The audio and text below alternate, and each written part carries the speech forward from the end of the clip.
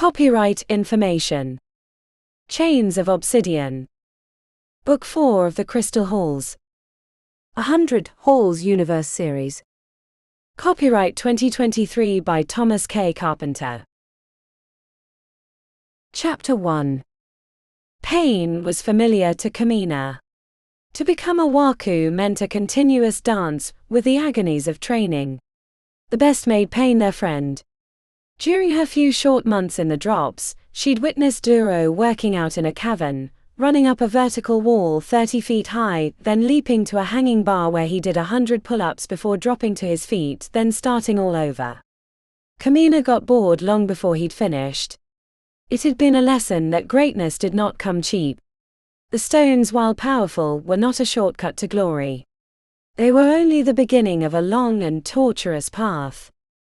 The pain Kamina was experiencing now was not meant to better her, but to break her spirit. She knelt in a pool of her own blood and sweat. Minutes became hours. Hours had become days. To her surprise, they'd let her keep the opal and amber stones attached to her belly button. Under normal circumstances, she'd use the opal to heal her wounds, but drained of energy from the constant beatings, she had little left in the tank, and what was there she was saving in case she needed to find an early exit.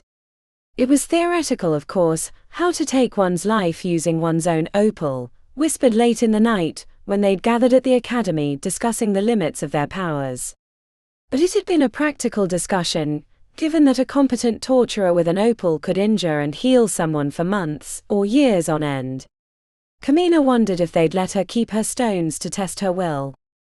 When a door opened somewhere nearby she could barely see through puffed-up eyes, Kamina's arms started to shake in anticipation. They were clamped in manacles and hanging above her head, and the involuntary movement made the ache in her shoulders worse. A set of expensive leather shoes approached her spot at the center of the room, staying outside the puddle of bodily fluids. Kamina spat, wishing she could mar the shoes in a pointless act of defiance. Release her arms. The voice was like honey mixed with glass. Even though she wasn't the target, she felt the compulsion layered within the tones. She was being visited by a matri, a city elf. The clicking of locks was followed by the release of her arms, which fell to her sides, the blood rushing back in, bringing on a new round of agony. Kamina whimpered as she bent over on her knees, the shame of vulnerability long since past. They tell me you haven't been very cooperative. Kamina flinched. The voice felt like she was being grabbed roughly and forced to pay attention. I don't know anything beyond the plan, which you already know about since it's over. That's not what I'm asking. Hearing him was both sweet and bitter, rich chocolate mixed with eye-watering capsaicin powder. Where is Pandora? I don't know. I told the others the last time I saw her was when we first entered the complex. I hoped she was right behind us when we jumped into the waterfall.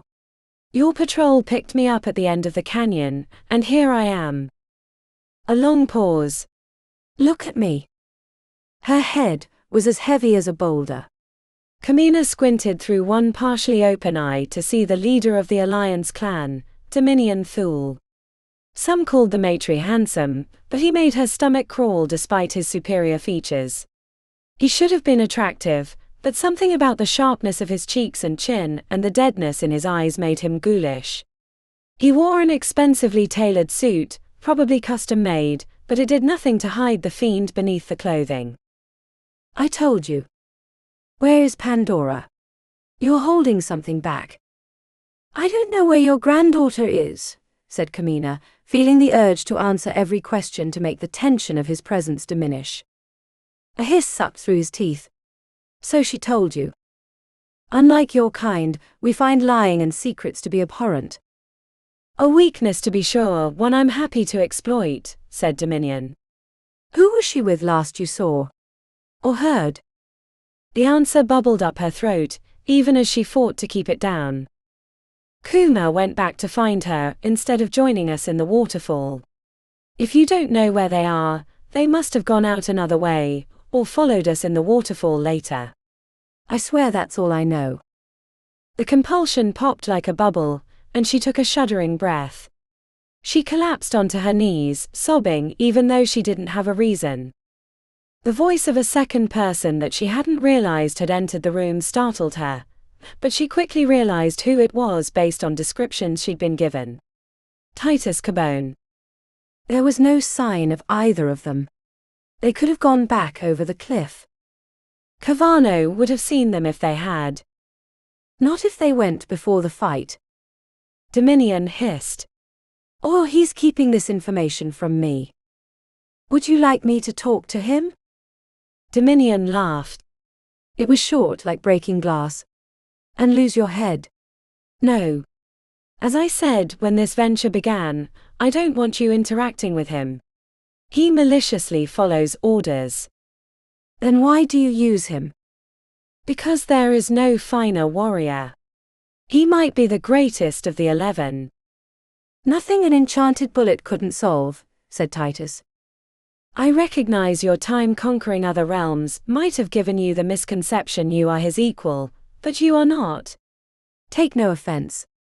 It is only the truth. Which is why I want you to stay away from him. Even without her amber, Kamina could sense the bristling of the Matri mercenary. She wondered if Dominion was purposely planting this seed in Titus' mind. She'd heard both mercenaries came at an extremely high price. Getting them to kill each other would be an easy way to cut costs. Go and search the Undercity again. Check all the usual haunts at the Torino and the other settlements. Anyone or anywhere they might think to hide. I would like my granddaughter returned to me at the earliest juncture. Understood. Now where were we? Said Dominion as heavy footsteps went the other direction. He stepped into the pool of blood, placing a finger under her chin.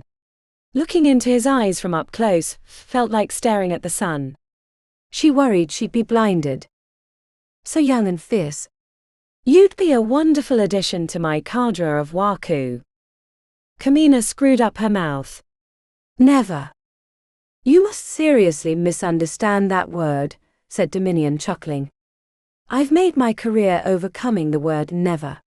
Call it fault that when I hear it, I find myself awake at all hours, my mind working away at it like a sculptor finding the truth in a piece of stone. He let her chin drop, and Kamina found herself desiring his touch again, which made her sick to her stomach. A moment later, one of her guards was placing a small glass to her lips and tipping her head back. If it was poison, she didn't care. Kamina drank it down before she considered what it might have been. The liquid created warmth in her chest, a spark that grew to a bonfire until she felt what she could only describe as adoration for her captor. Kamina warred internally with herself, as she wanted to throw her arms around his ankles and kiss the soft leather of his shoes. What is that? She gasped reflexively. Menya, said Dominion. It will help make you an obedient and loyal Waku, who will do anything I ask. Even kill your friends if it should come to that. Kamina looked up, intending to be defiant, but found herself craving his attention.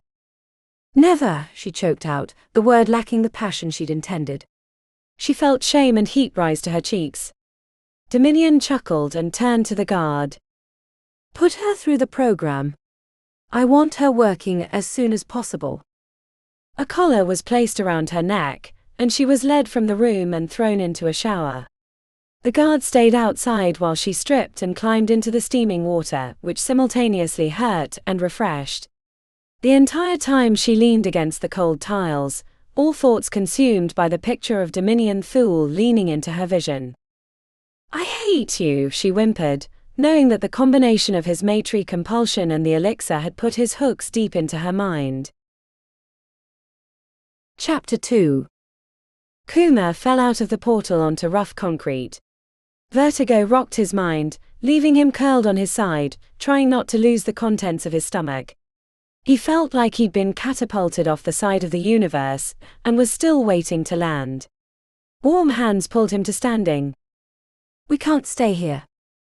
Pandora's voice brought him back to reality. He managed to squeeze his eyes open, expecting more spinning, but their surroundings had him gaping with surprise. Where are we? A single pillar of obsidian stood sentinel at the center of what his mind interpreted as a garden, even though there was no actual resemblance. Statues as tall as buildings surrounded the portal, connected by faint webbing glistening in the not light. The figures were noble and horrifying, visages of matri in various states of battle. The sky above the garden was grey and ominous. It felt like it was pressing down upon Kuma, while further out, the city skyline gave him touches of vertigo. "Don't stare," she said, grabbing his hand. "We have to move before someone sees us." Kuma ran with Pandora, crouched and head on a swivel. They passed between the enormous statues. He felt like he'd been shrunk down to ant size and was trying to escape a stone chessboard. They reached the edge of the garden and headed into a dilapidated street, with oily puddles and broken concrete littering the area. She dragged him across to an alleyway, as a new round of vertigo tried to tip him onto his side. "What?" Pandora clamped her hand over his mouth before he finished speaking. She found a boarded-up door, and gently pulled the planks off until she'd made a hole big enough to squeeze through. Once inside, she put a finger over her lips. He didn't so much hear the approach of the newcomers as feel it in his chest and in the balls of his feet. The rumbling made him think of a tank. She crept to the front of the room. As far as Kuma could tell, they were standing in an abandoned living room. The furniture had turned to dust. She used the meat of her palm to wipe a tiny hole in the filthy window, revealing the street near the statue garden. The creatures that entered his view defied expectations. They had the shape of horses but could be nothing further from the truth, with crunchy glass bodies that ground together as they strolled. Riders in black armor with amber badging rode on the strange beasts, glowering at their surroundings. A tall matri with long black hair and an androgynous appearance dismounted and crouched to the shattered street at a spot that Kuma was certain that he'd passed by. The dusty window blocked his speech, which came through as vibrations. When he turned up his amber, he was met with the language of the matri, a speech so angled and sharp that it made Russian sound like a cushioned divan. Kuma sensed the tension in Pandora as she peered through the gap, her teeth grinding like a millstone. He placed a hand on her arm, receiving a glare for his imposition. The matri in black armor climbed back onto the glass horse-like creature and led the patrol away, heading in a direction that made following their progress impossible. The urge to speak was strong, but Pandora shook him off when he opened his mouth. He couldn't sense anyone nearby with his amber, but he trusted her judgment in the eternal city. They waited in the dusty room for an hour before she motioned. "They've moved on from the area. It's safe to speak." "Are you sure?" She frowned. "Surety is a self-inflicted poison for fools." Pandora glanced at the window. "But I think we're good, as much as I can tell." "Who were they and what were they riding on?" Pandora's nostrils flared. "The creatures are called Stellinka. Unlike the human realm's concrete, steel and glass, all of these can be given life or occur naturally on their own. To ride the Stellinka is an act of willpower, as a single touch will flay the flesh. There are races involving riding them bareback." "Shadows below," he exclaimed. "That's horrific. More than you can imagine, but the Stellinka are not our problem." The Marchesa was here too quickly. Had we been a moment slower, she would have found us. The Marchesa. The Marchesa of Pain. Cherie killer. She runs his estate while he labors in Invictus. "You don't like her?" Pandora stiffened. "Loathe is a better word." "She was one who pushed my mother to treat me like a matri child. Those scars you saw on my back could be contributed to her." "Is the estate near?" She bobbled her head. "Yes and no. The Eternal City isn't like our world or most realms. Distance and direction don't work the same here." "That makes zero sense, but I'll take your word for it." The ache in her gaze made him realize that coming back to a place that she'd once called home had brought back traumas from the past. Her forehead was etched with wrinkles and her jaw pulsed rhythmically. "What do we do now? Is there another way back to our realm?" A flat gaze followed by a slow headshake gave him the answer. A cold emptiness filled his chest. We're stuck. Unless we could sneak back in once things have settled down. Maybe my uncle and Doro survived their fight with the Matri assassin, and we could go back at a later date, when they're hitting the Alliance. Kuma, they had no chance. There is no better warrior in all the realms. Even amongst the Matri. There are only a few that could beat him, and even then I'm not certain. Could we find one of those others and get them to help us get back? Kuma, there's no point in going back right now. Face it. She hung her head. I'm too tired to use the portal again. It took a lot out of me, and we can't get back to the one in the garden without being caught. I know this place is filled with bad memories, but we can't give up. We have to try to get back. It'll take time, but we have to do it. For the sake of our friends and family. Anything could be happening back there. Don't you want to make sure Triana and Vasi are okay? They're not, said Pandora with her eyes squeezed closed. It was a mistake. A trap. We did his dirty work for him. He served up his clan leaders on a platter, and now the rest of the Alliance will look to him to protect them. I'm certain that he anticipated Daraja. I would bet my stones that he sent Titus to keep them from leaving. That's why we didn't see him in the complex. We were so stupid. So arrogant to believe we could beat him, and now he has complete control of the Undercity. Despair had hollowed her out. She looked ready to collapse onto the floor. He wanted to say something comforting, but there was nothing he could think of. She was right. They'd been outmaneuvered. They were. Wait. Do you think Marchesa knew who she was looking for, or was that a patrol? Pandora wrinkled her mouth. We probably triggered something when we left the portal garden. If they knew we were here, then they wouldn't have stopped looking. We'd have been captured already. A tiny spot of light formed in his mind. Then no one knows we're here. Not your grandfather. Not our friends and family. Pandora looked ready to refute him, but she clamped her mouth closed and squinted. What's your point? I don't know. I don't know enough about the Eternal City to know what's possible. Could we get help from someone who hates your grandfather? I can't imagine that he doesn't have enemies here. Enemies are cheap in the Eternal City. There are countless who would love to see my grandfather's head on a spike, but they'd rather use us as a bargaining chip than champion our cause. War is dangerous. It makes you vulnerable. No one is going to help us. That's not how Matri society works. Going to one of his enemies would be the same as throwing ourselves at his feet and hoping for mercy.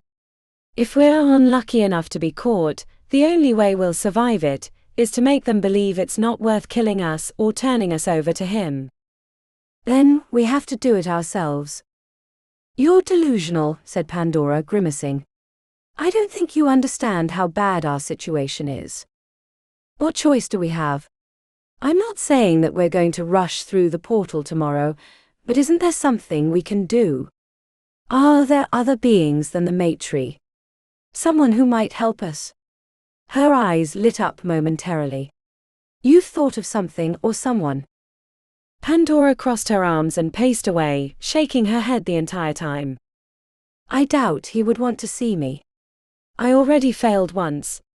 I don't imagine he's the kind of teacher that allows for second chances. Who? Hylakane. The Steel Sun. The name sparked a memory of when Pandora had told him about her training. He was from the Ebony Court. But that's been wiped out now, right? That would make him inclined to help us. Not at all. Without a court, you're more vulnerable. He fled the populated areas, or he would have been killed. Now he lives so far away as not to be bothered. Without a court? How did your grandfather survive then? Being unaffiliated, and never having been attached to a court has minor advantages. Call him a free agent. On the other hand, it's why he spent most of his time in our realm. safer and more opportunities. Could we ask Hylakane to train us? At the very least it would give us something to do, and if he agreed, we'd be better equipped to return home. I don't know. Pan, he said, capturing her hand, forcing her to look into his eyes. Look. I know this place is filled with painful memories, but for the sake of our friends and family, for the sake of ourselves, we have to try something. You've already said we can't stay here, but it not here, then where? Why not go to Hylakane, ask him to train us? If he doesn't, then we'll make a new decision, but we need purpose. We need a goal. Otherwise, we might as well march back through the portal and put ourselves at your grandfather's mercy. It's a long journey, but you're right. She hung her head momentarily before meeting his gaze. I didn't realize how many painful memories would surface when I returned. This was not a happy place. So we'll go to Hylakane. When I was sent to him before, it took weeks in the back of a carriage pulled by shadow beasts. On foot will take us months, and it'll be through dangerous areas without easy access to food or shelter. We might not even make it to Hylakane.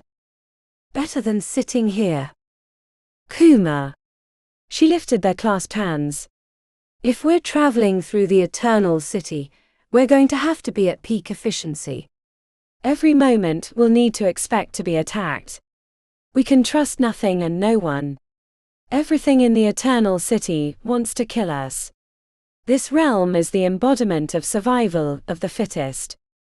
I understand. Stay on my toes. More than that. She shook their clasped hands. We can't have this. It's a distraction. It'll get us killed. The warmth in his chest deflated.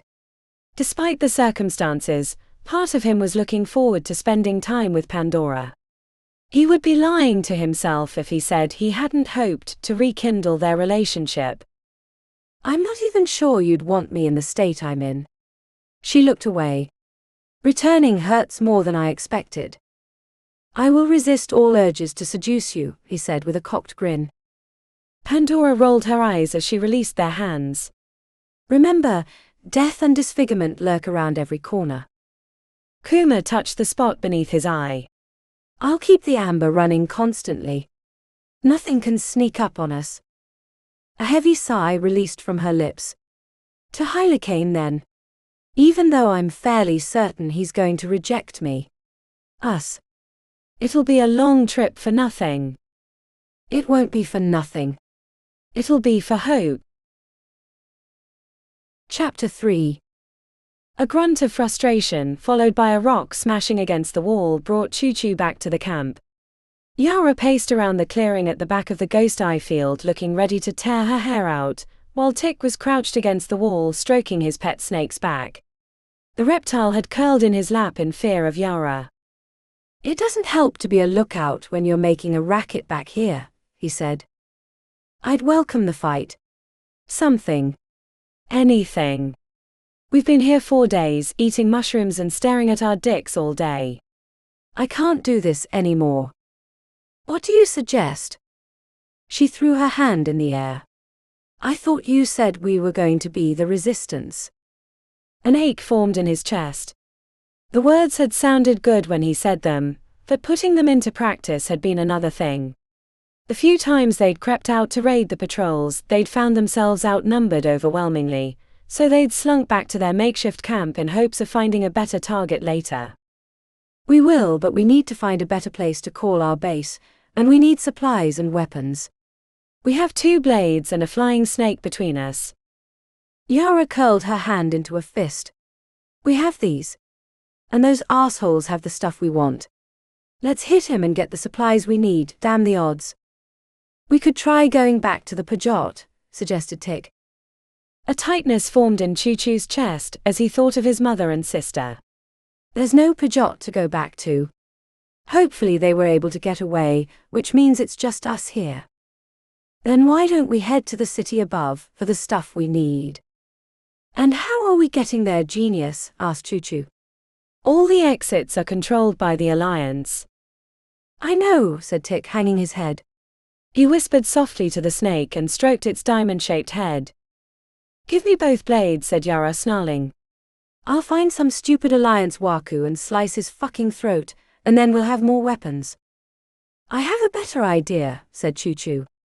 It was a thought that had been brewing for days, but he feared to speak it because it might mean they would have to go through with it. What about the Torino? Neutral ground don't mean shit when one clan holds the entire Undercity, said Yara. That's not what I'm suggesting. We'll have to sneak in, but I was thinking about what's going on right now. The Alliance is probably consolidating their little empire, and they lost a lot of Waku when we hit the complex. They're not going to have the numbers to watch everywhere, and the Torino is the least important area in the Undercity right now. They're going to have their guards at the mining sites or Big Dave's, but not the Torino. Not many, anyway. We need food, weapons, and most importantly, information. We don't know shit about what's happening. I know we'd all like news about our friends and family. When no one spoke, he knew he had a good idea. Or at least it wasn't terrible enough to keep them from attempting it. I could use a burger from the Umbra, said Tick. Yara smacked him in the back of the head, which brought a hiss from Cora in Tick's lap. We won't be able to walk right in, you wayhos. Not that we have money, said Yara. There are a lot of back alley places to hide. People who are out for themselves and won't care a lick about the Alliance. We could see Lisa at the Onyx. She knows everything about everyone, suggested Tick. Choo-Choo shared a glance with Yara, who raised her shoulders as if to say, why not? It's worth a shot. Let's go. We've got hours of travel ahead of us. The three of them made decent time through the caverns and tunnels with 3 ambers to keep watch. When they weren't sure about the way ahead, Tick sent Koro flying into the tunnels. The airborne reptile gave Choo-Choo the creeps, but it was better than being completely blind.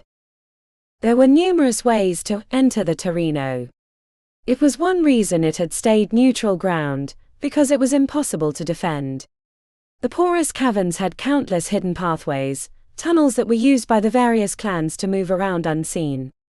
Choo-Choo led them to a tight passage that Navos and he had used on a few occasions, that came out behind the apartments near the pale sun. When Choo-Choo reached the end of the tunnel, he knew something was wrong right away. Extending his amber brought none of the noise that he was expecting from the busy settlement. He crept to the edge, which gave him a narrow view into the main street, which even on its deadest days had a few clan members wandering around. He gave them the sign for "Stay here," and moved ahead until he could see the entire Torino. The BOGO, which normally was a busy pachinko parlor, had boards across the front. The lights of the sign had been partially broken, leaving the dim neon O hanging by a wire. No one's here, said Choo-Choo. No one? Asked Tick incredulously, with Koro peeking over his shoulder. She'd made the journey wrapped around his neck.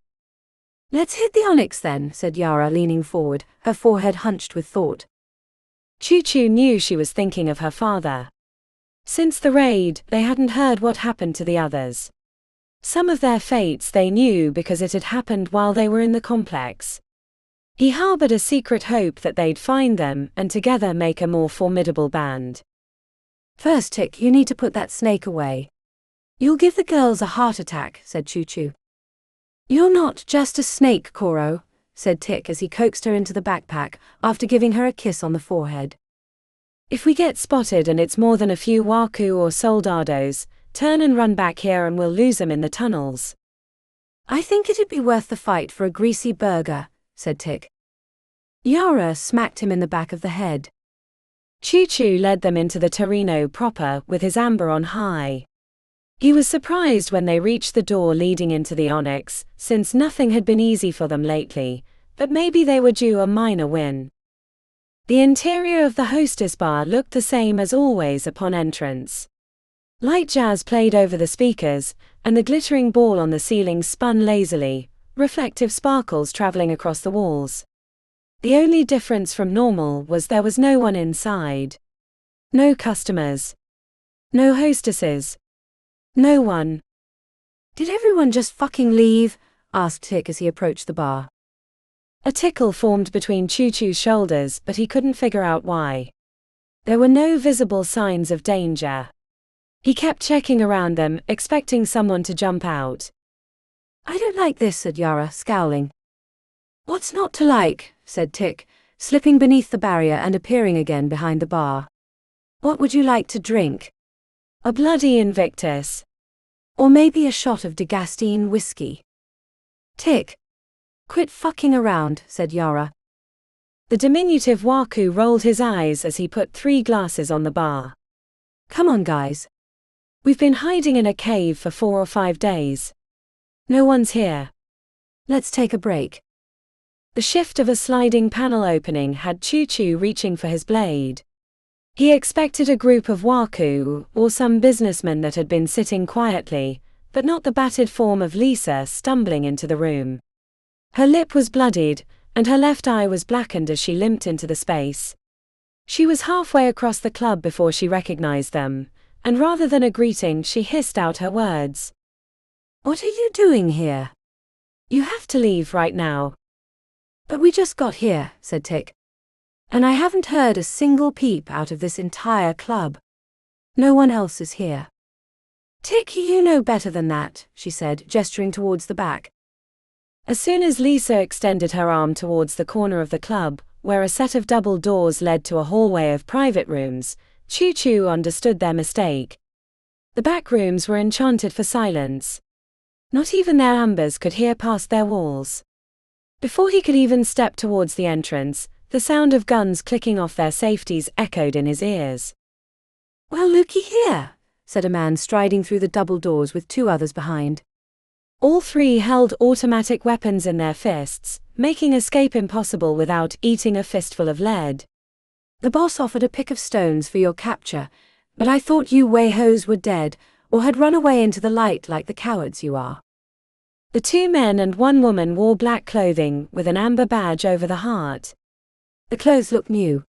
Choo Choo recognized the speaker as a member of Anti-Magus. Doran. I remember you, Choo Choo, said Doran, sauntering towards them. He turned towards Yara, surprise widening his smile. And you're Brazio's daughter. Oh fucking hell, what a prize. The big boss is gonna lose a nut when he sees you. Yara screamed at the top of her lungs as if she were a berserker ready to attack, but before she could take a step towards Doran, he shot her in the thigh and she collapsed onto the ground. Blood leaked everywhere, soaking into the patterned carpet. You little fucker, get out from behind the bar now or I'll blow her brains out, he said to Tick, who scrambled back over with his hands up, knocking the shot glasses off with his foot. As Yara rocked on the ground, holding her wound, she looked like she could literally bite Doran's head off. Oh, that's a lot of blood, said Doran, shaking his head. Won't do if we bring back a body, though I wouldn't mind. Merca. Put a stop to the bleeding. You don't have to heal it all the way, you can let her hurt, but I can't have her dying if there's a reward to be had. While Merca knelt at Yara's side, placing his hands on her injured thigh, Doran placed the barrel of his weapon against her head. When Merca was finished, Doran pushed Yara over with his boot. Stay. He walked to Lisa, who had her chin to her chest. You tried to warn them, didn't you? Not very smart. Doran slammed the butt of his weapon into her gut, bending her over. Then he spun around, the heel of his foot catching her across the jaw. She slammed into the bar, collapsing onto the ground, blood streaming from her nose. I'll finish you later, he said, glowering over the fallen hostess. Doran approached Choo Choo with an arrogant saunter. Drops and razor. It brought me immense pleasure when each of your clans fell. You were so proud, so self-important with your honor, but it was what brought you down. You couldn't imagine an Undercity without you in it. Now you're scrabbling at the edges, trying to survive. Kneel. When Choo Choo didn't move, Doran cocked his weapon. Kneel. Choo Choo slipped to his knees. Now take out your stones. All 3 of you. Quickly. And throw them to me. When Choo Choo hesitated, Doran said, I'll shoot the hostess if you don't follow directions. Hands trembling with rage, Choo Choo unhooked the amber and topaz stones from his nipples, and tossed them at Doran's feet at the same time as the others. Susanna. Why are his wrists double the normal amount? He looks strong enough to break them even without his stones. The moment his arms were bound behind his back, despair set in. They hadn't been in the Undercity but 4 days, and the first time they tried to do anything, they were captured. What a shit leader he was. Okay, said Doran, placing the cold barrel of the gun against his head. Where are the others? It can't be just you 3 sneaking around. Others. Doran cracked him in the forehead with the barrel.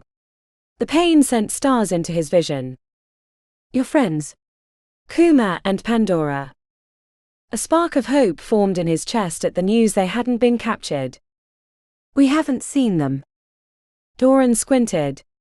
I think you're telling the truth. He slammed the barrel on Choo Choo's head. What was that for? For not knowing where they are. He grinned at the others. I guess it's asking too much for us to capture all of them. Prize enough for now. Hey, the little guy has a backpack, said Susanna. Doran leaned his head to the side as he examined Tick. Take it off. Sus. Bind him up. Then the prickly bitch. Tick slowly slipped out of the backpack. He set it gently on the carpet, before dropping to his knees with his hands on his head. Susanna approached the backpack rather than Tick, using the tip of her weapon to poke. Did it just move? What's in here? Rope, said Tick straight-faced. Open it, said Doran. He's lying. Probably a weapon or something valuable. If it is, we can split it 3 ways. Susanna spun the automatic weapon to her back with the strap, and leaned down to unzip the bag using both hands. With everyone's attention focused on it, Choo Choo tried to pull his hands loose of the wire, but his wrists were wrapped too tightly. The zipper made a loud noise as the bag was opened. Susanna had a slight frown as she peered into its depths. I don't think that's a... Koro leapt out of the backpack like an angry spring. The snake bit her in the cheek, sending her leaping backwards, her high, reedy scream puncturing the near silence. Before Doran could shoot Tick, the smallish Waku leapt to his feet and ran behind the screaming woman with a snake attached to her face. Choo Choo exploded from his knees, slamming his shoulder into Doran's gut. He had no idea what his stones besides amber were, but he'd rather go down fighting than be captured. The Alliance Waku bent over, so Choo Choo brought his head up, cracking him in the jaw. Before he could bring his head around, Choo Choo broke his knee with a side kick, and followed up with a roundhouse that knocked him out cold. He turned towards the Third Alliance, only to see a gun barrel pointed in his direction. Yara had tried to knock him down, but she'd been too far away to reach him, before he'd slammed her in the face with the butt of his gun. Choo Choo flinched when he heard an explosion, thinking he'd been shot, only to open his eyes to find the guy lying on his side with a hole in his head. Tick was sitting on the ground, with Susanna's rifle in his hands. The woman was still screaming. The snake hovered over her head, using its leathery wings to stay aloft. Susanna's face was puffy, and she couldn't see out of her eyes. Tick aimed his weapon to put her out of her misery, but Yara spoke up. No more noise. She retrieved her blade and cut the woman's throat. She slumped to the ground. Choo Choo ran towards the entrance. I'll check to see if anyone heard. He peeked out the double doors. No one was moving their direction. When he returned, a battered Lisa was behind the bar pouring them 4 shots of vodka while Yara bound the unconscious Doran with wire. Choo Choo retrieved his stones, his trembling hand revealing the ache of their absence. The alcohol went down easy, warming his belly and diminishing the pain in his forehead from getting cracked by the gun stock. He leaned on the bar, shaking his head as Koro flew around the establishment searching for more threats. Tick coaxed Koro back onto his shoulders. I take back what I said before, said Choo Choo. I love snakes. Tick gave the snake a peck on the forehead. She says she appreciates it. You can understand her. Tick lifted one shoulder. Not exactly, but I can sort of feel what she's feeling through the tiger's eye. Is anyone else here? Asked Yara. The other girls are in back, probably cleaning up after their visit, said Lisa grimly, pouring another shot for herself and throwing it back. The normally elegant hostess looked like a post-apocalyptic survivor. Tick, you want to keep watch on the entrance while we chat? When he was through the first set of double doors, Choo-Choo leaned on the bar. What can you tell us about what's going on? Lisa stared into the middle distance, risking a covert glance at Yara, who was examining weapons she'd taken from the Fallen, looking for replacements. Nothing good. I heard about your raid, but word is that Dominion let his clan leaders be slaughtered so he could take full control, which he's done, quickly and efficiently. She squeezed her lips tight. I was surprised when I saw you three walk in here. Thought we were dead. No, said Lisa. They've been looking for you three, Pandora and Kuma. No other names that I'm aware of. Yara surged towards the bar with two blades in her fist. My father. Lisa hesitated to answer, checking back to Choo-Choo for support. He gave her a nod as he moved towards Yara. I'm sorry, Yara. He's dead. Before anyone could stop her, she grabbed the vaguely conscious Doran and started punching him in the head with the full force of her topaz. Choo-Choo tried grabbing her arm, but within the first two strikes his face was caved in and covered in thick blood. She continued to strike him for another dozen hits before screaming in rage, her arm shaking, knuckles bloody. Yara turned to him, lower lip trembling and eyes searching for help. She looked completely unhinged, with blood splatters across her face. Choo-Choo dragged her into an embrace as she sputtered, bubbles of spit forming on her lips. He was all I had. I've no one else. No one. Everyone's fucking dead. Or betrayed me. Even my fucking cousin disappeared into thin air. I'm alone, so bloody fucking alone. Choo-Choo grabbed her head with both hands, forcing her to stare into his eyes. You have me, Yara. You have me. I'm your family now. And Tick. And somewhere out there is Kuma and Pandora. I've got your back, said Lisa, holding up a shot glass and throwing it down as she wavered on unsteady feet. Lisa's your family too. We're all your family, Yara. I'm alone, she muttered. I'm alone. You're not alone. I've got you. He hugged her to his chest, almost to the point of crushing, until she let out a rising sob and broke down in his arms. He held her for a long time. When she finally started to calm, she pushed herself out of his arms, wiping the blood and tears from her face with the back of her hand. I'm sorry my father killed your sister. Your family didn't deserve that. It's okay. I understand now.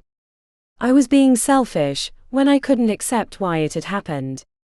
Your father didn't want to kill her either. I hate to break this up, said Lisa, pouring another shot for herself, but others might come along any moment. I can probably explain what happened, but not if I'm seen here with the bodies. You should come with us, said Choo-Choo. Lisa let out a deranged laugh. I'm no good with camping. I'd rather take my chances here. The other girls need someone to look out for them. Where are the owners? Or the guards? Fled or dead. As far as I'm concerned, this place is mine until someone comes back. Anything you know that might help us? Lisa leaned heavily on the bar. I heard they captured everyone from the Pajot as they tried to escape the Undercity. Put some to the sword, others were sent to Alliance HQ and others to the mines. I heard from our dead friend below the bar that they're wanting to increase the phase crystal sales 1,000-fold. Wouldn't be that hard with everyone out of the way, said Choo-Choo, shaking his head. It'd be the best place to hit them, Yara said coolly. Possibly. He looked up. Any supplies we can take? The old owners kept a bunch of crap in their office in case they had to flee into the Undercity. Guns, camping equipment and the like. You're welcome to it. Choo-Choo and Yara hurried into the back, finding a jackpot of gear and dried rations that would keep them supplied for weeks. They hauled it to the front. There's a secret passage out of here in the supply closet behind the stage. It'll take you to, well, I don't actually know where it goes. You'll have to figure it out yourself. Thanks, Lisa. You're a lifesaver. What are you going to do about the bodies? She took another shot, and then another before coming around from inside the bar. I need you to knock me out. What? I can lie about a lot of things, but I need to have physical proof. Yara grabbed the bottle of vodka. Aren't you worried about their ambers? I've been working in this club for years, and not a single Waku with an amber has accused me of lying to them. The key is that I have to be able to believe it. Knocking me out will go a long way towards that. Let me do it, said Yara. Lisa chuckled drunkenly. I know you've always hated me. I guess this is as good a time as any. Yara took a swig from the bottle before approaching the hostess. I've always been jealous of you. And a little mad that you always paid attention to Kuma rather than me. She leaned in and gave the hostess a kiss on the cheek, which brought a spat of laughter. Plus, if you let Choo-Choo hit you, he'll break your jaw. That's a good. Before she could finish her sentence, Yara knocked her out cold with a single punch. I hope she's right, otherwise they're going to flay her alive. Choo-Choo didn't say anything because he had the same thought. They found the secret passage easily, and within a few minutes were back in the tunnels of the Undercity. Yara quickly identified where they were, which helped them move far away from the Torino in short order, because once the bodies were found they'd send patrols after them. They needed to get far away, and hole up for a short time until they could figure out how to get back at the Alliance, and he had a good idea where they could go that no one would find them. Chapter 4. The broken houses, windows knocked out and doors boarded up, looked like battered faces staring at them as they passed through the shadows, boots tromping through oily puddles. The city was watching her. It was the thought that chased Pandora in and out of her dreams. A nightmare becoming real. They'd barely spoken since the first day when they arrived. Fear of being discovered or attracting attention from one of the many dangers that lurked in the streets had kept them silent. Pandora had pulled them into abandoned buildings at the first sign of danger. Progress had been slow, but they hadn't yet encountered a single other being. A win in her column. But those days were coming to an end. My grandfather's paranoia has served us well since we arrived, she told Kuma, as they crouched in an alleyway behind the carcass of an old carriage. He keeps his fortress at the edges of what the Matri call the Athena, which translates roughly to arena. Like a stadium. Sort of. You can win any battles if you're not in the fight. It's more about proximity to your enemies. The courts are squarely in the Athena, locked in endless intrigue. My grandfather chose to be near but not in the arena so he could affect it when he wanted, but not be subject to their constant warring. Especially since he spent so much time in Invictus. But to get where we need to go, we need to pass through the Athena before we can head to the Murtvizemli, which are the dead lands where Hylakane resides. I thought you said to travel in the Eternal City relied on intention. That you didn't have to follow our world rules. Pandora sighed. The courts are like a gravity well. They're constantly trying to pull you back in. It's hard to explain, but we can't entirely avoid the main city, which means we're going to be exposing ourselves to the troubles that exist there for a few days. Once we pass through the Athena, things will get better for a time, and then they'll get worse. Kuma lifted his head, staring into the distance. So strange how the buildings move and locations are relative to their importance to each other. It's a realm of high magic. Though you can't see it, phase is imbued in everything. My sapphire works better here than in the Undercity. She hung her head for a moment. But my point is that for the next phase, you need to listen to what I say without question. Run when I say run, hide when I say hide, and if we have to fight, well, we're probably dead. Kuma chuckled, undiminished by their surroundings. It's like the fairy tales when they say not to go into the forest, but here we are, headed right into the heart of it. Pandora resumed the lead when they left the alleyway. The smells of the city permeated her nose, bringing back memories from her childhood. Once as they were crossing a street, she spotted a chunk of colored glass and flinched, checking with Kuma to see if he'd noticed, but he was looking the other way. On the 5th day since their entry into the Eternal City, Pandora spotted their first Dolgans. A trio of the bulky humanoids had captured something small near a building, and were stomping on it with their heavy boots. They had workman bags thrown over their shoulders. "Dolgant," whispered Kuma. She nodded, appreciating that he'd been paying attention to her explanations and warnings. He started to shift down the alleyway, but she grabbed his sleeve.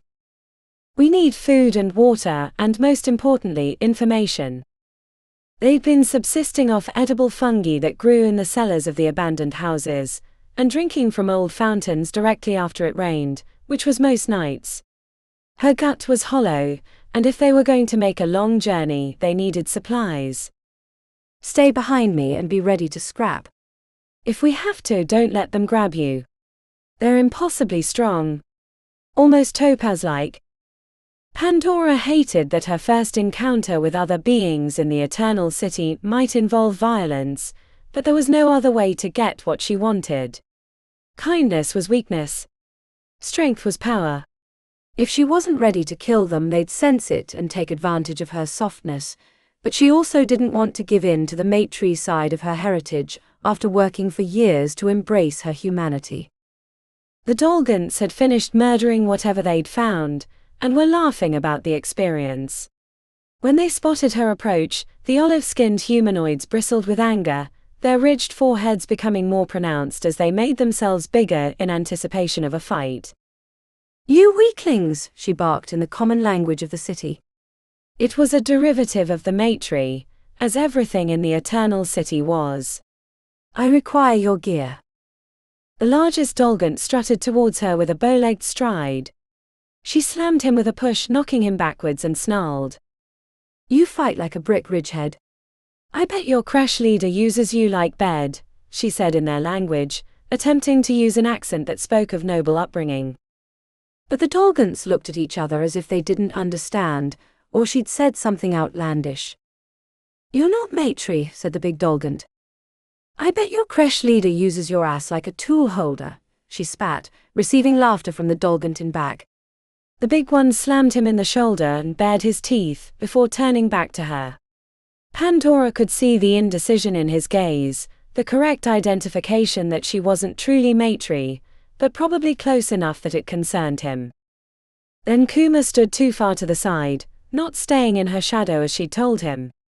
The big Dolgant's knuckles cracked in anticipation. Humans were rare in the Eternal City, but not an unknown. "Fleshbag." Though it didn't translate well, it was an insult.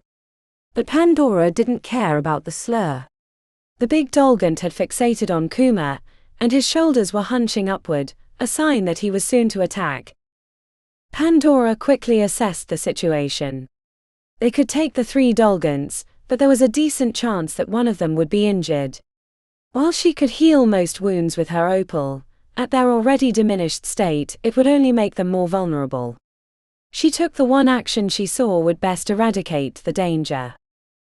Her blade passed through the Dolgant's throat. The thick flesh was no match for her opal-aided strength, and she was careful not to let it get stuck in the heavy spine. The Dolgant's eyes widened with surprise before he fell to his knees. Pandora knocked him over with a push. "I require your gear," she said again, intoning the words with as much menace and anger as she could muster. Despite her fumbling over the wording, the remaining Dolgants understood the danger. They threw their bags at her feet. Pandora turned to Kuma, rage tainting her lips, and gestured towards the equipment. "Pick them up." She said it in their language, but when Kuma stared back perplexed, she repeated it in English. Despite the rudeness, he grabbed the 3 bags. Pandora turned back to the 2 Dolgants. She wanted information, details about which court was ascendant, possible dangers ahead. Anything to help them traverse this dangerous stretch, but the words wouldn't come. She was locked in a prison of her own making. 17, she muttered, then gestured at the Dolgans. Leave. As they scurried away, checking over their shoulders to see if they were being followed, Pandora marched away with her head down and her teeth grinding. A few blocks away, Pandora deflated, and the flood of adrenaline leaving her system had her shaking. Kuma tried to ask her a question, but she pushed past him, knocked down a door with her sapphire, not caring about the noise, and collapsed on her knees when they entered the abandoned building.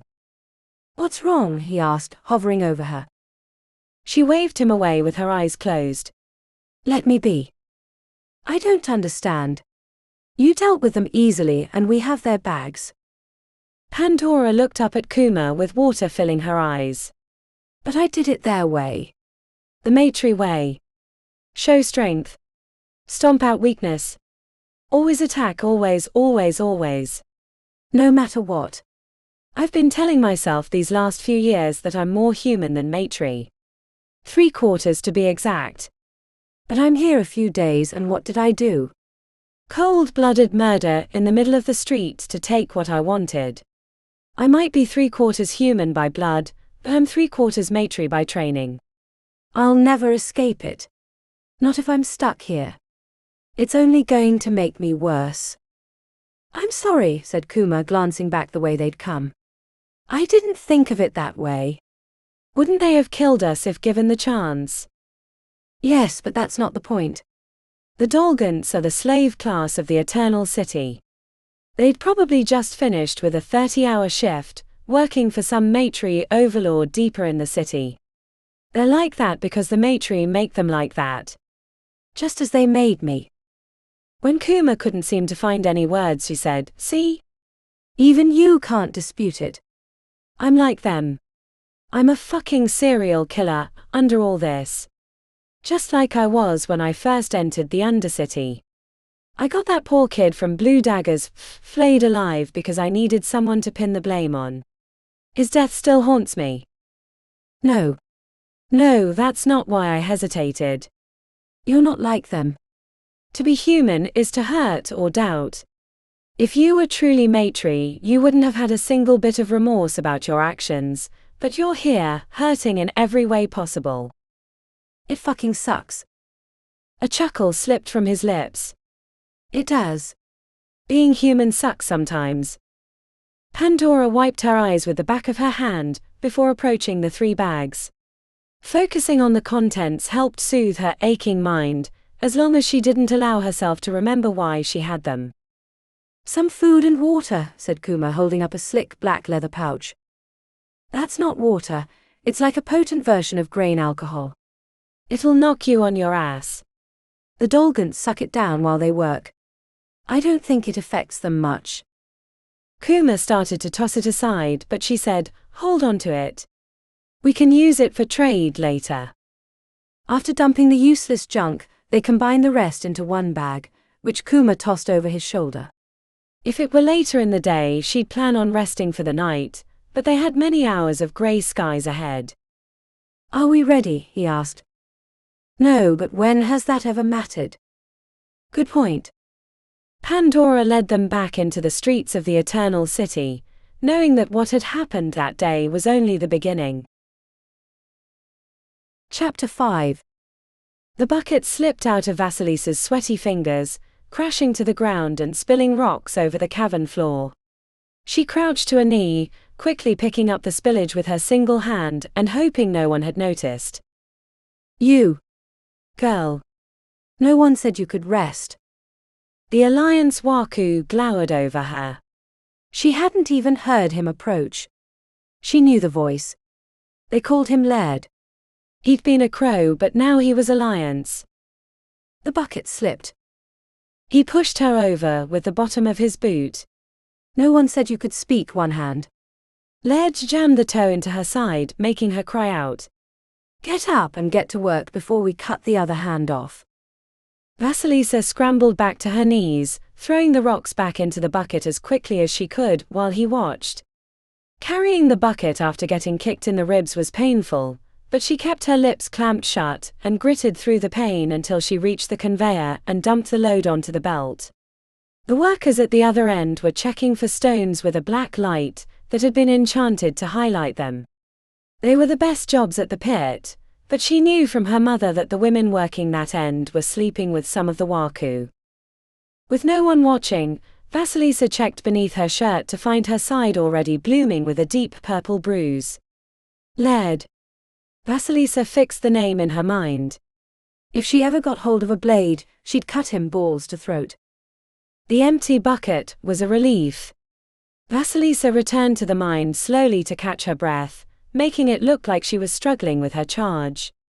When she made it back to the wide hole at the center of the cavern, an olive-skinned woman that had come from the Alliance workers handed her a new bucket overflowing with rocks that had come from the mine. The thought of carrying another was exhausting. She'd been working for hours and her arm was numb from the strain. The woman gave her a weak smile, an acknowledgement of her condition, but neither of them could do a thing about their current situation. Checking to see no one was watching, Vasilisa stayed near the hole to catch more resting time. While she waited, another bucket was brought from below using a series of pulleys. A brief scream was followed by a muffled slap and angry yelling. Vasilisa decided she'd rather carry the bucket than listen to one of the miners getting beaten for whatever infraction they'd committed. When she returned, a woman was being dragged from the hole by Laird, adding kicks along the way. She was covered in dirt.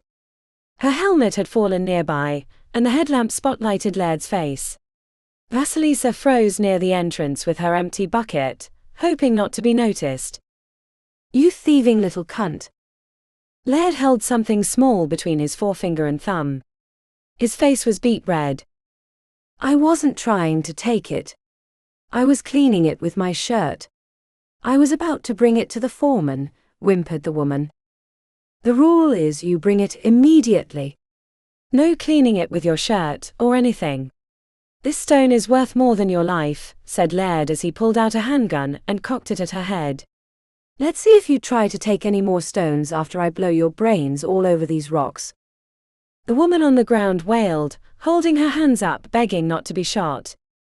"Laird." A woman with short black hair, smoking a stubby cigar and carrying an automatic weapon on a sling, marched up to Laird. "Quit fucking around.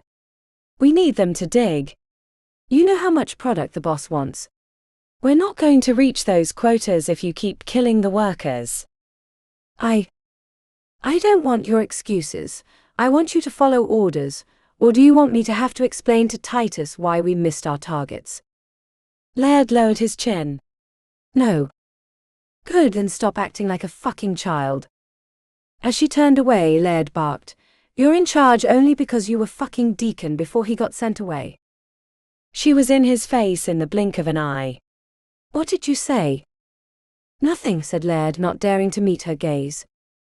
She sighed, shaking her head. "What's gotten into you, Laird?" "We used to be friends, remember? Things are going great. We've got the Undercity under our control. Business is about to be nuts. Focus on the bigger picture." He tilted his head, knocking his dirty blonde hair out of his face. "Sorry, Sin. You know, I still ain't over how Deacon treated me on that raid. Deacon's the least of your problems." "And I wouldn't hold a grudge. The boss sent him to the EC to train up. He was already better than you before he left. You don't stand a chance once he finally gets back." She rested her arms on her rifle. "Why don't you take a break? I'll watch the pit." After Laird left, Sin poked the fallen woman with her boot. "You ready to work?" The woman sobbed, still processing her near death, which left Sin to exclaim, "Fucking Laird." "I'll take her place," said Vasilisa, surging into the cavern with the bucket in her hand. Sin puffed on her cigar, blowing out a big cloud before answering. "I'm not sending no 10-year-old girl with one hand into the pit. We need people who can get things done. I'm almost 16 and I can work." "Why? Why what?" Sin frowned. "Why do you want to go into the pit, to dig? It's shit work. So is carrying a bucket, but at least digging for stones is interesting." "I can at least strap a pickaxe to my other arm, but I can't do that with a bucket." Sin dropped her cigar and ground it out with the heel of her boot as she blew a final cloud of smoke. Fine. The job's yours. Don't make me regret it. Vasilisa hurried to the hole, dropping the bucket by the woman, and taking her hard hat and pickaxe that she dropped by the edge. After hooking herself to the safety line, Vasilisa climbed down the knotted rope until she reached the shaft where the others were working. Dust motes hung in the air amid the sound of metal striking rocks. A soldado with a rifle hung on his hip stared lazily at the 4 workers, 3 women and 1 man, who were working the walls, knocking rocks from the wall and then examining them for signs of stone with a handheld black light before tossing them into a bucket. Where's Jasmine? Asked the guard. Laird almost shot her, so Sin sent me down here in her stead, said Vasilisa. Great. A one-armed worker. 1 hand. He frowned. Do I look like I give a shit? He gestured towards the buckets. You can haul them to the rope. You know how to work a pulley, right? Of course. Great. Don't fuck it up. The work with the bucket and pulley was hard, but not as bad as carrying buckets to the crusher. She moved at a steady pace, keeping up with the output of the miners even though her arm was screaming from the all-day effort. Vasilisa figured that if she could prove she belonged in the pit, she'd have the job again in the future. Towards the end of the 14-hour workday, one of the miners needed a break. Since Vasilisa was caught up with the buckets, the guard sent her to fill the spot where the miner had been working. Swinging the pickaxe was easier than carrying the bucket, but there was less downtime and her arm muscles were already torched. But she kept up the hammering, hoping to prove that she wasn't a useless 15-year-old. Vasilisa hadn't been digging for more than 5 minutes when she broke free a hunk of rock, revealing a glittering vein of multicolored crystals. I found one, she shouted right away, bringing the other miners and the guard. Shadows below, that's a good one. He nodded towards the broad-shouldered male miner. Take over for her, and make sure we don't lose a single stone. Hey! But I found it, said Vasilisa. The guard leaned into her face. His breath smelled like rotting cabbage. You found it. Be happy with that. If you keep your mouth shut and work hard, you might find yourself with a better job. Vasilisa inclined her head and took the guy's spot on the wall. She dug more slowly, frustrated that she hadn't had a chance to nab a stone.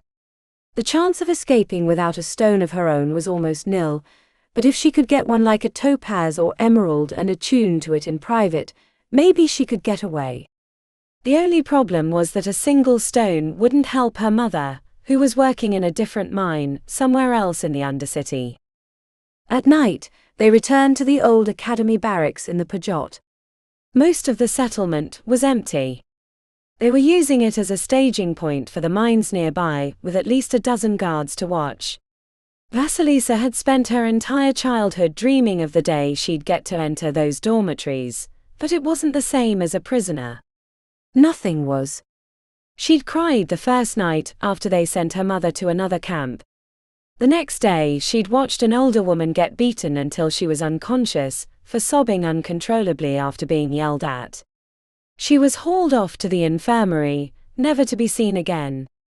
Vasilisa assumed her body had been thrown into the Canyon of Ghosts for the Scorpics. She vowed not to let the pressures of her new existence get the better of her. She had to survive and find a way out for herself and her mother. There was no Choo-Choo to save her. No Pandora. None of them. They'd all died in the raid on the Alliance. It was only her. The next few days she returned to the mine, working the pulley, carrying buckets, and filling in for the others when they needed a break. The vein of phase crystals that she'd found had dried up. No more stones were found, even as they dug deeper into the earth. The pit was hot, and each night she spent her 2 minutes in a cold shower scrubbing off the grime, wishing for a chance to nab a stone. Her chance came on the 6th day in the mines. She was carrying the bucket when she noticed a glint of crystal on the side of rock, after the contents had shifted. It was towards the end of a long 14-hour shift, and the miner had missed it. Vasilisa shoved the rock in her pocket, and quickly thought about how to dislodge the stone, which was about half the size of her fist.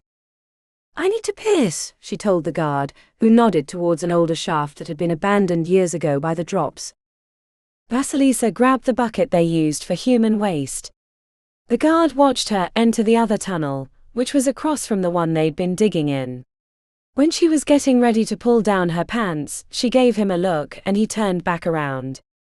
She threw her pants around her ankles and squatted over the bucket as she pulled the rock out of her pocket. In the blinding light of her headlamp, the crystal looked a mix of purple and blue, which could mean either a topaz or sapphire. Her heart raced with the possibilities, but there was no way to remove the crystal, nor could she bring it back with her to the dorms, because they thoroughly searched them at the end of every day. After she finished using the bucket, Vasilisa hurried to the wall and shoved the rock in a crevice for later. The next day when they returned to the mine, Vasilisa managed to take a small chipping hammer with her when she used the bucket. When the guard turned around, giving her a moment of privacy, she leapt to the crack and pulled out the stone. As lightly as she could, Vasilisa tapped on the rock, trying to break it without making too much sound. It was hard to gauge how much noise would be heard over the steady hammering of pickaxes. She made small progress, and then before the guard got suspicious, jammed both hammer and rock back into the crack. On her 6th bathroom break for the day, the guard said, "What's with you?" Vasilisa held her crotch. "Are you TI, I think? Nothing feels right." He sighed and nodded backwards.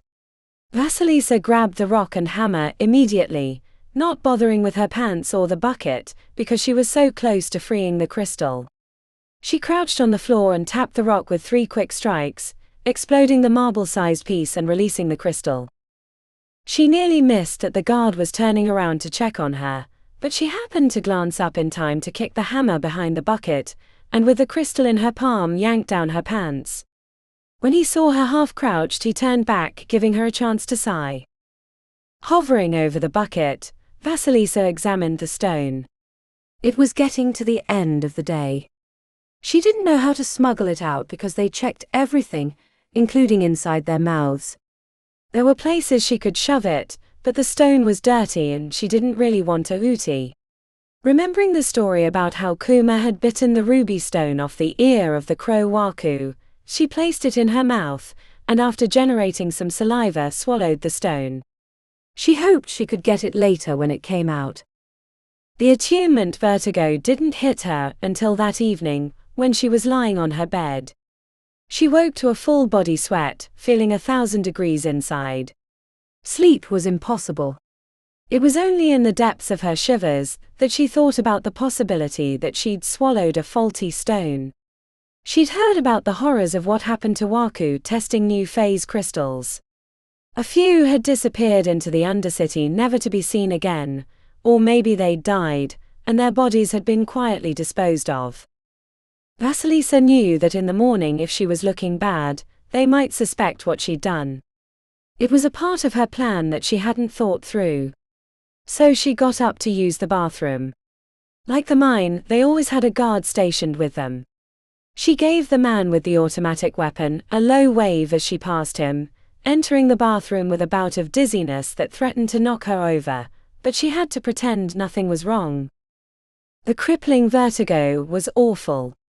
She wondered how her siblings could have survived it. It was the one part of being a Waku that no one liked, but everyone was willing to tolerate for the prize at the end. After squatting over the floor, not wanting to lose the stone to the deep well that served as a toilet, Vasilisa cleaned up and returned to her bed. She had no idea how long it took to pass a stone, but she was determined to be vigilant. The next day was torture. Bouts of dizziness and nausea came and went like waves, but she couldn't show any signs of her symptoms. She worked through the agony, carrying buckets, digging in the wall. Everything had to be done with a smile on her face. When the guard wasn't looking, she leaned against the rope. Once, she managed to vomit into the corner without anyone noticing. On the 3rd day, she had stomach cramps in the middle of the night. When she got up, the guard frowned at her approach. "Go to bed, girl. You've used up your bathroom visits for the night." She held her guts, crouched in fear of losing control before she reached the bathroom. No. I think I have diarrhea. Please. I have to go. Might have been the rat at dinner. Wasn't cooked so great. The guard shook his head. I don't trust it. You've been hitting the bathroom at a high rate lately. I heard your pit guard say the same thing. Please. I'm about to crap my pants, she said. It wasn't hard to give him an expression of agony, because the pain was real. Fine. But I'll be watching the entire time. Forced to smile and nod, Vasilisa hurried to the toilet in a waddle with the guard right behind. When she tried to pull the curtain closed, he knocked it back open with his rifle. What kind of sicko are you? Wanting to watch a girl use the bathroom? It's no party for me either, but you've been acting real weird lately. He frowned. I've already seen a few of my mates get skinned for not paying attention. That ain't gonna be me. So either start going or return to your bunk. The guard didn't quite stare. He was turned to the side, checking her out with his peripherals. There was no option for her, as she crouched over the toilet. Her guts had had enough of the vertigo, and it felt like she'd voided her entire system. When she was finished, the guard chuckled. I guess you really did have to go. Vasilisa stumbled back to her bunk in shock. The moment she'd finished, the vertigo had disappeared. She'd passed the stone, and there was no way to retrieve it in the deep well. She fell onto her bed and cried herself to sleep. Chapter 6. The sharp rock bit into Choo-Choo's palms as he pressed them against opposite walls, holding himself near the ceiling of the tunnel. His skin was calloused, but the rock was sharp enough to slice through the outer layer. Blood ran down his wrist. He would adjust, but Yara had signaled him a short time ago that the patrol was on their way. Choo-Choo kept his breathing shallow and light, as not to be heard by any of their ambers. They'd picked a spot with plenty of ambient noise. An old crack in the ceiling of the cave passed air through from an unknown source, making a whistling sound at times, which had earned it the name of the Whistling Cave. The location was east of the Pajot, on a path that led to the wastelands where numerous mines were located. They'd been covertly watching the patrols to understand numbers and levels of protection. Most were around 6 members with at least 2 Waku. There were larger groups of a dozen, but they were mules for delivering stones after they'd been mined from the ground. Yara had wanted to hit one of those, but Choo-Choo argued it was best to start small. With only the 3 of them, they couldn't afford a single loss. His topaz meant he could stay aloft for hours, but not with a piece of stone sticking into his flesh. He tried taking the weight off his hands by pushing down with his right foot, but the wall was less stable and a piece chipped off, crashing to the floor. 2 heartbeats later, a line of Alliance Waku and Soldado appeared beneath his legs, 15 feet below. Did you hear that? I can't hear nothing over that fucking whistling. It's like a burr in my ear. Choo-Choo couldn't see how many of the patrol had arrived, as only 3 of them were past the archway. They weren't using a light, which meant at least a few of them were ambers. The third in line, a woman with a shaved head and dark lustrous skin, held an automatic weapon casually on her hip. He stared down at them between his legs, mentally urging them to move on because he was supposed to land behind them once the last member had continued past the archway. The wetness on his palm had grown, and he spotted a drip of blood about to release from his wrist and land on the head of the second patrol member. The drop let go from his flesh. As it sailed downward, Choo-Choo anchored himself by pushing outward, and used his right foot to catch the droplet before it made it to the patrol. The agony in his right hand was eye-watering, but he maintained his position. Must have been my imagination, said the lead patrol member.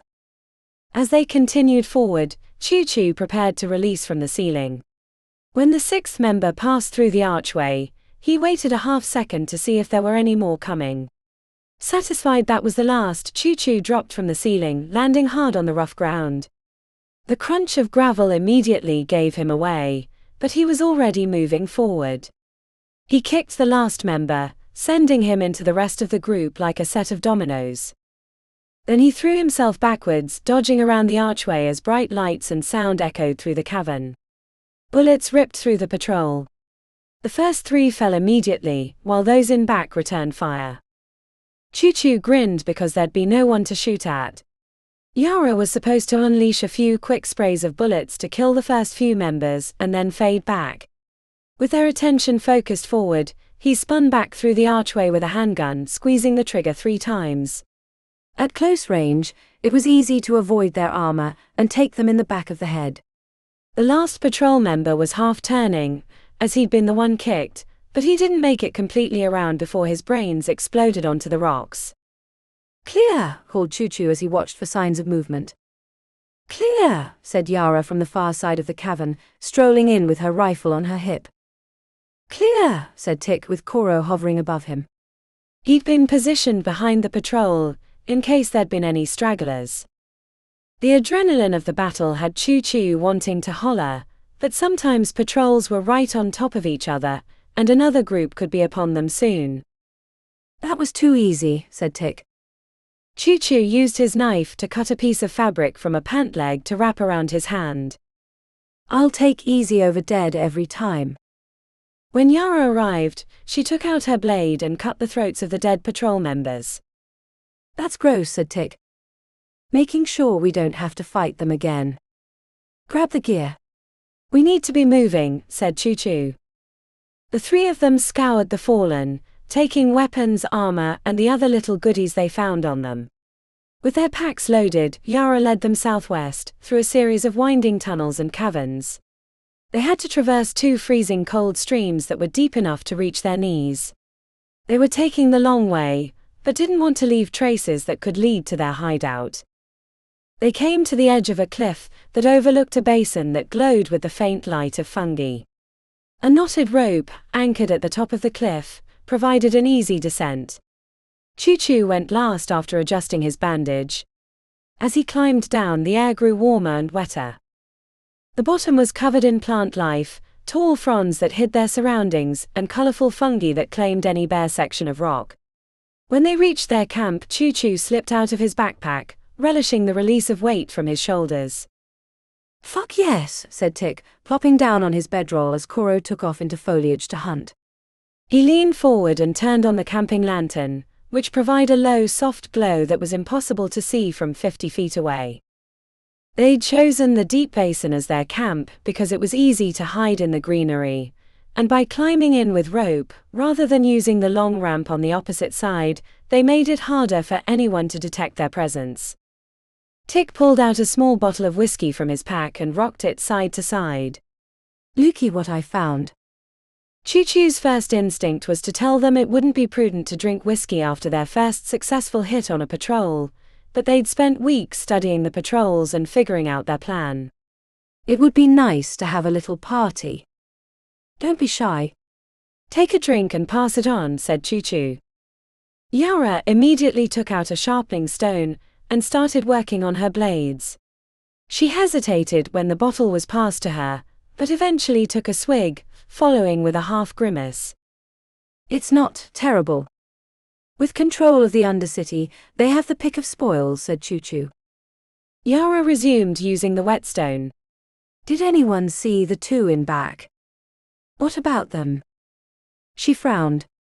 "Fresh-faced recruits with a tan. They came from above." "Not surprising. After absorbing the crows, Dominion's probably looking for more guards and people to run his empire. With the phase crystal trade unleashed, he has the cash to spend on recruitment."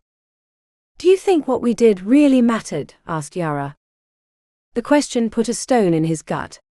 "What gives?" "You were all ready to spill blood after the Torino." Yara accepted the bottle and took another swig. "I want to kill every one of those motherfuckers, but that's not my point." "They can recruit faster than we can kill them, and eventually they'll decide we're a problem and send people after us." "I wish I had an answer for you," said Choo-Choo. "But for now it felt good to finally hit them back." "I'll second that," said Yara, leaning onto her bedroll with her arms crossed. Choo-Choo lifted the bottle of whiskey. "Eventually I'd like to find Vasi and my mom, and free them. But we'd need to figure out where their mining sites are, and how to take down a larger, better armed and defended group. Hitting a patrol in an area we've picked out ahead of time is one thing, but going after a mine will be another level of difficulty.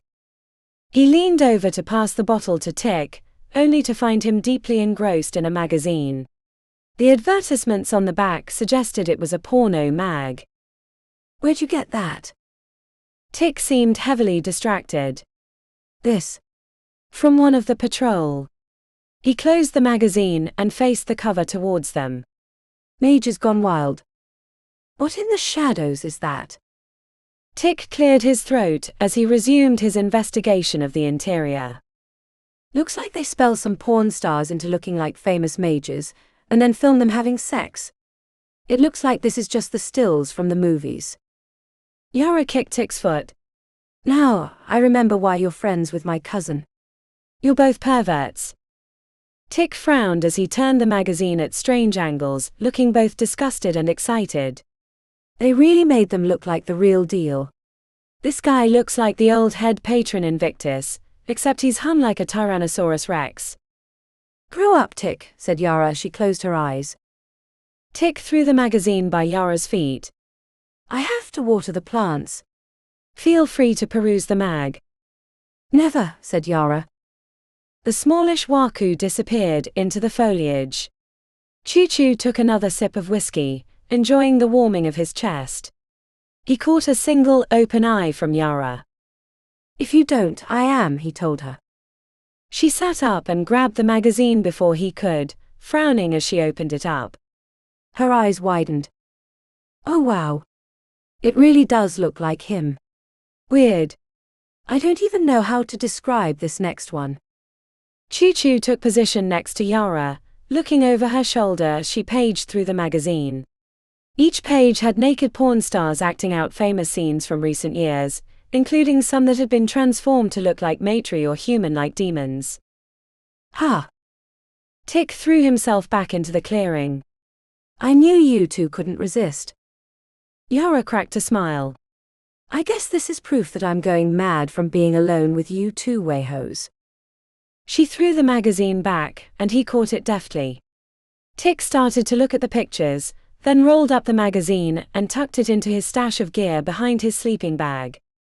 The magazine was a reminder of the normal lives being led in the city, even if the contents of it were strange to him.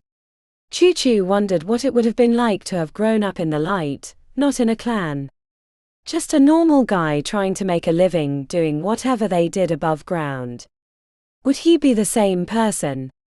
He loved the clan, but if they'd been in the city, they'd still be alive. Do you think things will ever return to how they used to be? Asked Tick as he settled onto his sleeping bag. Choo-Choo glanced up, distracted from his thoughts. He gave it some consideration before answering. No. There's no going back.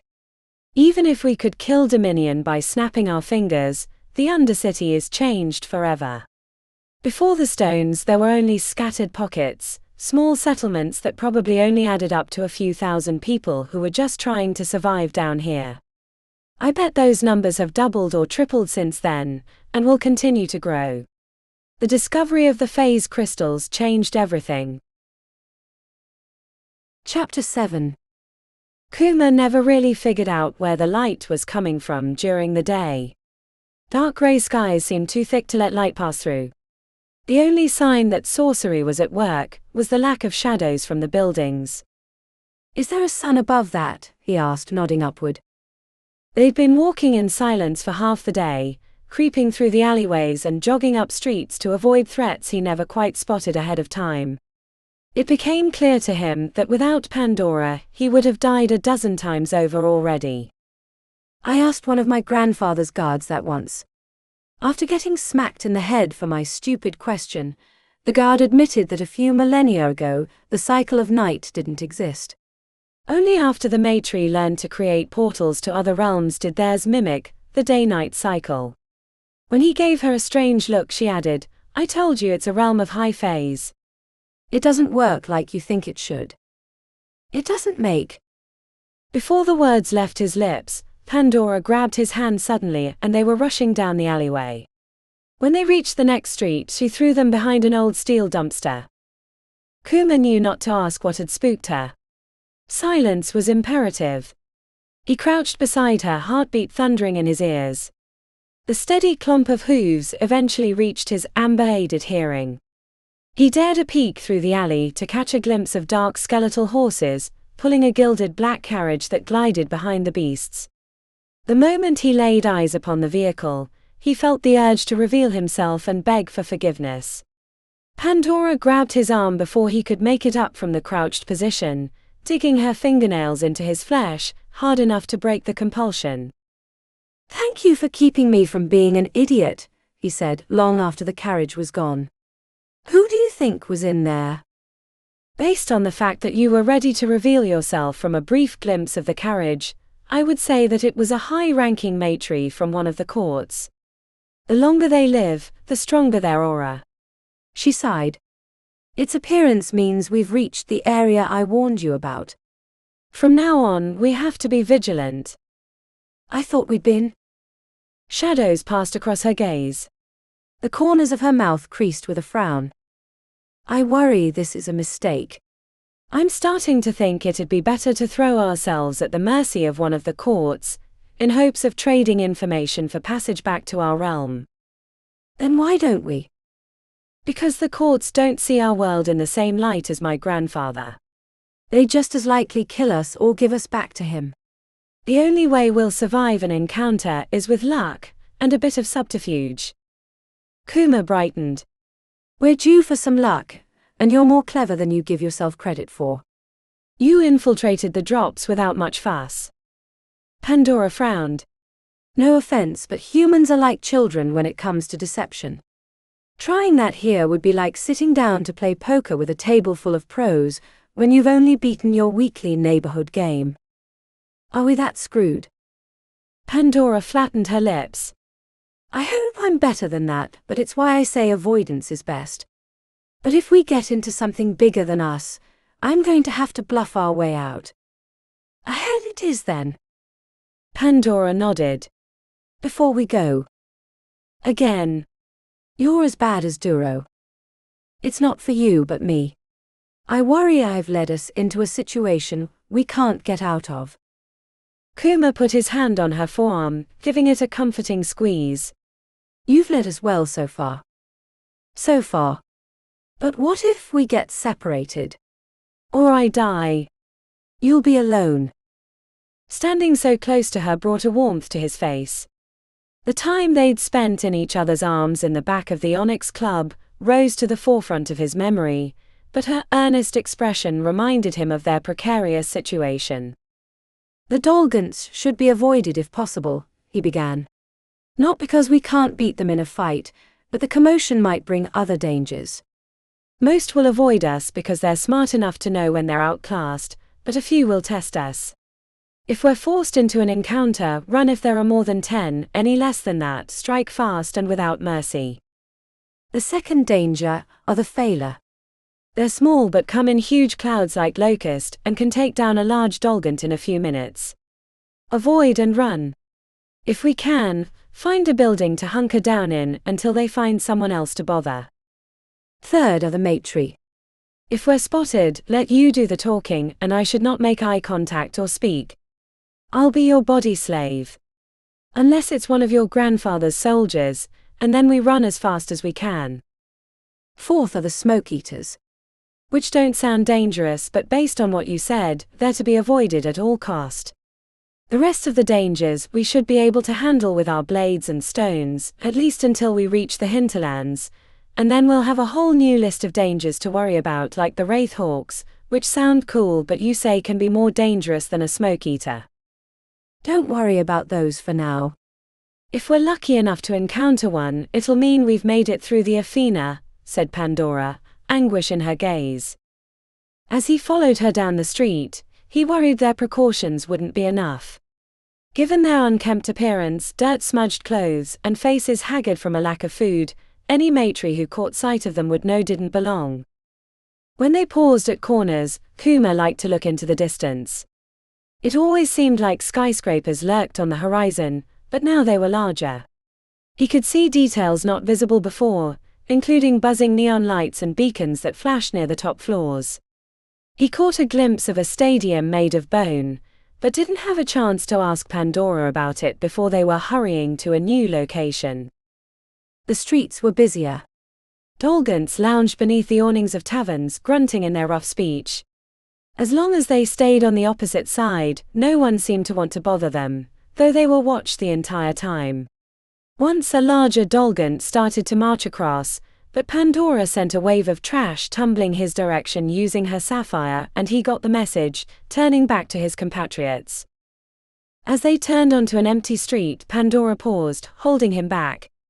A crimson neon sign buzzed on a building to their right, the red glow casting blood-like shadows across the cracked asphalt. "What do you sense?" she asked with urgency.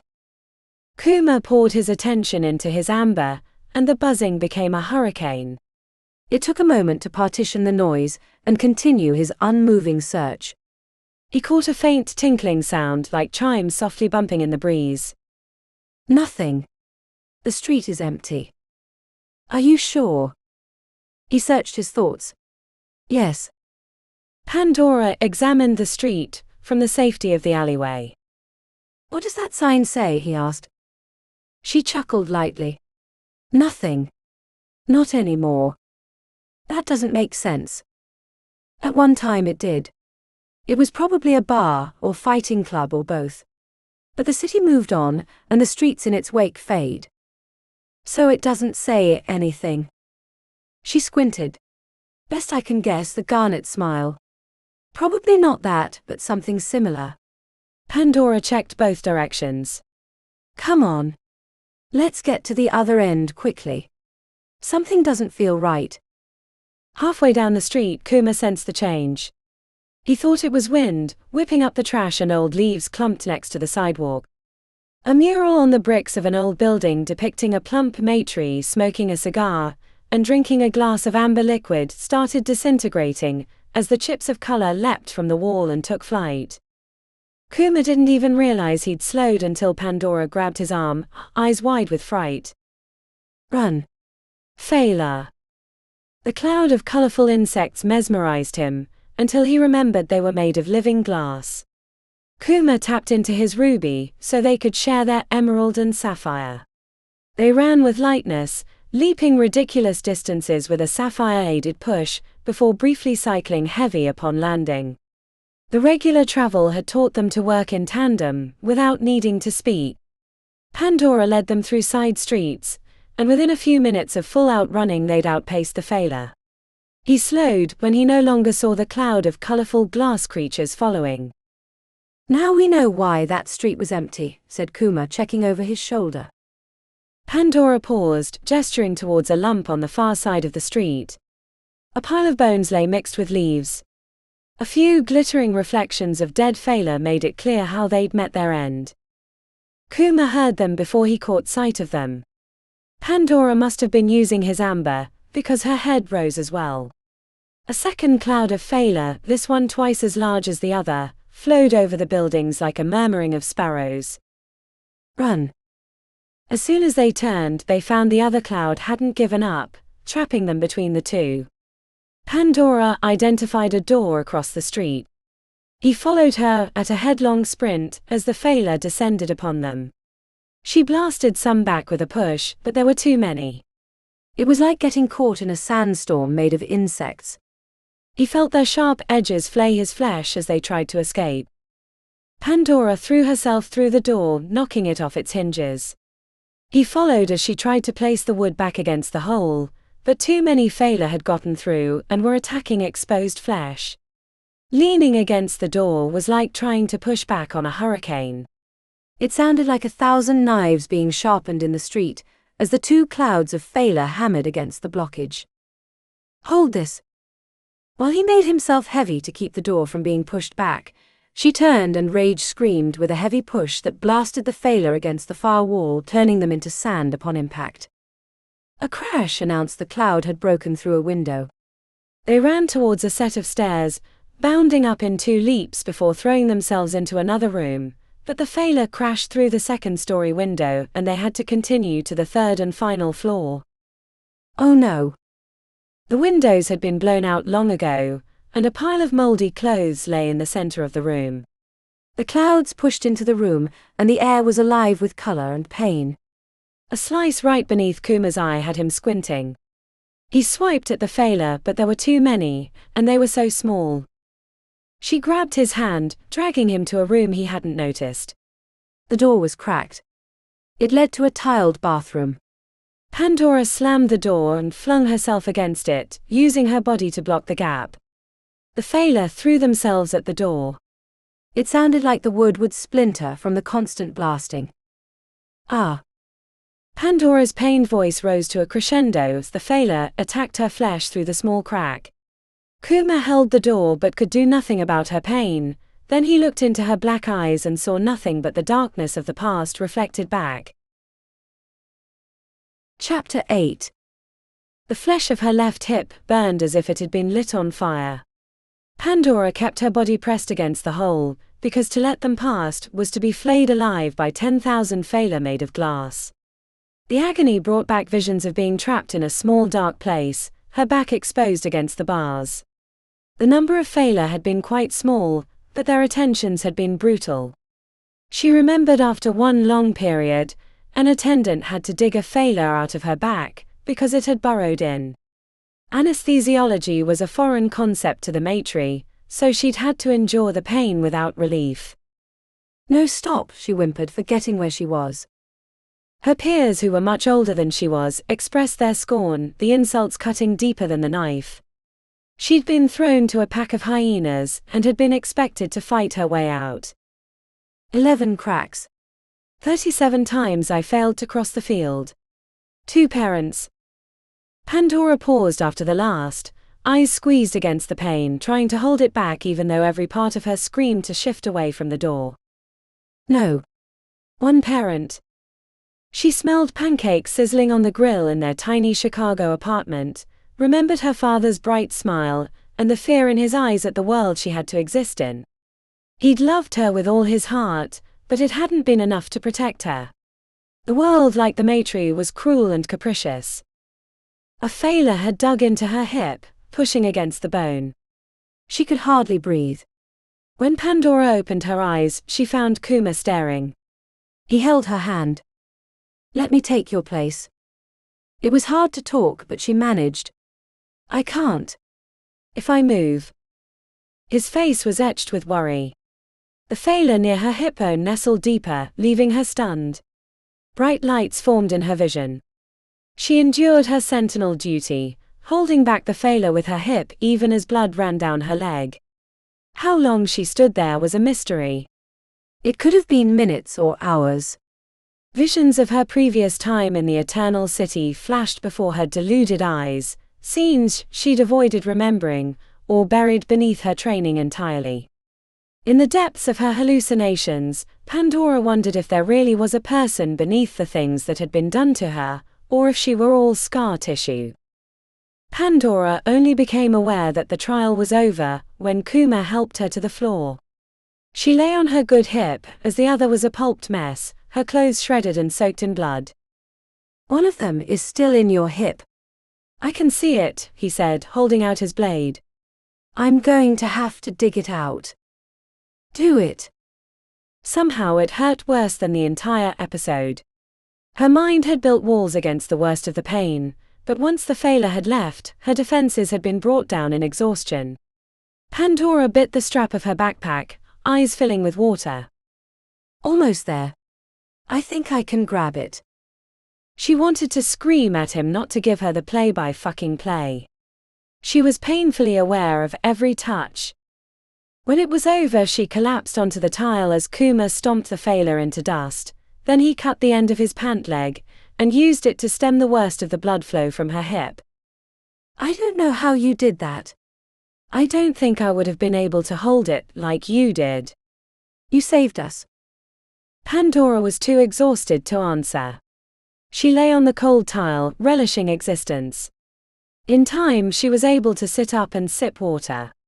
Her throat was parched from screaming. Her hip was tender, but she managed to get upright, without making it bleed more. I think we'll stay here for the night, or however long it takes you to heal. I'm going to look for something to block the crack, and something softer to lie on. Pandora feared the Phaler were waiting for them to reveal themselves. She knew stories of overconfident travelers who'd thought they'd escaped the Phaler only to find themselves trapped in a cloud of small deaths. If they had to block the door, she wasn't sure she could do another round. But Kuma returned a short time later with a bag of old clothes and a thin mattress he'd found on the lowest floor. He stuffed the ratty pea-green shirts into the gaps of the door, while she lay on her good hip admiring the way he worked. You look like you're starting a new fashion with one pant leg higher than the other, she said. Kuma smiled back at her. It sounds like you're feeling better. He checked down his leg. A few more encounters like this, and I'll be wearing knickers. That's a fashion I'd like to see at court.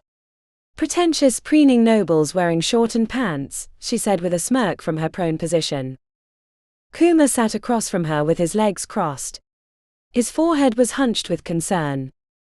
I don't think I really understood what you meant when you described them before. How are they alive? In the same way the Fey realms are alive with nature. He screwed up his face. Do they reproduce? Or are they made? Pandora chuckled, which made her hip ache. I have no idea. Only the city knows. He hung his head briefly before meeting her gaze. When you were holding them back, you started mumbling. Talking, shouting sometimes. It sounded like you were being punished. You said no, mother, a few times. What did she do to you? Tried to make me into her. She'd survived matri society by stripping away her humanity, believing everything my grandfather fed to her. Kuma stared the wall. I wonder what happened after we left her with Dane and Philip. Oh shit, she exclaimed. I'd forgotten. But I fear that my grandfather anticipated us in that too. Kuma shook his head. So many lost. When will it end? It ends when we either give up, die, or beat him. He raised an eyebrow. We're not doing a lot of winning right now. No, but we're alive and that's all that matters. Will you be able to walk tomorrow? I'll be fine. That's not what I asked. She chuckled. If I can't, then you can carry me. I seriously doubt you would let me do that. But I would. I know you would, little bear. Kuma held out his hand, which she took despite herself. The warmth of his touch reduced the sharp edge of ache in her hip. I wish you'd had parents like I had. Without opening her eyes, she said, Me too. Me too. Chapter 9. 2 weeks. Kamina stood guard at the bottom of the elevator with a short blade on her hip. The cavern was full of the clan, her new clan.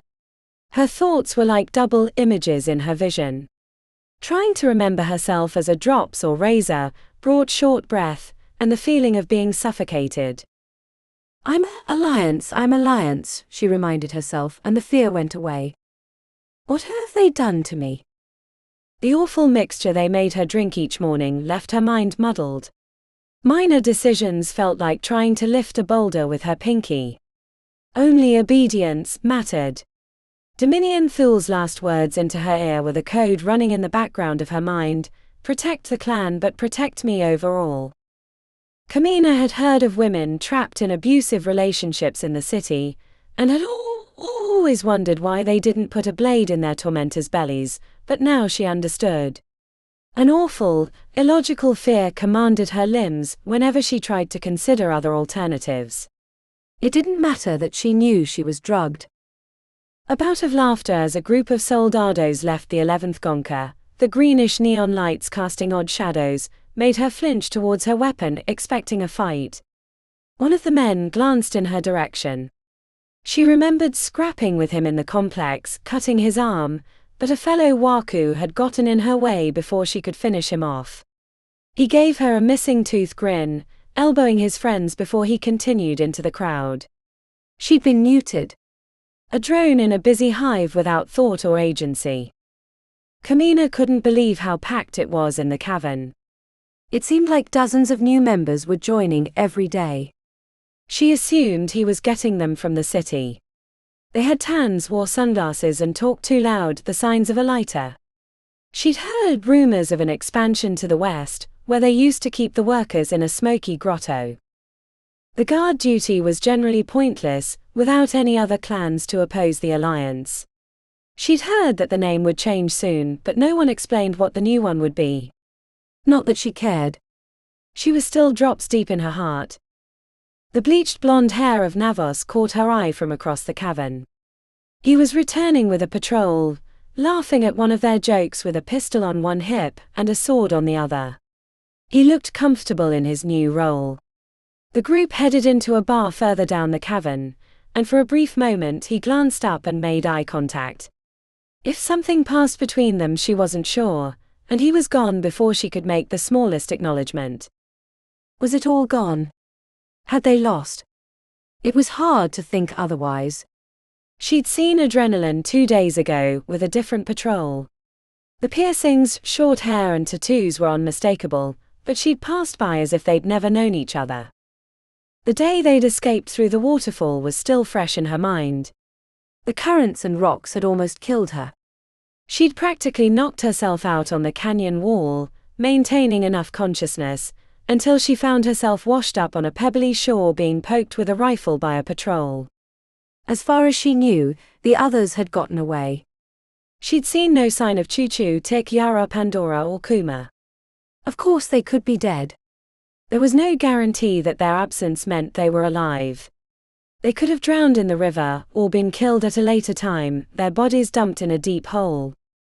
A change in the tenor of the cavern had her stiffening to attention, even though she didn't understand the reason.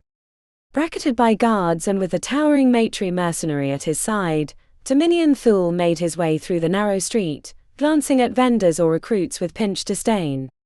His fitted grey suit and jet-black tie stuck out amongst the looser clothing. No one made eye contact with the new clan leader.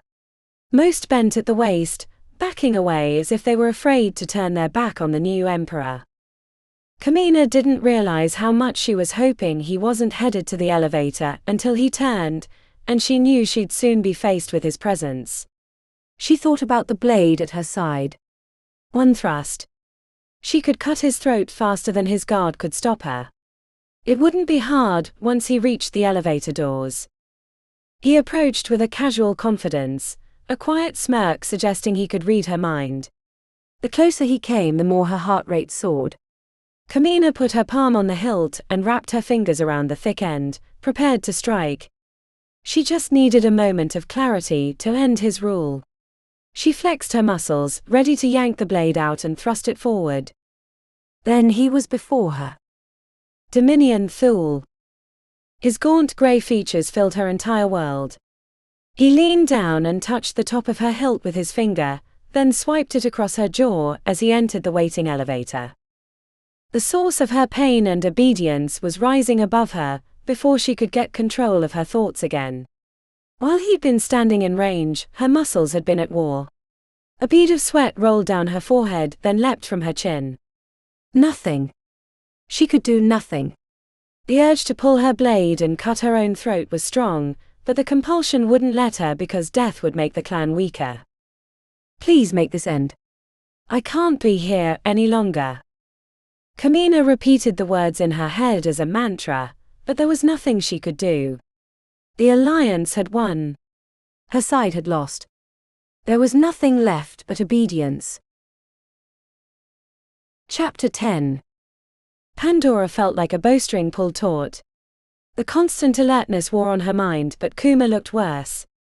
After the Phaler attack, he startled every time a minor breeze rustled a leaf or a piece of trash. They were only halfway through the most dangerous part of their journey. The streets were busier. Dolgans loitered beneath the awnings of neon bars, drinking too much and laughing in their loud barking voices. Since she'd been back, she'd wrapped the demeanor of a hardened killer around herself, which was usually enough to keep them away. A few times some of the larger Dolgans developed enough courage to approach, but a single sapphire push usually dissuaded them from further entanglements. The occasional matri was a different story. Pandora couldn't tell if they were unaffiliated like her grandfather, or spies gathering information. As far as she could tell, they were headed through a section of the Ruby Queen's territory. Lady Amethyst was a notorious gangster. She'd never met her, but the rumors of her brutality were enough to make their passage perilous. Pandora wasn't sure if she should be surprised or angry at how quickly she returned to her matri ways. She tried to tell herself it was reflex, and the need for survival. That it wasn't truly her. She wasn't a cold-blooded killer. She had room for growth and love.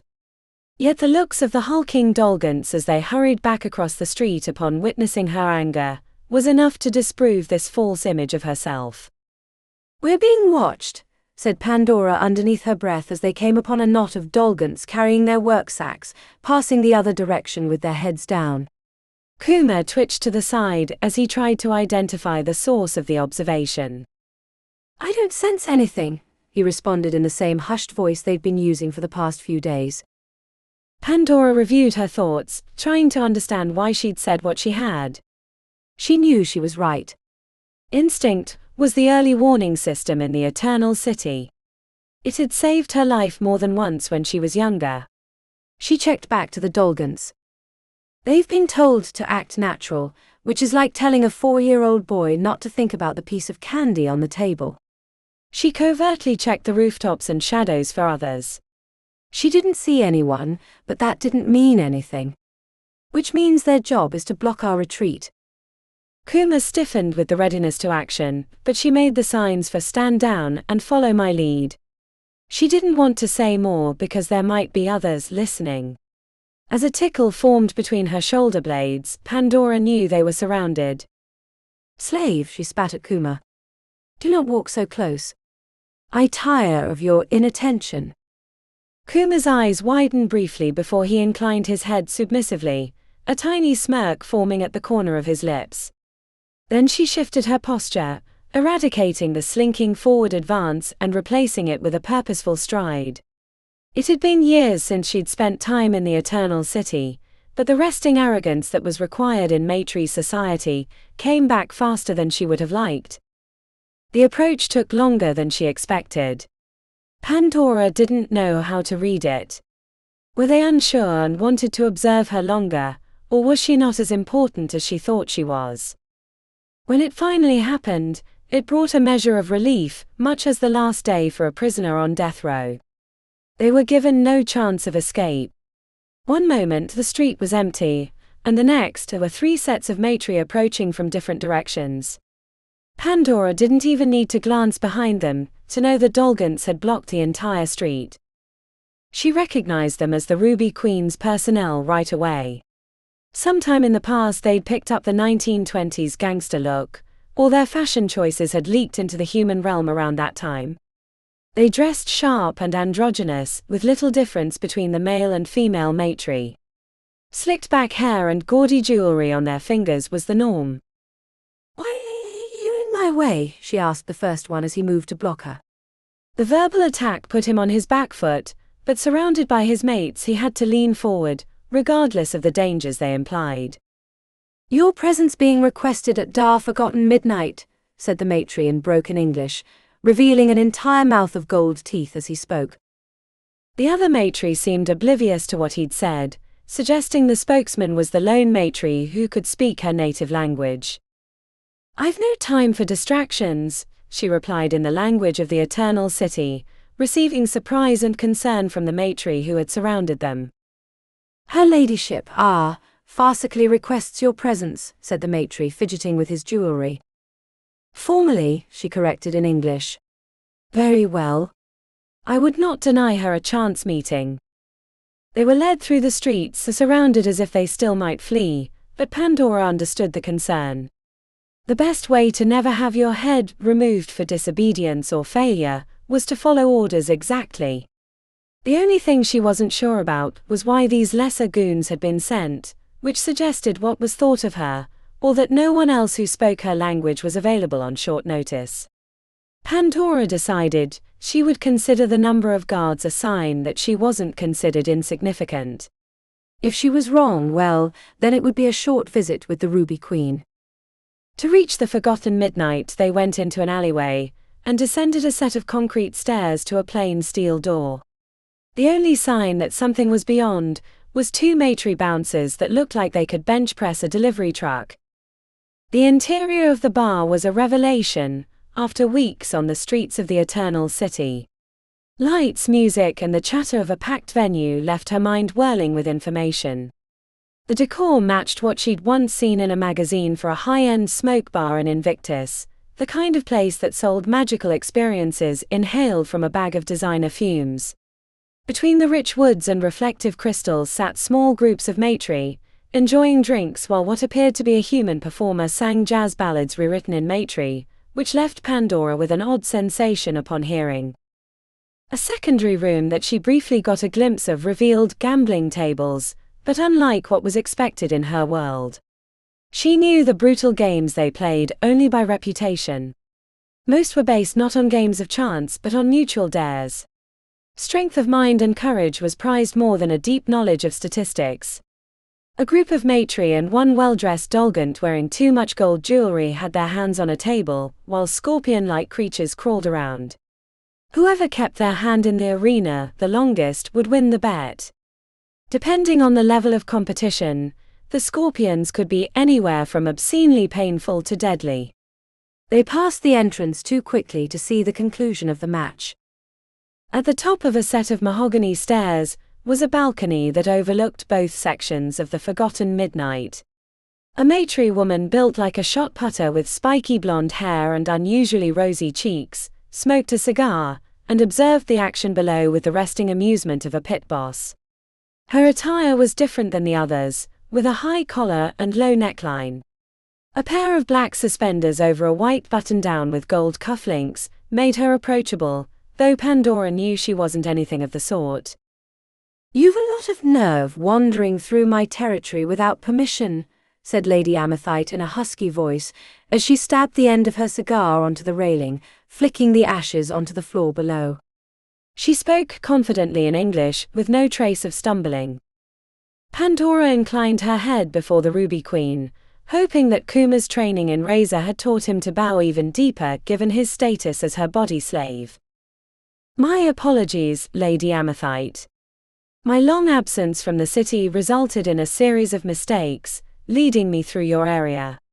I promise to pass quickly, and without disturbing your operations." A single finger was placed under her chin, forcing her to meet the Queen's gaze. Her touch was surprisingly warm for a matey. "Your Dominion's brood." The mongrel girl.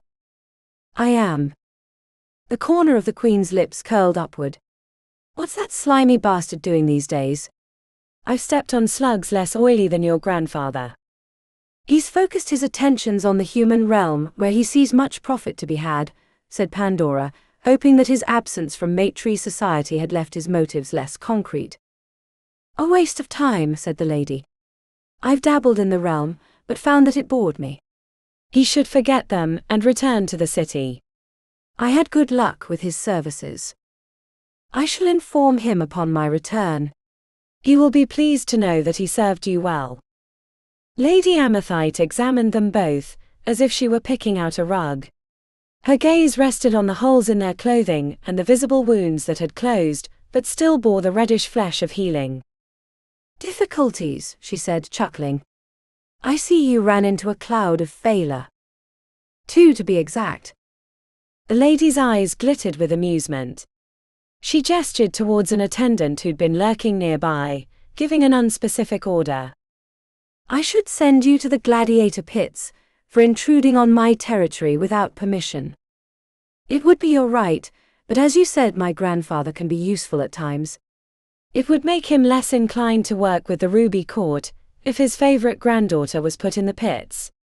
"On the other hand, I would find the experience quite enlightening." It would be good to try my hand against challenging opponents again, after years in the City of Sorcery. The attendant returned with 3 glasses of liquid that appeared to glow with a slight greenish aura. Pandora accepted the glass as Lady Amethite took her own.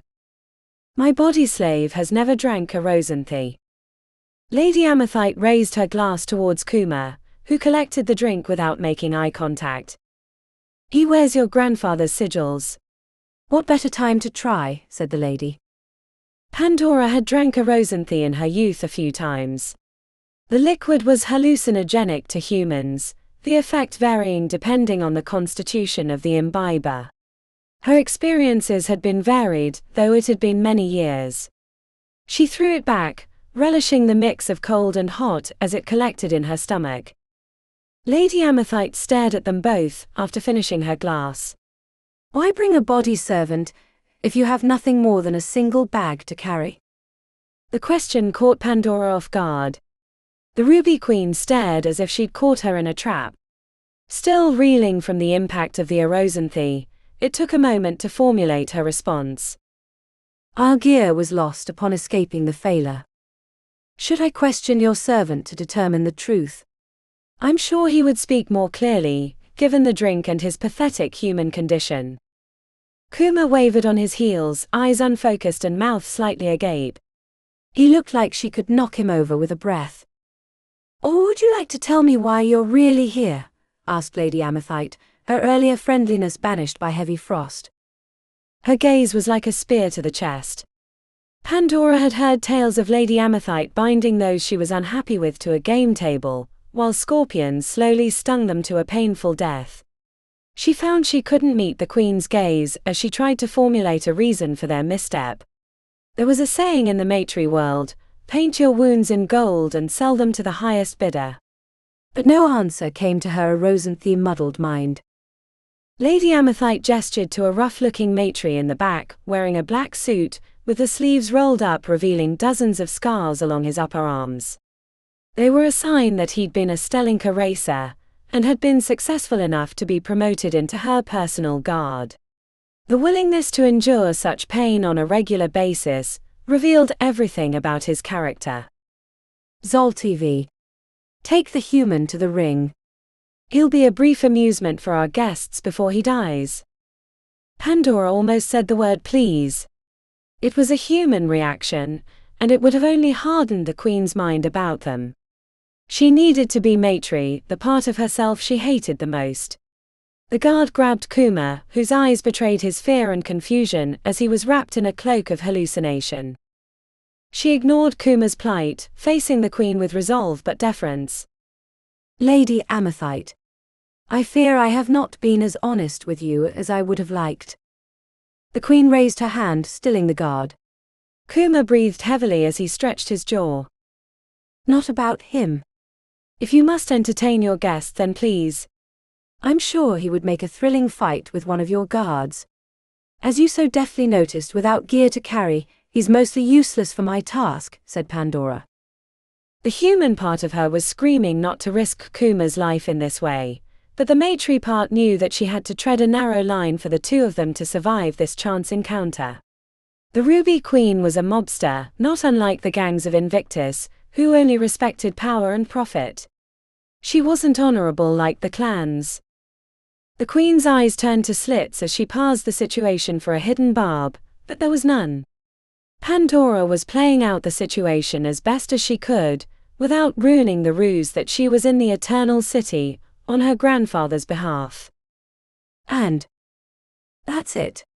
But I'm telling you what you already know. The only thing I can reveal is that my task has nothing to do with the Ruby Court. The Queen stepped to Pandora, the heat of her gaze a bonfire. The casual but pristine nature of her clothing shimmered to crimson armor, as the glamour revealed the truth beneath. Do not dare to test me in my own club, mongrel. It took all of Pandora's self-control not to flinch or look away. When a matri queen focused their attention, it was like getting crushed by a mountain. Maybe we could settle on a wager, if it pleases the Queen, said Pandora. A half cigar appeared in the Queen's lips, the glowing embers crackling with heat. She blew smoke into Pandora's face as a broad smile formed. The mongrel has gall. Let's see if it's earned. The Queen placed her hands on the railing as her voice boomed into the club. Good evening. A special guest has offered a match between her human servant and Zoltv. A hiss of mirth filled the club as the guests looked up to the Queen with excitement, raising their glasses. She puffed on her half-cigar, her thick body reverberating with laughter. To the arena. Pandora thought they might head to a different club, but the Queen headed to a third railing in back, where a glamour fell, revealing a fighting ring. The guests hurried into the other room, abandoning their contests to get a good view of the battle. As Kuma was led away, Pandora asked the Queen, "Do you have an antidote for the Erosanthe?" Lady Amethyst smirked. "You should have thought of that before you allowed him to drink it." As the crowd gathered around the arena, Pandora joined the Queen at the railing overlooking it. Pandora's heart rate soared, leaping around in her chest. There were all manner of contests that could be invoked, including a fight to the death. While she was a stranger to the clubs of the Matri, as she'd either been in training or at her grandfather's estate during her time in the Eternal City, Pandora was aware of the events that amused the city elves. They preferred games of pain and willpower like the Stellinka races or the Scorpion matches, either of which would be to Zoltive's advantage. Kuma and Zoltive, who made sure his scarred arms were easily visible by holding his clasped hands in front, stood beneath the railing basking in the Queen's attention. She puffed on her cigar, amused by the scene. Tonight's contest, the Queen let the moment drag out, glancing surreptitiously at Pandora as if they were compatriots sharing a secret, will be the hanging game. Pandora's stomach dropped even though she didn't know what the contest entailed, mostly because the crowd cheered enthusiastically, while Zoltive smirked at Kuma, who was still reeling from the effects of the earlier drink. "Did your grandfather ever bring you to a club like this?" asked the Queen as the two combatants were led into the ring while other attendants brought implements that looked like pulleys and 2 beds of nails. "I was lucky enough to witness the Stellinka races as a child, but no, I was too busy training for clubs like these," said Pandora. "This will be quite instructive to the difference between our two kinds." The Queen gave Pandora a once-over. "Though maybe not as much to you as you stand in both realms. Despite my mongrel heritage, I am a matri at heart." The Queen puffed on her cigar, and motioned to a servant for more drinks. "We'll see about that. When this contest is over, you'll tell me why you're really in my territory." "I'll tell you no matter the result." This surprised the Queen, who turned with the cigar in her teeth, smoke radiating from her mouth. She stared for a moment before returning to the rail. "But when I win the wager, you'll let us return to our task?" "That's it. Nothing more." Pandora inclined her head. "For the crime of trespassing, I believe that's a fair trade, to be allowed to leave your territory without incident." The Queen regarded her with heavy-lidded eyes. "You amuse me, girl." "Don't let that change." "But when your servant loses, I want more than the truth of your task." "Whatever you desire." Pandora turned her attention to the arena. "How does the contest work?"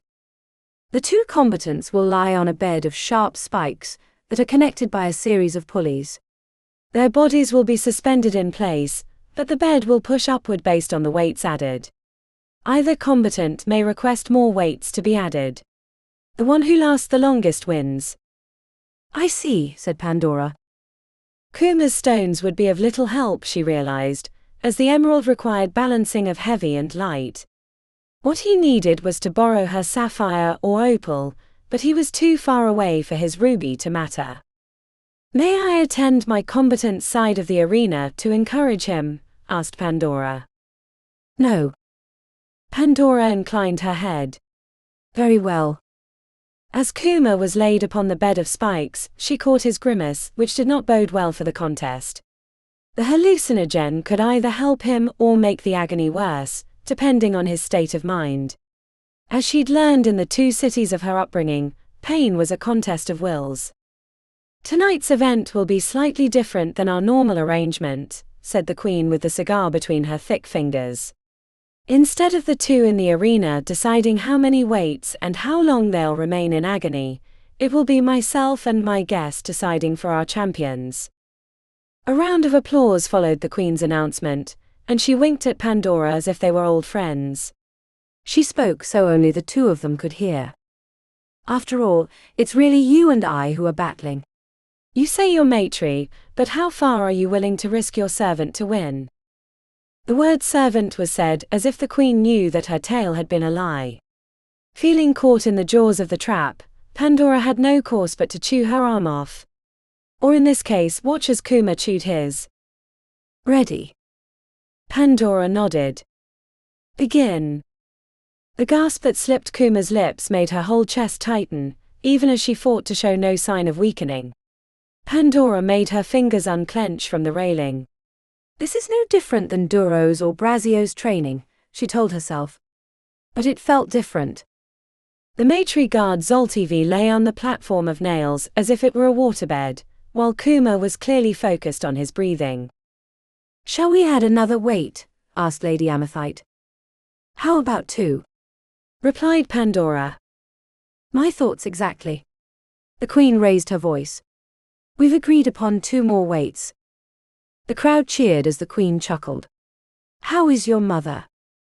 Dreadfully sure that I'm a disappointment, said Pandora, feeling no need to obfuscate. Beneath the railing, attendants carried 2 heavy weights onto the scale, increasing the pressure on the contestants. Is she still trying to prove to the world that she's worthy? The cutting but accurate analysis of her mother surprised Pandora. I wasn't aware that you knew her. A pity. She tried not to pay attention to the pain Kuma was under, focusing on her conversation with the queen as if they were 2 old friends having tea. The more she carves herself away, the less interesting she's become. A brutally accurate analysis. You're nothing like your mother, said the queen, eyes glittering with amusement. Shall we add 2 more? Agreed.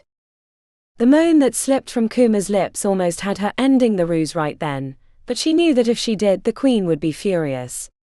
But what did it say about her, that she was willing to put Kuma through this agony while she stood by watching? You remind me of your grandfather. His blood runs true in you, said the queen. It might have been the most devastating thing anyone had ever said to her, but she smiled and accepted it, as if it were a divine compliment. I wish I were more like him.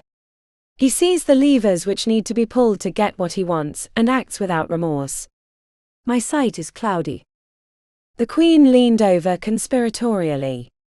When I was a young matry, before all of this, she waved randomly at their surroundings, I thought I wanted to be a soldier and take orders which would free me from the agony of choice. I couldn't imagine how those in charge could understand which decisions to make, how to navigate the cutthroat world of our kind. It was daunting. Her ruby-red lips creased flat.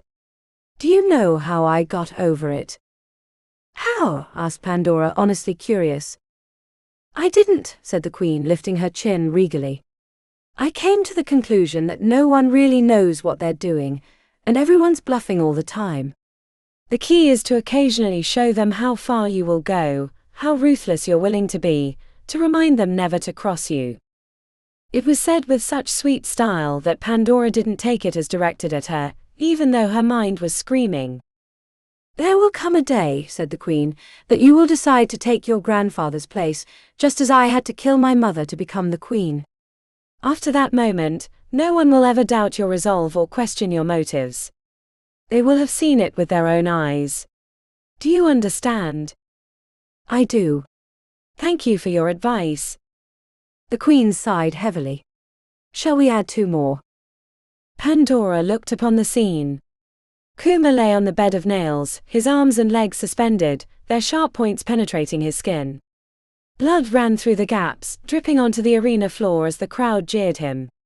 She could keep him on the nails for much longer if she needed, but she realized the queen would never relent. There was no choice for her. She could not back down, or they would see weakness and come for her much as she had her own mother. No. I concede. It is clear your champion will last much longer than mine. The corner of the queen's lips twitched slightly. Pandora couldn't interpret the emotion because she'd turned to the crowd. The match is concluded.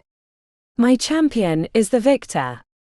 The crowd raised their glasses, cheering with aplomb, and for the first time Pandora saw them for what they were. They were the nails upon which the queen had to lie, enduring their weights and the pain to show her dominance. The queen, for all her regality and power and ruthlessness, was trapped. With the weights off of Kuma's body, he was helped from the bed of nails, covered in slick blood and limping. "My prize," said the queen with a single eyebrow raised. "We're headed to the hinterlands to find Hylakane to resume my training." "And why is that?" A weight settled on Pandora's shoulders. It was the truth she'd been presented with when they'd assaulted the complex, but now that the others were dead and the mission failed, the task was left to her, and her alone. "I must kill Dominion Thule." The queen gestured for her to walk alongside, while the other matri made themselves scarce. "If we ever chance to meet again, do not dare to speak falsehoods to me, or I'll rip your tongue out and let the Wraithhawks drain you for weeks." "Understood." The queen placed her finger under Pandora's chin, as her eyes glittered with amusement. "But if you are successful, then remember our little discussion today." "I like your grandfather, but I think I like you more." Before Pandora could respond, the Ruby Queen barked at one of her assistants. "Find them supplies for their journey. They have a long trip ahead." Chapter 11. Kuma's flesh screamed as if it had been lit on fire, as he was pulled from the torturous contraption. Countless tiny wounds where the nails had gone through the outer skin littered his back. Kuma limped next to the attendant as he was led through a back door, spying Pandora speaking quietly with the Ruby Queen upon the balcony. His mind oscillated between "how could you do this" and "will we be let free?" He knew their position was precarious, but it didn't release him from his anger at her. Pandora got to chat with the queen, having a nice conversation while he was tortured for the amusement of the crowd. The doorway wavered when he tried to pass through, as his mind was still under the effects of the hallucinogen. The matri attendant grabbed his hand and dragged him through, forcing him to walk faster, which made his pain worse. "You cost me a valuable blade," said the matri woman. Kuma blinked. They'd stopped in a room, and he couldn't tell if it was a torture chamber or a medical facility. "What?" He focused on the matri woman. She was angled and sharp like a runway model. Attractive, but in an alien way. "Drink this." He feared it was more rosanthy, but found it a golden mixture with bubbles rising lazily from the center. He put the chalice to his lips. The drink warmed him from head to toe, bringing a euphoria that bordered on manic. "What was that?" "A dovul. It heals and provides pleasure and balance to the level of pain you endured. Hopefully it doesn't kill your weak human body." "What is your name?" he asked. "Lisette." He reeled as he rolled the name around his tongue. "It sounds like a human name." "It is. I took it when I began to study your kind. My real name would likely be unpronounceable to your uneducated tongue." "Studied humans?" he asked in a drunken slur. The world was revolving around him, and he felt at peace with the world. It felt like he was sitting in a warm bath. "Strip," said Lisette. He hesitated. "I can cut your clothes off if you prefer." "I do enjoy a bit of knife play." Kuma pulled his bloody shirt over his head, then removed the rest of his clothing. The only thing he kept on were the golden bracelets. Lisette pulled out a bucket of oily liquid, and a white rag that looked like bendable coral. "This will help close the wounds, so you don't get any infections." Lisette dunked the rag in the bucket and then placed it on his chest, carefully scrubbing the sweat and blood from his flesh. He knew he stunk from weeks of travel and the competition, but she didn't seem to notice. "Why are you doing this?" "It's my job. I tend the combatants to ensure they can return to the fight later." The fact that she spoke English and knew how to care for humans suggested that he wasn't the first of his realm in their arena. She cleaned him entirely with the rag that was slightly abrasive. He wasn't modest, but between the hallucinogenic and healing draft, he felt no shame about his nudity. The pleasure had him closing his eyes, leaning back to enjoy the attention. Between the two drugs coursing through his body, it was hard to pay attention. At one point he opened his eyes to find her cutting into his right forearm, but then he blinked and it seemed he was mistaken. "Interesting," she said, with her hand grasping him between the legs as he came to again. He felt himself grow excited by her touch. "Now that you are clean and sterile, I would let you pleasure me." Nothing's more exciting than watching you bleed in the arena. Her black eyes glittered with excitement as she continued to move her hand around his crotch. Kuma was nailed to the spot with pleasure, and a moan slipped from his lips. "Yes." "I mean no." He shook his head. "Why?" asked Lisette, grasping him more firmly. He wanted her like he'd never wanted anyone before. The cocktail of drugs running through his system made him blissful. Every touch sent waves of ecstasy through his system. "I don't know." Lisette frowned and released him from her grasp. "It's the mongrel." "Your master." "You desire her." Unbound by inhibition, he answered, "I do." Lisette grabbed him by the jaw, pressing herself against his naked body. "You humans are too caught up on your mating rituals. Besides, your mongrel girl Pandora would understand because she is matry. The best tonic for time spent in the arena is the release of pleasure." She bit his jaw lightly. "Let me show you how we fuck in the Eternal City." "Think about it." She got to enjoy watching you suffer in the arena. Now it's your turn for pleasure. Kuma found his hands on her lithe hips. It was almost too much to bear. When he indulged himself as his mind reminded himself that Pandora had cleanly ended their relationship a few months back. But since they'd come to the Eternal City, he'd harbored hopes that they might rekindle it. "No. I can't." He pushed her away. Lisette bit her lower lip, mischievously. "Shame. I wanted to give her the knowledge of our encounter as a parting gift." His desire faded quickly as he realized Lisette was playing with him, like a cat plays with an injured mouse. She stalked to a table and threw him a towel. "Clean yourself up." Kuma checked around the room. "Where are my clothes?" "I burned them. But don't worry, you'll find new ones in the next room when you're finished." Lisette winked. "I would have made it worth the trouble." She left him reeling against the table. Kuma collected himself before using the towel to gently wash the oily mixture from his limbs. As he cleaned his flesh, he noticed that the wounds from the nails were already closed, only angry pink puckers remained, showing how recently he'd received them. In the next room he found a set of clothes neatly folded next to his weapons, which had been cleaned and sharpened. Kuma ran his fingers across the fabric, which was smooth like silk, yet hardy like well-crafted leather. He wondered how it would withstand a blade. There were 2 layers, a loose-fitting set of pants and shirt, much like his uniform at the academy, and a heavier cloak that could cover his entire body when pulled around the front. Both were made of a material that seemed to absorb the light. Kuma donned the outfit, feeling strangely alert despite the drugs still in his system, and slipped his blades into the interior catches that would keep them hidden. The clothes made him feel himself again after weeks of trials and heartbreak.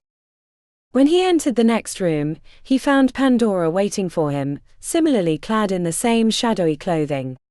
Her hair had been cleaned and brushed and her lips had been brushed with deep purple. Tension like physical rod rose between them. "I'm sorry," she said. Her expression flickered with confusion. Undercurrents of emotions he couldn't filter. "It's okay. The drug she gave me made up for the pain." He smoothed his hands across the fabric, relishing their touch. "I assume that since we've been given these, they're not going to chop our heads off." "No," said Pandora, strangely sad. He turned his head, making it hard to see her. Only when he was looking at her did he view her completely. "What is it?" he asked, indicating the fabric. Her forehead knotted before she said, "I forget the matry word for it, but shadowy avenue would be the best way to describe the fabric." Pandora gestured towards 2 backpacks made of the same material sitting on a table. "They've prepared supplies for our journey, and there's a carriage outside waiting to take us to the edge of her territory." Kuma inhaled deeply. "It's good to be clean again." It is. We should go before the Queen changes her mind. Outside the building, a black carriage waited for them with 2 darkly colored Stellinker on the yoke. The strange horse-like creatures made of glass invited an examining touch, but Pandora waved him off. Not unless you're trying to get fixed again, she said a little too harshly. In the back of the carriage, Pandora took the other side of the cushioned bench. The velvety surface was luxurious, and he sunk into its embrace with a sigh. Finally, a bit of good luck. Yeah, she said absently. As the carriage rumbled forward, the buildings passing at a pleasing rate, Kuma pulled the hood from his head. Why? Lost in thought, it took Pandora a moment to rouse to his question. Her face creased. Why did she let us go? Because I told her I was going to kill my grandfather. He recoiled. That's fucked up. When she flinched, he added, that she would encourage that, not that you want to do it. Pandora ran her hand along the velvety curtain, briefly peering at the city. The longer I'm here, the more I'm slipping into my old matey ways. Pain was etched into her limbs. She appeared taut like a coiled trap, one that would break apart upon triggering. Not from where I'm sitting. Her black eyes sent daggers his way, bringing him sitting forward. Why are you treating me like that? You sent me to get tortured in the arena, and now you're acting like it's my fault. You didn't have to, she barked. The serene feelings of relaxation were banished instantly, bringing back the memories of endless pain. Didn't have to.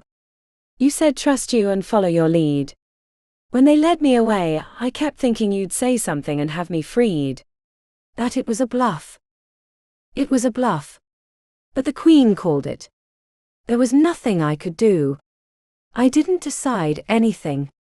She crossed her arms and pushed herself into the corner as far away from him as she could get. Not like you. Kuma opened his mouth before he realized what she meant.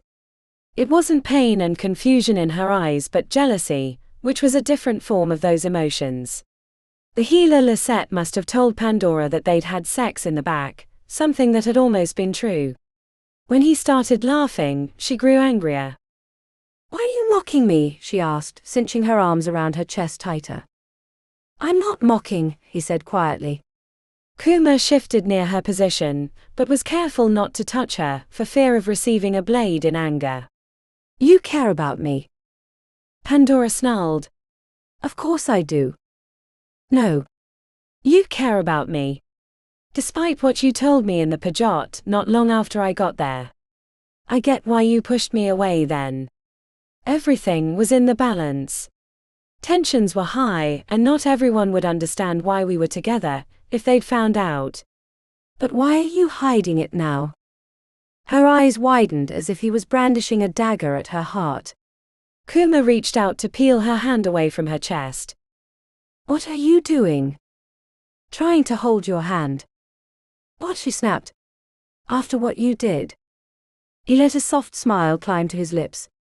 But I didn't. No matter what Lisette told you. I didn't sleep with her. She tried, and I'll be honest, with these drugs running through my system it was hard not to. Especially after she'd cleaned me from head to toe with a rag. You didn't fuck her. Kuma managed to capture her hand and slowly peel it away until he had it clasped between his, gently stroking it in hopes of calming her heart. It didn't take his amber to see the pulse on her neck, beating furiously. No. The tension broke, leaving her to collapse. Shoulders dipped and her jaw softened. Kuma. He didn't let her finish the sentence, pulling her towards him for a passionate kiss. A moan slipped her lips as she climbed atop him in the back of the carriage. The sway and gentle rocking added to their motions, as they quickly stripped out of their glamoured clothing. His pleasure climbed to heights he'd never thought possible.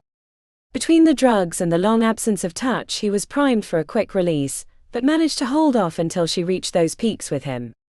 When the climax hit them he tapped into his amber and, as far as he could tell, blacked out or at least wasn't aware of his surroundings for a long time. When he came to, she was cradled to his chest, caressing the back of his neck. Words were unnecessary as they spoke in the language of touch, relishing the return of their connection. "I'm sorry I pushed you away," she whispered. Kuma squeezed her tight. They stayed that way as the carriage carried them through the dangerous streets of the Eternal City. For a brief time they were safe. Touch eventually led to a renewal of their connection. Twice. 3 times. Kuma lost count. They curled against each other on the bench, traveling to the edge of the Ruby Queen's territory.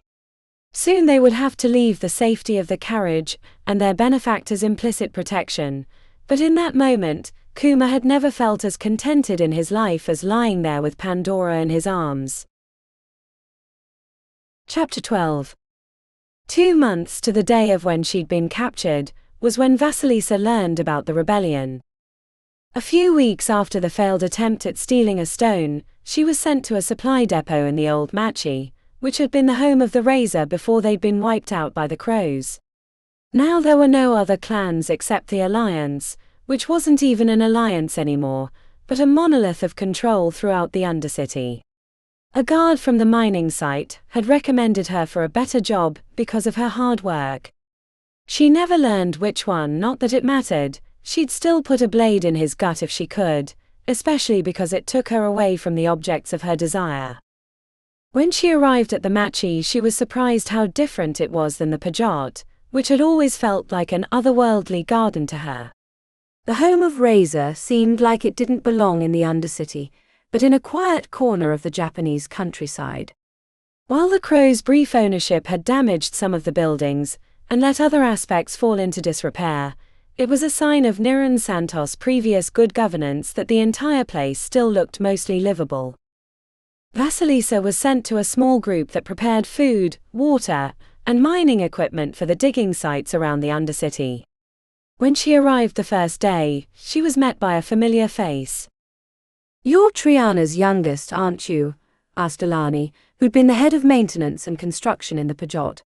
A jagged scar bisected her jaw, and she didn't move her left arm naturally as she moved a box onto the table. "I am." Alani glanced at the window of the building. Outside, 2 clan soldados stood guard, chatting quietly. "Vasilisa." "Vasi," she replied. "I saw your mother a few days ago." Their mine had collapsed, killing 3. They sent them here until they could be relocated. "Where is she?" asked Vasilisa, surging to the table. Ilani lifted a single, apologetic shoulder. "I wish I knew. They move everyone around regularly." She left in the middle of the night. Never got to say goodbye. The older woman didn't have to say why, because Vasilisa understood. They didn't want anyone to get too comfortable and start an uprising or sabotage operations. Even at the mine, the people rotated in and out of the positions every week or so. "You're a smart girl." "Can I trust you with some challenging work?" asked Alani. Vasilisa nodded, enthusiastically. "I'll be your best worker." Ilani smiled wistfully. "I'll need you on my inventory team." "We get punished if we don't have accurate numbers of our goods, but leakage happens everywhere. Between poor counts and our guards sneaking stuff for themselves, I can't keep up." "I need someone who can count, who's organized, and who I can trust." "I know you can do that because Triana bragged about you when we used to get together for drinks." "You did." Ilani smirked. "Adults have lives too. They're not just parents." Vasilisa blushed. "Right. Sorry. What can I do to help?" "Come with me."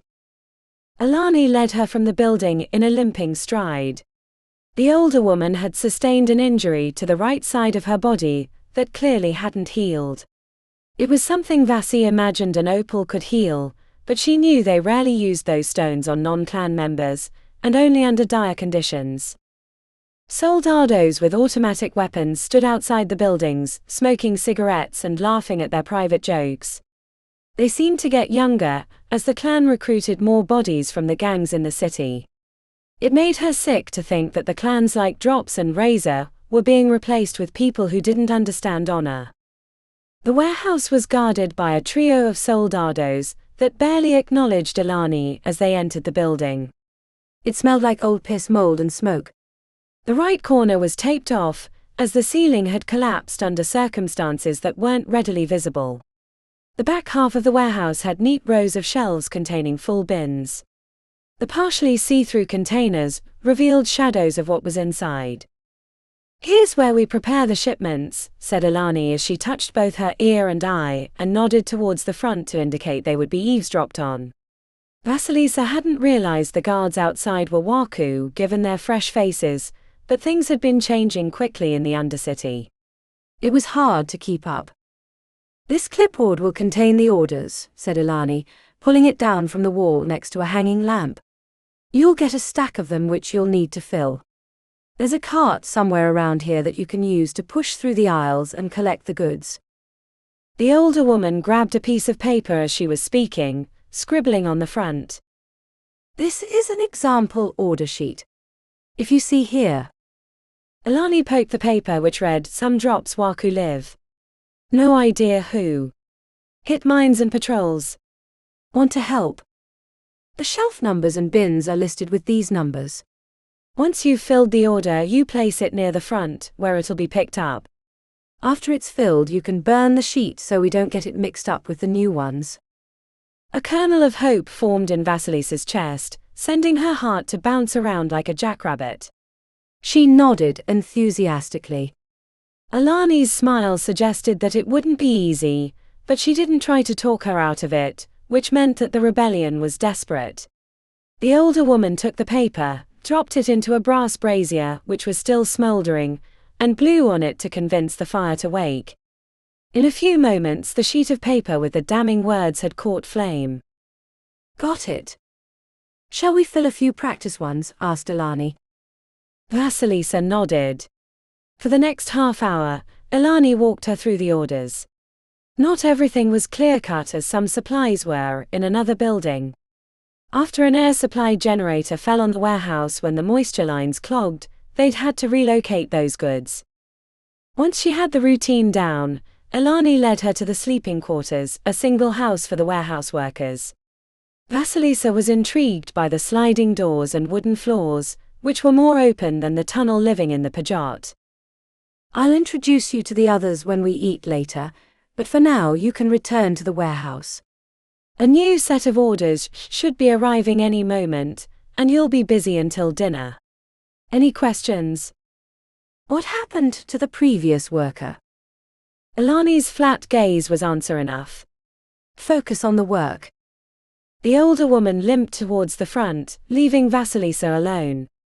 As soon as she reached the warehouse, a boy who was around her age that she didn't recognize ran up with a fist full of papers. "They want these pronto," said the boy, grinning as if they were old friends. "You the new one?" "Yeah." "Good luck," he said, running back the other way. Vasilisa took the stack of papers inside, attaching them to the clipboard which she hung on the cart. Using her hand and stump, she pushed her way around the warehouse, loading up the box until it was complete. Then she brought it to the front, setting it on a table with a label showing where it was supposed to go. The majority of the orders were simple items she'd seen during her work in the mines: hammers, pulleys, dried rations, etc.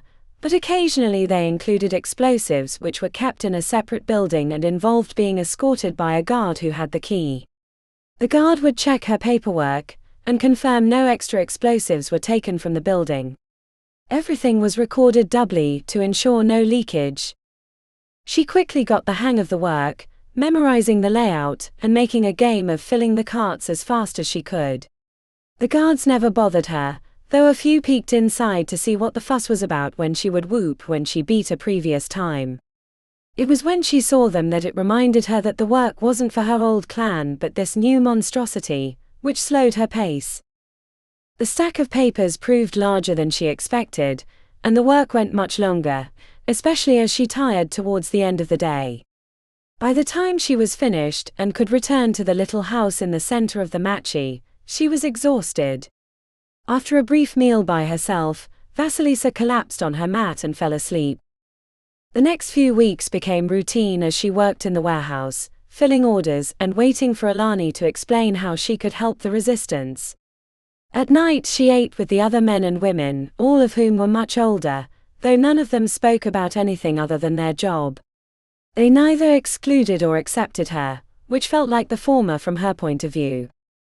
After that initial day, she didn't see Alani except from a distance as she limped through the cavern on her way to another emergency. Vasilisa began to worry that her answer had been misunderstood, so when she saw her, she ran across the bridges despite needing to get to the warehouse to start work for the day. "Hey, Alani." The older woman grimaced at her approach. "I'm busy. Get back to work." "I was wondering."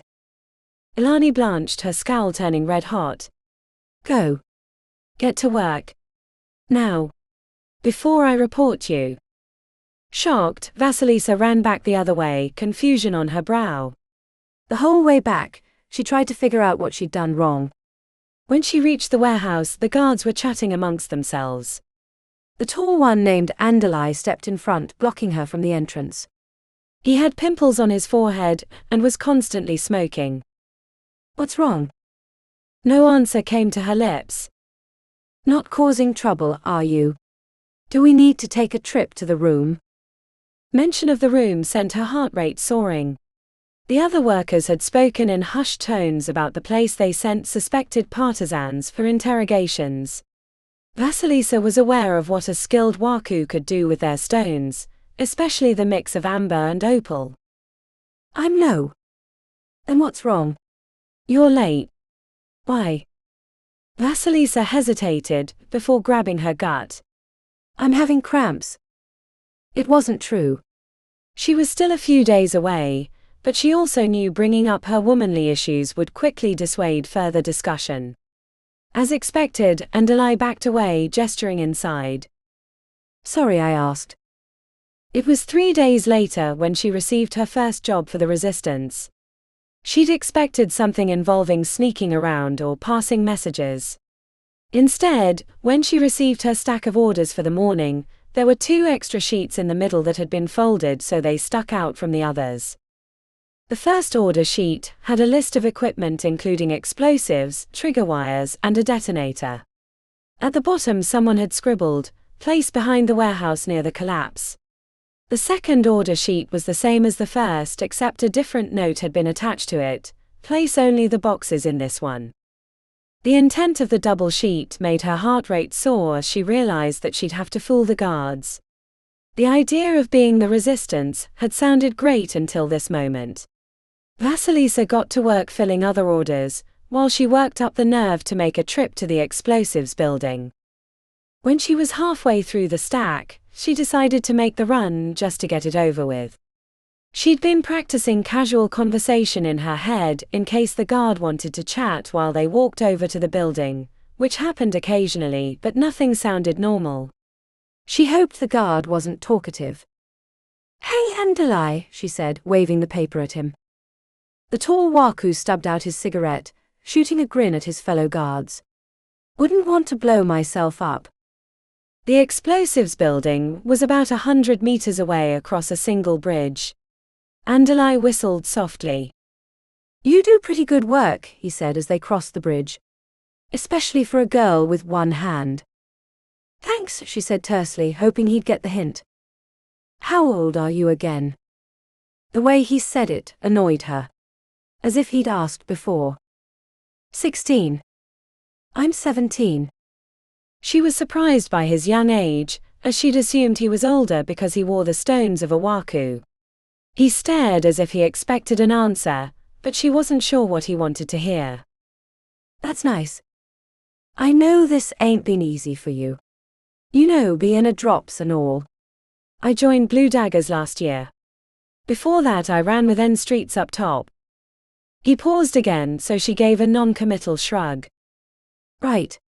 So yeah." He scratched the back of his head. "I was thinking. Maybe we could grab a bite sometime. I like climbing that ledge on the far side of the cavern during lunch. It's a great view. Makes me feel like I'm somewhere else. Maybe you could join me." You know, if we were friends, like really friends, I could help you. Get you more privileges. I can tell by how hard you work that you're supportive of the Alliance. I know I'm new to the Undercity, but I really like the way the older clans had honor. I'm probably not supposed to say this, but I admired them, even when I was in my old gang. She forced herself to smile. That'd be nice. I could have lunch with you. The last thing she had on her mind was dating, especially one of the Alliance, but she didn't want to make him mad. Not with so much on the line. Awesome. I can't wait. Inside the building, she gathered the supplies listed on the order sheet and put them in the cart. Andalai grinned to himself the entire way back. When she went inside, he winked at her, and the other guards elbowed him. As soon as she was out of sight, she removed the items from their boxes and piled them below the table, until she could find another container to place them in. Vasilisa was setting the triggers next to the explosives when she heard footsteps. She quickly rose and closed the boxes to make them look normal, when she saw Andalai stroll around the corner. Hey! Hey! Vasilisa's hand trembled, so she shoved it below the edge of the table, and pushed the explosives forward so they were out of sight in case he came around. I forgot to ask.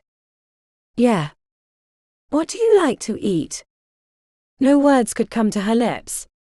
She could only think about rumors of the room, and what might happen if she were caught. Pork bellies. Huh. She closed her eyes. Sorry. I was just thinking about what my mom made sometimes for breakfast. Eggs and pork bellies with nice verd sauce. But that's a stupid thing to say for lunch. He lifted one shoulder. I get it. Comfort food. I like to eat fries with mustard whenever I get depressed. It's how my dad ate them when he was alive. Oh. He had cancer. After that, I was homeless until I found this, he said, wagging his eyebrows at their surroundings. I'll think of something for our date. See ya. As soon as he left, she thought she was going to pass out.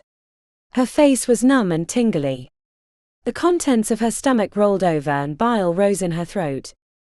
With a trembling hand, Vasilisa loaded the contraband into a separate container and snuck it out to the back of the warehouse where the note had said to place it. When she was finished, she put the empty boxes in a different container and pushed it to the loading area, which made her wonder what would happen when someone opened them. She hoped whoever had written the note had that plan in mind. When her shift was over, Vasilisa returned to the group house, ate her meal in silence, and climbed into bed. She'd been dying to do something for the rebellion, but now that she had, all she could think about was that she was going to get caught. Chapter 13. It was their fourth ambush this week. Yara thought they were pushing their luck, hitting another patrol after the others, but Choo-Choo had been insistent. We can't let them rest, especially with all these wayhos they're bringing in. Fresh meat for the grinder. It wasn't that Yara disagreed, but she imagined the Alliance leadership would try harder to protect their patrols, or track them down more diligently than they had so far. She'd argued for a pause in their efforts. Besides, she was exhausted. For 4 months since the raid on the complex, they had been alone, fighting a guerrilla war, sleeping on thin sleeping bags on hard stone, and eating a mix of forged and stolen foods. Yara crouched on the ledge, waiting for sign of the patrol with a carbon fiber compound bow in her hands. It was part of the gear they'd gotten from the former owners of the Onyx. She had no idea why they'd thought a bow was a good idea in the Undercity, but it had proved to be a valuable and silent weapon. She only wished she had more arrows, with just 4 left in the plastic quiver. A flicker of red light from across the cavern made her crouch. Choo-Choo was in the far tunnel, watching for signs of the patrol's approach. The signal meant they were on the way, but using red meant that there was a problem. Yara slipped the notch of the arrow from the bow, as she checked over the edge. Eventually, the weaving lights of headlamps entered the far tunnel. She immediately understood Choo-Choo's caution, as the patrol was twice the size of the regular ones. I guess they've noticed us, thought Yara. She tapped into her amber, and the quiet conversation of the patrol from 200 feet could be heard as if she were right next to them. Dumb bitch thought she'd cut me, but I buried it deep. A round of laughter followed. Anyone know when we're getting another break? I could use some fun at the Onyx. Or at the very least a burger from the Devil's Lipstick. Never had one better. Fuck me, they must be enchanted. Shut up, Neon. You just had a break. It ain't no vacay in the shadows. I know you knew and all, but this ain't the city. We do things different here. Come on, man. I'm just talking. I get bored with this patrol shit. Same ol'. Should have joined the army. At least in my old gang we got to shake down people. Down here, I just feel like a fucking courier. I wouldn't talk like that, Neon. If fucking Diak hears that, he'll cut your tongue out. Yara had only been half paying attention. The collective dick-wagging of the New Alliance clan members grated on her ears. It only made her mad that those assholes had been the ones to take over the Undercity. But as soon as she heard the name Diak, she sat up tall. Who the fuck is Diak? The laughter of the group died. Yara peeked over the edge to see the patrol of 8, paused at the center of the cavern. Headlamps flashed every which direction. He's Og.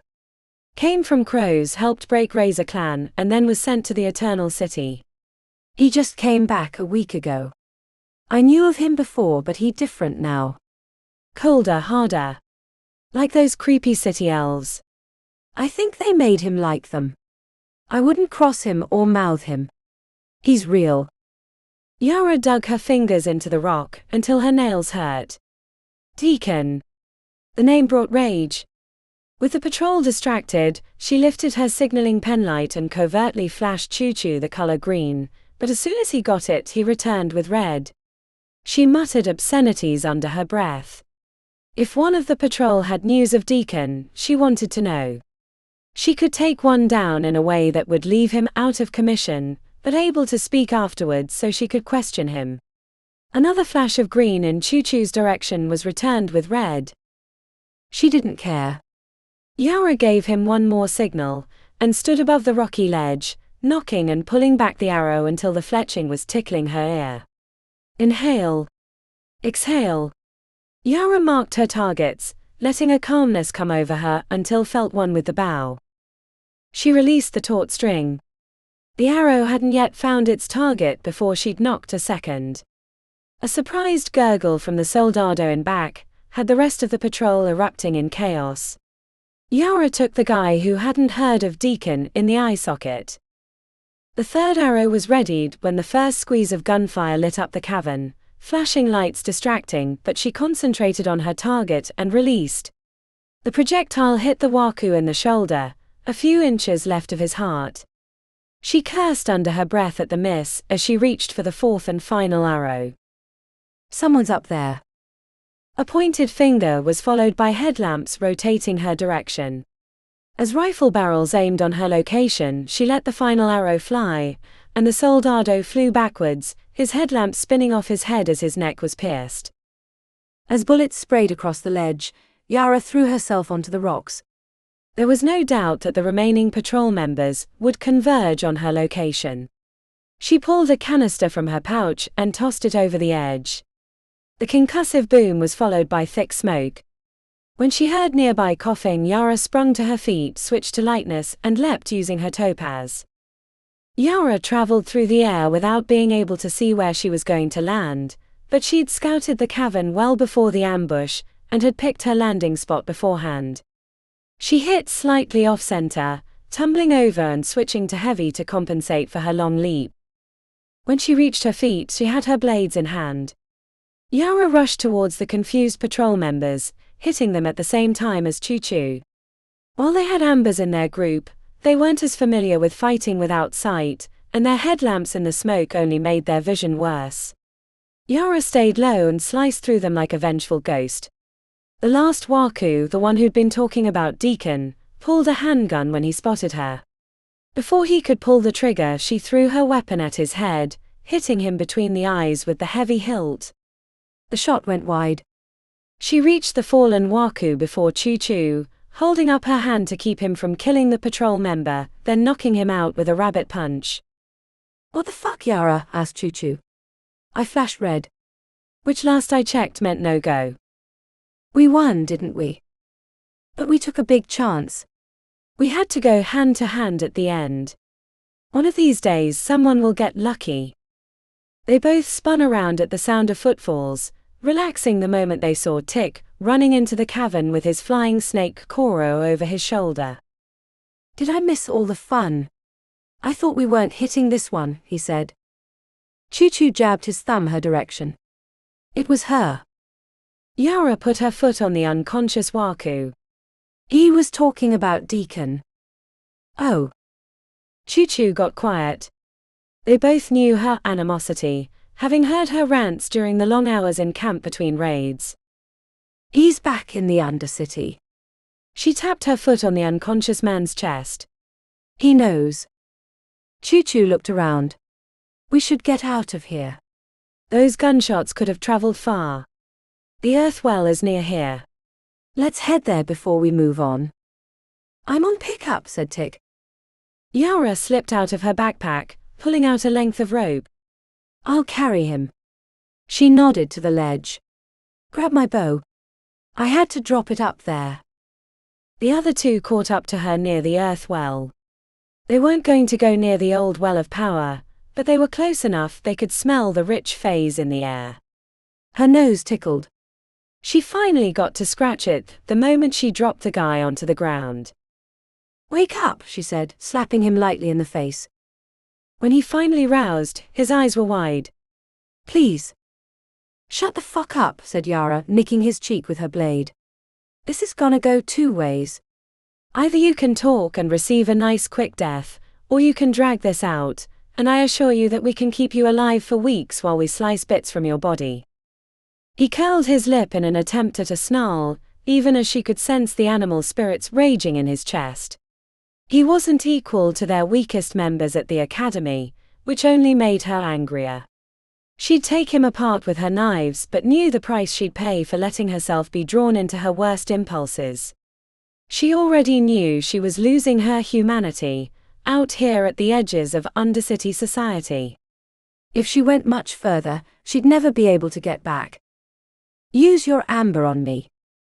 His forehead hunched, so she hovered the tip of her blade before his right eye. Now.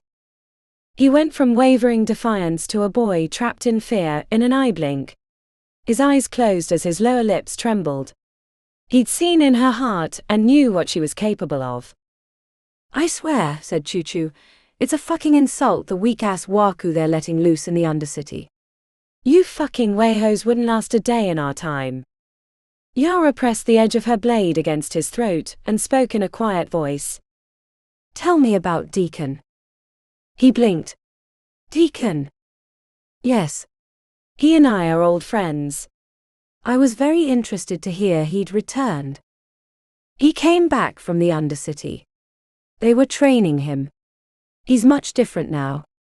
I knew him from before. Not well, but he was around. Reminded me of a lot of cocky gangsters from the city, but now not so much. I ran into him in Big Dave's. He stared at me with the cold eyes of a fucking snake when I said, "What's up?" Was the creepiest fucking moment. I don't know what they did to him, but he ain't the same. He was smart and ruthless before, but now he's like a serial killer. The news made her heart harden. He wouldn't be an easy fight, even if she could get to him. What did they do to him? The Alliance Waku screwed up his face. Fuck if I know, but I heard from some others, he has wicked scars on his arms. Looks like he shoved them in a barrel of razors. Rumor is that a few days after he came back, someone gave him lip and he sliced the guy's face off. Faster than a fucking cobra. Word passed pretty quick after that. Don't fuck with Deacon.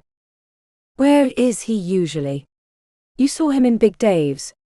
Is that where he's stationed? The guy blinked, then shook his head. No. He's a bigwig now. Spends a lot of time in the nest with the big boss. He's in charge of the Waku. been cracking down on the silly grab-ass stuff that had been going on in his absence. Choo-Choo nudged the guy with his toe. What about the mate tree? Titus and Cavano. Titus is around. He's in charge of the mining operations. Security and all that. The other one? Dunno. Haven't seen him since the raid, but I'd hate to be the poor fuckers that had to scrap with him. Heard he chopped him in half. Yara's arm jerked, spilling blood as Choo-Choo screamed for her to stop. The Alliance Waku choked on his blood, while she stalked away with her hands on her head. Yara. He had more to tell us. He was talking about my fucking dad. Choo-Choo's chin dipped to his chest. I know. I'm sorry. I'm going to kill them. I'm gonna kill them all. Choo-Choo nodded his bald head.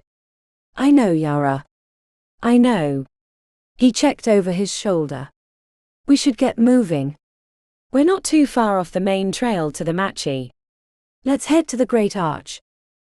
As Yara stalked away, Tick tried to reach out and console her, but she brushed past, heading the way they'd have to leave. Not only was her father dead, but Deacon was alive and better than ever. A part of her had pitied him when he first came to raise her, seeing his cocky attitude and gold chains as a way to overcompensate for his deficiencies. Now he was one of the top members of the Alliance. She didn't know how she was going to do it, but she was going to kill him. If it cost her life, she didn't care. Deacon had to die. Chapter 14. Travel since they'd left the Ruby Queen's territory had been easy enough that Kuma had almost forgotten they were in the Eternal City, especially since they'd renewed their relationship. There was danger, but nothing that they couldn't handle. Occasionally, critters looking for a meal would approach, but they were easily dealt with, and the odd Maitri or Dolgans they came across swiftly recognized from their clothing that they were not to be interfered with. I feel like we've been walking for years, said Kuma.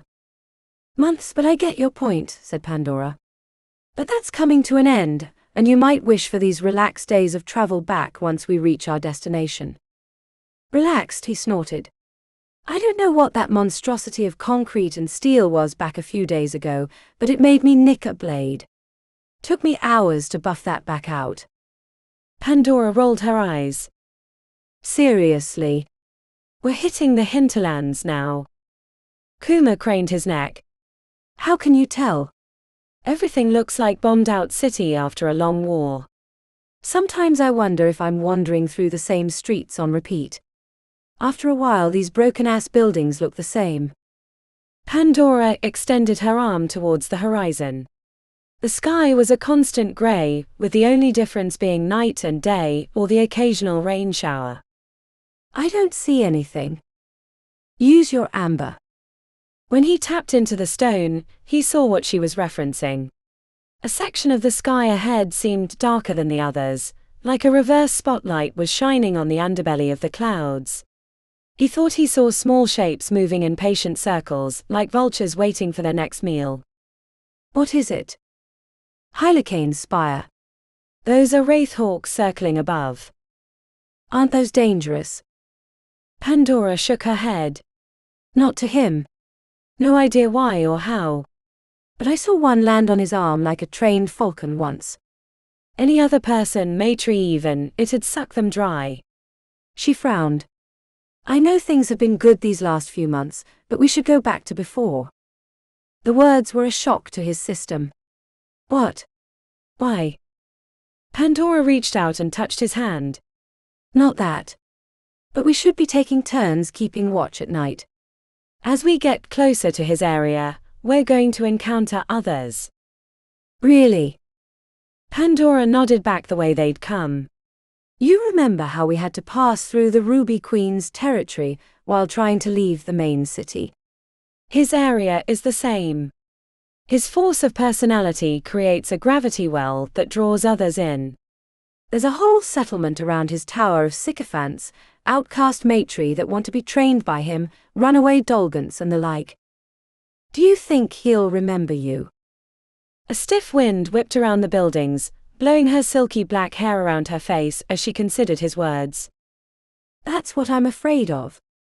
The journey over the next 3 days brought them closer to Hylakane's spire. Because of the similarities in name to the spire in Invictus, Kuma had this idea that it would be a grand, towering building that overlooked the surrounding area like a lone sentinel. The truth was far from this ideal, and he cursed himself for even thinking it otherwise. This part of the Eternal City had moved on long ago. Hylakane's spire was named as such because it was the tallest building in the region that hadn't yet fallen down, but as Kuma laid his eyes upon it, he couldn't imagine that it would last much longer. The lower half of the building was skeletal, with the steel girders and concrete pillars completely see-through, while the upper half sagged to the side suggesting its end was near. Dark shapes winged through the sky above it, and trailing smoke from fires dissipated into the air around it. The smaller buildings, either created that way, or because the upper halves had already tumbled over, were lit with flame. The inhabitants of the settlement clustered around the spire, waiting for their master to show favor. "Keep your hood up and be ready to scrap," she said, when they turned onto a street that brought them directly into the thick of the settlement. The loss of peripherals was compensated by his amber. He smelled the unwashed bodies of Dolgans or vagrant matri, even before they hit the shanty town that filled in the center of the street between the cratered buildings. Their rough language was less grating after months of hearing it, and spending the travel time learning from Pandora. He could understand it better than he could speak it. "Spotters in that metal tower on the left, and another in the building on the right," he said in a hushed tone. "I see. Was it really like this when you were here last?" Her pace slowed. "Feels different. At the edge of collapse. I don't like what that means."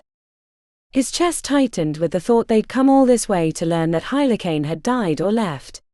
He knew it was foolish to place any expectations into the matri, especially one as esoteric as Hylakane, but hope had a way of blooming in unlikely places. The shantytown forced them into contact with the inhabitants. Makeshift tents and huts made out of old materials lined the street, their residents sitting on dirty blankets. A matri woman with an arm missing, and a cut on her jaw that looked recent sat on a chunk of concrete with her hand out. When Kuma looked over, she yanked down her shirt, showing an emaciated chest. "Got anything to eat for an old woman? You can do what you want with me. Cut me, fuck me, I don't care. I'm hungry," said the one-armed matri woman. Kuma found himself staring until Pandora pulled him along. "Don't linger." I wasn't expecting this," he said, pulling his cloak around his shoulders. "Couldn't they have healed her? She might have lost the arm out here." Who knows why she was banished or fled, but if you can't fight for yourself, there's no place for you in society. Sometimes he thought humans could be cruel, but the matri felt like the worst excesses of his world. A short while after, the one-armed matri woman, a massive Dolgant with no shirt and sores over his body, stumbled into the street and grabbed Pandora's cloak. She spun around, slicing him across the chest. Not a deep cut, but enough to make the Dolgant roar in rage. Before it could rear back and punch her, she knocked it over with a push. Kuma stayed back while keeping an eye out for other attackers. It appeared he was the only one. "It's like a leper colony," he said, wrinkling his nose at the unwashed bodies. While he knew they stunk as well, the stench in the area was significantly worse because it contained sickness. A block from the entrance to the shantytown, the quality of residence improved along with the buildings. A shack with a broken unlit neon sign perched above the door read, "The Golden Fist." The street continued with other buildings that had been cobbled together out of the wreckage, but this one looked more stable than the others. Kuma peered over the top to see the spire a few blocks away. "Yeah," said Pandora, catching his hesitation at the entrance. "Looks like as good a place as any." "Better to understand what we're getting into." A rickety door creaked upon opening, leading into a dim space lit with a couple of lanterns hanging around the area. Figures turned their direction, a mix of matri, Dolgants, and other creatures. Kuma sensed their apprehension, anger even. A few shifted towards their hidden weapons.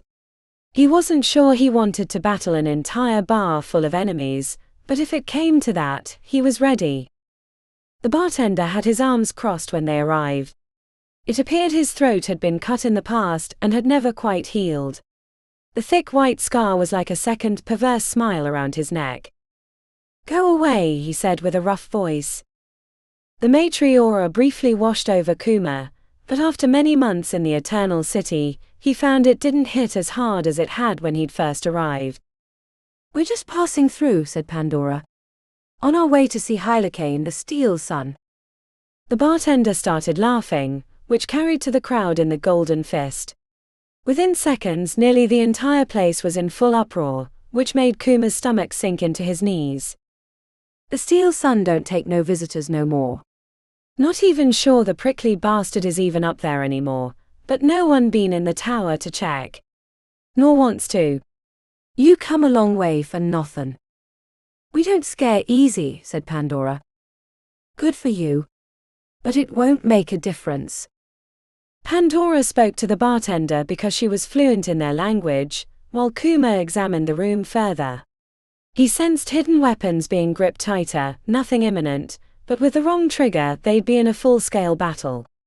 The only being in the Golden Fist that didn't look like they wanted to kill them was a smallish figure muttering to themselves in the corner as they played with a strange device that looked like a puzzle cube with gears and shifting sections. The giggling and quiet laughter suggested the individual was flat mad and of no use to them. "Come on," said Pandora, leading him out of the Golden Fist. "What's the plan?" he asked outside. "We go talk to him." Idiots are probably too scared to bother him. The inhabited section of the area seemed to be at a distance from Hylakane's spire.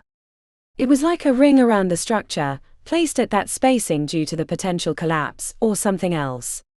They learned the reason when they cut through the burned-out buildings, crossing pockmarked streets to find a field of energy ringing the lower part. The closer they got, the more it hurt Kuma's ears. A secondary ache formed in his right forearm, which made his fingers twitch. The noise was like an electrical transformer out of balance and getting ready to explode. "That's awful," he said, squinting. "What is it?" Pandora halted about 30 feet away. Moving any closer seemed like suicide. "No idea." Some kind of eldritch magic. The older matri can do strange things with their powers. I never really understood it, as they don't talk about it, as not to give any advantage away. Kuma scooped up a chunk of concrete and tossed it at the barrier. About 10 feet away, a field of electricity wrapped around the solid material and turned it to dust before it reached the wall. "Noted," he said. "Do not approach the barrier." "Let's see if there's a gate or something," said Pandora, craning her neck at the leaning structure. Circling the tower took them over an hour. They found no gaps, gates, or other suggested ways of entering. Discussion about leaping the barrier ended when he threw a rock high over top to see it get annihilated like the first one. "Let's head back, see if anyone else can help us," said Pandora. Kuma spotted him first. Blades leapt to his hands in reflex, which prompted Pandora to do the same. "Planning on sticking me with one of those," said the smallish matri that had been in the Golden Fist. He spoke in English, and wore the sleek style that Kuma recognized from the Ruby Queen's bar. His features were softer than most of the matri he'd met. "Why are you following us?" asked Pandora, sliding her blades back in their sheaths. "Not following." He wagged his eyebrows upward. "I live in this building." Kuma surveyed the structure. It wasn't the worst in the area, but that wasn't saying much. It looked like a building that had survived a near-direct strike from a missile, but only the windows and doors had been blown off. "How do you know my language?" asked Kuma, following Pandora's example. "Your petty human tongue was quite the fashion a few centuries ago, and now it's come back. You should feel honored." "You don't look like the rest of them," said Pandora. "What?" "I have all my teeth and still bathe on occasion. I'm flattered you could tell the difference." "Very funny. What's your name and why are you here?" He gave a flourishing bow, extending his arms wide. My name is Lviv Santank. Pandora sucked air through her teeth. How? The strange matron gave an odd smile. A mistake, or perhaps not mistake, at my birth. Are you going to explain to your friend, Pandora fool? Pandora pulled her blades again, angrily stalking forward. How do you know my name? I'm not a fool. I may be hiding out in the hinterlands, but it's by choice, not exile. Do not worry, I won't tell anyone who you are. The bigger question is why you want to see the steel sun. That's our business, spat Pandora. What's wrong? Asked Kuma quietly. It's an 11. What? Pandora frowned. His name. 11 letters. It's bad luck? Asked Kuma. Not really. I forget the term. Luck twister, said the strange matron, inclining his head. Which, now that I say it in your language, I see it has 11 letters too. What a lovely coincidence. Kuma knew about the matron's fascination with primes, especially the number 11, which had a fateful meaning that he couldn't quite understand. It's bad form to give a child a name with 11 letters. It's like tempting the fates, explained Pandora. Then how did it happen? Asked Kuma, hesitating to pronounce his name. You can call me Jester, which I believe would be the closest translation of my name. And it happened because my mother misspoke during my naming, and since she died right after, it was never corrected. Pandora shot him a look that suggested she had reservations about talking with the unusual matron. With a name like Jester, he had to agree. He was practically screaming that he would try to mislead them. Why are you here, Jester? Asked Kuma. I came to study Steel Sun, the last member of the Ebony Court and wielder of the famed weapon Jinsei. Hard to study someone who won't let anyone see him, said Kuma. Oh, he'll let those worthy enough visit him. We've met many times over the last few years, and whenever we do, he questions me intensively about the city and the courts, and what's happening in his little region of influence. Once he even let me hold Jinsei, which was an honor I'll never forget.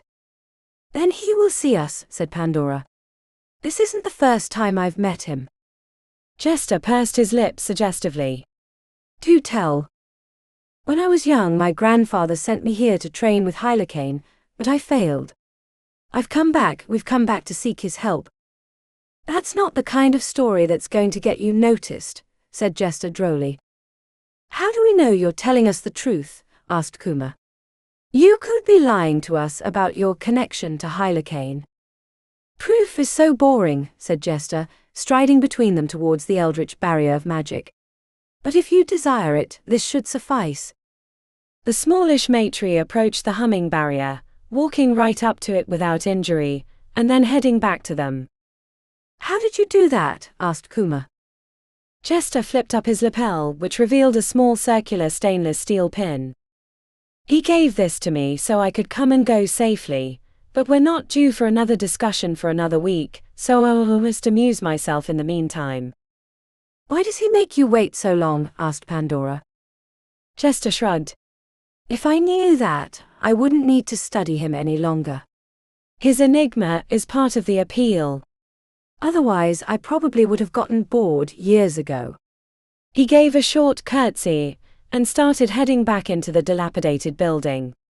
Anyway, I have things to do. Passing the time and all. Wait, said Pandora, hurrying after. Can you get us an introduction? We've traveled for months to see him. Jester paused at the corner. I'll think about it. Before either of them could say another word, the smallish matron disappeared into the building. Chapter 15. Pandora found a suitable building, away from the other inhabitants, to make their home. The third-story space had a single workable staircase that they blocked at night, and a view of the tower while still being far enough away that the humming vibration didn't drive them mad. Fresh water wasn't easy to find. They had to head to the outskirts of the old city, after avoiding a small cloud of failure that flitted around the buildings like a murmuring of starlings. A stream in what had been an old park in the former city bubbled up from the ground. Statues of famous matri of old littered the area, their heads knocked off or completely toppled and corroded with time. "Do you know who they were?" asked Kuma, crouched by the stream refilling his water while keeping his eyes on the sky. "The statues?" "No idea," said Pandora, making a slow revolution. "Did you not learn them in school?" he asked. "The matri aren't big on the past." "Unless they're studying how someone got taken down, they don't care about the individuals themselves. The past is something the winners get to decide after they've trampled over the present." "What about your time here?" he asked as he twisted the lid back on the bottle. "Was all this the same?" "As far as I remember, except for the barrier around the tower. But then again, I came here in a gilded carriage protected by guards to meet a teacher who was expecting me."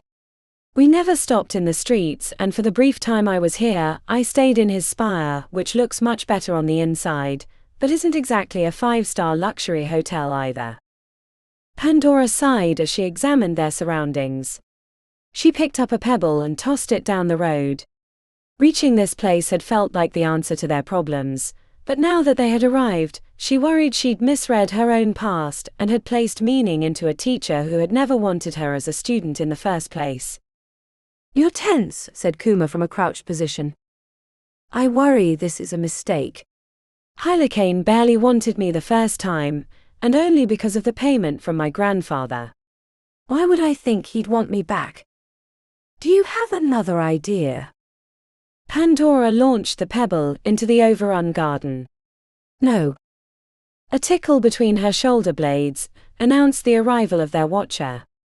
Kuma rose to a standing position as she turned to find Jester approaching through the broken statues, tossing the pebble she'd thrown. For a brief moment she thought she saw someone else in his stead, but her vision quickly confirmed the strange matri. "Spying on us?" "Not hard to. The two of you act like you're impervious to the dangers of the hinterlands." "We're not without our protections," said Kuma, revealing the blade in his coat. Jester looked out of place amid the ruins, dressed in the fineries of matri society. His high collar and jeweled cufflinks glittered without an obvious source of sunlight. "And dressed in shadowy avenue that stinks of Lady Amethyst," said Jester. "Are you sure you're not assassins sent on her behalf?" "She's always desired to finish what she started, when she sent her son to destroy the Ebony Court. I would be very cross if you eliminated my focus of study. I assure you that we're here on our own behalf, but you're correct, these clothes came from Lady Amethyst after a chance meeting and a contest that earned us the opportunity to leave her realm," said Pandora. "A story I might like to hear," said Jester, mouth cocked with amusement as he leapt upon a hunk of concrete balancing with ease. "One I'd love to tell, if you'll give us an introduction to Hylakane." Jester flicked the pebble into the air and caught it behind his back, bowing as if he were performing before a large audience. "In time, perhaps." Pandora wished she had an amber to read the inscrutable Jester, but the way Kuma frowned at the strange matri suggested that he was a contradiction of interior thoughts. "What would you require for this introduction?" "Trimmings from Lady Amethyst's exquisite hair," said Jester, looking far too amused with himself. "I thought matri grew more powerful and wise in time," said Kuma. "Not childish and brat-like." "That's no way to gain my trust, human boy." His eyes glinted. "But perhaps my request is too challenging for the likes of you two."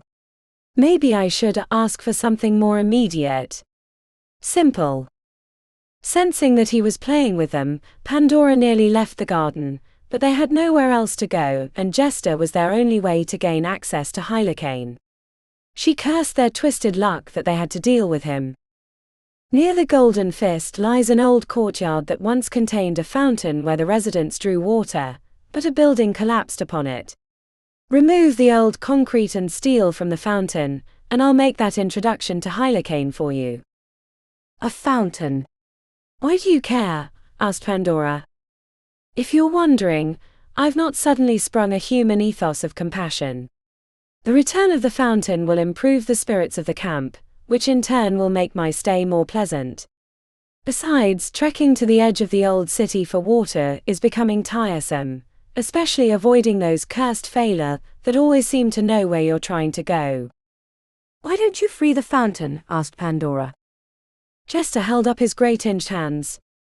And mar these beautiful instruments of writing. I'm a poet, not a Dolgant. And we are, spat Pandora. We'll do it, said Kuma, stepping forward and tilting his head at her. Pandora didn't like being manipulated, but she knew Kuma was right in accepting it. It's not like they had anything else to do while they waited. You could at least do the honorable thing and not enjoy this so much, said Pandora, as she moved towards the other area. What would be the fun of that? Said Jester with a smirk, bounding after them like a mischievous satyr.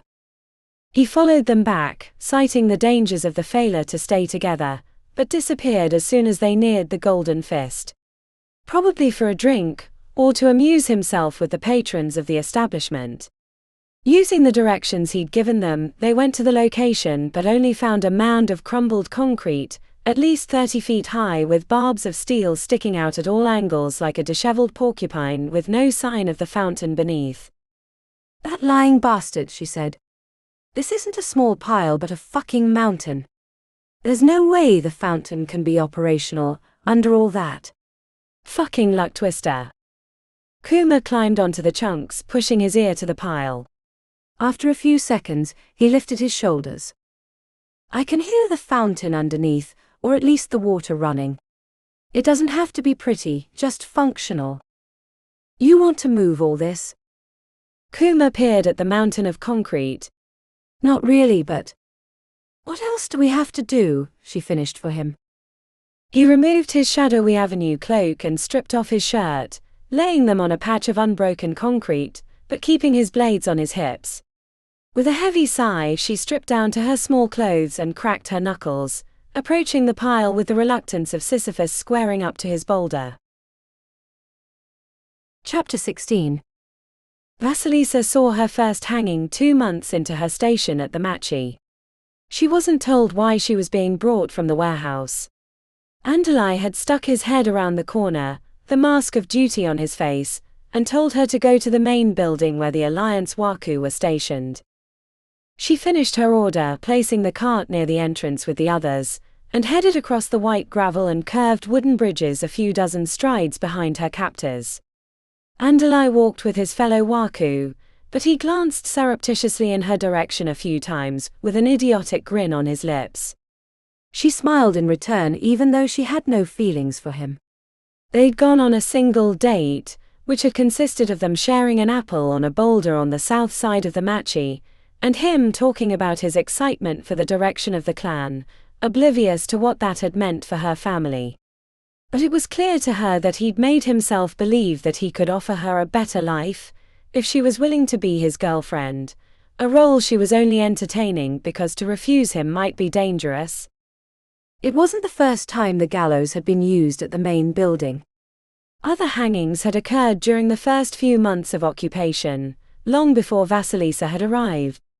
The entire walk she worried that Alani's role had been discovered in the resistance, which would imperil her own, but when she saw the older woman standing with the knot of other workers, she allowed herself to take a breath. The gallows, which had been erected near the main building, towered above the low roof, making it stick out. Vasilisa took a position near Alani, resisting the urge to grab the woman's hand in solidarity, not wanting to confirm more links between them. Standing near the empty rope was the broad-shouldered matri in Kevlar body armor that had captured her and the rest of her clan as they tried to escape the Undercity. Titus Cabone. She hated him more than she hated the Alliance Waku. Probably even more than Dominion Thule himself, as he'd been the one to kill Daraja before the clan. Vasilisa checked with the other workers, trying to figure out who was missing, but given the rotation, about half of them were new since she'd arrived. The people she immediately thought about had been moved to another area recently. Andalai shot her another covert smile, which only made her angry because someone was going to die and he was treating it like a joke. She gave him a little wave of her hand, hating how it would make her look to the other workers. He'd been asking about another date, especially since he said he was due to be moved to either the Torino or Big Dave's town, but she'd managed to come up with plausible reasons that she couldn't meet him. "Today did not need to happen," said Titus Carbone in a booming voice. "The Alliance has been good to you." "Good to all of you, feeding and caring for you, giving you worthy jobs, protecting you from the denizens of the Undercity, which would happily spill your blood should we withdraw our support. Since the end of the clan wars there has been no more pointless bloodshed, no more petty duels or honor killings. The Undercity is becoming a safer and more prosperous place, worthy of your valued lives." But not all of you see it that way. Some of you might even harbor beliefs that if you rise up together you can take back the Undercity, put it back to the fractured state that it was before Dominion Thule created order. I'm here to tell you that your ideals are misguided, and there's not a chance beneath 1,000 suns that this will happen. The bulky matri put his fingers to his lips, whistling shrilly. 2 guards appeared with a boy around her age in their arms. He was limping and looked barely put together, with 2 black eyes and blood soaked through his shirt. Vasilisa recognized him instantly. He was the runner that had passed her notes, and she assumed had carried explosives and other contraband to other locations. The naked fear in his eyes brought a tightness to her chest, as she thought about his end. The guards maneuvered the kid beneath the rope, slipping it around his neck and tightening the noose.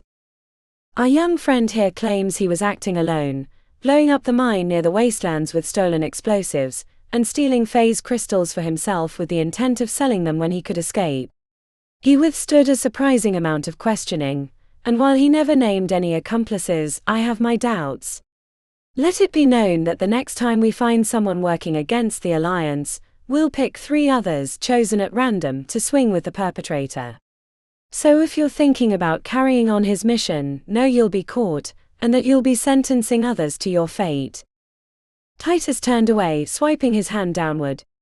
The guard on the gallows pulled a lever, and the boy dropped fast, jerking to a stop at the end of his rope. Vasilisa flinched. A woman to her right burst into tears, while nearly everyone else watched blankly. When the hanged boy was no longer swinging, they were released to return to their duties. Vasilisa resumed her work in the warehouse, but went through the motions like an automaton. He'd been a kid. Her age, which meant that if she screwed up they wouldn't hold back. She'd always wondered what it was like to be a Waku, headed into battle knowing that you might not walk away, and now she understood. Fear could paralyze if you let it. Thinking about the worst things that could happen only ensured that they would, but Vasilisa couldn't shake the feeling that she was headed down that same path. Chapter 17. Removing the steel and concrete from the old fountain took over a week. Their work became a curiosity to the other inhabitants, who occasionally watched from afar, shaking their heads incredulously. Pandora had argued to use her sapphire, but doing so would only endanger the fountain beneath the mound, which meant it had taken arduous labor to remove every chunk. When at last it was clear, Kuma leaned on the old crumbled wall heaving with breath. His hands and arms were nicked from the rough material, and a patina of sweat covered his head. Dust from their work had settled over the area, creating a thick blanket. "Wasn't expecting it to be in such great shape," he said between breaths. "Though that doesn't help how ugly it is." The fountain was made of a black material that seemed to absorb light. The wide base collected the water spitting from the central spout, which came out of the mouth of a horrific-looking matri with gaunt angled features and blades for fingers. The style of clothing and modifications suggested the inspiration for the fountain had come from the distant past. Standing in loose fabric pants and a stained sports bra, Pandora ran her hand through the murky water in the basin. She splashed some over the edge, clearly trying to remove the soot that had collected. "This statue could be from centuries or a millennia ago," she said, catching water in cupped hands and using it to wash off her limbs. Kuma checked over his shoulder when he heard the scuff of a foot. His blades were sitting on a blanket not far away. "Whoever you are, show yourself." "I can hear you," he said. A few seconds later, the well-dressed jester appeared strolling through the wreckage with a darkwood cane under his arm. He was wearing a new outfit, which included a black top hat and bloomers. "I guess we don't need to track you down now," said Kuma, dusting off his hands. "The fountain's clear. Might take a few days to wash out the basin, but you can collect water straight from the spout." Jester ignored his comments and made his way to the fountain, looking up into the horrid expression. "Nasty fellow." "Some say we matri never change, but this fountain is proof of that." "He looks like something out of a human nightmare," said Jester. "Not a matri nightmare." "We don't dream, thus no nightmares," said Jester, running his fingers through the water as Pandora stared at him. "Which probably explains our fortunes, as we cannot have hope like you pathetic humans." "We finished your job, Luck Twister," said Pandora, who wasn't looking in the mood for conversation. "Time to pay up and speak to Hylakane for us." "Oh," he said, dropping the cane from under his arm and catching it deftly. He swung it around like Charlie Chaplin, placing the end on Pandora's chest. "He remembers you." The scared little girl who couldn't complete even the simplest of tasks. "He wanted me to walk through a field of wraithhawks." "I wouldn't have lasted 10 seconds once they got a hold of me," said Pandora. Jester spun on his heel, pointing to Hylakane's spire where dozens of wraithhawks roosted on the upper floors. Their shadowy figures could be seen as a blotch of negative light. "Clearly the old man knows a trick or two, or he would have been sucked dry a long time ago." "Well, he didn't impart those secrets to me," she said angrily, pacing away from the fountain. Pandora halted mid-step, shaking her head. "Or I was too young to understand." "Stop messing with us," said Kuma. "Does he want to meet us or not?" Jester tipped the top hat from his head, flourishing it briefly before tossing it into the air and letting it land back on his crown. "I'm really quite good at this," said Jester. "Maybe I could teach you both how to be both dashing and elegantly refined at the same time.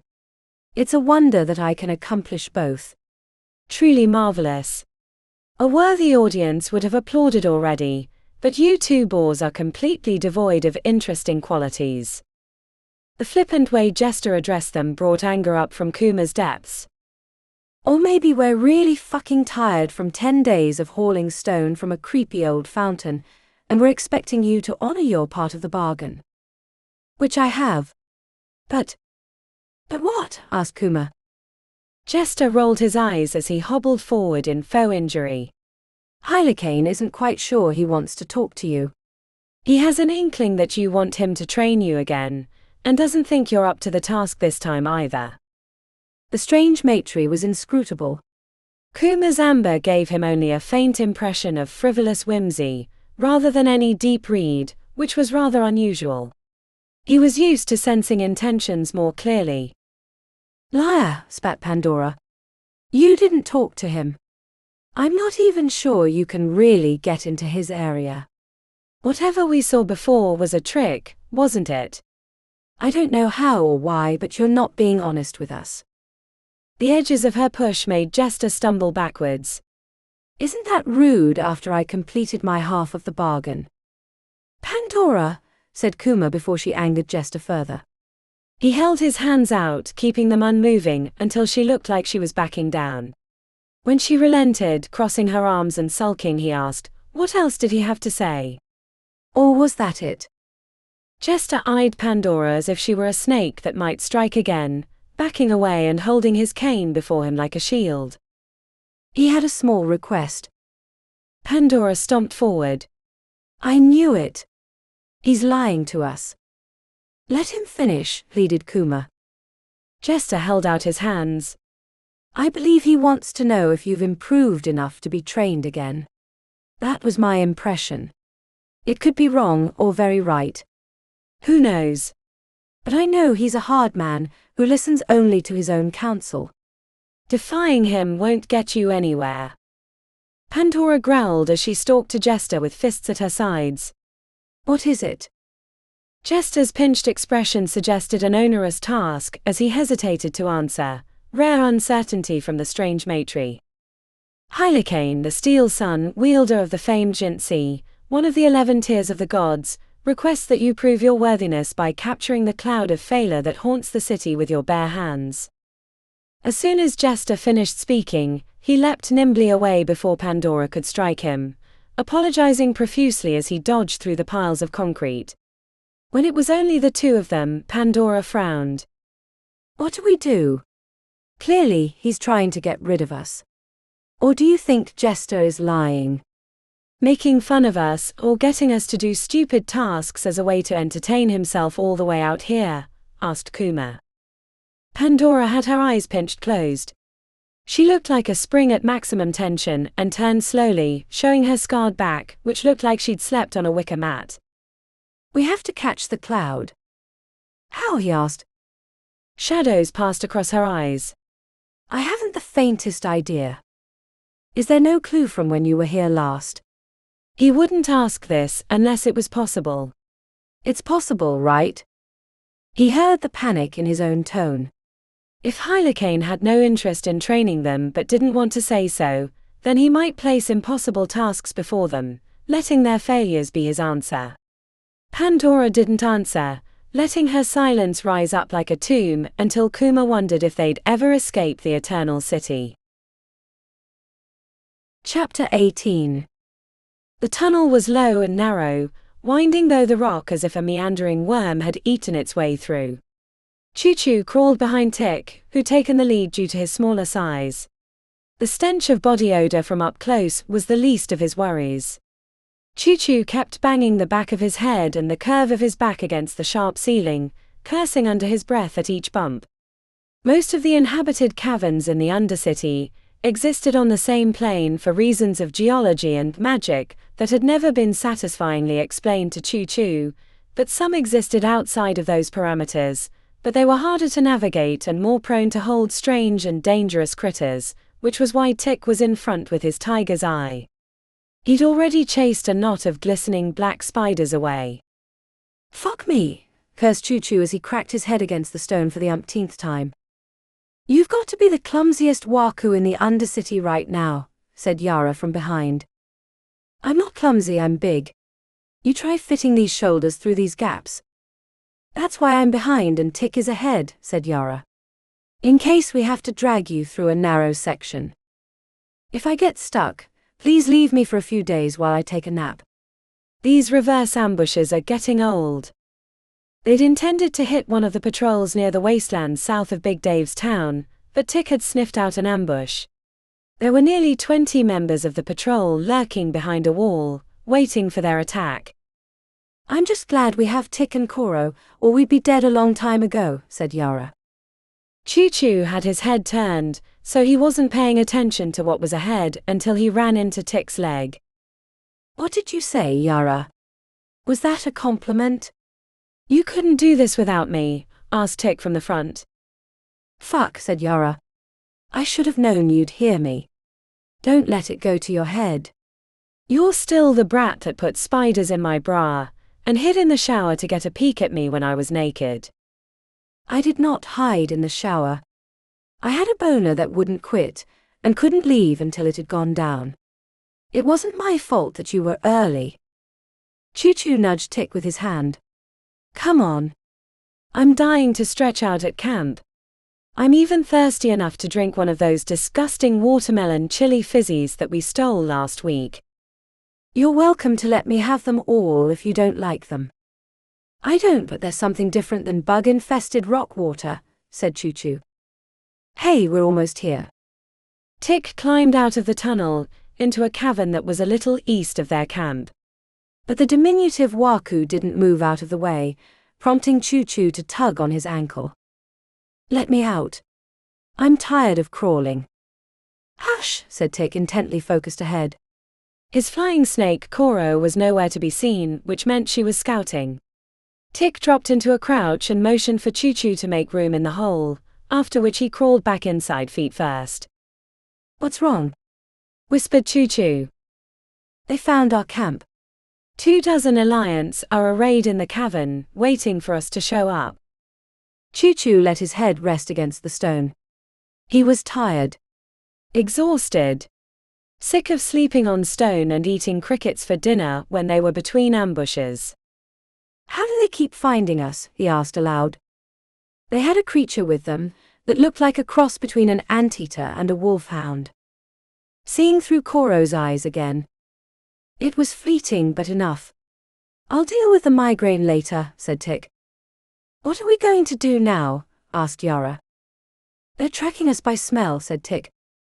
We need to hold off on ambushes for a while. Find a place we can hole up and wait for them to get bored, said Choo Choo. Where? If they can track us, then it's going to be hard to find food. I have an idea, but it's not going to be easy. I think we should return to the Torino. After carefully scrubbing our scents before we reach it, of course, but we need a place where we can eat and sleep for a while without the danger of being caught. The Torino? Asked Yara. There are tons of Alliance Waku that visit all the time. We'd get caught for sure. I don't think so. Not if we have someone else bring us food and water. Help us stay out of sight. Lisa, said Tick. If she's still okay, said Choo Choo. It's been months since we've seen her. There's a chance we make it back only to find she's gone, or things are different, but I'm willing to take the chance. Are you two in? You had me at sleeping in a bed and not having to scrap for my food, said Tick. I don't have a better idea, so yes, said Yara. Great. Now let's crawl back out the other way, said Choo Choo. After an arduous traverse, they made it back into the regular caverns. Choo Choo made them strip and bathe in the cold stream that ran towards the wastelands, in hopes of reducing their stench before they traveled the tunnels. Under normal circumstances, trekking to the Torino should have taken them less than an hour, but they moved at a glacial pace and tracked through multiple streams to hide their passage. 5 hours later, Choo Choo stepped into the tunnel that led into the back of Club Onyx. He was relieved to find the door to the back unlocked, but his mind quickly conjured ill-fated reasons. He placed his ear against the wood, sighing with relief when he heard the nasally sound of someone singing karaoke on stage.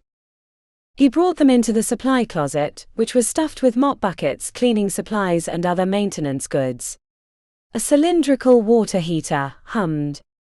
Might as well get comfortable.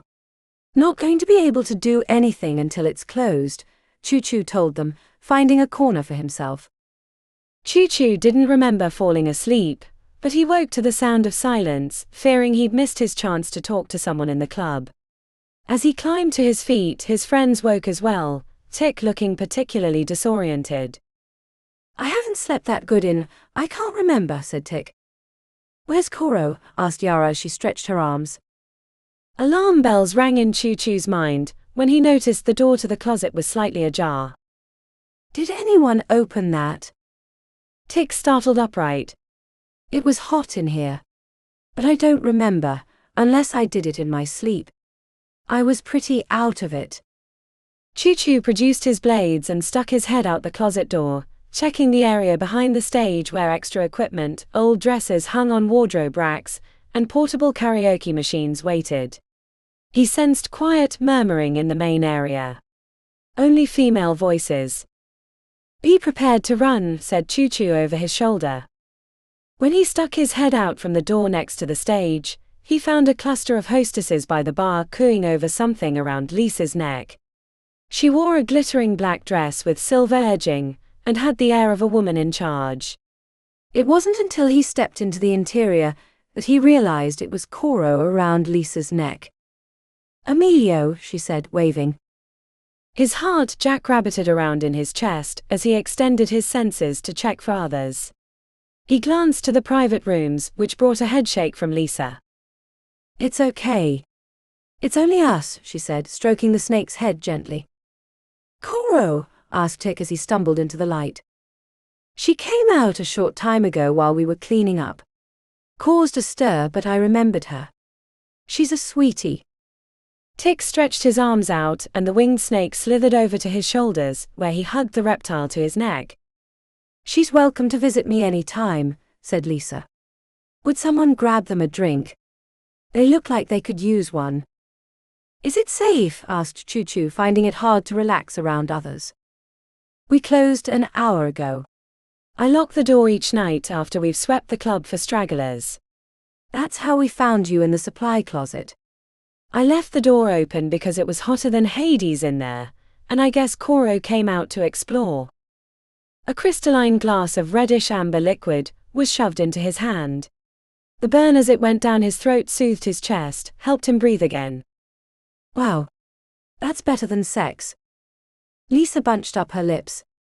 You three look like hell. We've been living at the edges for months, but our luck is finally catching up to us. They tracked us to our camp. We need a place to lay low for a while. You're always welcome here. The ladies and I won't forget what you did, said Lisa, taking a drink from her glass. It didn't get you in trouble. A little, but when we threatened not to work and close down the Onyx, they backpedaled. It helped. We still looked pretty beat up when they came to collect the corpses. Choo-Choo glanced between his feet, remembering the scrap and looking for old blood. What's been going on? Asked Yara as she clutched the glass of whiskey to her chest. Lisa ushered them to a booth, after instructing the others to reopen the kitchen. She went on to explain how the Alliance had been consolidating control of the Undercity, bringing in new recruits, expanding their mining operations by taking people from the city above and putting them to work. The three major business areas, the Torino, Big Dave's Town and La Zona, were back to normal, and Dominion was using them to entertain new business partners. During the explanation, someone brought out a few plates containing teriyaki pork skewers and fried crickets, which were devoured in a matter of seconds. The longer she spoke, the more disheartened Choo-Choo became as he realized they were doing very little against the Alliance. They're recruiting faster than we can kill them, said Choo-Choo, sucking the sticky teriyaki from his fingers. It explains why their patrols have gotten so much larger, said Yara. Lisa's forehead rippled with concern. I'm not going to lie to you. While I know the Alliance clan members are scared shitless about running into the three of you in the shadows, they also believe it's only a matter of time before they catch you. I heard Deacon himself talk about how they were going to find you sooner rather than later. Yara nearly came out of the booth. Deacon? When? What was he doing? The conversation had been subdued up until that point, but Lisa seemed genuinely upset when they brought up his name. I didn't know him well from before. He wasn't in Razor long enough for me to get a good read on him, but he wasn't that much different than the rest of you. Now. She gave a tiny shudder. If I never have to be around him again, I'll be happy. Why? Asked Choo-Choo. Lisa took a long drink from her glass and set it down too hard, rattling the ice. I heard they'd sent him to the Eternal City for training. But that ain't just training. He's different. Colder. More matri-like. His eyes are ringed with shadows. They say he doesn't laugh or joke anymore. When he was here, it was only to evaluate the club. He didn't interact with the girls or sing karaoke. I've heard enough whispers from his Waku that he's faster than Sin. A younger up-and-coming Waku tried to challenge him to a duel. They say he dismantled him so fast that no one had a chance to blink before it was over. No one saw that young Waku again. The news brought Yara back to earth. She sat quietly against the back of the booth, staring into the middle distance. Choo-Choo put a hand on her leg. We'll find a way to get him back. Everyone is beatable. The look from Lisa wasn't encouraging, but she was deft enough not to say anything further. Choo-Choo cradled his drink and tried not to think about how fruitless their efforts were. It's over, isn't it? They won, we lost. I feel like we're swimming against a tsunami. Until it hits the shore, a tsunami doesn't look like anything more than a regular wave, said Lisa. Thanks, but you know what I mean. Despite what you think, you're doing a lot. We always hear the Alliance talk about you three. You know what they call you? Choo-Choo sat up with the others. They call us something, asked Tick, grinning. I hope it's cool. When Yara hit his leg, he said, if we're gonna die, I at least want to know that we were memorable. The Ghost Shadows. The Ghost Shadows, asked Choo-Choo. What kind of name is that? If you heard them say it, you'd hear fear in their voices. She smirked. But now that you mention it, it does sound kind of ridiculous. Tick spun his glass around in his hands. Ghost shadows? That'd be like the wizard mage, or the samurai ninja. He let his forehead dip down until it was resting on the table. We let these assholes beat us. It's almost worse. The problem is, we'll never be able to do anything in the Undercity, said Choo Choo. They don't know your names, or at least not that I've heard, said Lisa. That's why they use that name. Small mercies, said Yara. Lisa offered a hesitant smile. What are your plans now? I was kinda surprised it took this long for you to return. We're hoping for some help in hiding out. We're tired, hungry, thirsty. Stinky, said Lisa. Stinky, agreed Choo Choo. And we need time to figure out what we're doing next. But we can't do that, running around avoiding Alliance patrols. We need a place to hide and rest. He threw a small bag on the table filled with the stones they'd collected from the Waku they'd killed. We have these as payment if you need cash.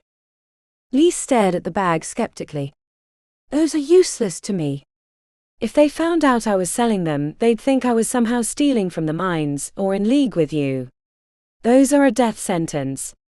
You might as well take them back, save them for someone who can help you. She cocked her mouth to the side. You know you've inspired others to sabotage the Alliance. Choo Choo almost had his glass to his mouth when he let it drop. We have. Lisa nodded enthusiastically. There have been explosions at mines, soldados showing up dead, other acts of rebellion. A lot of it's attributed to the ghost shadows, but it happens all over, and I know you three aren't everywhere at once. In fact, as far as I can tell, you've stayed to the northeast quadrant of the Undercity. If you could figure that out, no wonder we've been having trouble, said Choo Choo, shaking his head. But I can help, said Lisa. There's an old room up top that had a water leak last year and part of the roof collapsed. It's been fixed since, but we haven't needed the extra room since, because there haven't been any new girls brought in. It's yours, but you have to promise me that you'll do everything I say. This is my club now, and I'm in charge of protecting everyone. If you get caught, they'll kill everyone in the club. It's a fate those girls don't deserve. We agree, said Choo Choo. I need to hear it from Yara, said Lisa, lips tight. I'm sorry. I know your temper.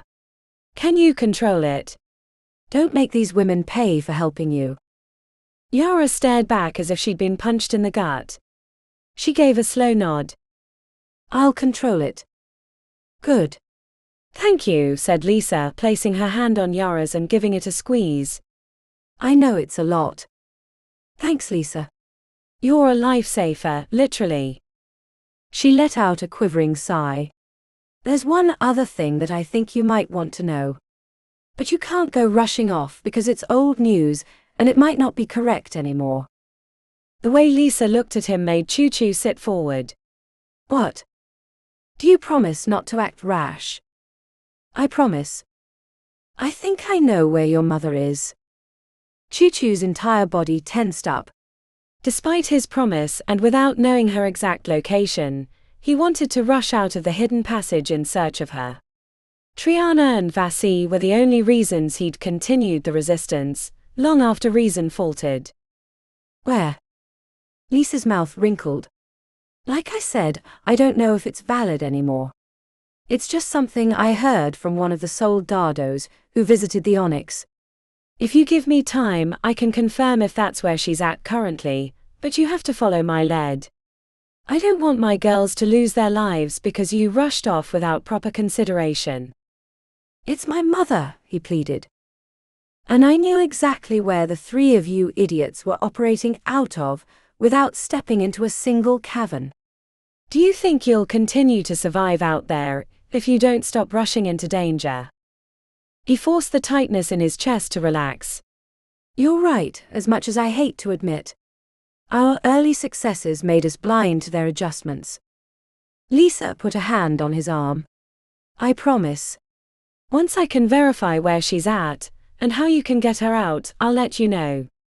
But until then, stay here, heal up, relax a little. She cocked a smile. And please, for all our sakes, take a shower. Chapter 19. Acquiring enough fabric took them a week. It wasn't like there was a regular supply route from the main city to the hinterlands. They'd had to barter with the locals, trading labor or food that they'd caught. A few, like an older matey woman who lived in a makeshift hovel, handed over a roll of extra fabric she had stashed as thanks for them unburying the fountain. An old woman like me doesn't like to travel that far, especially when failure are in the air, she told them. It was one of the few times that Kuma had seen an older matey as a matronly grandmother rather than a cruel elder race. He wondered if not all the matey were the same, but given her status as an outcast, he assumed that those that went against the grain were a small minority. Do you really think this is going to work? Asked Pandora from his right. The sound of her voice was muffled from the wrappings. He turned slowly, the thick fabric around his legs making movement stiff. You look like a desert raider who got stung by 1,000 bees, she told him. He chuckled from beneath the wrappings. I've never been so turned on before. All your ambiguous shapes and lumpy limbs. We could give the phrase bumping uglies a real run for its money, she said. When I was a young boy on the cusp of training to be a soldado, my mother found me crying behind the house.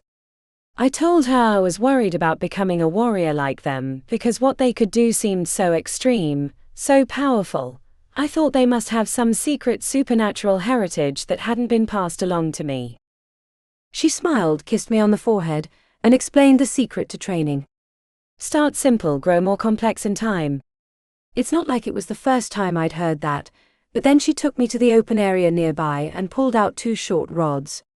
She set them on the ground about a foot apart, and told me to jump over them. Which I did. Then she moved 1 inch further apart. She kept moving them until I could no longer jump over the 2 rods. Then she told me to train every day, leaping over the gap and making it slightly wider when I was successful.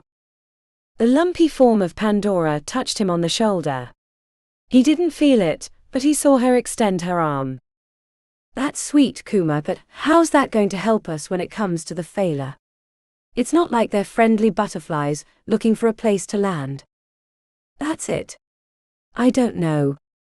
Just like I didn't know how to jump 5 feet back then, but by the time I was in the academy, I could jump further. Much further. The first thing is we have to find them. She wobbled forward. I'm just glad we waited until we got here to wrap ourselves like mummies.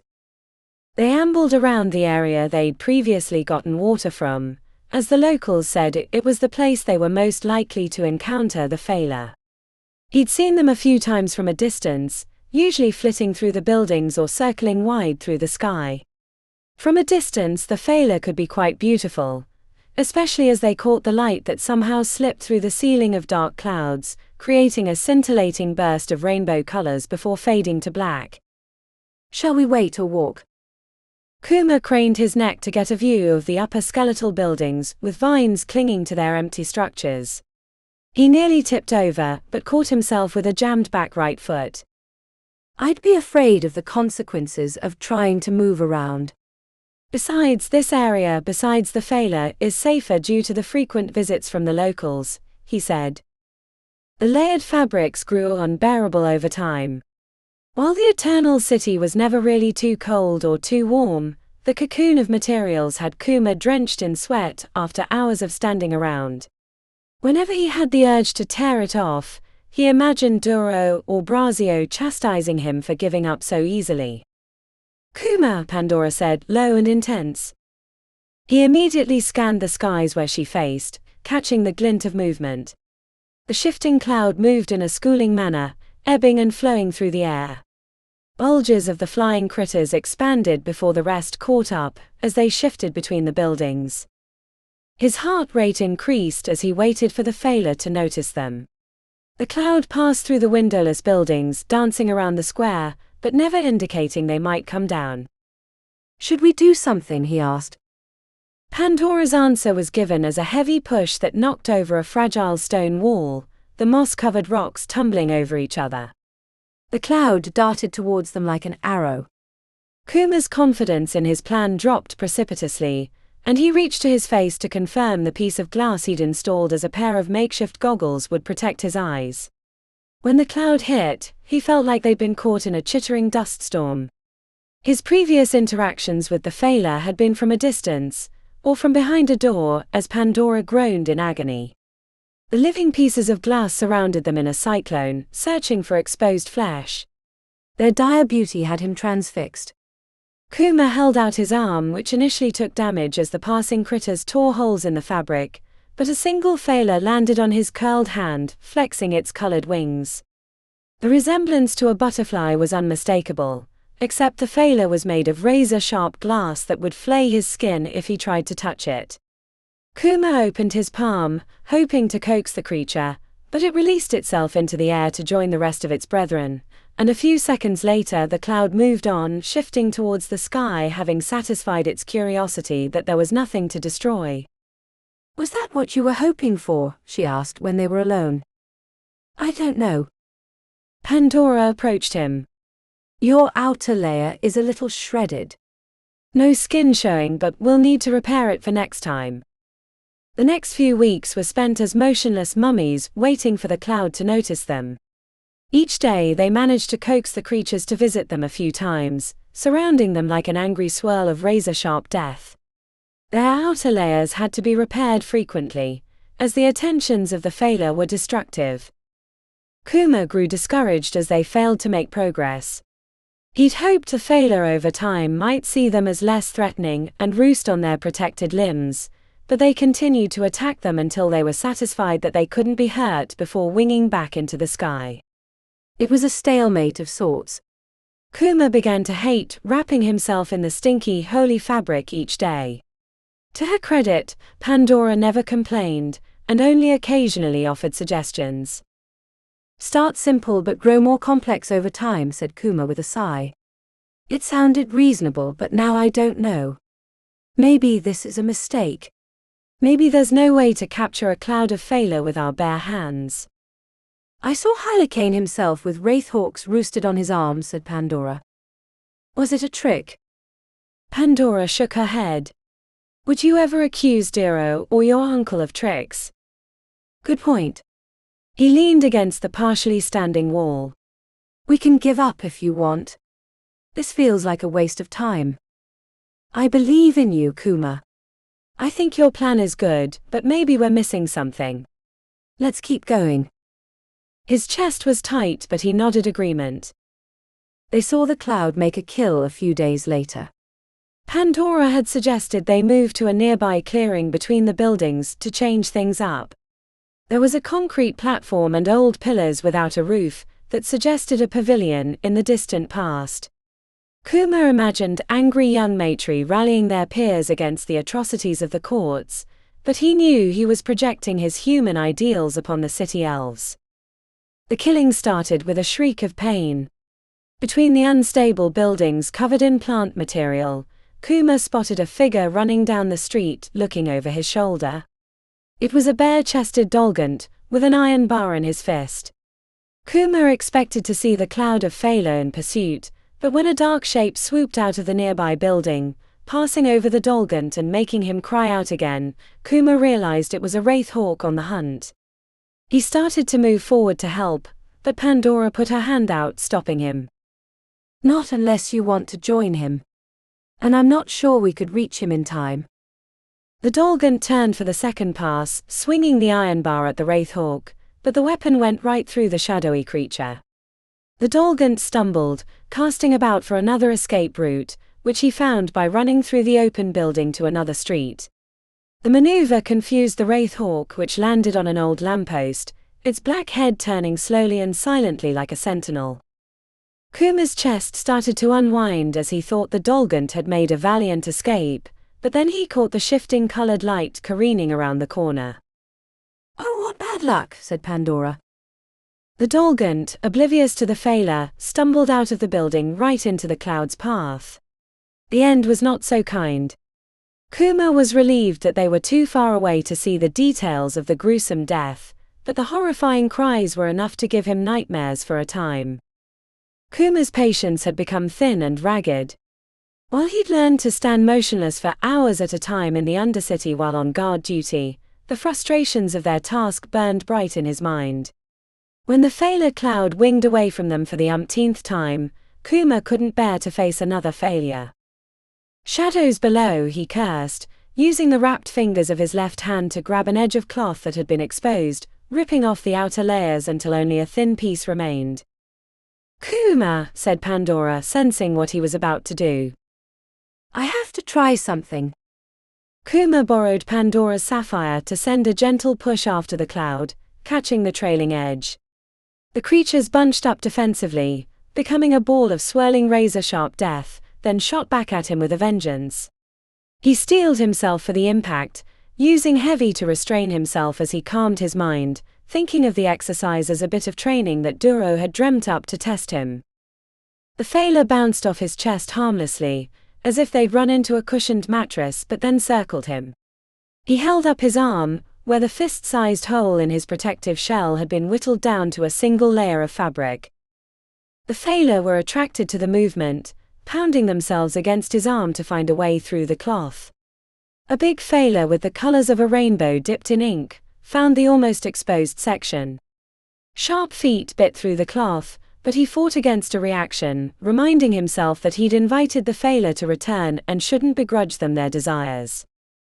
The deep cut sent blood dripping into the cloth, collecting around his forearm. The big failure tested other parts of his flesh, the thin cloth providing no protection. Kuma kept his mind calm and his arm steady. The creature continued creating slices either by accident or attention, while Kuma focused on the beauty of the living glass attached to his arm. He heard the rip of fabric behind him, which suggested Pandora had followed his lead. With mincing steps, Kuma rotated until he could see her. A cluster of failure had landed on the thinner area, blood blooming through the fabric. Pandora's eyes were white with fright, but she maintained an outer calmness. He wanted to console her, as he knew how painful the touch of the failure were not only physically, but as a reminder of her brutal past. As she blinked heavily and her breath grew more shallow, he knotted his forehead, trying to get her attention. When they matched gazes, he tried to will her to relax, and after a few heartbeats she began to breathe normally again. Pandora gave him a curt nod, signaling she'd regained her composure. After a minute of painful examination, the big failure on his arm settled, and the wings stopped flitting maddeningly. Kuma used the moment to slide his arm towards his chest, so he could examine the creature closer. It didn't fly away, leaving Kuma enraptured by the glinting light. He picked out tiny veins in the colored glass, shifting with what he could only imagine as a kind of silica blood. As he thought about caressing the failure's glossy wings to understand their makeup, the creature burst away from his arm and the cloud rose with it, ascending into the sky and catching a beam of unseen light, glittering with strange and fell beauty. The failure didn't come back that day, requiring a return to solidify the idea that Kuma had settled upon as a method of subduing the dangerous failure. Using a different part of his arm, he coaxed the creatures to land, keeping his mind and heart as calm as a lake on a day with no wind. After the initial bloody investigation, the small knot of failure stopped their beating wings and preened themselves in the city air. Their silent communion lasted longer than the day before, and ended with a great lifting into the sky. Start small and grow more complex with time. The saying from his mother was the beating heart of their exercise. Day by day they stripped away their outer layer, allowing more and more failure to land on them. They met the end of each encounter with nicks and cuts, blood oozing from the wounds, but despite the increased number, their injuries were not growing in size. By the 6th week, Kuma had his entire left arm exposed upon their arrival, with only a thin layer of cloth across the rest of his body. Only his head and eyes remained protected completely. The failure had come to expect their visits, arriving not long after them, taking their roost for a few minutes of quiet contemplation, and then winging back to the skies in search of less willing prey. Until that point, Kuma wasn't sure what it was exactly that was helping with progress. His first real clue came on a day that a small creature called a knave, It reminded him of a jackrabbit with tiger stripes and fangs that stuck out its elongated mouth, came to investigate the pavilion right before the Phaler cloud returned to the sky. He tensed up as he saw the creature come out from behind the broken pillar, and his sudden internal change was rewarded with a bout of new pain as the Phaler roosting on his exposed arm dug their feet into his flesh. He nearly cried out, which would have been a mistake drawing others to him, but he focused on his breathing and forced himself to forget the pain. The Phaler made quick work of the knave, leaving a bloody hunk of meat where it had been caught. After the glassy critters returned to the sky, Kuma examined his arm, which was marred with numerous small slices. Pandora stood over the unfortunate knave, a frown hooked to her lips. Did you notice they flew away the moment it died? As if they could no longer feed on its pain. He rolled the idea around in his head before replying. Then why'd they leave the day they tore into your side? Her mouth hung open briefly. I don't know. Maybe those were different because they were in the Ruby Queen's territory, while these are wild and untamed. Many months after they entered the broken buildings, wrapping themselves in a cocoon of borrowed linens, they returned to the Golden Fist with their arms covered in fluttering Phaler. Kuma entered first. All eyes fell upon them, followed by a collective in-breath. The rest of the cloud had fluttered away once they reached the cluttered avenue, but the few dozen that remained put fear in their hearts. What madness is this? Said the bartender in his gravelly voice as he backed away from the serving counter. The terror in their eyes seemed foreign to Kuma after endless days of meditation on the pavilion, letting the Phaler roost upon their exposed flesh. His skin was nicked with scars, but there was no blood today on either him or Pandora. The patrons of the bar reached for their weapons, but none made a move to pull them out, clearly fearing an attack of the razor-sharp creatures. From the shadows of a dark corner rose the well-dressed jester in a purple coat. He set the strange puzzle cube onto the table and approached tentatively, showing more fortitude than the others. I'd wondered if you'd returned to the Athena. His black eyes flitted over the Phaler as he raised his hand as if he might try to touch one, a smile held firmly in his teeth. But it appears you've been busy. You'll tell him what you've seen. Show him yourself, said Jester with a curt laugh. We don't know if he's in there. I'm sure he is doing things that matri like him do, being mystical and obtuse, a real pain in the arse. Jester lunged towards them and the Phaler burst away, flying chaotically through the bar as its patrons shouted and waved their hands to keep them away until they escaped through the openings that served as open windows. Once the creatures were gone, the patrons cursed Jester, but made no move to physically rebuke him. Despite the sabotage, Kuma didn't find himself enraged like the others. Time with the Phaler had taught him an internal calmness he never thought possible. The same was true for Pandora, whose past had made the interaction more difficult, because it reminded her of the brutal lessons her mother had forced her to endure when she was a child. You'll speak to him as soon as possible. Jester's eyes creased with mirth. The expected quip wasn't offered.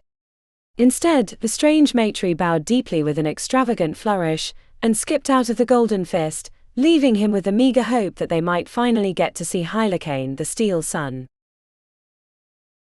Chapter 20. Club Onyx became their home and prison for the next few months, as Lisa tried to chase down the location of Choo-Choo's mother and sister, using her network of information. Yara relished the comforts of the private room above the club, even as the noise from the endless karaoke and the return of the next-door pachinko parlor made relaxing during most hours difficult. Tick, to her surprise, was the least annoying of her companions, as he read the endless supply of romance novels that the hostesses provided, while his flying snake, Koro, lounged around his neck or hunted mice in the back rooms.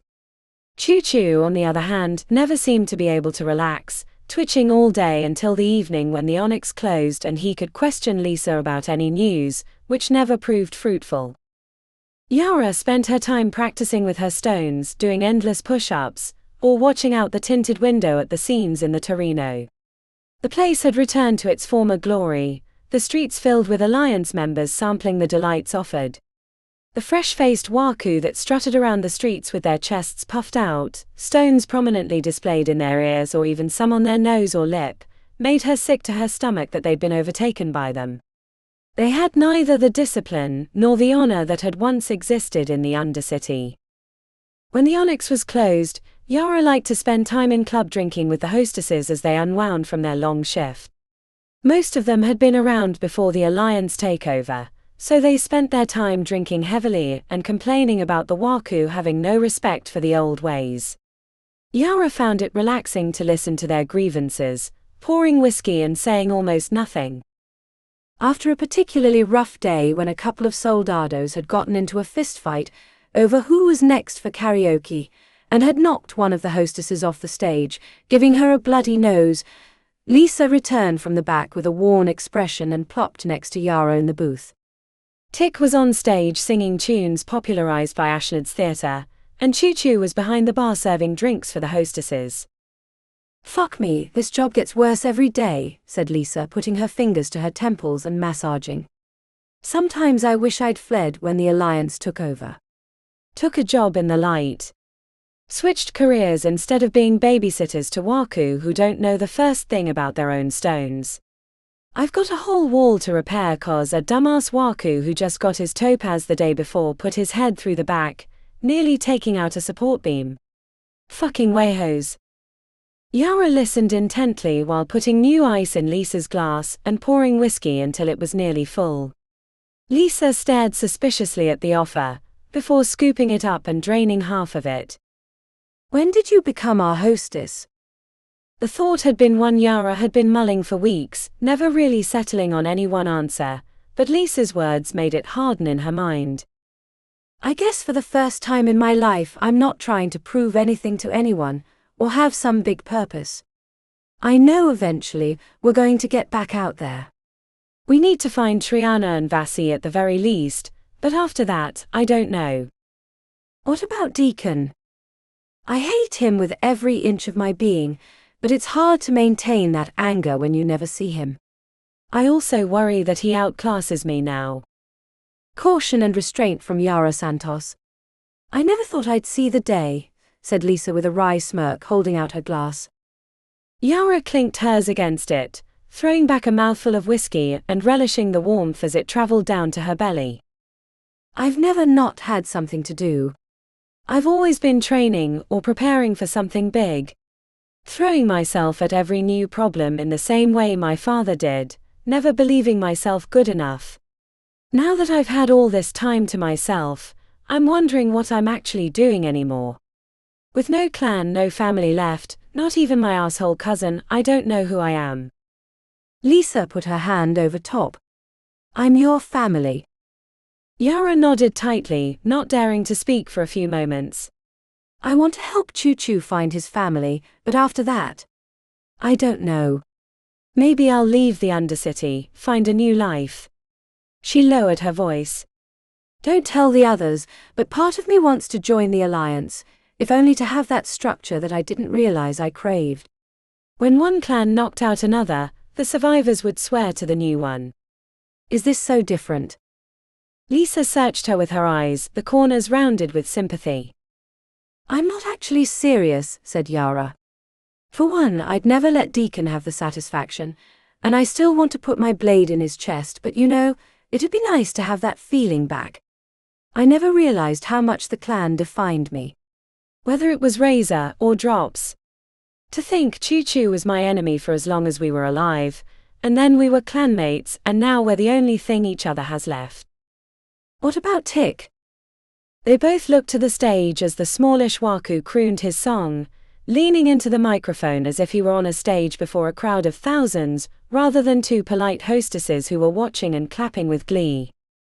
"He's family, sure, but he's weird. Lately he's been talking to Koro as if she has her own thoughts. Been wondering if that tiger's eye is messing with his head." Lisa snorted. "I overheard him talking to the cricket cage in the kitchen as if he were Koro, picking out the tastiest insect for consumption. He actually threw a live one in his mouth, but then spit it out when the insect grabbed onto his tongue." I nearly peed myself with laughter. "He's a dork, But at least he hasn't been masturbating in the bathroom next to the room anymore.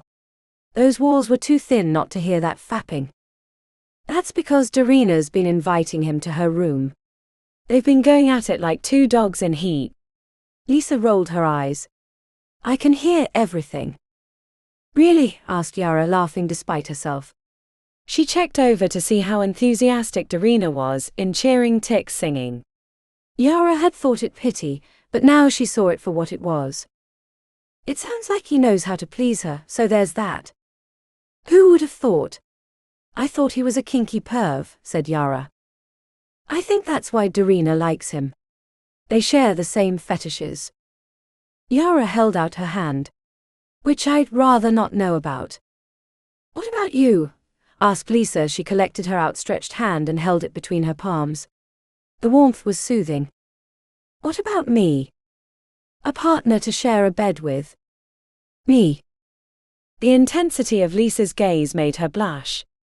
Yes, you. When you're not so angry, you're quite stunning. Thank you, Lisa. I really appreciate the offer. I wish it was something I was interested in, but you know I've always been a fan of the Big D. Lisa kissed the back of her fingers and released her hand. Understood. I didn't know, but I didn't want to leave it unexplored if there was a possibility. There's one thing you can do, said Yara. Anything. Find where Triana and Vasi are. Choo-Choo's going to go mad if he's stuck in the Onyx much longer, and I'm not sure all this time with myself is the best either. I'm not going to be much of a waku if I don't get back in the action. I thought you were enjoying not having something to do, asked Lisa. I am. It's been nice. More than nice. But I think that time needs to be over soon. For Choo-Choo. For myself. When Deacon drugged me, thinking I might follow him over after he wiped out my clan, it made me furious, because it made others wonder where my loyalties lay. Made me want to kill him no matter what it took. I think this break has changed that for me. There's no one left to doubt me now. We're a clan of 3, or clanless, however you want to think about it. But you still want to kill him. More than ever. Because he fucked with my family. Chapter 21. Kamina found it hard to remember her old life, before she was co-opted into the Alliance. Details of being a member of Razor or Drops were hazy and distant, a direct result of the drugs she had to take on a daily basis. Forgetting made it easier to make friends with her fellow Waku, who'd seen her as an outsider for the first half year of her existence in the Alliance. Over time her status shifted as they forgot where she'd come from as much as she had. They started inviting her to the bars when they were on break, or including her in practice sessions, especially because she was much better than them in every way. At first she beat them without comment, letting her actions speak for her skills, but in time she started offering suggestions, hating herself at each one but then growing more used to it. Word of the attacks on patrols or mining sites made her anxious, but she knew how little they were accomplishing, as the Alliance machine was growing larger each day. Even if those few knots of resistance killed 3 times the numbers, they still wouldn't keep up with recruitment. She saw how futile their efforts were, and this reality, combined with the drugs, made it hard for her to remember what it was like before she'd been co-opted into the Alliance. She hated the contempt she felt for her old clanmates. When Deacon came back from the Eternal City, she didn't know about it, until he showed up at a sparring session. Kamina was explaining how to use an amber to detect twitches in the opponent's muscles, to predict where they would strike. Since many of the new Waku had come from the light, she explained it as a batter learning how to read the pitcher's body language to guess where the ball was going to be thrown. You have to be able to read by instinct.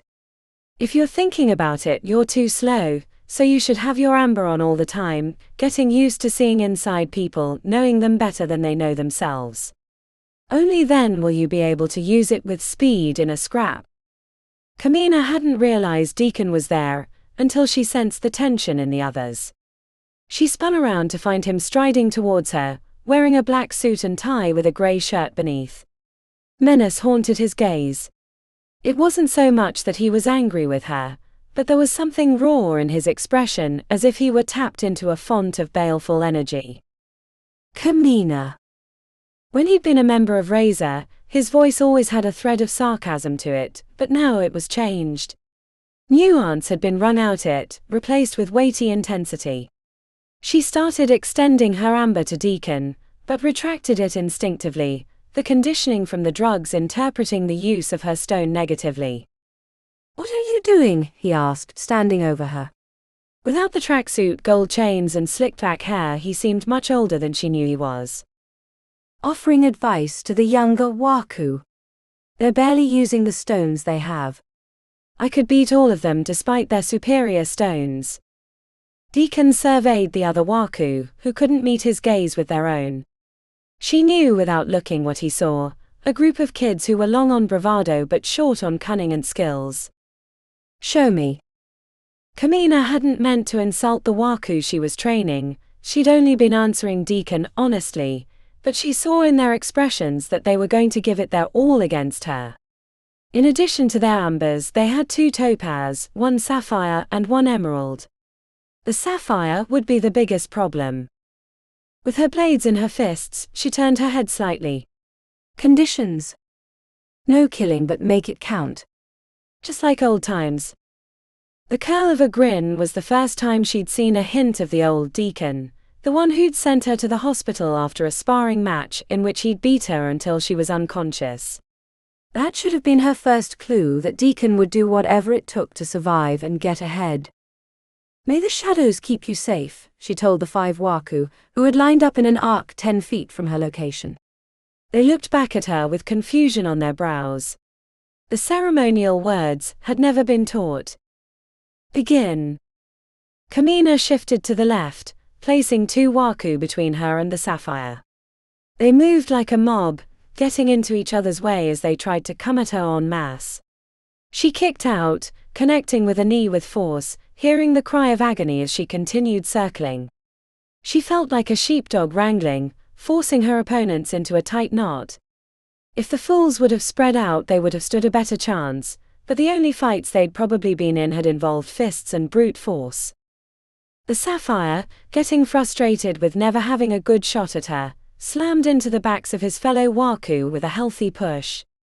It was an inspired but selfish decision, with little thought past the first move. Kamina had sensed the change, and when the 2 tumbled forward, she filled in the space, making 2 shallow cuts across the man's cheeks, then kicking him in the chest, sending him onto his back. With the sapphire on the ground, holding onto his bloody face, Kamina slammed the butt of her blade into the 5th Waku, knocking him out. When she spun around, she found the 5 Waku on the ground, none of them appearing willing to continue the fight. The cold glare from Deacon suggested an upcoming outburst of rage, but he remained silent for a long minute. "Go," he said, gesturing to the young Waku. "Take yourselves to an opal." The Waku with the busted knee had to be helped from the room. When they were gone, Deacon turned to her, his jaw pulsing. "You're angry with me." "No, Kamina. Completely the opposite. You've shown me that our training isn't working. We're bringing in too many new Waku who aren't worth a smudge of shit on the bottom of my boot." She hated the way the acknowledgement was pleasurable, a brief euphoria brought on by the drug, which only conditioned her further. Deacon paced away, cupping his jaw in his hand. "So much has changed since I've been gone. Dominion has placed me in charge of the clan's Waku, but I'm no trainer. I didn't spend my life in a clan academy, and what I learned in the Eternal City, well..." Emotions raged within Kamina. She knew what he was contemplating and craved it. More than she wanted to admit to herself. But she knew once he offered and she took it, it would only deepen her ties to the new clan, erasing her life before. "I accept." He spun on his heel. "I haven't offered it yet." "It's logical. We both know a 14-year-old kid from Old Razor or Drops could take any one of those Waku even without a stone. They preen and puff up their chests, but they don't know shit. Well, I'm no Brazio, I'm the best you have and you don't want the job." If that was meant as an audition, it was quite convincing. He pursed his lips and looked away. He was changed from his experience in the Eternal City, but he was still Deacon beneath the harsh new exterior. The job is yours. But if I find a whiff of the old Kamina interfering with Alliance business, I'll cut your throat and dump your body in Cantor's Folly. Understood. Deacon left without comment, making her wonder if she'd made a terrible mistake, but the drugs coursing through her system had her constantly wondering who the real Kamina was anymore. Chapter 22. It took nearly a week for Jester to return with an answer from Hylakane. They'd been sparring in an empty square, mixing up their routine with non-stone matches, or using each other's weapons, anything to keep the training fresh since they only had each other. They just finished a round that Kuma had won, when he'd used a borrowed push to knock her enough off balance to land a killing blow. Pandora leaned against a stone wall next to Kuma, chugging water they'd brought from the fountain, letting some spill down her shirt to cool off. We were beginning to think you'd run off because you really didn't have a connection to Hylakane, said Pandora. My apologies, said Jester, touching his fingers to his forehead in what could be interpreted as a mocking version of the Waku salute. As I've said before, my visits with him are pre-scheduled, making it difficult to get the word to him in a timely manner. Do you have news? She asked. Jester grumbled under his breath, glancing askew. I do. I'm afraid the Steel Sun wasn't as impressed as I was when you walked into the Golden Fist with handfuls of failure. Heat rose to her cheeks as she surged forward. What do you mean, not impressed? The Steel Sun requests another test of your skills. But I imagine this one is much simpler, or perhaps shorter, though much like the other, I'm not sure how it can be accomplished. The hiss of a blade being removed from its sheath filled the air. If you're lying to us, or playing games and making up these challenges to keep us from finding out that you're not really connected to Hylakane, Kuma said, I will start slicing off any dangly bits, starting with your nose and ending with whatever lurks between your legs. Jester backed up, holding his hands up and nervously replying. Please. There will be no need. I swear to you on my honor that I am being truthful. This request came directly from the Steel Sun. Not me. He pulled a handkerchief from an inner pocket of his velvet purple coat, and dabbed his forehead with it. Is this the last request before we can meet him? She asked. Jester screwed up his face. I cannot say. Get on with it then. I'm anxious to get started. The strange matri extended his right arm towards a nearby building. Besides Hylakane's spire, it was the tallest structure in the area, though the upper floors looked on the verge of collapse. His Grace the Steel Sun wishes you to leap from that building and land without injury. Together, of course. Jester squeezed his eyes shut with a grimace. If you're going to start chopping off bits, please be quick about it. Laughter bubbled up from Pandora's chest unexpectedly, catching fire in Kuma as well, until they were both wiping away tears. Jester stared at them with naked confusion. I don't understand. Did I say something funny? Or have you finally gone mad greater than, it's understandable? The Eternal City can be quite trying on weak human minds. If you'd like, I can offer a tonic that might help. There's a chance it could kill you, but such is the danger of good medicine. No. It's not funny. Not on the surface anyway, said Pandora. Or that you could have guessed. But for the first time, the task is not insurmountable. In fact, I think we'll get to completing it right now, if you'd like to join us. For the first time since they'd met, the strange matri seemed at a loss for words. The journey to the building wasn't difficult, though climbing it was for Jester, who had none of their abilities to leap or climb. Not all the levels were connected by stairs, requiring an emerald-aided leap through holes in the concrete. After which they would extend a hand down and pull the stylishly dressed matri up. The wind at the top of the old building proved to be fierce, sending Pandora's hair, which had grown quite long around her face. She quickly tied it behind her head and approached the edge, feeling a knot in her stomach despite the knowledge that they could accomplish this task quite easily. Quite a view, said Jester, holding onto his hat rather than letting it blow away. Hylakane's spire was 2 blocks from them, but towering over their location. Otherwise they had a good view of the abandoned city, which stretched much further than she'd first suspected, or noticed during her first time visiting when she was younger. "Why all this waste?" asked Kuma, frowning at the empty distance, littered with buildings on the verge of collapse. "And does it really go on forever?" Jester lifted both shoulders. "No one knows. A few foolish explorers have left in an attempt to catalogue the past, but they've never returned to tell the tale. This region is one of the furthest known inhabited areas." Pandora could understand his question. She'd had the same when she was younger, but no one had given an answer she understood. Mostly they made comments that would be the same as answering why the sky was blue in their world. It just was. That was it. Motion from across the way had her head bobbling up. The wraith hawks on the spire had lifted into the sky, circling around the upper level. "We shouldn't dally here," said Jester, staring at the wraith hawks with a pinched expression. "If they deem to notice us, we will not have a good end to our day." "No," said Kuma deadpan. "We shouldn't." Pandora knew instinctively what he meant, and stepped to Jester's right while Kuma bracketed the other side. The strange matri quickly scanned his surroundings, sensing their presence, but before he could move away they each grabbed an arm. For a moment, she felt Jester's strength as he tried to pull away, but then it faded. She couldn't decide if it had been her imagination, or just the surge of adrenaline that had made him temporarily stronger. "What is the meaning of this?" Kuma met her gaze over Jester's head, a wry smile on his lips.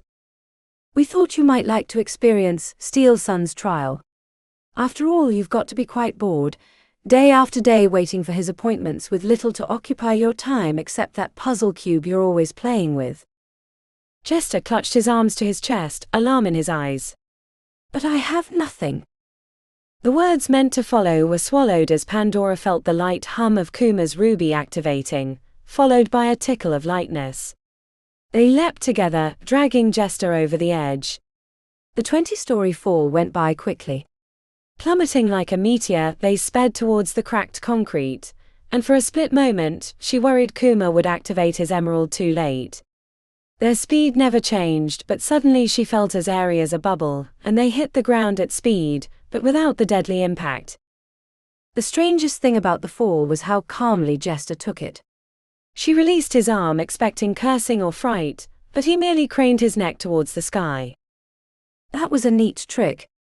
Can we do it again?" "If it'll get you to take our message to Hylakane sooner, then I'd be happy to give you another ride," said Kuma. Jester swallowed heavily again. "My apologies, my next visit with him isn't for another 2 weeks. You'll have to occupy yourselves until I can return." "Bullshit," said Pandora, crossing her arms. "Tell him right now." "I know you're lying." Kuma tilted his head, but she shot him a glance not to interfere. There'd been something about Jester that had been bothering her since they met him, and it wasn't until they'd made him take the fall with them that it occurred to her what it was, even if she didn't understand how. 2 weeks, I'm afraid. We could pass the time pleasantly in the Golden Fist. "Drinks will be on me," said Jester, backing away with his hands up. "No. You showed us the first day you could walk to his barrier without injury, which means you can go through and talk to him. Now. Or are you a liar and have been messing with us, sending us on dangerous and pointless expeditions?" "You survived and that's all that matters," he said petulantly. She extended her arm like an owner giving a dog instructions to return to the house. "Now." Jester tried to move towards the city, but Kuma moved into his way, forcing him towards the spire. "You know he's prickly, dangerous, possibly homicidal. He'll probably take my head, leaving you with no avenue to reach him. Then I guess you'd better be convincing about why we should see him now, rather than later. But I don't think that's necessary at all. I think he's quite aware of us. Up close and personal." Kuma's head craned briefly as if he thought Hylakane might be nearby, but that's not what Pandora meant. Before Jester could dart away, she slammed him with a push, knocking him on his back. What rudeness! My jacket is ripped, said Jester, checking to his rear as he lay near an oil-kissed puddle. And my trousers are stained. You know how difficult it is to keep things clean here. Blades appeared in her fists. She stalked over to Jester, stood over him. Stop this nonsense. I want to speak to Hylakane. No more games. We met your tasks. The fountain. The failure. The leap. It's time. Show yourself. The impeccably dressed Jester looked on the verge of tears. He edged backwards on his rear. Pan. It's good. Everything's good. Kuma approached, concern on his brow. Are you sure? Before he could stop her, Pandora slammed her blade into Jester's chest. The tip would split his ribs in half. There should have been nothing he could do about it, given his unremarkable nature. His eyes flashed black. Pandora found herself flying backwards through the air. She landed 30 feet away, managing to get her feet under herself.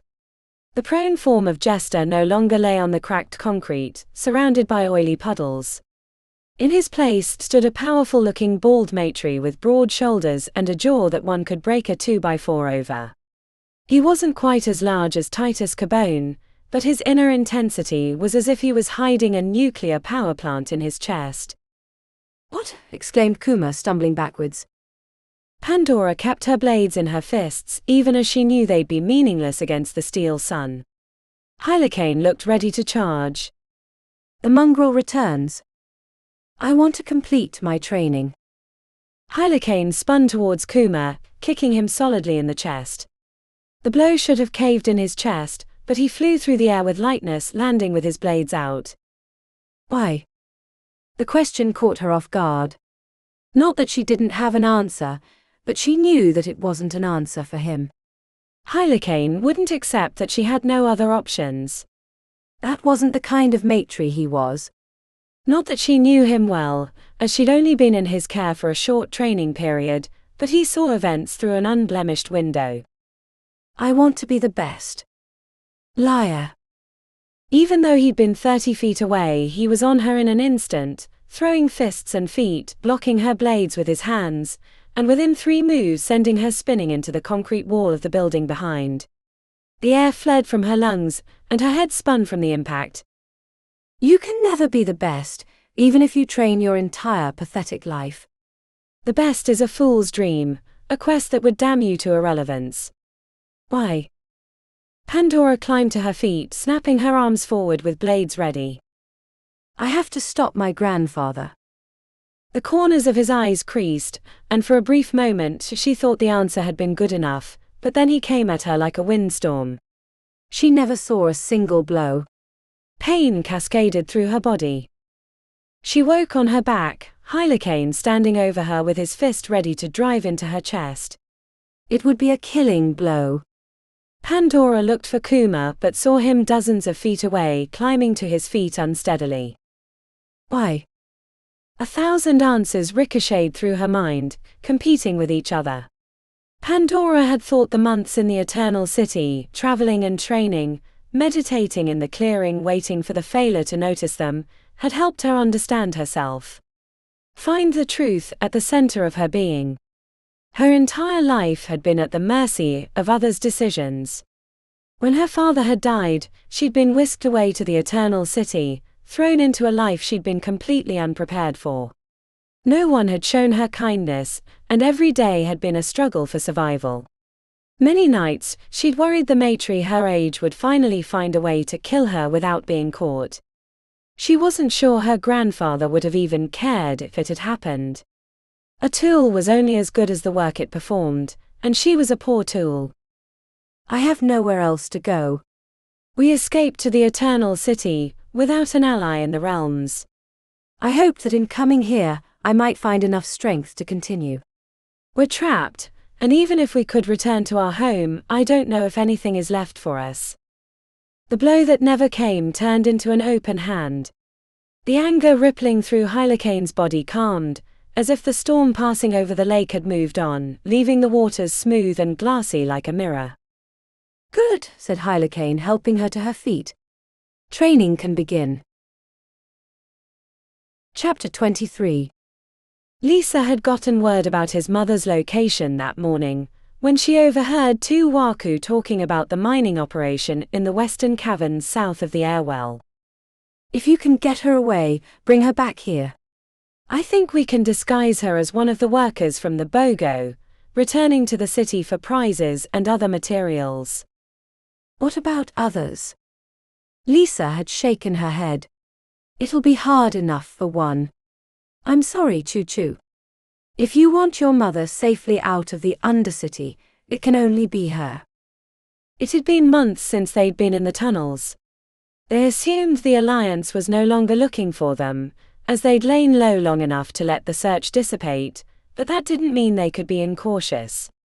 The Alliance still controlled the entirety of the Undercity, and patrols could cross their paths at any moment.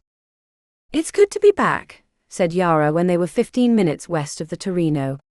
I don't know if I could have stayed in that room another day. Tick looked less pleased about the return to the hunt. They'd woken him from Darina's bed. Koro had hissed at them from her perch on the bed frame.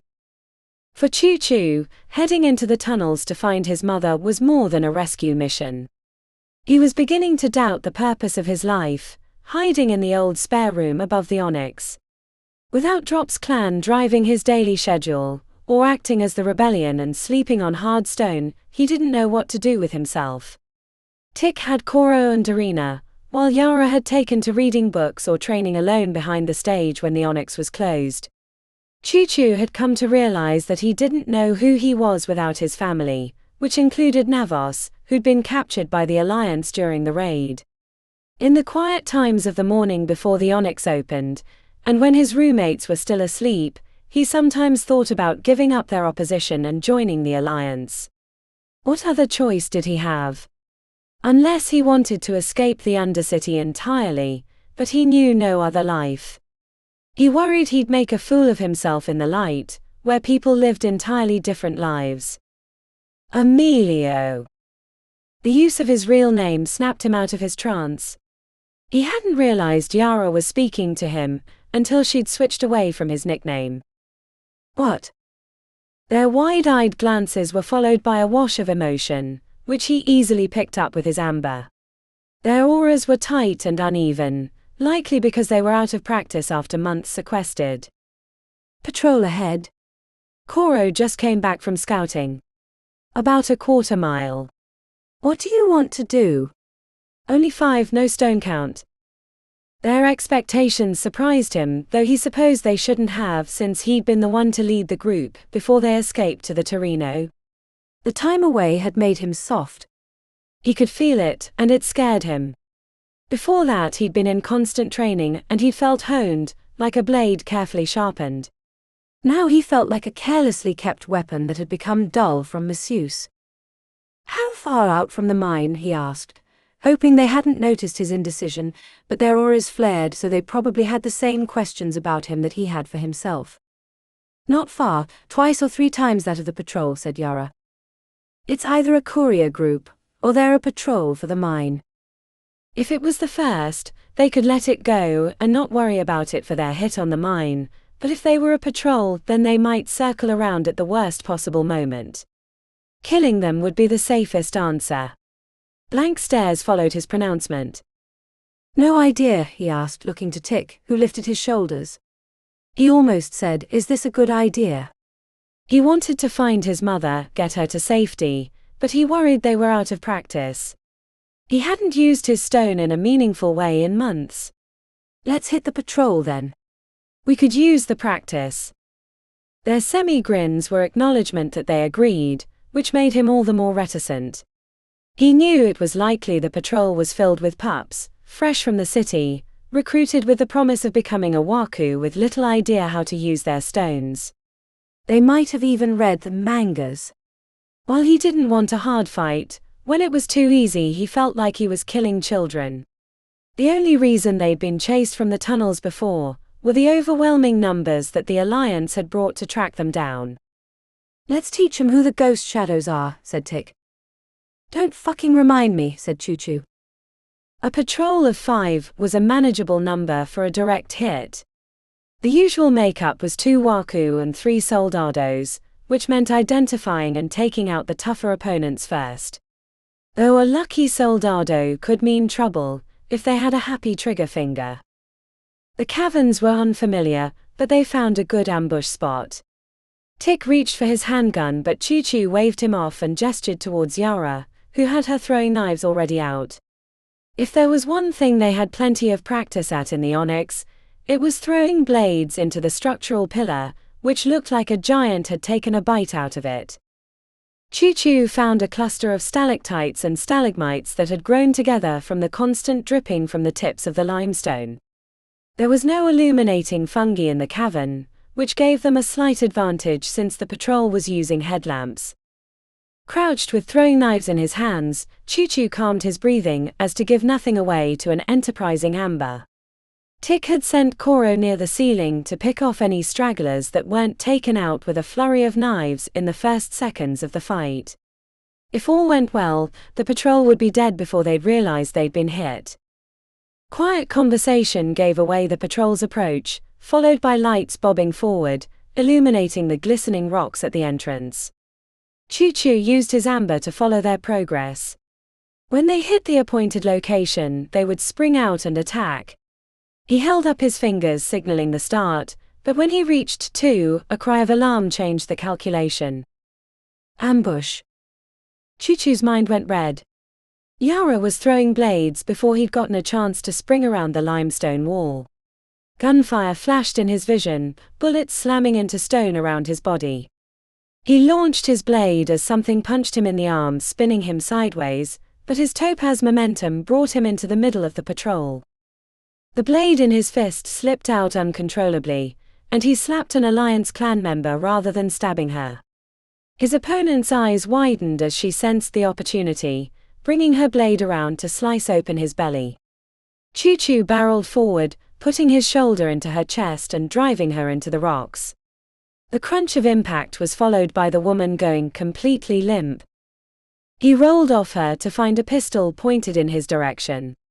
Before the gun went off, the guy stiffened, a blade sticking through his neck. By the time he hit the ground, Choo Choo was back on his feet. Only 2 other people remained standing, both of them his friends. The woman he'd landed on was gasping for breath, and another was convulsing from Koro's venom. You're shot, said Yara. Choo Choo found his arm was a bloody mess. The bullet had gone through the meat of his biceps, leaving it incapable of movement. He let it hang at his side as Tick reached into the backpack for a first aid kit, while Yara approached the woman who was still alive. She had tattoos on her face, not the kind some members of Drops had but the ones seen in the city. Her spine is snapped from when you landed on her. Can she talk? Yara shook her head. I don't even think she's 16. Fuck. I'm sorry. A quick slice and the gasping ended. The apology surprised Choo Choo, who'd never heard a moment of regret from Yara, but maybe the months away from fighting had brought a measure of self-analysis. He hoped that wouldn't impact their fighting prowess. Too much thinking in the middle of a battle wasn't good. That was a fucking mess, said Choo Choo as Tick finished wrapping the bandage around his arm. They were all ambers and 1 topaz, said Yara, placing the stones in a little leather bag with a drawstring. Makes sense, said Tick as he placed the first aid supplies back in the bag. They've been mining the hell out of the Undercity. They can afford to give everyone a stone. That makes our job harder, said Choo Choo as he tried to flex his right arm, but the pain was too intense. Fuck. I'm useless. Should we come back later? Asked Tick. The mine is going to be worse. More numbers, better stones. Yara was staring at the young woman who'd had her spine severed. They fought better than expected. Someone's been training them. Those Weihos used to not be able to detect us if we were silent and not moving. While we were hiding out, either we got worse or they got better. Or both, said Choo Choo. But no, we're hitting the mine. I've been trying to find Mammy for months.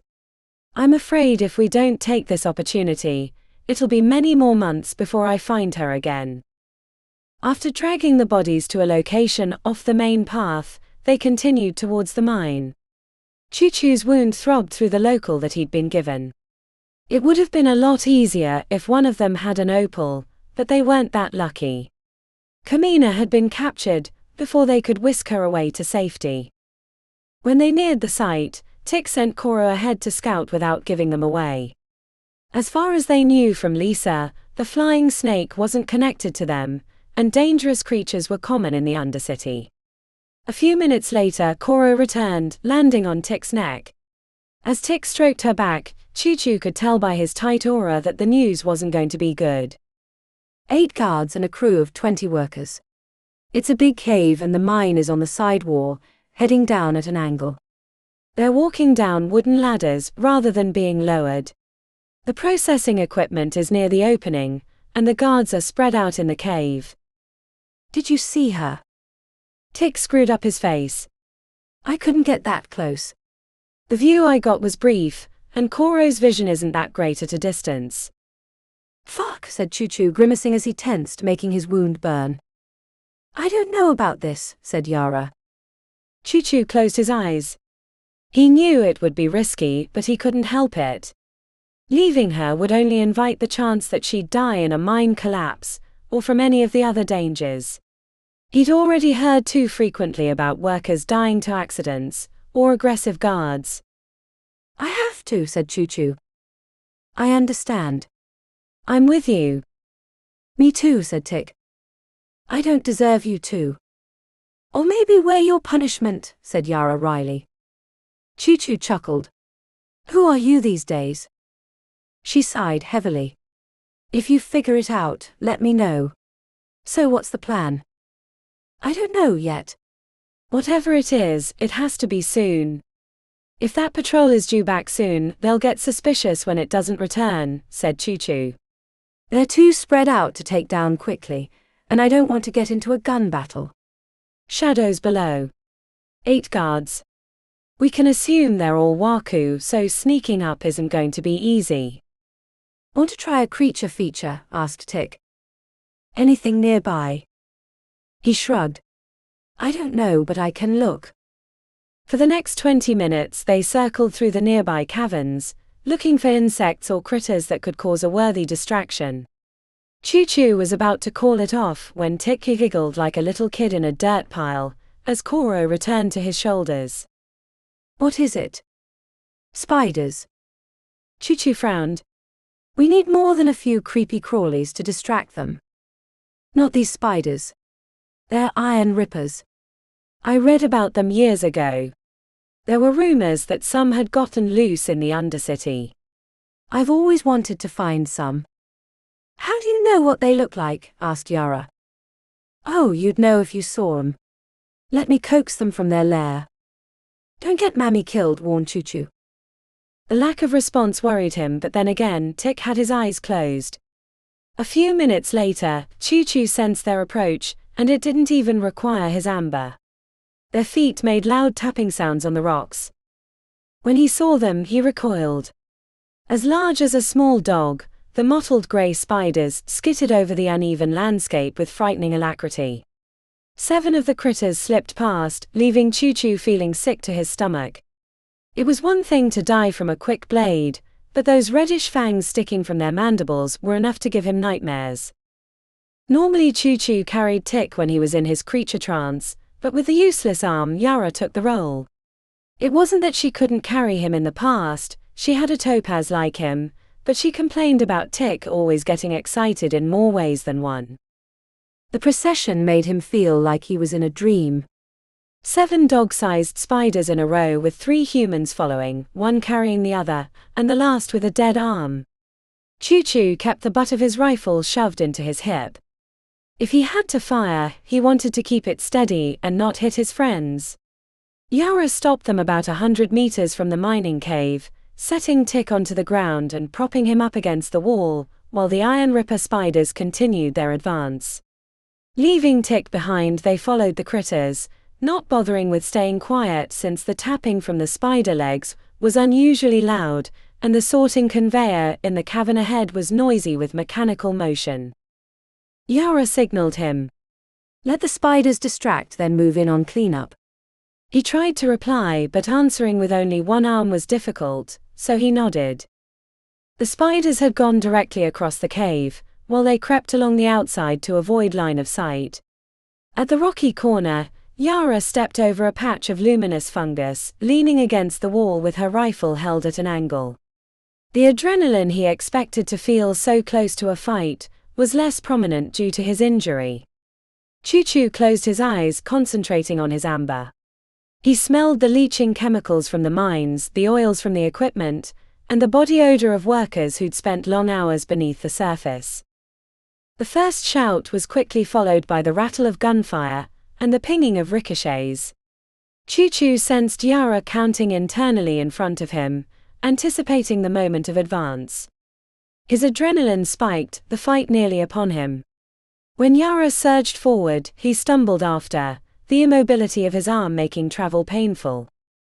Muzzle fire flashed in the next cavern, revealing the iron ripper spiders dancing across the rocks, avoiding bullets. When Choo-Choo reached the entrance a few painful seconds after Yara, he watched as a spider sunk its teeth into the thigh of an Alliance Waku. A machete would have been cleaner. The screams ended when the guy caught friendly fire in the back. Stunned by the carnage, Choo-Choo flinched when Yara fired from his left, picking off the Waku on the far side of the cavern and then two more who came rushing up from below. The fight was over before it began. Choo-Choo never fired a shot, nor was he sure he could have managed it. 4 of the spiders had succumbed to return fire, and a 5th was twitching with a curved blade stuck in its back. The other 2 skittered out the opposite side, and a minute later Tick appeared, rubbing his eyes as if he'd been taking a nap. How'd I do?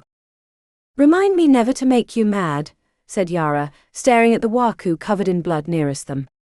The open-eyed stare contained the horrors of his final moments. Choo-Choo made his way towards the entrance to the mine, keeping his weapon trained. He sensed bodies lurking below on the wooden ladder, and hiding behind the processing conveyor, which was still running, dumping rocks into the buckets at the end. He could see 2 people crouched beneath it, sobbing quietly. You can come out. It's safe. We're not here to hurt you. A moment later, he heard a rising, Emilio. The woman that climbed from the ladder wasn't the mother he remembered. Around the Pajot, she was a vibrant woman who never stopped moving or talking, but had the warmest heart of anyone he knew. Choo-Choo didn't recognize her at first, covered in grime with a miner's hard hat, looking like something out of the Old West. Her limping gait turned into a run, and he met her midway, capturing her with his one arm. She didn't smell like he remembered, covered in mine dust. Choo-Choo held her tight, kissing her forehead, rocking softly with their roles reversed. I'm sorry, Mammy. I would have rescued you sooner, but we couldn't find you. It's okay, Emilio. I'm fine. Tired and sore, but nothing bad happened. To me, anyway. She pulled back, holding him at arm's length. There was no need to ask the question. I haven't found her yet. But I'm sure she's good. Bassie's a tough kid. Even as he said the words, he didn't really believe them. He'd seen what a few Rogue Alliance members had done in Club Onyx. What would keep someone from hurting his sister under the wrong circumstances? She punched him in his good arm. You have to find her. I can't lose another. I will. Hey, said Yara. We have to get out of here. If another patrol shows up, we'll be the one ambushed. His mother broke away from his arms and marched straight to Yara. He didn't remember until his mother was almost to Yara about their history.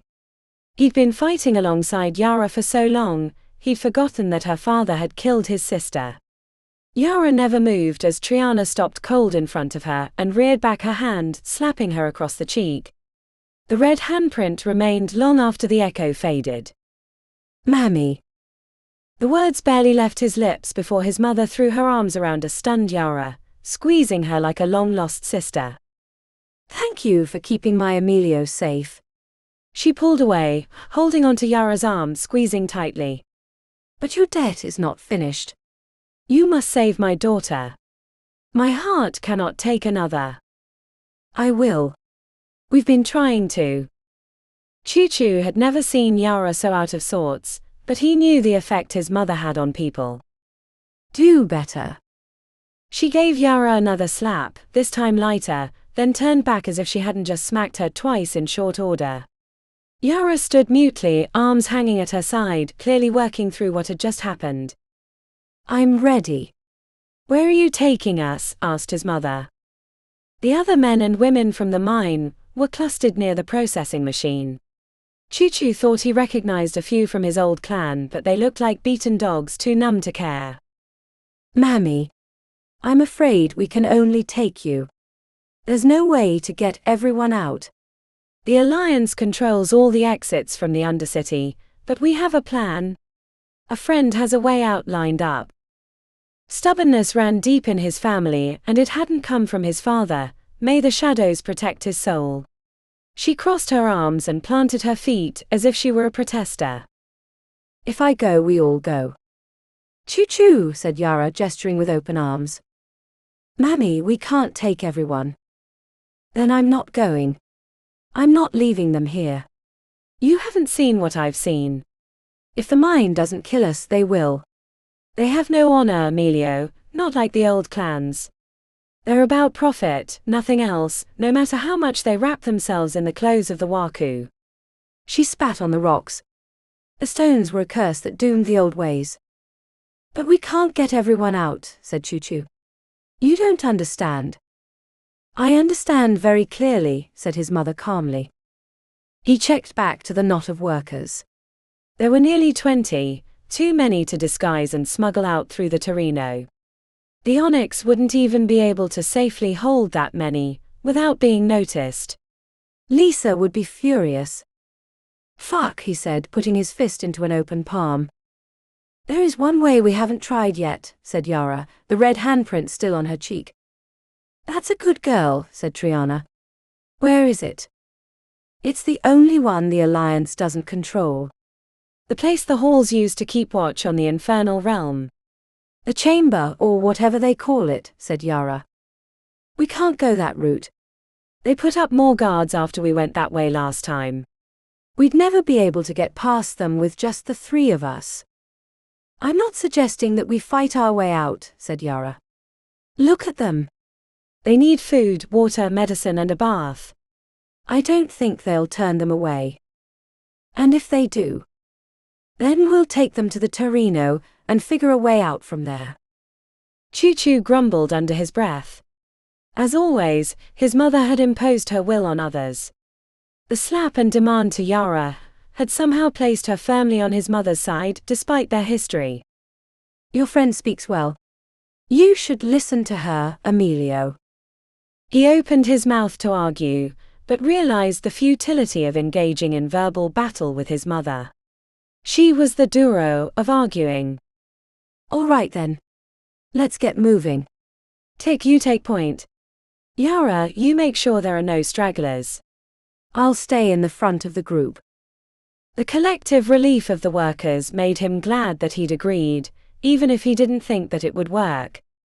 They were a few hours away from the chamber, which would leave them at the mercy of random patrols. Progress was slow. Choo-Choo had to help some of the older members of the group across difficult terrain, and there were more than a few falls and skinned knees. But luck was on their side, and they made it to the area where the infernal invasion had come through years ago. They didn't bother hiding their approach as there was no point, and no feasible way to move that many people quietly. They came upon the guard station that they'd disarmed a year before, finding it doubled in defenses. Hello. Choo-Choo called out before he stepped into view. I'm coming out to talk to you. Please don't shoot or do anything weird. We're not a threat. A husky woman's voice answered. Go away. This is 100 Hall's property. We are armed and lethal. He knew it wasn't going to be easy, so he stepped into the cavern with his hands up. A half-dozen weapons were trained on him from behind a half wall, covered in warding runes. The similarity to the wall at the Alliance complex had him smiling in remembrance. "I told you to leave," said a woman in heavy Kevlar gear. "We will shoot." "I have 20 men and women here who were enslaved by the Alliance clan, a group led by a notorious maitre, who were using them to mine phase crystals from the earth against their will. I'm no fan of mages or the halls, but I at least respect that the majority of you try to be honorable.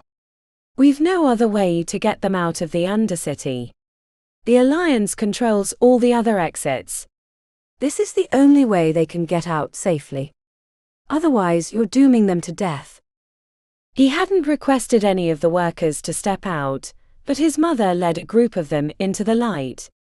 They didn't have their hands up, but their pathetic exterior was enough to put a waver into some of the rifle barrels.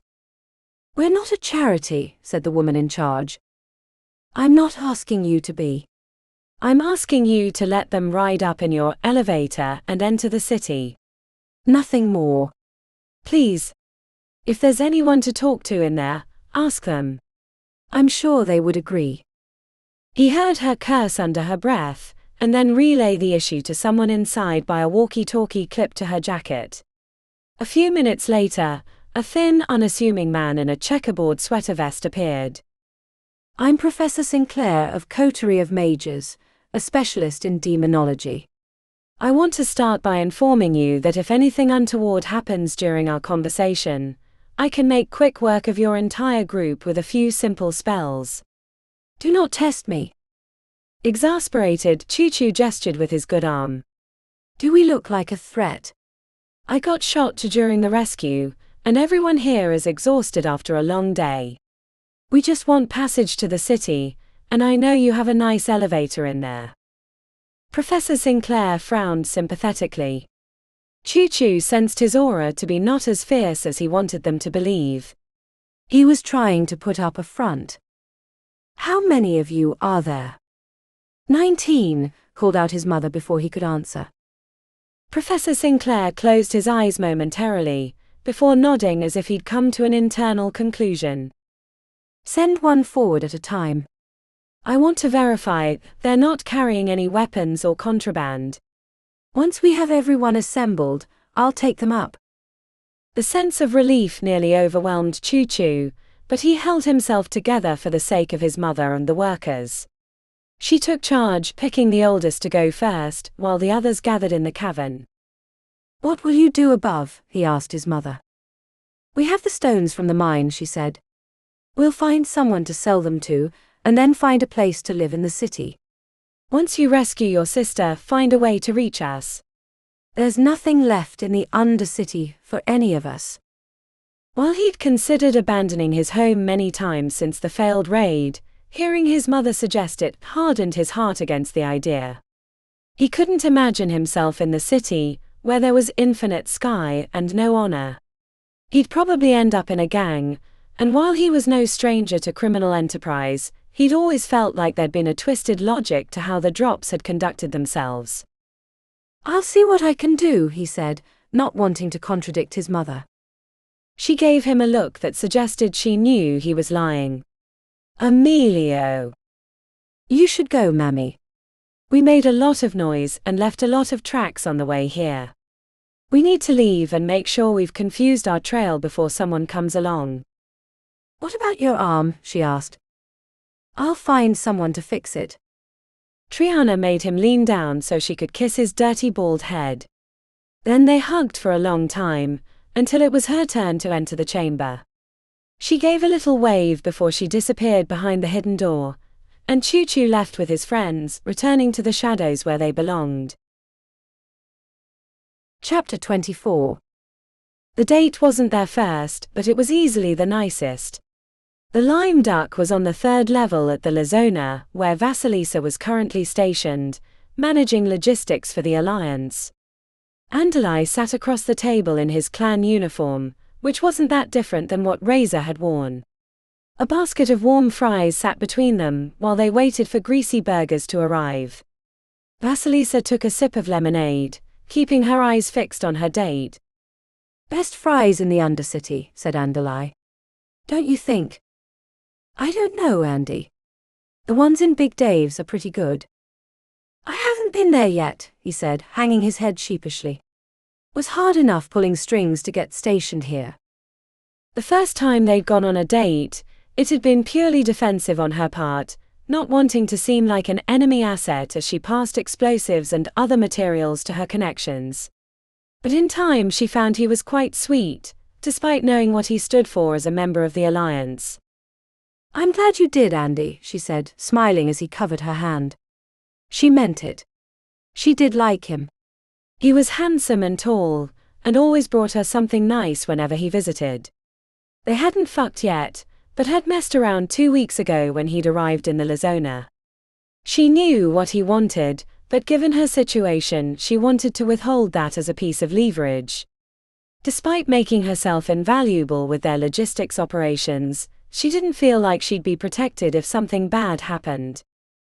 The owner of the Lime Duck, a half-matri named Najani, brought their burgers, dropping them onto the table and returning to the back of the bar. While there were more matri being spotted in the Undercity, Najani had arrived long before the Alliance takeover. You've really changed since last time, he said, eyes searching her hungrily. It wasn't the first time he'd said it, but she understood. Her body had been going through changes the last half year, including growing 2 inches and other more important updates as far as Andalai was concerned. I've gotten the hang of the job, she said, purposely not acknowledging his comment. I like it though it's not my first love.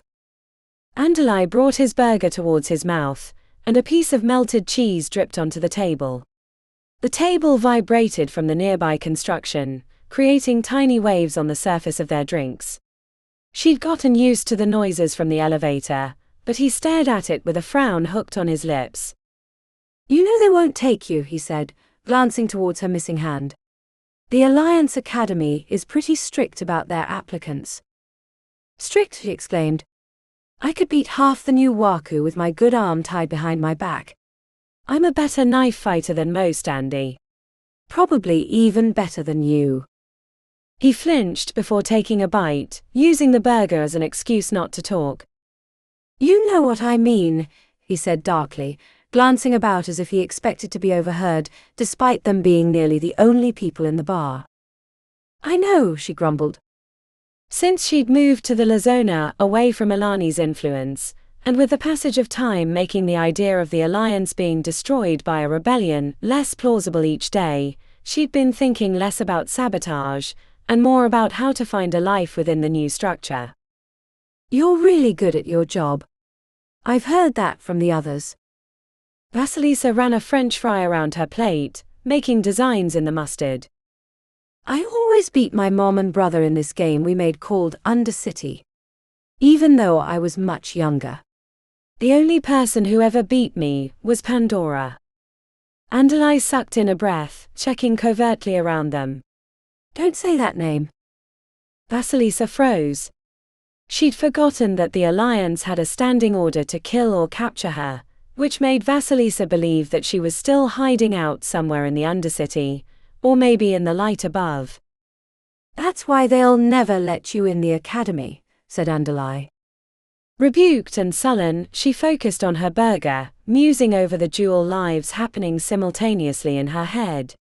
After she'd moved to Lazona, she started thinking less about rebellion and more about finding a place for herself. The only thing keeping her back from committing entirely was the feeling of betrayal, as if she'd let down the memory the clan. At night in the comfort of her bed, she saw the faces of the drops that had died to protect her. What had she done for their memories in turn? The few things she'd done for the rebellion seemed minuscule in comparison to a life given. But it was hard to be effective, worrying about getting caught all the time. She thought about her failed attempt at stealing a stone. It gave her an idea. With a French fry dipped in mustard before her mouth, she asked in a whisper, "Any way you could get me a stone?" His expression cracked. Andalai tilted his head. She could see his resistance, so she licked the mustard off the fry and then shoved the whole thing in her mouth. His eyes were as wide as moons. I'd be eternally grateful. Andalai leaned forward. I would, but they keep a tight control on them, and what would happen if you got caught with it? I'd keep it hidden. Since I don't work the mines, they don't search me anymore, and if they did, I'd never tell them where I got it. Come on, Andy. I know the clan is flush with them. I'm in charge of logistics, which means I get to see the manifests. The clan is making millions in the city every month. Almost too much because the price of some of them have dropped to almost nothing. And amber is cheap these days. No one would notice. I don't know, Vasi. She leaned back in her chair, slipped her foot out of her shoe and rested it on his crotch, gently kneading. I'd be grateful, she said in a sing-song voice. The moment he went inward, she knew she had him. I can try. I'm being rotated to the mines for the next few weeks. Everyone with experience has to take a turn now because of what happened. Vasilisa sat up straight. What? Oh, you hadn't heard? No. Andalai frowned. There was a bit hit on one of the big mines in the northwest quadrant. 8 Waku dead, 20 workers escaped. They've had to beef up security since. Titus was pissed. He gutted the guy who'd been in charge of that quadrant, left him impaled on the wall. The news spiked her heart rate. She couldn't believe 20 people escaped, but didn't want to ask questions that might make him suspicious. If she could get out, would she? Living in the city, where there was no comforting ceiling to keep you from floating into the sky, gave her the sweats. Sure, she knew that one could adapt. Others from drops, including her brother, had been sent up to the light and had survived without going mad. But could she find a life for herself up there? Staying in the Undercity working for the Alliance was more palatable than that idea. For now. Andalai checked his watch, letting out a withering sigh. Sorry, Vasi. I have to go. My shift starts in a few, but it was nice getting together again. He reached out and squeezed her hand. Hopefully we can see each other real soon. The meaning was naked across his face. I'd like that, she said, squeezing back. And maybe you'll have a gift for me. He leaned down to give her a kiss before leaving. She grabbed him by the back of the neck and bit his lower lip suggestively before releasing him. After he was gone, she finished her fries, musing on the meaning of the raid. Was there an active rebellion? Or had that been single act of escape? Since she'd been rotated out of the Machi, her life had seemed relatively normal. Vasilisa could almost believe that nothing had happened, that her friends and family hadn't been slaughtered by the Alliance. But they had, so deep down, she couldn't resolve the double life that existed in her mind. Chapter 25. The strain was bone-crushing. Kuma supported a wooden platform with both hands and the top of his head. Above him, Pandora was working through a series of kicks and punches. He had to borrow her opal with his ruby to hold her up, otherwise he would have collapsed a half-hour ago. It had been 4 months since Pandora had forced Hylakane to reveal himself. Kuma had barely slept since. They'd moved into a lower level on the spire. Every day they woke before dawn. Hylakane worked them every second, keeping them in constant motion. The board shifted downward, forcing Kuma to rebalance. The top of his head screamed from the constant impacts. Hylakane was watching from somewhere nearby, and when he was satisfied, he'd give them a brief break and then they'd switch. It couldn't come soon enough. Kuma had thought they'd be working with their weapons when Hylakane took them as trainees, but they hadn't touched their curved blades since they'd arrived. The few times Kuma had asked about them, he'd received a withering glare and a rude comment about how children shouldn't ask to play with knives. The board grew light, which meant Pandora had leapt into the air. Kuma tapped into his amber to ready himself for impact, grunting when she landed, but managed to keep the board level. Blood ran down his forehead, slipping around the corner of his eye, making it sting. While the exercise was painful and exhausting, it wasn't the worst that Hylakane had put them through. That honor was reserved for the death crawl. At the back of the spire, Hylakane had them put down a field of broken glass, concrete and steel, which they had to crawl through with their hands and feet tied behind their back. Squirming like a snake across the brutal landscape left them agonizingly bloody by the end. Then they had to use Pandora's opal to put themselves back together, a feat which seemed to amuse Hylakane every time.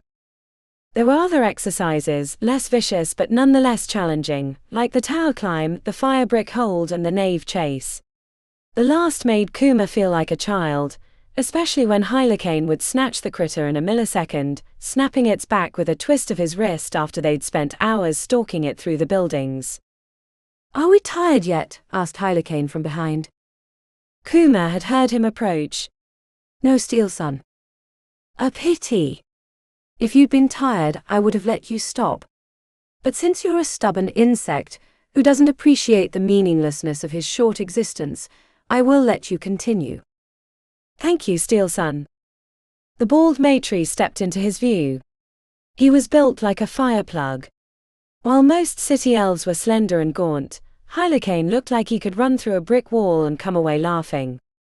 There was a similarity in build to Titus Cabone, the matri mercenary that worked for Dominion Thule, but Hylakane didn't move like someone his size.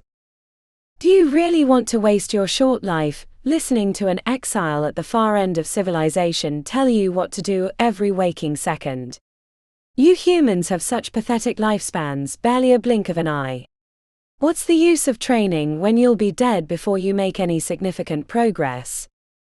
"Yes, Steel Son. A shame." "Really," said Hylakane. While he spoke fluent English, and other human languages apparently, his accent was decidedly not the gravelly honey mixed with glass tone that most matri had. It sounded like silk being pulled over steel but amplified. "I could offer." The sentence was never finished. Hylakane burst forward, sending his fist into Kuma's stomach. He'd managed to detect the subterfuge, but even still he couldn't harden his gut enough to withstand the impact. The hit toppled him backwards, spilling Pandora off. She survived the shift with a backflip, landing on her feet, while he had to climb out from beneath the board. The mongrel and the insect. What a pair! Never before have I had such worthless trainees.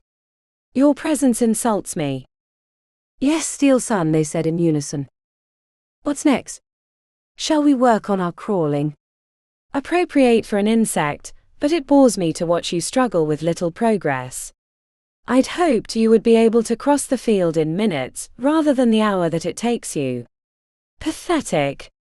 Hylakane sneered from his position before them. "Have you regretted your choice to see me yet?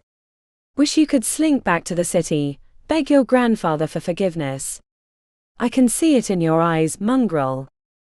Hylakane stood inches away from Pandora, who had to avert her eyes. "I have much respect for Dominion. It takes cunning to survive without a court to protect you." He laughed. "You two look like the ass end of a dolgant." "Get out of my sight.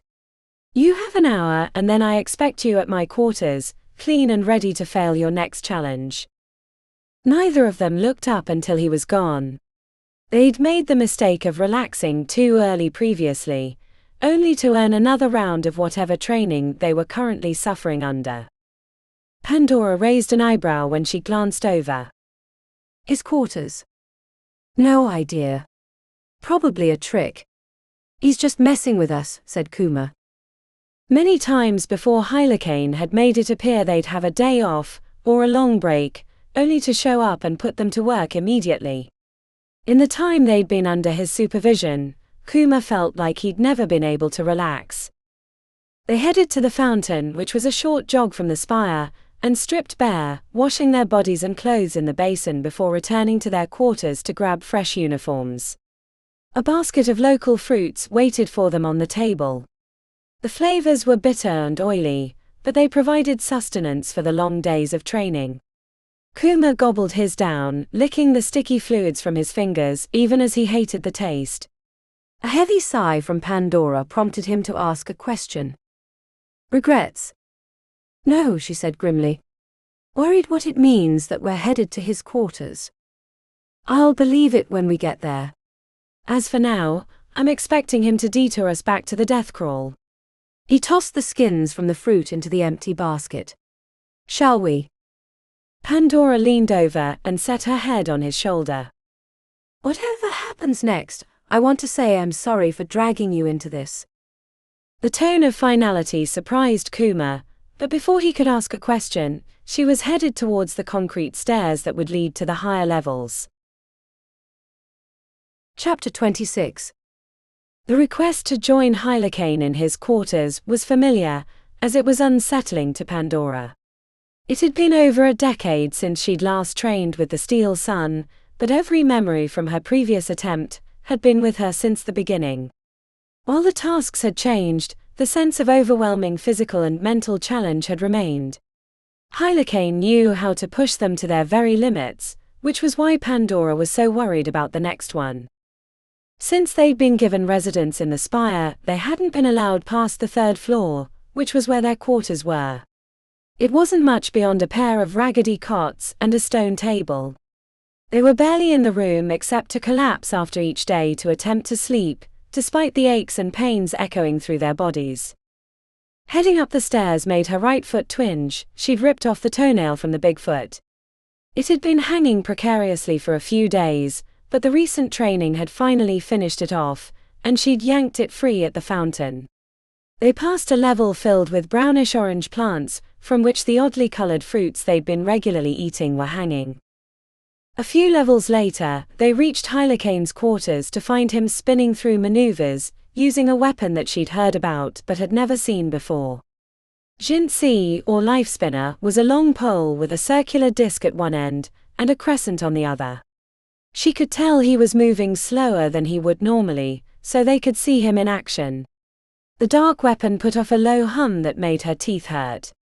It seemed to be made of a material that had the glossy exterior of obsidian, but none of its fragility.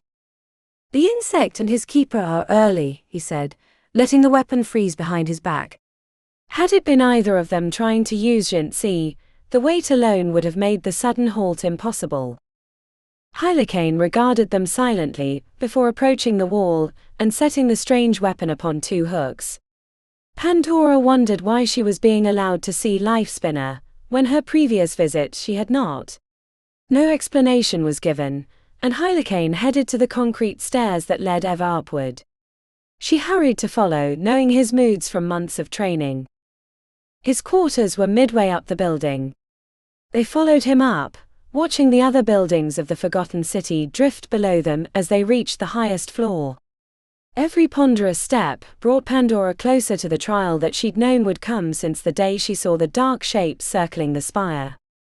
Kuma sucked in a breath behind her when they crested onto the roof.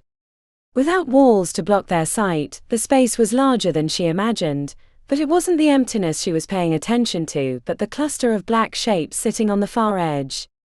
Her heart was in her throat. Wraithhawks. The ethereal creatures could drain a person to a husk in minutes. The last time she'd been this close, Hylakane had asked her to walk through them, but she'd refused, and that had been the end of her training. Realizing Hylakane's eyes were upon her, she concentrated on her breathing. Slow in. Slow out. Letting her breath cycle like undulating waves, until the fear wasn't fluttering around in her head. Despite what the courts might think, Wraithhawks are the ultimate predator in the Eternal City, said Hylakane with his hands behind his back like a human professor. Not even Lady Zaire could withstand a flock of them draining away her essence. Magic does little to them besides make them angrier. His casual demeanor had her risking a question. What are they? The creasing around the corners of his eyes made him appear much older than he looked. Some think they're related to the Smoke Eaters, but that couldn't be further from the truth.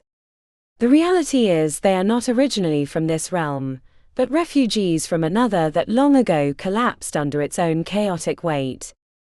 How do you know this? Hylakane arched an eyebrow.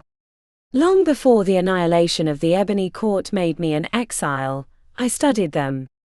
I kept a garden where they would visit, and I would release disobedient slaves or other creatures for them to feast, allowing me to observe their behavior. A tightness formed in her chest.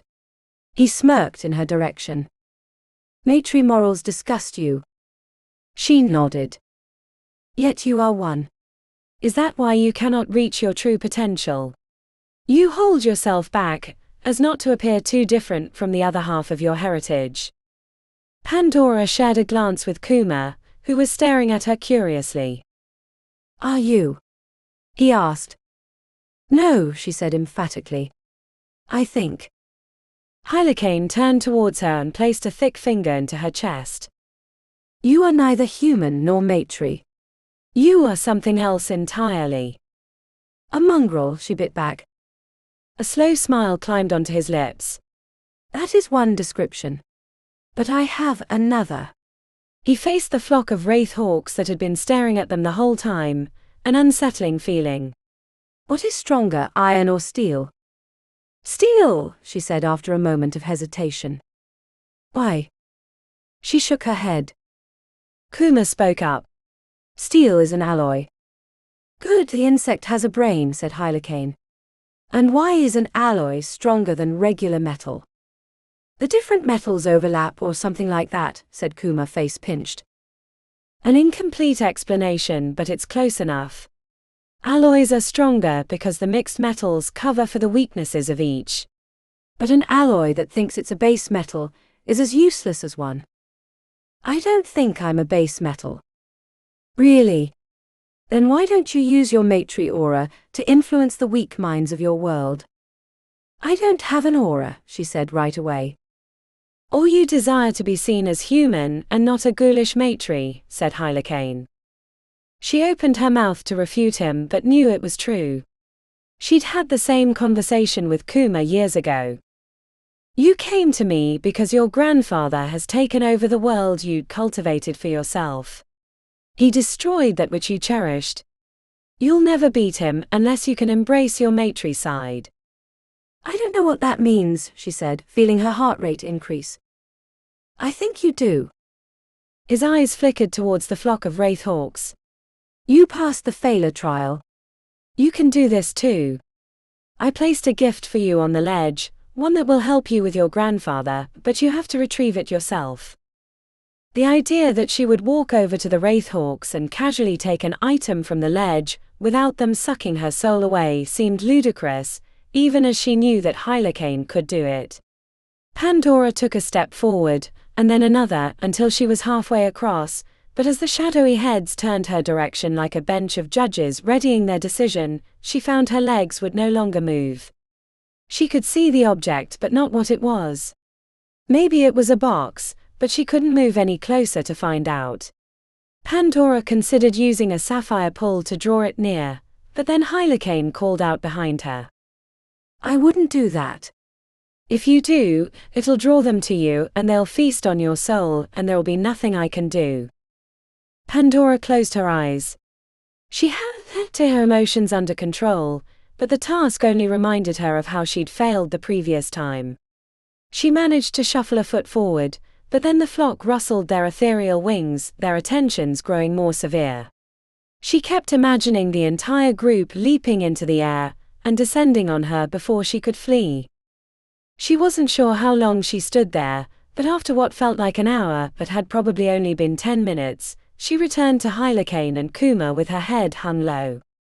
Does this mean I have to leave? She asked in a quiet voice. Not this time. The gift will remain on the ledge until you find the will to retrieve it.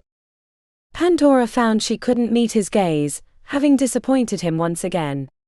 She wasn't used to failure. Silence continued for longer than she expected. In fact, she assumed he would send them back to training, probably the death crawl. Instead, he spoke in a firm voice. Today's training is complete. You may have the rest of the time to yourselves. He chuckled. Don't worry. It's not a trick. Tomorrow morning, I want you to meet me in the field of statues with your blades. Chapter 27. Freeing Triana brought a renewed sense of purpose to the group, after months of being sequestered in the upper room at Club Onyx. While Choo-Choo was constantly peppering Lisa with questions about things she'd overheard during open hours, in hopes of learning where Vasilisa was located, Yara spent her time working out in the room, a mix of physical exertion and maintaining her phase crystal disciplines. It wasn't just the long-term goal of revenge on Deacon for his betrayal, but the fight at the mine had made her, and the others, realize that the Alliance Waku were getting better. They couldn't rely on their assumed superiority any longer. When they weren't waiting for the news of Vasilisa's location, they prowled the Undercity, being careful not to repeat themselves or leave obvious trails that could lead pursuers to the hidden passage behind Club Onyx. In those months they freed another couple dozen slaves, depositing them at the chamber. And each time they were told not to bring any more. To keep anyone from being able to follow them, Tick used his tiger's eye to confuse their tracks with the various creatures he could find. It was almost amusing to Yara to be sneaking through the tunnels with a pack of tumblers rolling behind them like living tumbleweeds. Their target was a mining site near the wastelands in the southeastern quadrant, which was near Big Dave's town. It would be their riskiest raid, but Lisa had heard that Alani was stationed in the area. The presence of the former maintenance leader of the Drops made it a must-hit, since they knew she'd been involved with many aspects of the Alliance clan's mining expansion. Lisa had overheard some of the Waku discussing the problems associated with mining near the enormous canyon that had once been the site of other digging operations many decades ago. The deeper trenches were the home of many dangerous creatures that had already given them problems. Yara knew the stories of the early mages of the halls performing arcane experiments in the depths, and the rumors of powerful artifacts lost to the shifting earth. She'd even heard that there were matri structures in the deepest section, but that seemed improbable.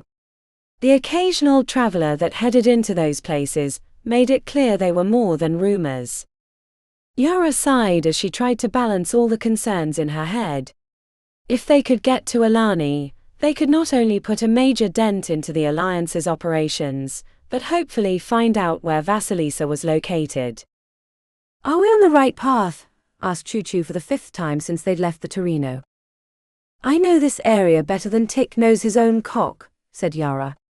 "We were always expecting a raid from Drops, so our defenses were placed in these areas." "I found it," said Tick, sticking his head around the corner. "Your cock?" asked Choo-Choo. "What?" Choo-Choo frowned. "Sorry." Something Yara said. "You found the entrance?" "Yeah," said Tick soberly.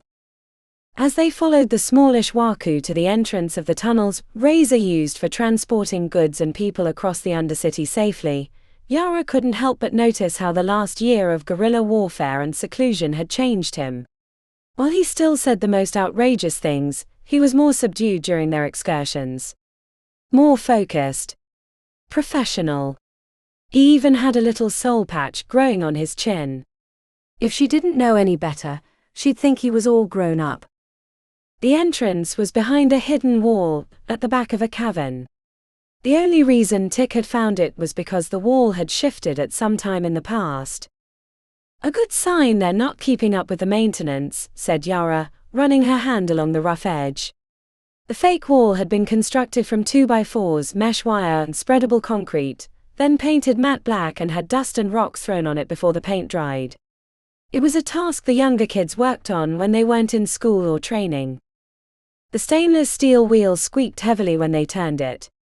Had they not had 2 topaz, they probably wouldn't have been able to get it open.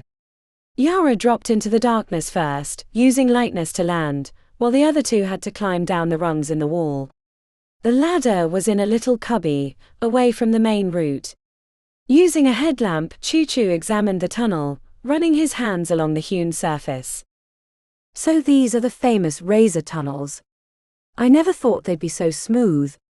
"How did your clan manage a feat like this?" he asked. Yara was examining the dust for signs of recent passage. The layer was thick enough to suggest no one had passed through it in months at the least, possibly longer. "They made a deal with a talented stone singer back then. They needed help with a problem you don't bring to the police, and we needed tunnels." Choo-Choo whistled softly. "Must have been some problem. I can't imagine how long it took." 6 years, said Yara. "On and off." "It was long before my time, and everyone who probably knew about it is dead now." "I heard it was the head of Stone Singers, Tick said as they headed in a southwesterly direction. That's bullshit, said Yara. A rumor, only without a shred of evidence. Nor did they kill the mage afterwards to keep the tunnels a secret. So much history lost when the Alliance took over, said Choo-Choo as they traveled. Why haven't we used these before? Because this is an older tunnel without much use for the Alliance, said Yara. I'm assuming they use the ones from the Machi to Big Dave's or some of the cross-city tunnels, but this one is an offshoot of the others, only leading to the wastelands. Why? There was a time when Razor was investigating setting up a base in the canyons, thinking they might take advantage of whatever was left after the excavations ended last century, but they learned pretty quickly that it's not a place to mess around. This was pre-phase crystals, so they had to battle some wicked stuff with blades and Moxie alone. What do you think they were looking for? Yara shrugged. No one knows. Powerful artifacts, I'm sure. In the early years of the Undercity, only the mages dared visit to study the wells or practice their forbidden magics in secret. Supposedly there are things lost here that could destroy entire cities, but that's probably just bullshit. What do you think's down there? Asked Choo-Choo. On the near side, there's a big lake. Heard from some older Waku that the lake has jellyfish in it that'll make you go mad. And on a little island on the far side is a 3-headed hydra the size of a dinosaur, but I'm not sure how they could have seen that. It's where the water well of power is. But on the eastern side of the wastelands, not far from the lake, the ground drops away and it goes down hundreds of meters.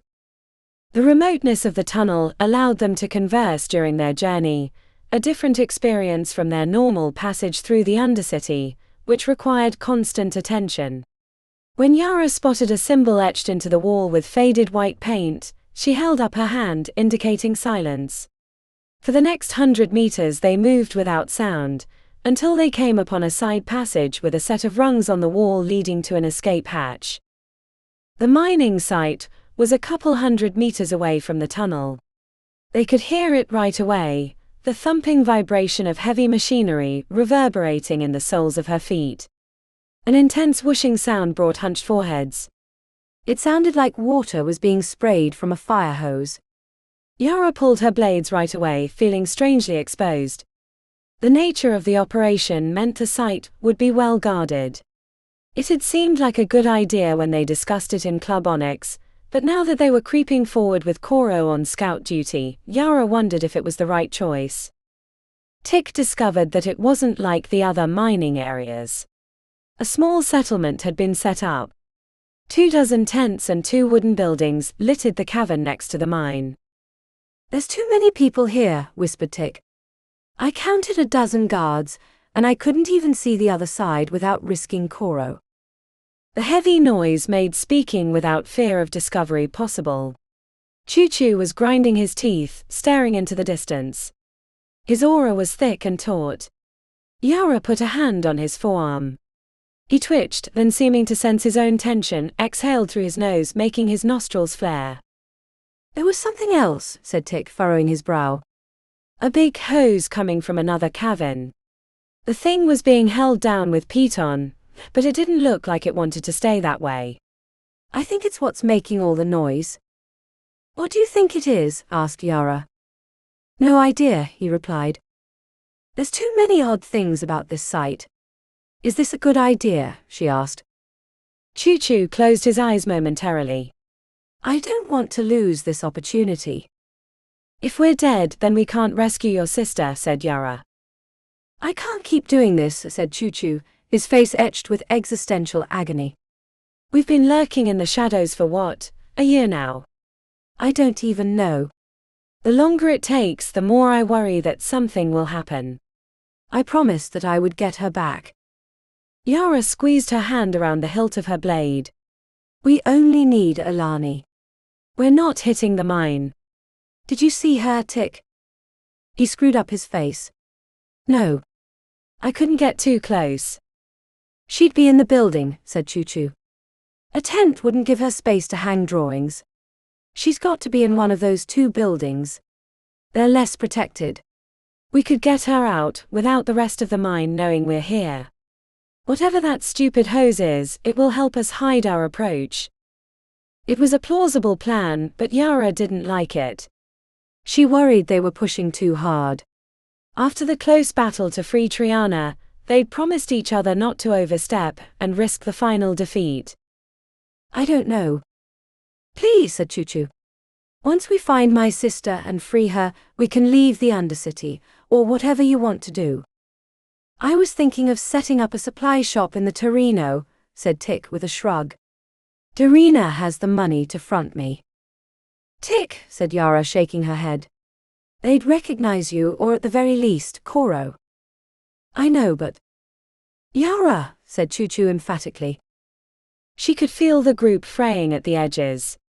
Seeing a potential end in sight made them less cautious, but she couldn't make herself break Choo-Choo's heart. Okay, but first sign of danger, we're out. No fucking around. If I say run, you run. Choo-Choo hesitated, which made her glare until he finally relented, nodding reluctantly. If I say run, you run, she repeated. I got it. Tick's eyes unfocused for a moment.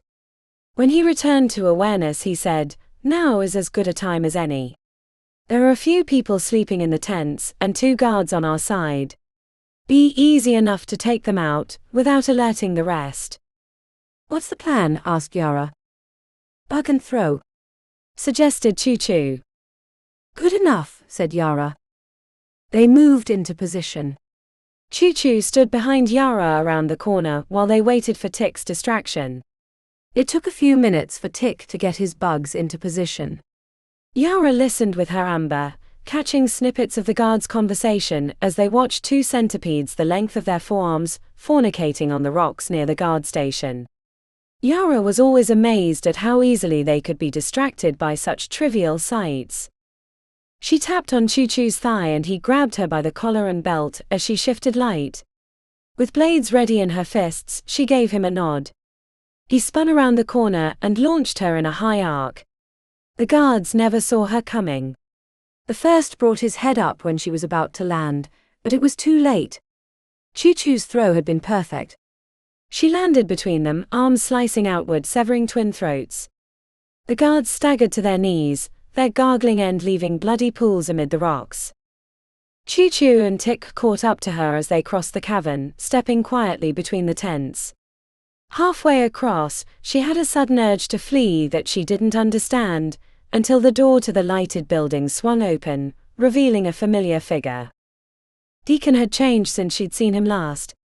He always had a cocky exterior, a resting smirk and playful twinkle in his eyes that said he was ready for anything the world could throw at him, in addition to the sharp edges that allowed him to survive in a world of cutthroat criminal enterprise. His time in the Eternal City had knocked off the smirk, but filled his edges until they were razor sharp. Something dark and ominous lurked behind his eyes. Yara felt like a mouse spotted by a circling hawk without a place to run, but reason fled her mind as the rage in her soul came bubbling to the surface. She was sprinting forward before she had a chance to consider the consequences. She never saw him draw a weapon, but a hooked blade was in his fist as she slashed in a series of rapid attacks. Yara was certain she'd never moved faster, but Deacon blocked them easily, moving quicker than her eyes could detect. Had it just been the 2 of them, the counterattack would have been fatal, but Choo-Choo and Tick joined her in battle, the 3 of them combining with deadly strikes to put Deacon on his back foot. They managed to drive him backwards a few steps before he found an opening, kicking Tick hard enough to tumble him into a canvas tent. With only 2 on the offense, Deacon flipped the momentum, striking with his hooked sword with power. The impacts rung through her arms, making her feel like an anvil to his sledgehammer. Yara shoved her foot under a loose rock the size of her head, and kicked it into Deacon's chest, making him miss a counterattack. She brought her left blade around, knowing that Choo-Choo's forward thrust would force him to block. She thought she had a wide open angle to his neck, but then he side-shifted, landing 10 feet away. He staggered when he stopped, black smoke leaking from his lips then curling back into his throat like a living thing returning to its womb. There was nothing more in the world that she wanted than revenge against Deacon, but the way he avoided what she'd thought had been a killing blow told her that they were outmatched. Run. Deacon's eyes lit up at the prospect of the chase.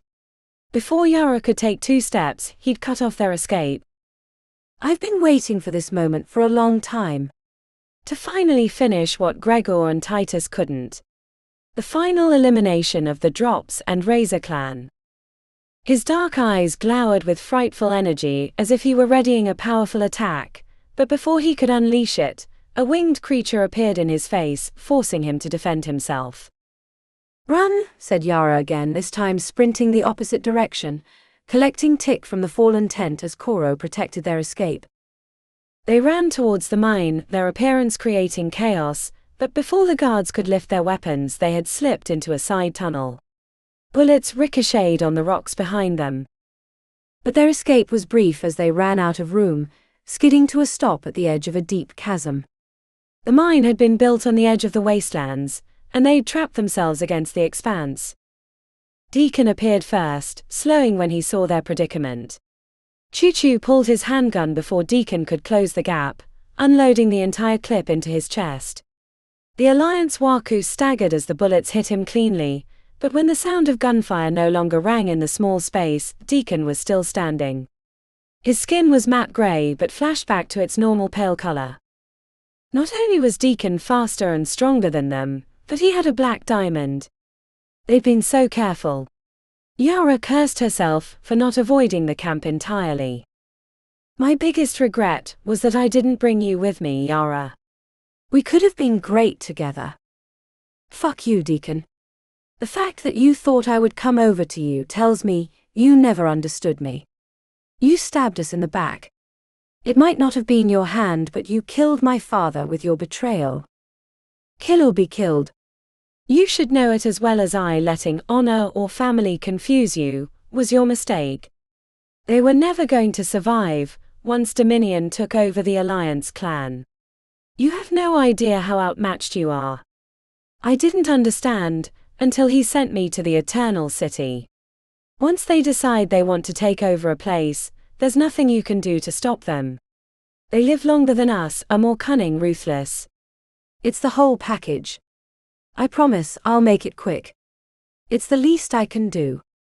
The way Deacon approached suggested that he was in full control of the situation. Yara backed to the edge with her friends at her side. She checked over her shoulder at the yawning expanse, seeing only one possible way out of their situation. She hoped she correctly understood the purpose of the hose and what it was carrying. Yara sheathed her weapons. Grab onto my belt and hold on tight, said Yara. As alarm appeared on Deacon's face and he surged forward to intercept, she locked her arms with Choo-Choo's and Tick's as they stared at her, not understanding. Before they could stop her, she leapt from the cliff, taking her friends with her. Chapter 28. Vasilisa didn't see Andalai for nearly 3 months after their date at the Lime Duck. He was sent to the wastelands on guard duty for a special project that didn't involve phase crystals. She knew about the work because her logistics supply depot provided the equipment that had been brought down through the elevator at the Lazona. The Drops had been working on the easy access to the Undercity for years, but once the Alliance had taken control, the work renewed in earnest, and it had finished a few weeks after he'd left. She'd thought about trying to smuggle herself out in a shipment, but she'd seen how they thoroughly searched the crates and knew she'd never be able to evade detection. Besides, she was getting used to her new life, and had been thinking about Andalai often whenever she wasn't busy. The owner at the Lime Duck asked her about him whenever she went in for a meal too. When he appeared around the corner at the Lazona, a duffel bag slung over his shoulder, her whole body grew warm in anticipation. Andalai had let his hair grow longer and it was past his shoulders. She skipped towards him, resisting the urge for a full-out run. After they embraced, he cupped her chin and pressed his lips against hers. They stayed locked in a kiss, hips agonizingly close. She squeezed his tight ass when they parted, which made him flush. Shadows below, I've missed you, he said. Vasilisa let her tongue rest on her bottom teeth. She placed her palm against his chest, enjoying the firmness of his muscles, digging her nails into his flesh. "It's been a long 3 months," she said, arching an eyebrow suggestively. "I was hoping." "Yes, you can come back to my room." Vasilisa led him by the hand. She'd worn a tight black outfit that clung to her body with a touch of floral perfume that she'd bought in the La Zona. The attendant had claimed it had alchemical undertones that would drive a partner mad, but Vasilisa thought it was marketing bullshit. Besides, she knew after 3 months her presence alone would be enough for arousal. The stairs to the 4th level was on the opposite side from the lime duck. She occasionally glanced back to Andalai, who was staring at her hungrily. When their boots rang against the metal flooring, he looked around. "Where are we going?" "My apartment," she said. She led him through a hallway that went into the earth. A blue metal door opened to her key, revealing a 2-room space that was larger than her family's place in the drops. She'd managed to scrape together enough favors and cash for a couch and a glossy print of the city above that hung on the wall. "How? When?" Vasilisa pressed herself against him. "Last month. They said I'm doing a good job, so they let me move in here, and I'm getting paid now too. Not a lot, but enough for small things." He cupped his hand against her back, which brought shivers down her spine. She'd been dreaming about this moment for months. With a shaking hand she undid the front of his pants, letting them ride down on his slender hips. The kiss that came after was hungry, filled with pent-up need, followed with him tugging off her bodysuit. When she was naked except for her underclothes, he traced his fingers across her body, leaving trails of delight. Vasilisa shivered. "Are you cold?" he asked, pulling away with concern in his brown eyes. "No," she breathed, shoving him onto the couch and straddling him. She felt him straining through his underwear and rocked against him, catching little moans slipping from his lips. They ground their hips together until she couldn't take it anymore. The final layers were quickly tugged off, and then they were back together, warm and wet, rising and falling in an undulating cycle that didn't last long.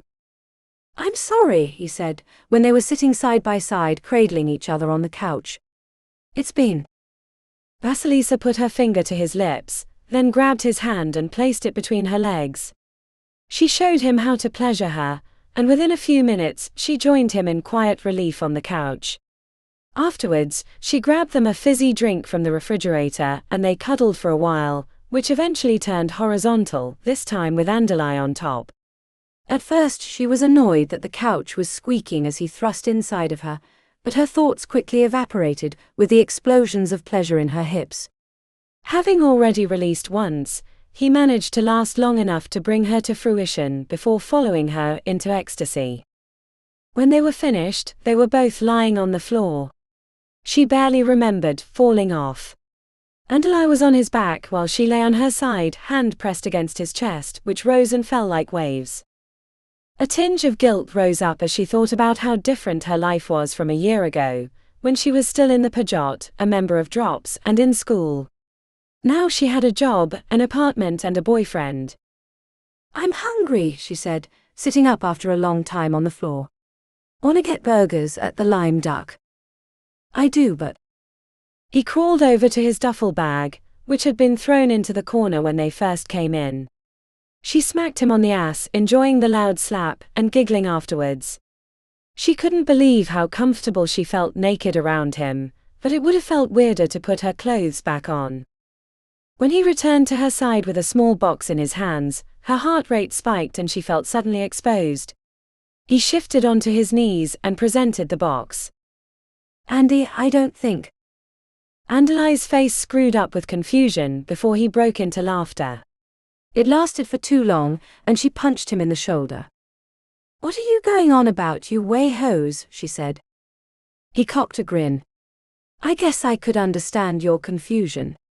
He popped open the box, revealing a tiny stone sitting in the center of a velvet catch. Her heart soared with excitement. "Is that..." "Yes." "An amber stone." "Oh, fuck me," she exclaimed. "Already did, but we can again." Vasilisa laughed, then leaned over and kissed him hungrily before returning her attention to the stone. How did you? Or do I want to know? I guess I'll have to hide it, she said, considering where to attach it on her body. You don't have to. I bought it.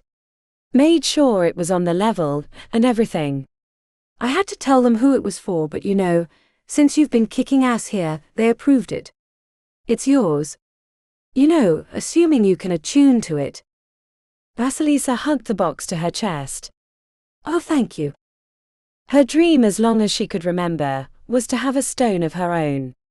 To be a Waku like her brother and sister. To not just be the girl with one hand who surprised people by how effective she could be. Holding the velvet box in her hand left her strangely empty. Is something wrong? Vasilisa shook her head. No.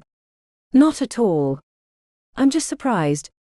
I really didn't think you'd be able to get me one, on the up and up. Before, you know, when I was in the drops, they said I'd never get a stone or join the academy because of my missing hand. It feels weird to get one now.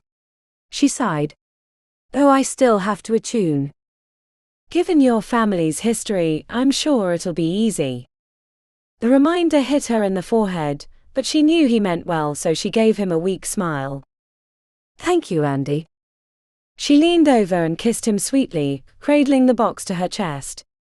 Aren't you going to put it on? He asked, eyes alight. Not right now. I don't want the nausea to interfere. To interfere with, oh, he said. Before he could lean over to kiss her, she pushed him over, laughing, and climbed on top.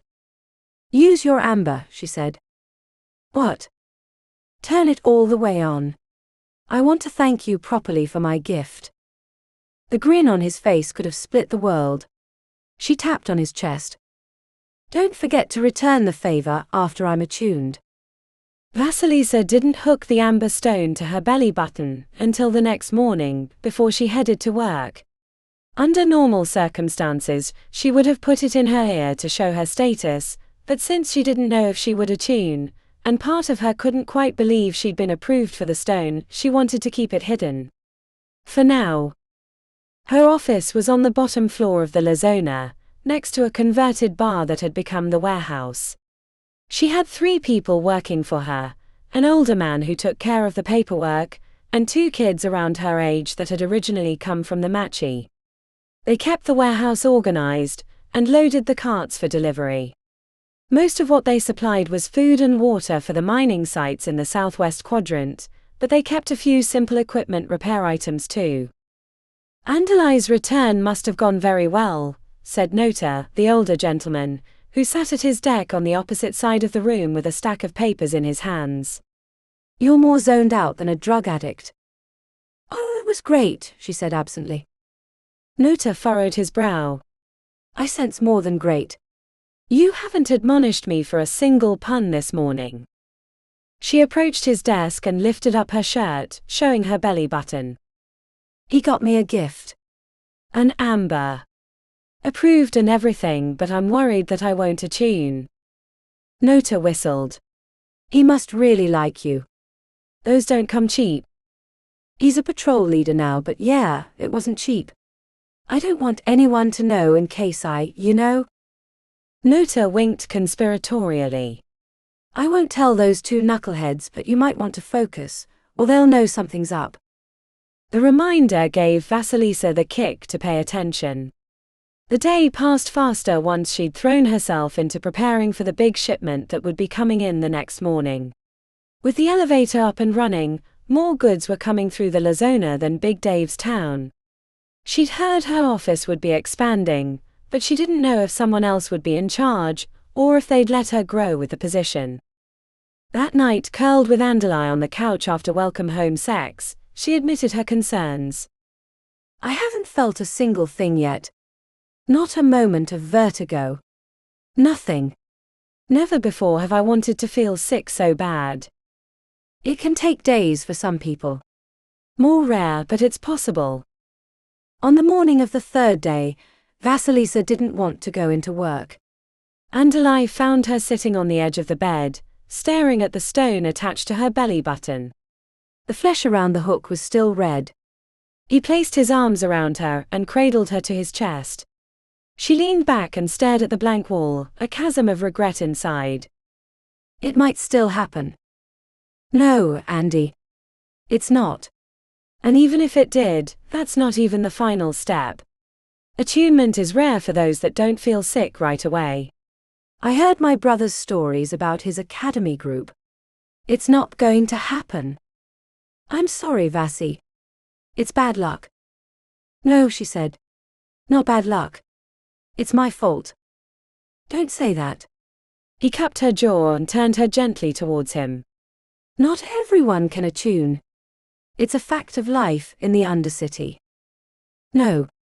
It's my fault. After the Alliance took over, I could only think about escaping. I managed to sneak an untested stone out of the mine by swallowing it. I was sick for days and then it passed into the toilet, and I couldn't get it back. I know now that that long exposure probably killed my chance. I fucked up, Andy. I'll never be a Waku. She didn't cry as he held her to his chest. She was too empty for tears. A part of her had harbored the idea that once she had a stone, even a lowly amber, she might be able to resume her resistance to the Alliance. But now she didn't know. Not only had her new clan given her the very thing that she'd desired her whole life, the gift that the drops wouldn't have allowed, but her disobedience was the reason it had failed. As Andalai rocked gently, his arms comfortably around her chest, she vowed that she would no longer oppose the Alliance, not even in her heart. She would accept her new family with open arms, foregoing the revenge she'd once desperately desired. She was once and for all Alliance clan. Chapter 29.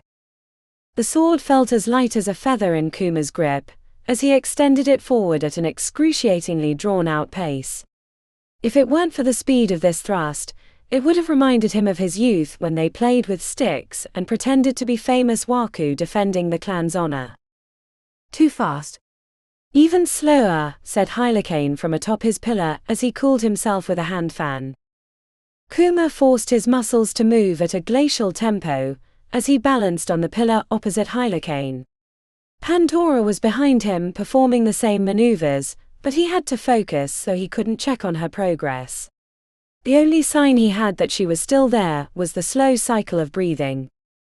The sword tip swayed to the left, his arm bending at a 90-degree angle to simulate a block, before he performed a kick forward, balancing on a single foot, while his arm propelled forward again. The deliberate pace strained his back and thighs, as he had to maintain his position for longer. Catch. The word was his only warning. Hylakane threw a pebble in a high arc. Kuma positioned his blade beneath the falling rock, accepting it on the tip without a single wobble. The last two attempts the rock had slipped from the end, requiring him to start over. Flick it to Pandora. She was behind him, but he could sense her location with his amber. He flicked his wrist, sending the pebble over his shoulder. The bright sound of rock on metal brought the creasing of a smile to the corner of his lips, as he continued through the rest of the routine. When he was finished, Hylakane stared back with heavy-lidded eyes. Not bad for an insect. Now do it again. This time, I want you to keep the pebble on the end of your blade the entire time. He tossed Kuma a second rock. He shook out his limbs, set the pebble on the end, and began again. They'd been on the poles for the last 3 hours. His legs were tired, but not yet to the exhausted state that made exacting movements challenging. It took him 10 tries to repeat the routine with the pebble on the tip of his sword, mostly because his right arm kept twitching unexpectedly, an issue he'd been having of late. Pandora managed it in 3, but Hylakane made her continue until he was finished too. The hardest part was keeping it on the blade for the blocks. When they were finished, they stood like statues on their pillars, waiting for the next instruction. Hylakane seemed almost annoyed that they'd managed to complete his tasks in a relatively short time, compared to some of the other challenges he'd given them. Again, but I want you to switch rocks when I give the signal. This went on for another 6 hours. Each time they managed to complete the instructions, he increased the difficulty. When Kuma's legs shook and their attempts grew worse rather than better, Hylakane snapped his hand fan closed. Enough. You've managed to not be completely terrible today. The bald matri squinted towards the sky as if there was a bright sun, but the eternal city was cast in perpetual gloom, the grey-black cloud layer providing a solid ceiling that reminded him of his home. When Hylakane looked back to Kuma, he felt the steel sun's gaze like a surgeon's knife. Something heavy and dark passed across his eyes, but it was gone before Kuma could process what it meant. Clean up and meet me in my domicile. The fountain was busy when they went to wash up. 2 gap-toothed matri were filling their containers with fresh water. The taller one had a missing eye, and the other moved with a hitch, as if his hip had been broken and never repaired in the past. Kuma found himself overcome with the sudden urge to cut their throats, to release them from their miserable existence. Their broken forms disgusted him and filled him with unusual rage. His right arm started to reach for his curved blade, but then he realized what he was doing and the feeling faded quickly, replaced by embarrassment. He admonished himself even as he couldn't figure out where it had come from. The 2 matri seemed to sense his mood, grabbed their water containers and disappeared. Back in the spire they found Hylakane lounging on a stone couch, wearing gauzy cream robes that left little to the imagination. A glass decanter of silver liquid sat on the stone table with 3 empty goblets. Pandora's hungry gaze as she noticed the silvery liquid had Kuma curious, but he kept his mouth shut, knowing that Hylakane preferred them to speak only when spoken to. He gestured to a stone couch opposite, and as Kuma settled next to Pandora, Hylakane rose and lifted the decanter expectantly, which prompted them to grab their glasses and hold them out. Do you know what this is? Asked Hylakane. "6," said Pandora, eyes wide with wonder. "I had it once at my grandfather's table. It's quite transformative." The unusual description made Kuma curious. "It's not like the Erosanthe, is it?" "No better way to find out," said Hylakane, holding his glass in salute. Kuma matched the gesture, then looked into the silvery surface, spotting swirls of inky black that revealed themselves momentarily before disappearing. The liquid seemed to have an energy of its own. He let it grace his lips, tasting it on the tip of his tongue, which immediately sent tingles of pleasure through his head. Encouraged, he took a big drink, reveling in the experience. Kuma barely was aware of his surroundings as he leaned against the stone couch, staring into the distance. The world seemed both infinite and small, with a warm cloak of contentment wrapped around his shoulders. Lost in the pleasures of the V6, Kuma didn't realize Hylakane was standing over him with a knife, until the blade had cut into the flesh of his forearm. Before he could jerk away, Hylakane held his arm fast. To his utter shock, the matri warrior stuck his fingers into his flesh, grasping something black and oily. A stab of pain shot through his body, but he was numb enough from the drink not to feel it other than as a distant problem. When Hylakane yanked his arm upward, pulling something shiny and black from his forearm, Kuma thought it was his muscles at first and he was being dissected alive. But when the wriggling thing tried to wrap its tendrils around his forearm, Kuma realized that it wasn't a part of him. It looked like a miniature glistening ebony eel with a proboscis-like tongue. Hylakane threw it on the ground and stomped it with his heel until it was a black smear.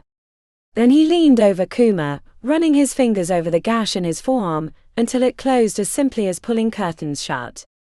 When it was finished, there was a white line surrounded by pink flesh and the dried blood from the once open wound. It took time for the strange liquid to wear off, but when it did, he found that Pandora and Hylakane were deep in conversation. Her matri constitution had shaken off the effects much faster. "There are no more left, the Black Butcher made sure of that, but it doesn't mean I couldn't cause her problems in the future." Hylakane smiled as he noticed Kuma sitting up. "How do you feel?" Memories of what had happened came back, prompting Kuma to check his arm, which had a thin scar. "Was that real?" Hylakane nodded. "It was the Ruby Queen," said Pandora. "Her physician put something in your arm." "A typhid," said Hylakane. "It's part tracker, part mind control." Mind control? Asked Kuma in horror. It hadn't quite gotten to that stage yet. It was placed in your arm as a larva, and had only recently grown large enough to start affecting your moods. Kuma sucked in a breath. I wanted to murder the two matri at the fountain. Their broken bodies disgusted me, and I couldn't understand why. It was the Ruby Queen's doing. She was the one who caused the annihilation of the Ebony Court. That I still live is an affront to her sense of completion. She has long desired my demise, which was why she took the opportunity to place the typhid in your arm. I knew I shouldn't have trusted her, said Pandora. I shouldn't have agreed to the fight. Do not regret your choices, said Hylakane. Had you not been on your way here, she probably would have executed you, or tortured you for information about your grandfather. Knowing that you would be coming to see me meant that you were useful. How long have you known I was infected? Hylakane furrowed his brow. Only recently did I figure out that it was a typhid, but from the moment you found me, I suspected that she would try something. At first I thought you were willing conspirators to the plan she'd hatched, but then over time I realized you were unaware. It took me time to figure out what it was. That's awful, said Kuma. My race is short on compassion and long on grievances. Lady Amethyte does not forget or forgive. She wiped out the entirety of my family because she saw us as weak. We dared to upset the norms of our culture by freeing our Dolgant slaves and treating our workers with consideration. Nothing like the soft hearts of humans, but for a matri, what we were doing was blasphemy. Why doesn't she send her people to kill you? Asked Kuma. Because I make sure that no one actually knows if I'm truly here. Lady Amethyte isn't aware that I'd taught myself the art of shape-shifting. Walking amongst the settlement as jester has helped me detect previous attempts on my life, which I was able to remove before word could get back to her. And she cannot penetrate my spire, because I protect myself with ancient magics that even she does not have access to. Hylakane's eyes flicked to Jinxie hanging on the wall. Your weapon? Asked Pandora. Indeed. Is that what that strange vibration is? Asked Kuma, staring at the dark weapon apprehensively. The sober look from Hylakane was worrying. You don't know. Kuma shook his head at the same time as Pandora, which surprised him. Plaskabog, or tears of the gods in your language. There are 11 of them. They were made long ago by our forebears, who had arcane knowledge we don't possess, despite being their superior in many other ways. Kavano has one, Kuma blurted out. The fact that you've met him does not surprise me, since it is well known that Dominion manages to hire him on a regular basis, despite his exorbitant fees. Many think there is some other link or leverage, but no one knows. But yet, Kavano has one of the 11. The Black Butcher has another. A few lie in the Eternal City, while the others are scattered amongst the realms, including one that is supposedly lost in yours. Each owner carries their burden in their own way. Burden? Asked Kuma, fearing the answer. Hylakane approached Jinxie, holding his hand near the circular blade as if it were a raging fire too hot to touch. The glossy black material seemed to absorb the light, and his nearness increased the tenor of the vibration as if it were waking to his presence. These weapons are proof of the Matri's crimes against the realms. Mass destruction on a scale that even humans could not comprehend. They're made from an alloy of obsidian and morgothril, which can only be found in another realm. Obsidian. Isn't that used for portals? I didn't think it could be combined with anything else due to its transient nature, Kuma said. That is the mystery the ancients conquered. A secret that should rest for all eternity, because its making was the start of a multi-realm genocide enacted by the Matri. Hylakane returned to his stone couch. Each weapon has the capability of destroying an entire realm and trapping the dead inside its cage in an awful half-life, thus powering even more destruction. The idea was almost incomprehensible to Kuma, who shared his shock with Pandora. She curled her arms around her chest, as if the thought was too horrible to consider. Your disgust is understandable. I should never be forgiven for what I did on behalf of my race. It was one reason that Lady Amethite was able to destroy the Ebony Court, because I was too maudlin, too awash in grief to see her machinations. An entire realm? Asked Kuma in a voice that came out quiet, as if he were afraid to anger Hylakane. I don't know if the makers intended for it to happen. The idea was to use the arcane energy between places, the raw stuff of creation, to power the weapons. But to use that energy, one had to subdue the entire realm. Destroy it so it wouldn't fight back. Crush any rebellion with an iron fist. I hear their screams whenever I wield it. Even as I sleep, the flames rise in my mind. I annihilated whole cities using the power of the weapon. Kuma had always known the Maitri were dangerous, but now he knew they were murderous on a scale that defied imagination. The strange vibration he could sense at the edge of his hearing took on a new shape, as if he could pick out the individual screams, the buildings collapsing, the flames licking at the edge of existence. Every weapon is a realm destroyed? Asked Pandora. Not all. 7 of the 11 by my count, though one of them was not used for an entire realm. 4 are yet to be unleashed, including one that was lost to a thief in the recent past. 4 more realms to be destroyed in the quest for ultimate power. Kuma saw the Steel Sun as a war criminal who had launched a nuclear weapon, without truly understanding the impact of his choice. Using the weapon had broken something inside of him, making him less Maitri, which was why the others had destroyed the court that he served. They saw difference as something to be stomped out. Destroyed. Enough ruminating, said Hylakane, standing suddenly. Return to your quarters and get some rest. We have much to do. Now that the Typhid is destroyed, we can truly get to work. Chapter 30. The 11th Gonka was packed on Saturday night. A second story had been recently added, making it the largest bar at the Alliance headquarters. The music thumped, masking the racket from the boring machine cutting out new tunnels to the nearby cavern so they could expand. Kamina sat at the end of the bar drinking whiskey. Despite the shoulder-to-shoulder state of the interior, no one had taken the stool next to her. The brief friendliness she'd earned from her fellow Waku had evaporated the moment she'd been named the head instructor at the Alliance Academy. The other Waku either saw her as an authority figure to be avoided, or they were older and had coveted the position, leaving her as the odd woman out. She stared into the mirror behind the bar, wondering why she'd bothered putting on dark eye makeup and shaving the sides of her head. She hadn't gotten laid in months. The woman she'd been dating briefly during that time had died when guerrillas had hit one of the mining sites, killing 2 guards.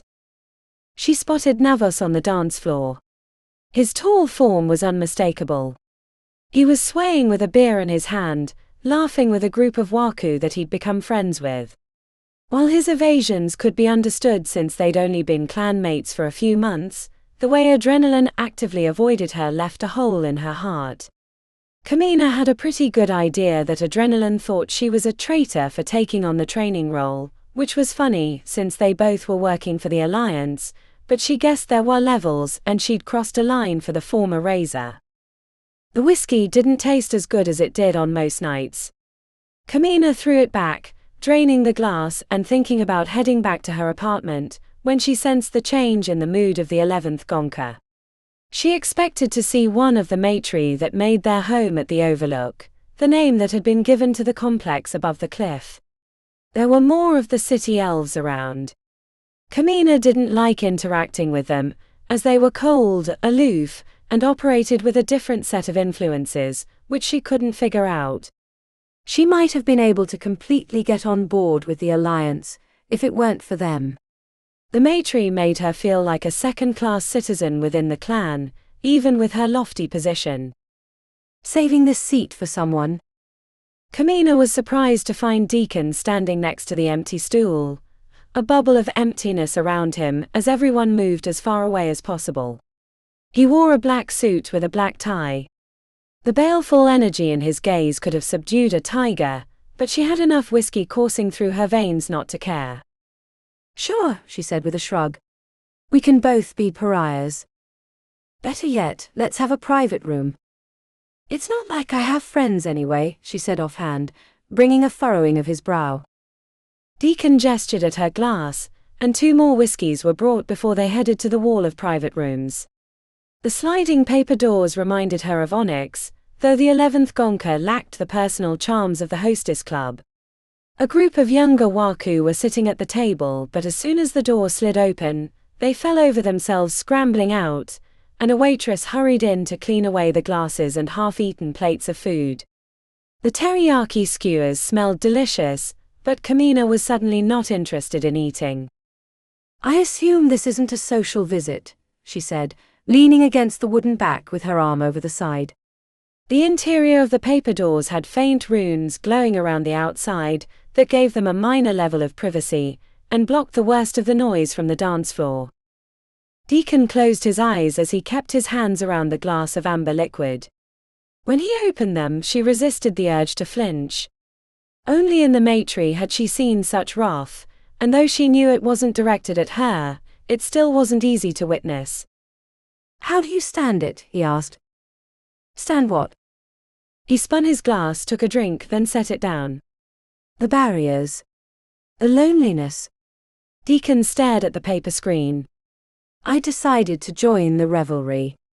Have a drink, meet the Waku in my retinue, but as soon as I walked in, I saw how they looked at me. I was about to leave until I saw you at the end of the bar, looking as pathetic as I felt. Thanks, she said. Deacon cocked a grin, reminding her of the younger version of him she'd met when the Crows had allied with Razor. You don't treat me like the others. They look at me like a loose high-voltage wire, afraid to get too close. I stopped caring when all my friends died, said Kamina. You don't worry that I might think you disloyal with a statement like that? Kamina lifted a shoulder. You wouldn't have made me the head of training if you'd thought I was disloyal. She took a sip, deciding her tongue was already too loose. When they stopped giving me that drug, the one that messed with my head, I thought I'd go back to the old version of me, but when nothing really changed, I realized that I had accepted my fate and my new clan. She raised the glass in salute, which he matched. He downed his drink and she followed his example. With the glasses empty, he pressed a red button at the center of the table. But you don't like it, he asked. It's not that. You said it yourself. The barriers and loneliness of leadership. But there's no challenge. The Weihos you send me from above, they don't know anything. A 10-year-old from Razor could kick their asses. I have to start with the basics. And then there are the older Waku, the ones who were here before. They don't really listen to me. Sure, they go through the motions, but I can see it in their eyes. They don't understand why they're training. They say we won.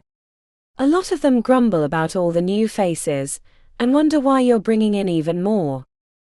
Deacon leaned back on his bench. The door slid open, and a waitress dropped 2 whiskies on the table. I'm glad I stopped in. This is good to know. He wagged his eyebrows. Do you know why we're bringing so many in? I hadn't thought too much about it, she said. I assumed to keep the mines safe, or expand into other operations. Deacon shifted his mouth to the side. Both of those are true, but they're only the beginning. Dominion has big plans. He sees far. Very far. He wants to make the Undercity a destination, remove the stigma of this place and expand into the city. If it were just the stones and the drugs from the Pajot, there wouldn't be a need, but if we're going to move into the light, we need numbers, especially when the halls decide we've gotten too big. He wants to make sure we're too large to stop by the time they notice. That's the reason for the influx of new members. You understand? Kamina nodded as she considered the implications. She'd been so focused on her own duties, she hadn't thought about the bigger picture. He expects to go to war with the halls. Preferably not, said Deacon, spreading his hands. He's a businessman after all, but he knows that to play the game, you need to have a good hand. A strong hand?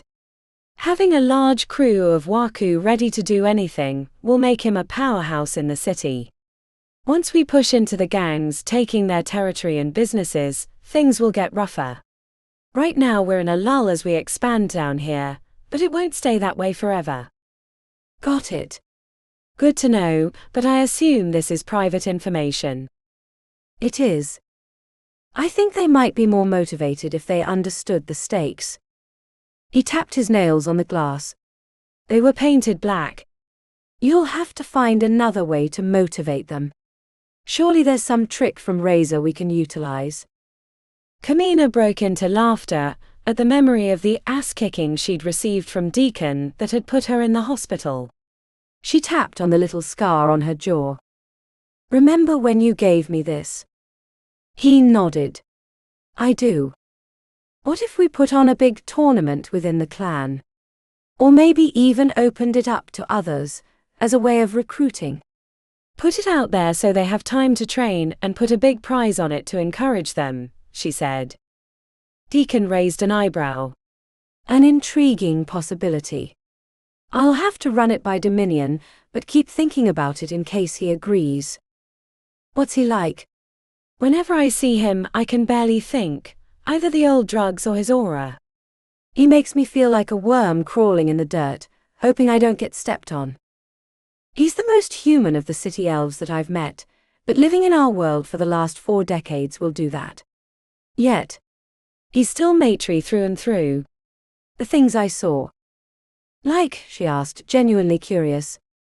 Deacon went internal, swallowing heavily before taking another drink. It was brutal. I was a child compared to them, and they knew it. Made anything I dealt with training in Razor seem like a nap. I feared for my life at all times. The other students tried to kill me more than once. Shadows below, it was practically weekly. I took to sleeping in unusual places, so they couldn't get to me when I was asleep. I still have nightmares. But it worked. You're stronger. I've heard what the others say about you. You could probably have beaten Duro or Brazio if they were alive. Maybe, he said absently, still lost in his painful memories. His mouth twisted. It's not because I worked harder. Eventually they realized I wasn't going to be good enough. He loosened his tie and unbuttoned his shirt, revealing black metal attached to his pecs like individual scales of armor. He tapped and the metal rang dully. They gave me these. There are 2 more on my shoulder blades. What are they? I haven't the slightest, but when they gave them to me, it was the most painful thing I'd ever experienced. Like being burned at the stake. He chuckled madly. They're alive. I can hear them whispering when things are quiet. I think they're the essence of some creature from the Eternal City, maybe a smoke eater or wraithhawk or something else. Dominion gave a set to Gregor Anderson, but his body was too weak and the exertion killed him. Sometimes I wonder if I'll die from them too. Deacon carefully buttoned his shirt back up and retightened his tie. If you're offered the chance to have some, don't do it. He drained his glass, hammering the red button with the palm of his hand. I have a question for you. Something you can help me with. Sure. Anything. A few months back, I ran into a couple of familiar faces. Her chest tightened, but she feared to say anything. 3 to be exact. Yara and Tick, plus 1 I only knew by reputation from the drops. Choo-choo. Really? Where? She asked, surprised to hear they were still alive. Deacon explained the day at the mines, including the fight and their daring escape. Did they survive the jump? As far as I could tell, unless something in the lake got them first, but we never found any bodies. I assume they made it back to wherever they've been hiding, and I haven't seen them since. What were they after? That's what I wanted your advice on. It's not my job to track them down, that's Titus, but they have killed a lot of my Waku and freed a lot of workers. They're not doing any real damage, but they're annoying and need to be taken care of. Why are they still fighting? We lost. They should just join the alliance, said Kamina. I'm glad to hear you say that. I can't understand their defiance either. She'd said it to keep Deacon from questioning her, but there was some truth in it. Why keep fighting for a cause that was lost over a year ago? Do you have any idea why they might be fighting? Or how I might track them down? Kamina drummed her fingers on the table. He would sense if she thought of something and didn't tell him. She was about to tell him that nothing came to mind, but then she remembered the fight between Choo Choo and Pandora. What? He said before she'd even decided if she were going to speak. I don't know if this helps, but he had a family. A mother and sister that he felt strongly about protecting. His older sister had been killed by Brazio back in the day before the stones. Maybe he was trying to get to them. I assume they're somewhere in the Undercity. Deacon snapped his fingers and leaned back. I knew it was a good idea talking to you. That has to be what it is.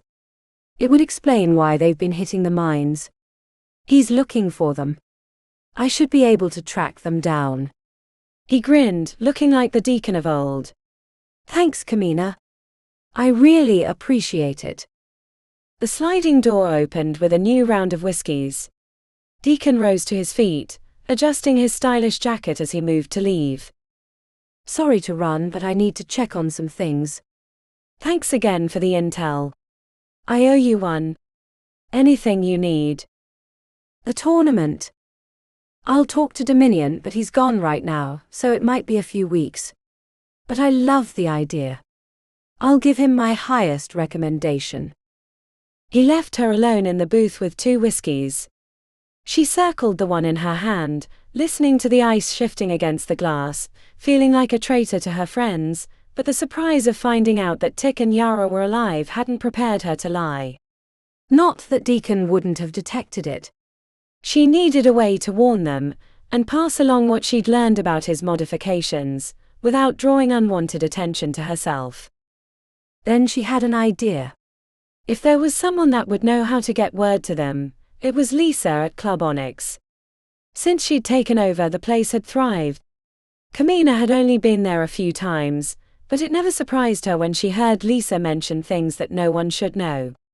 A visit to the Torino wouldn't be out of the question, especially if she combined some pleasure with the trip. Chapter 31.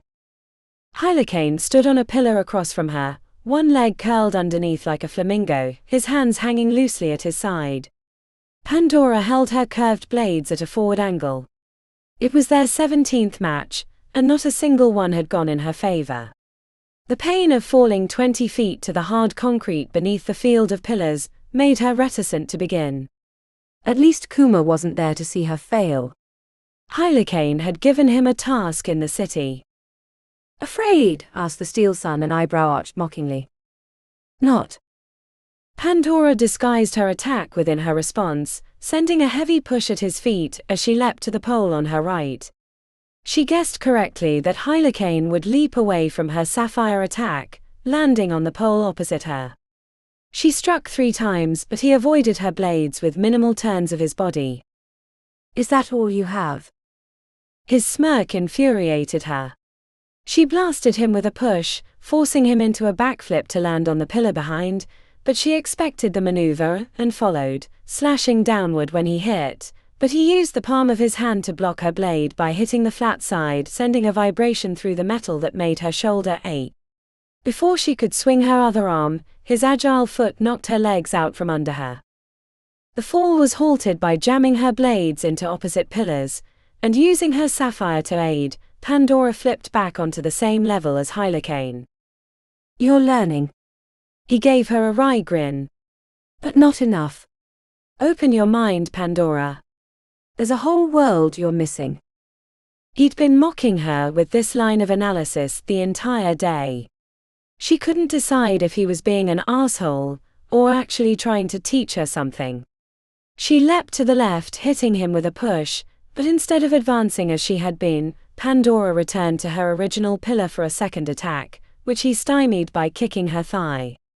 They traded a few blows before she tried to knock him off the pillar with a push, but he sidestepped.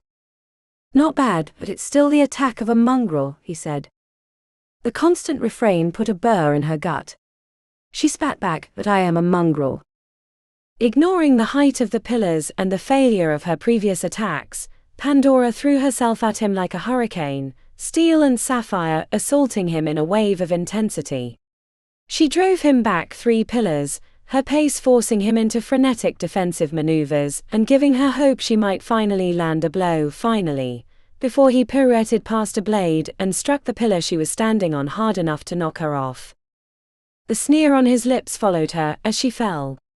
Pandora used her pull to keep from slamming into the concrete, but the impact rattled her teeth. Fuck. 11 cracks in the pillar. 3 bruises on her arm. 17 strikes that failed to find flesh. After sheathing her blades, she monkey climbed up the pole, returning to the same plane as Hylakane. A first for the day, a worthy attack. Pandora bowed. But I failed again, she spat back. There is truth in failure. What did you learn? Pandora reviewed the fight sequence in her head, but all she could think about was how close she'd gotten to landing a blow. 31 pillars. 19 broken windows in the building across from her. 47. Why are you counting? She exhaled through her nostrils. It helps me. It helps you what? I don't know. Remain calm. Not scream or rage. Why don't you?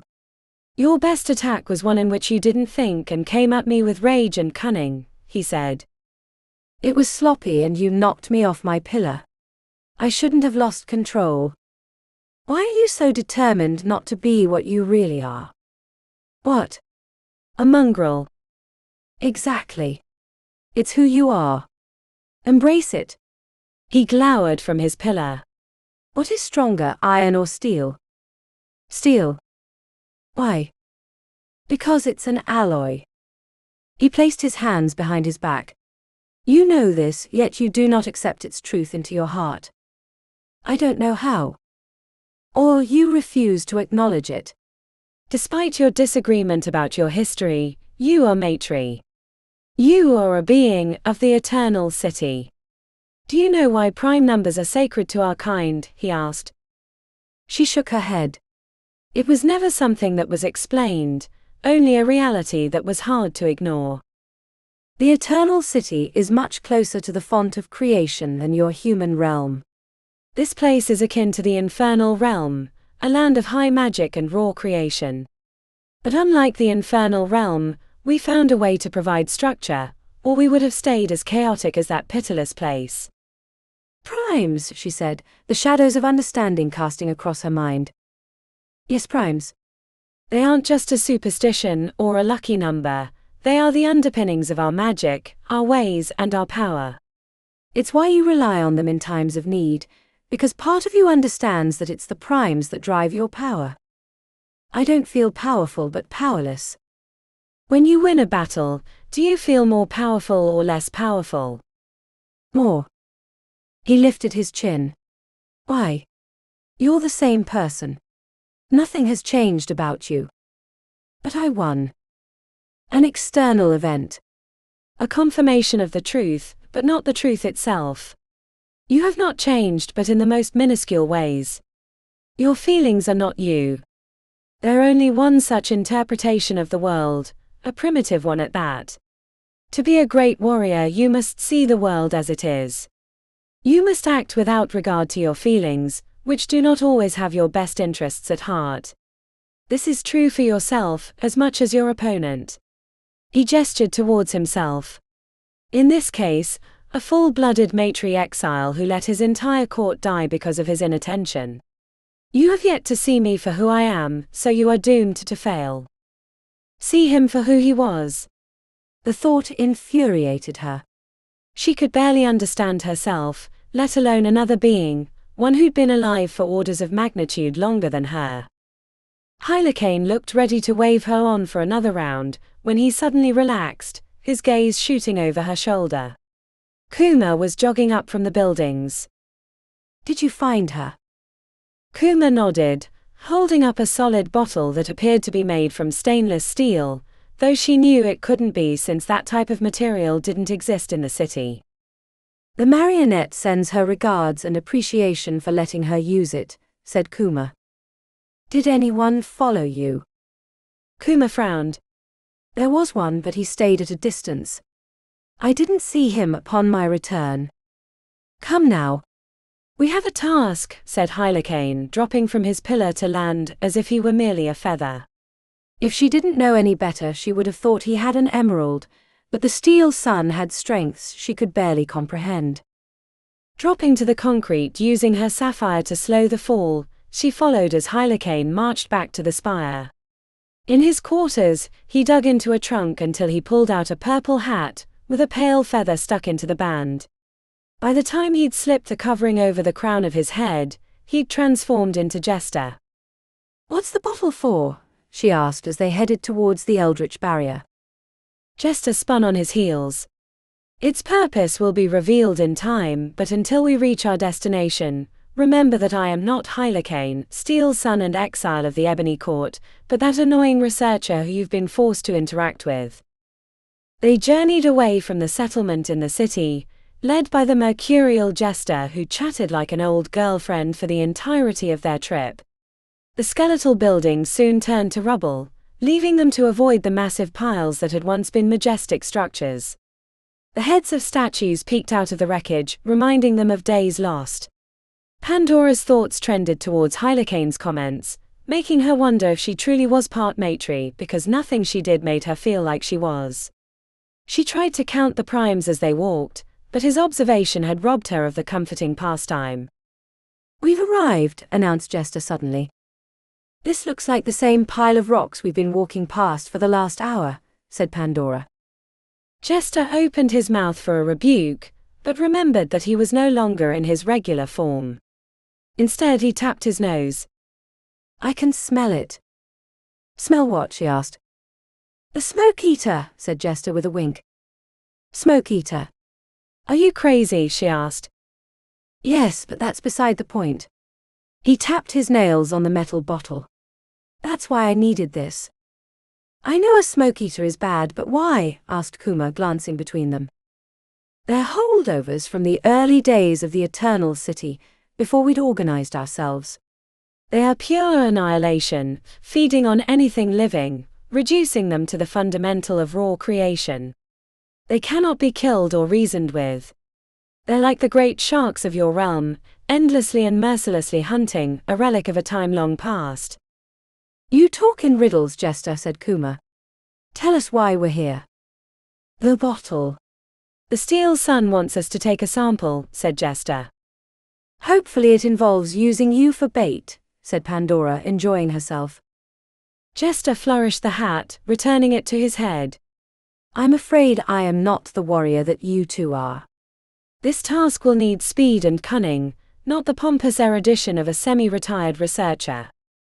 Figures, said Pandora, crossing her arms. How do we do it? You know, without getting returned to the atoms of creation. Simple, really. You'll need the smoke eater to pass over the bottle. The container will do the rest. And where is the smoke eater? Asked Kuma. Jester extended his arm, pointing towards a large mound about a quarter-mile ahead. It makes its home there. Once they were out of earshot, Kuma asked, What's this about? I haven't the slightest idea. How was your training? Terrible, she said. He keeps trying to tell me I'm an alloy, but he might as well be telling me I'm the abominable snowman, because it amounts to the same thing. I think I'd know if you were the abominable snowman. My dick would have frostbite, he said with a smirk. Ideas on how to do this? She asked. Set the bottle in the street, and lure the smoke eater over it.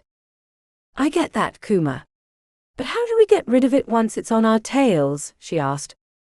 Kuma glanced back the way they'd come with a grin lurking in his eyes.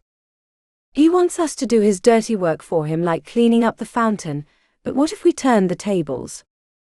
Pandora had a good idea of what he meant. You know he's going to talk to Hylakane and get us in trouble. I'm counting on it, said Kuma. Are you in? Pandora sighed. She knew she shouldn't. I don't know. You know you want to. Of course I do, but oh hell, why not? Count me in. Excellent, said Kuma, rubbing his hands together. The mound was twice the size of the others nearby. Whatever the building it had originally been, it was probably the centerpiece of the surrounding city. To their surprise, the mound had a dark entrance at the bottom where they assumed the smoke eater lurked, though they supposed it could be out hunting, which made their plan more perilous. It's in there, said Kuma as he crouched on his heels. I can feel it. The way he said it prompted a question. What's it like? Like standing on the shore, as a Category 5 hurricane is hitting the beach.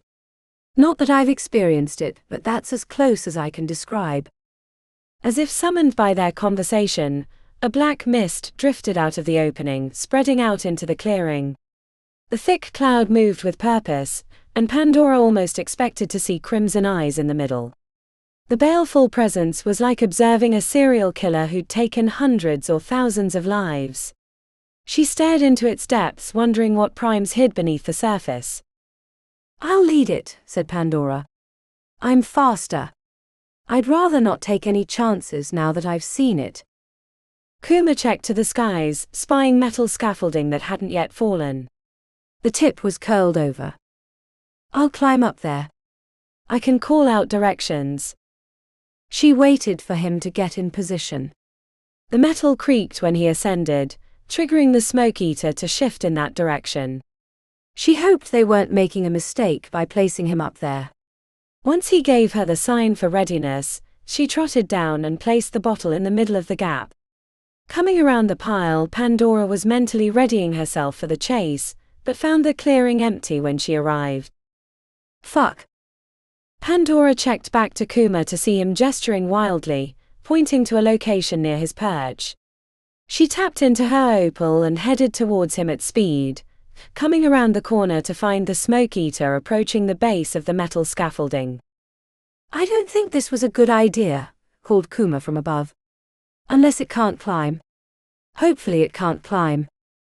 The thick black cloud sent tendrils up the metal, curling through the gaps. It can climb, he said blankly. Pandora ran to the edge of the smoke and waved her hands. Hey! You want me? Come here, you gaseous bag of death. The smoke eater seemed uninterested in her, so she hit it with a push. The black cloud billowed, bunching in the center, but continued going after Kuma. She hit it with 2 more pushes until she was frighteningly close. Come get me, cold breath. The cloud shifted faster than expected. One moment she was 20 feet from the trailing edge, the next it was surging towards her like the tide rushing to the shore. The edges of the cloud brushed her arms, searing the flesh and sending bright pain through her body.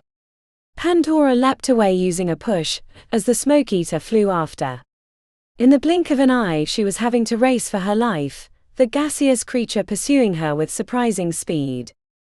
Go left. Go left, shouted Kuma from his lookout position, but she was going too fast and had to leap the wall instead, soaring over and hoping the obstacle would slow the pursuit, but the smoke eater shifted over the stone embankment, flowing after like a living wave. Keeping ahead of the smoke eater took every ounce of her skill, aided by frequent directions from Kuma, who kept her from trapping herself in the maze of materials. But she'd been escaping for long enough. She had no idea where the bottle was, but hoped he was threading her back that way. When she saw Jester sitting against a pile of rocks picking his teeth with a piece of wire he'd rescued, she shouted, "Run!" The colorful Maitre's jaw dropped open, and then he burst into a sprint alongside her, glaring the entire time. Jester glowered.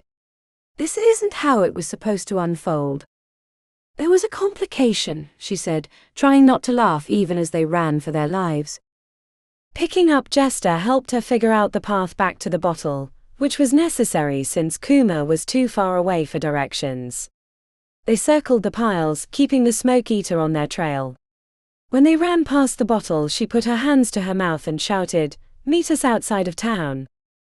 She allowed the smoke eater to stay with her for a minute to give Kuma room to grab the bottle, and then poured on the speed. Jester ran beside her with his hat clutched in his hand. When they could no longer see the black cloud following, they stopped near a crater formed by the collapse of an underground area. "My hat is ruined," said Jester, knocking it against his leg to uncrumple the edges. "The perils of hanging with two of Hylakane's apprentices," she said. "Apprentices? His pet idiots is more like it. You'd better hope he doesn't take it out on you for interrupting his thoughtful meditation," said Jester. "You survived and that's all that matters," she said with a smirk. Jester curled his arms around his chest and visibly pouted while they waited. A short time later Kuma appeared, out of breath, holding the shiny steel bottle which had miraculously closed. He handed it to Jester, who treated it like a live bomb, setting it into his pouch. "Neither of you deserve Hylakane. I'll be sure to inform him of that," said Jester. "Actually, I think we deserve him quite well. Something of a perfect punishment, an exile without friends or family teaching two more exiles. If there's not a more perfect match, I don't know what is," said Pandora, finding she was having far too much fun. Jester jammed his hands into his pockets, grumbling under his breath. The journey back to the spire took a few hours, and once they arrived, Jester disappeared. "Think we made a mistake taunting him?" asked Kuma, glancing after the mercurial matri. "Probably, but it was worth seeing his face when I ran up with the smoke eater on my tail. Any idea why we had to take a sample?" Pandora threw up a shoulder. "I suspect we'll find out soon enough. Let's go clean up in the fountain." After eating from the fruits of Hylakane's garden, they relaxed for the evening, finding themselves with more time than usual. Kuma was snoring soon enough, leaving Pandora to mull over what Hylakane had told her that morning. Sleep evaded her, and after a few hours of lying awake she threw on her uniform, and rather than heading up the stairs through Hylakane's quarters, she climbed the outside of the spire, using the cracks and exposed steel bars as handholds. The flock of wraithhawks stirred when she arrived on the roof, fluttering their shadowy wings, their heads turning towards her like silent sentinels. Pandora crouched on the opposite side, returning their stares, trying to understand how Hylakane could walk through their midst without having his soul drained dry. Nor could she see the primes that he claimed underpinned this realm. They were a crutch, a soothing ritual, nothing more. Pandora rose and took a step towards the wraithhawks. Each stride was like moving through molasses, as her body didn't want to complete the task her mind had set her upon. She reached halfway, a few steps further than last time, and her limbs could move no further. She basked in the fear of their presence, hoping she could inoculate herself, but eventually realized her body would not allow her to move closer for fear of eternal death. The climb down the spire helped soothe the tension in her limbs, and by the time she reached their quarters she found sleep was more tempting. Pandora curled behind Kuma, who was snoring softly, placing her arm over his body and letting her mind drift to dreams of shadows and smoke. Chapter 32. Lisa was sitting at a booth waiting for them with a bottle of whiskey and 4 glasses, already filled with ice, when they came down from their room. Her tight expression told Choo-Choo that whatever news she had was not going to be easy to hear. She poured the drinks as they slid into the booth with her, as the other hostesses cleaned up the bar after a long evening. It was probably 5 in the morning by the city clock, but time had little meaning for them in the shadows of the Undercity. "I had a visitor," said Lisa. Choo-Choo pulled his glass close and hesitated with it before his lips before letting a mouthful slip down his throat. The burn was soothing. "Did Invictus come down to give you tips on hospitality?" asked Tick, stroking Cora's neck as she stayed wrapped around his shoulders. It was Kamina. The entire booth tensed. Choo-Choo only knew her from the few months that Razor had joined with Drops, but he knew she was a close friend of Kuma's and Tick's. They also knew she'd taken over as the head trainer for the Alliance Academy, which would have felt like betrayal, if they actually had some semblance of a clan left to be betrayed. "I assume this wasn't a social visit," said Yara, staring intently. Lisa swirled her glass before taking a gulp. She stayed to the headquarters for the most part. "I know she's been in the Torino a few times lately, but this was the first time we've talked since the takeover." and asked Choo-Choo, expecting bad news. She had a lot to say. We spent an hour in a private room, and she wanted me to pass along this information. Choo-Choo froze, checking back to the entrance, but Lisa shook her head. She doesn't know you're here. Only that I'm a person who knows people, and how to get word to them. I never acknowledged that I could pass the information along, only that if I had the opportunity I would. Besides, if she knew you were here and was working for the Alliance in all capacities, you'd already be in chains or dead. Fine. What did she have to say? Deacon wants to take you down. He doesn't think Titus is up to it, and wants to be the one so he looks good for Dominion. Yara slammed her glass on the table. We never should have let that snake in, Razor. Hey, said Tick, giving Koro a kiss on the back of her scaly head. Snakes are a much better class of being than Deacon. Yeah, sure, said Choo-Choo. But what does that have to do with Kamina? She said he knows that you're looking for your mother and sister. Lisa shook her head before he could ask the question. I didn't correct her error about where she was at, which confirmed to me that she's not completely gone over. Good to know, but we'd have to find her first, said Choo-Choo. Something tells me you'll learn something soon enough. A trap won't work if you don't know to walk into it. Lisa checked around the room. There was something else. About Deacon and why he's so much faster and stronger since he came back from the Eternal City. Lisa went on to explain the black metal attached to his chest and back, including the theories on what it actually was. When she was finished, Choo-Choo leaned back in the booth. I'm not sure how it helps us, he said. She didn't know either, but thought it might help. Feels like a trap, said Yara. Everything's a trap for us these days, said Choo-Choo. Kamina told me to tell you to be careful. More than you usually are, said Lisa, frowning. Choo-Choo normally didn't use his amber on Lisa out of respect, but he sensed her aura as taut with threads of concern. What? I know you have more to say, said Choo-Choo. Her chin dipped to her chest as she bunched up her lips.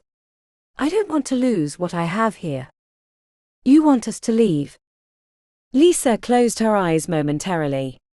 You can't do this forever. And what are you really accomplishing? The Alliance is unstoppable now. You're 3 talented and dangerous Waku, but you're 1 mistake from the ultimate end. And if Deacon's going to set up a trap using your sister as bait, I know you, Choo-Choo, you won't be able to resist, no matter how clean it looks. I love you guys. I was happy to provide shelter, but with things the way they are, I think that I'm not going to be able to much longer. I have all these girls who look to me to protect them. I thought you owed us, said Choo-Choo. I did, and I think I've paid that price, said Lisa sternly. Fuck, said Choo-Choo. Do we have to leave right away? Lisa frowned. Soon. Okay, fine. We'll get out of your hair. Give us a few days to figure out where we're going to go. Maybe it's time to leave the Undercity for good. Even without your sister? Asked Yara. He closed his eyes. He'd promised his mother he'd free her from the Alliance, but it seemed like suicide to consider it if Deacon knew they were looking for her. Besides, knowing her, she'd found a way to thrive under the difficult circumstances. I'm not ready to decide that yet. Let's figure out our options. He put his hand on Lisa's, giving it a squeeze. Thank you for the intel and for letting us stay here. We'd be dead otherwise. I'm sorry. I really am, she said. Lisa slipped out of the booth, leaving the 3 of them with the bottle of whiskey. Choo-Choo refilled their glasses, which prompted Yara to say, You'd make a good host if we went up top. He threw back his drink. This is the only life I've known. I don't know if I can start over. Nor do I want to. Chapter 33. Another task? Asked Kuma incredulously. Pandora had her arms crossed. He's not coming this time either. I think we made him mad when we ran the smoke eater up on him. It was accidental. Well, pre-planned accidental. He should have been paying attention. Kuma sighed. What's he want? There's a gang on the far side of the city. He said they don't come near his spire, so we need to find them. And there's one of them they call the Fist. He wants us to bring him back here. Alive. Kuma rapped his knuckles on the stone bench. I imagine this Fist isn't going to want to come. Probably not, but we should get going. It's not far, but it's getting dark soon, she said. The city had become familiar enough they moved without comment, finding their way through the streets using landmarks and intention. Since they didn't know the exact location where the Fist and his gang lived, it would require a random search once they reached the target area. A few times they spotted a cloud of failure winging through the sky, slipping past buildings like a murmuring of starlings, shifting and pulsing. A deadly dance of wings and glass. After hours of searching, they spotted the glowing lights of burn barrels. Unaffiliated matri were dangerous in their own way. Without the formalities of the court system to keep them subdued, they tended to act without regard to niceties, as their existence relied on being the strongest. Using an old building to scout from, they determined the Fist and his gang was much larger than expected. At least 20, said Pandora, shaking her head. If they were Dolgans, I wouldn't be worried. A whooping shout was followed by more yells, rising into the night air. A spark of eldritch magic crackled between buildings, followed by distant laughter. Their antics reminded Kuma of the city gangs, more interested in showing off than making their clan better. It meant they were undisciplined and prone to being incited to foolish decisions, which made them easier to manipulate, but also volatile and chaotically dangerous. Using his amber-aided vision, Kuma managed to pick out the one known as Fist. While the matri near the courts tended to go for the slender aristocrat with ghoulish appearance, the ones outside the Athena looked more like human gym rats, bulky and physically imposing with arcane modifications that made them more formidable. Fist looked like he could knock down a building with a single punch. Narrow silvery plates had been attached to his bald head, with the spaces between filled in with shadowy tattoos. Maybe we could issue him a formal invitation, mused Pandora as she leaned against the concrete wall. Kuma crouched on his heels, staring at the flickering lights of the gang's burn barrels. I have an idea, said Pandora, squinting into the darkness behind them. The cloud of failure was back that way. He knew what she was thinking. I don't know, he said. That only worked when we were calm, not letting the pain get to us. But if we have to drag them into their midst, avoiding pain is going to be impossible. And then we have to get Fist out alive. Got a better idea? No. Who gets to play the distraction and who gets to be bait? I'm faster, she said right away. And you won't be around to borrow your sapphire. I feel like I'm getting the short end of the stick. It won't be long. They just need to be distracted for a short time, until I can bring the failure into their midst. And then we improvise in the chaos. I'm sure there will be plenty. Kuma climbed down to the ground level after Pandora left, headed towards the location they last spotted the failure. He moved at a deliberate pace, in no hurry to engage Fist and his gang on his own. They weren't keeping lookout, which made sense given this area was an apocalyptic wasteland, and there were few predators that they couldn't handle. He hoped that arrogance would keep them from killing him before Pandora and the failure arrived. He lurked in the shadows at a distance until the clock in his head pushed him forward. Kuma checked over his shoulder before squeezing through the old blocks of stone, making his appearance in the dim light of their fires. Greetings, he said in the matri tongue as heads turned his direction. Speaking their language made his throat hurt, and he couldn't manage more than basic conversation, but he wanted to start with a diplomatic bent. The hard jaws and muscles flexing towards their weapons were familiar to Kuma after a life spent in the Undercity. They were a rival gang, and he was a lone idiot wandering in their midst. He wondered how Pandora had convinced him that this was a good idea. Their chatter was too fast for him to pick out the details, but the message was clear enough. Look what wandered into our camp, let's have some fun. What the fuck is a human doing here? Asked Fist. He'd been sitting near a fire with a bottle in his hand, but he'd joined the others in examining the newcomer. Kuma sensed some of the gang circling around and cutting off his escape. He resisted the urge to check to the skies, not wanting to give away the plan, but it was growing harder by the second. This human brings a message from Steel Sun, he said in broken Matri. The version of the word human was hard to say, because he knew it was more slur than description, translating roughly to stupid bag of meat that surprisingly can speak. He hoped mentioning Hylakane would calm their advance, but they gripped their weapons more tightly and checked to the skies as if they expected him to leap into their midst. That old fool would never send a human to bring a message. Maybe that idiot jester who fawns over his droppings like a knave, eating its own shit. I think you're lost. Come here, human, let me show you the pleasure of our fire, said Fist. Their laughter masked the hard glint of their gazes. They meant him harm.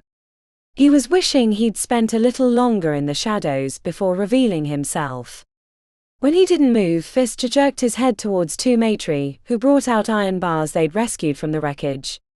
They looked like refugees from a war-torn region, who'd survived by killing without remorse. Their greyish skin, reflecting the nearby firelight, gave them haunted expressions, as if they were the newly undead. Kuma waited until the last moment to reveal his twin blades, giving the Matri a moment of pause before they laughed derisively, and attacked in a pincer maneuver, the choice showing they weren't as foolhardy as he'd thought while observing them. Kuma shifted to his left, avoiding their clumsy strikes and kicking out their legs, until both were lying on the cracked street, looking confused about their new position. Maybe not foolish, but certainly not practiced in the arts of combat. That was why they were on the far edges of Matri society, where the pickings were easy and rarely fought back. He could have easily killed them, but didn't want to enrage the entire gang, forcing him into an outnumbered battle he had no chance of winning. Maybe he's a messenger from Steel Sun, said Fist, squinting. But your presence is an insult. The two Matri on the ground quickly climbed to their feet as two others joined them, surrounding him on 4 points. Kuma kept his amber tuned, waiting for the twitch of muscle like a trapped spider expecting the vibration of approaching prey. The first Matri lunged in a fake attack, which Kuma ignored, spinning past the swinging crowbar, slicing ribs and bouncing up the pile of rubble with lightness. He could have made a dramatic leap, but wanted to keep his abilities less obvious. The human cut me, said the Matri, holding his side, which was covered in dark liquid. The perch he'd chosen wasn't as large as he would have hoped. Other shapes moved in the darkness, and in the blink of an eye there were at least 8 Matri surrounding his location. Kuma heard the crackle of eldritch energy, the moment before it nearly took his head off. Ducking the seething electricity unbalanced the rocks he was standing on, but he managed to regain his balance quickly, the muscle memory from countless days of sparring on the standing pillars coming back to him. Fist approached his position with a wary eye, his muscled form hiding the cunning predator beneath. The leader's aura was bunched with menace, and his movements suggested training far beyond that of the rabble in his retinue. Kuma had a good idea he'd been a soldier or guard in one of the courts, but had to escape to the hinterlands after a crucial mistake. What does he want? Kuma drilled his amber into Fist. Was he being honest or creating a distraction? The bulky Matri hid his intentions well, which was another sign of his previous life in the courts. To survive their machinations, one had to practice duplicitousness on a daily basis, or at least that's how Pandora had explained it. He wants to talk to you and you alone, said Kuma in halting Matri. Come with me and you can be back here in the morning, with a story to tell. Fist turned his head as if he were searching for the real threat. He was correctly picking out that it was a trap, but he hadn't figured out where it was coming from. Kuma silently wished that Pandora and the Phaler would arrive, because he was sure that Fist wasn't going to give him much longer to distract them. Kill him. The words had barely left Fist's lips, when a cry from the back of the group sent waves of alarm through them. The Sharp Death, they cried, amongst other names they had for the winged blast creatures. As the rest of the gang descended into chaos, Fist stayed stationary, keeping his gaze on Kuma, who was doing the same from his perch. The cloud's approach sounded like glass being crunched underfoot. As the winged death surrounded him, he closed his eyes and meditated, ignoring the cuts and bright lines of pain appearing across his body. They were incensed by the Maitre gang, and dealing injury when normally they would have settled on his form like curious butterflies. Screams punctuated the night, as Fist's gang ran in all directions to escape the cloud of failure. Kuma opened his eyes to see Fist staring back at him, stationary as a statue with a few failure of his own bleeding him at points, while one of his crew was covered by the sharp creatures only a dozen feet away, wailing screams announcing the end of his difficult life. In the matter of a minute, the entire gang, minus Fist, disappeared into the broken buildings or met their end as lumps of bloody flesh. "That went well enough," said Pandora, appearing out of the gloom. "I thought Steel's son wanted to talk to me." "He does," said Kuma. "But you were never planning to come quietly. Not when a couple of talking meatbags were your escort. But I was surprised to see you knew how to avoid getting sliced to ribbons." Fist cracked his knuckles by squeezing his hands. "I've seen you in the city with the Failer. I didn't understand until now, but that's not going to help you when I break both your necks." "Come now," said Pandora, strolling into the clearing. "Do you really think that's going to work?" The big Maitre leapt towards her, his fist raised, glowing with eldritch energy. He'd moved faster than Kuma expected, and he feared for a half-second that Pandora wouldn't get out of the way in time. But as she slammed Fist in the chest with a heavy push, slipping past him and leaving twin cuts on his ribs, he knew he shouldn't have been worried. Kuma hopped off his pile, casually positioning himself opposite Pandora, leaving the big Maitre with no way to easily defend himself. "Steel's son said to take you back alive, but not necessarily in good shape or conscious," said Kuma. Fist slammed his knuckles together, eliciting sparks. The metal strips on his head glowed with power, sending tendrils of electricity down his arms. Kuma wasn't sure what he said next as the language was in High Maitre, which he barely knew a lick of, but whatever it was, it triggered a spitting rage in Pandora. Kuma borrowed her sapphire, hitting Fist in the back with a push, then twisting him with a pull to keep him off balance, while Pandora flew in with her foot coming around in a roundhouse right as the big Maitre's head snapped around. The two impacted like a sledgehammer on rock. Fist crumpled to the ground, the seething electricity crackling across his skull quieting. "What did he say?" Pandora was still staring at the fallen form of Fist. She barely noticed that he'd asked a question, finally grunting with acknowledgement after a half-minute. "It doesn't matter. Who gets to carry him?" "I saw some junk back by the burn barrel. We can make a carry-drag." After scavenging materials, they managed to tie him to a makeshift cot they could drag back to the main area. As they pulled him through the broken buildings, they occasionally heard screams as the failure cloud caught up to his escaping gang. Fist woke around the time they brought him through the barrier. Hylakane was waiting for them inside, leaning on Jinzi, glowering with menace. The big Maitre broke his restraints and fell to the ground. The arrogant posturing that Kuma witnessed before disappeared upon seeing the ancient warrior. "Steel's son," said Fist breathlessly, his tone suggesting apology, which was heresy amongst the city fae. He stayed on his knees, making himself small. Kuma had watched him remain calm while Failure left slices all over his body, but in the presence of Hylakane, exile of the Ebony Court, he looked like a suffering penitent. "Rip the metal from your head and leave it at my feet," said Hylakane. Fist brushed the metal on his skull with his fingertips. "I can't. It's all I have. They'll tear me apart without it." Hylakane bumped Jinzi on the concrete. The impact sounded like a gong ringing in a distant city. "I was only a soldier following orders," said Fist, clasping his hands before him and pressing them against his forehead. "I would have been killed had I refused, and look at me now. I'm an exile too." The weapon spun easily in Hylakane's grip, the circular end coming to rest a hair above Fist's head. A tap and the silvery metal rang. "More than a soldier if you were given these." Megestiel is not cheap, which tells me you're still in Lady Amethite's employ. You're here to observe and report back to her. I will give you one more chance to live. Rip the metal from your head, and you can return to her with this message. I will never relent. I would never make it back to the Athena without them. Removing them would be my end, said Fist, staring into the cracks of the concrete as if they were the impenetrable void. Kuma never saw Hylakane move. One moment Steel Sun had his weapon hanging over Fist, the next the bald head was bumping across the uneven ground, eyes wide with eternal surprise. Kuma wasn't entirely sure he'd seen it, but after Hylakane had taken the gang leader's head, the weapon Jinsi flashed with eldritch light, and a wavering scream that sounded like Fist's voice echoed in the distance.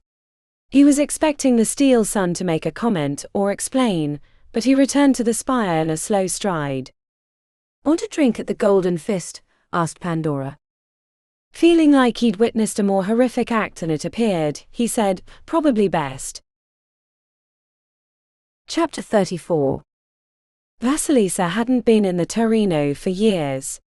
The once neutral ground was a place her mother never wanted her to visit, except once when her older sister had fought an honor duel, she was given permission to travel with Emilio. Valeria had dismantled her opponent from Vipers, leaving twin scars on their cheeks before they begged for mercy. Vasilisa still remembered the thrill of waiting for her sister's decision, silently hoping that she'd refuse the request, but also relieved when blood wasn't spilled. She'd been given the building that had once been the Rush, but had been abandoned a year before. The new role had felt like an honor when she'd received it, but seeing the disrepair made her worry that she'd been demoted. It didn't stop her from throwing herself into cleaning up the building, throwing out the trash where rats had been hiding, scrubbing the floor on her hands and knees. The work helped her forget that Andy had been left behind at the Lazona. His assignment hadn't changed with hers, but he'd promised to get relocated as soon as he could. Whenever she paused, her thoughts returned to their last morning in bed as she ran her fingertips across his chest, then she threw herself back into the work to forget. When the instruction had come to her at the office in the Lazona, she hadn't quite understood the purpose, since the Torino was far from the mines. The only well of power it was near was the one the halls guarded, which made it an unusual location for a resupply depot, but that didn't stop her from treating it like a major logistics hub.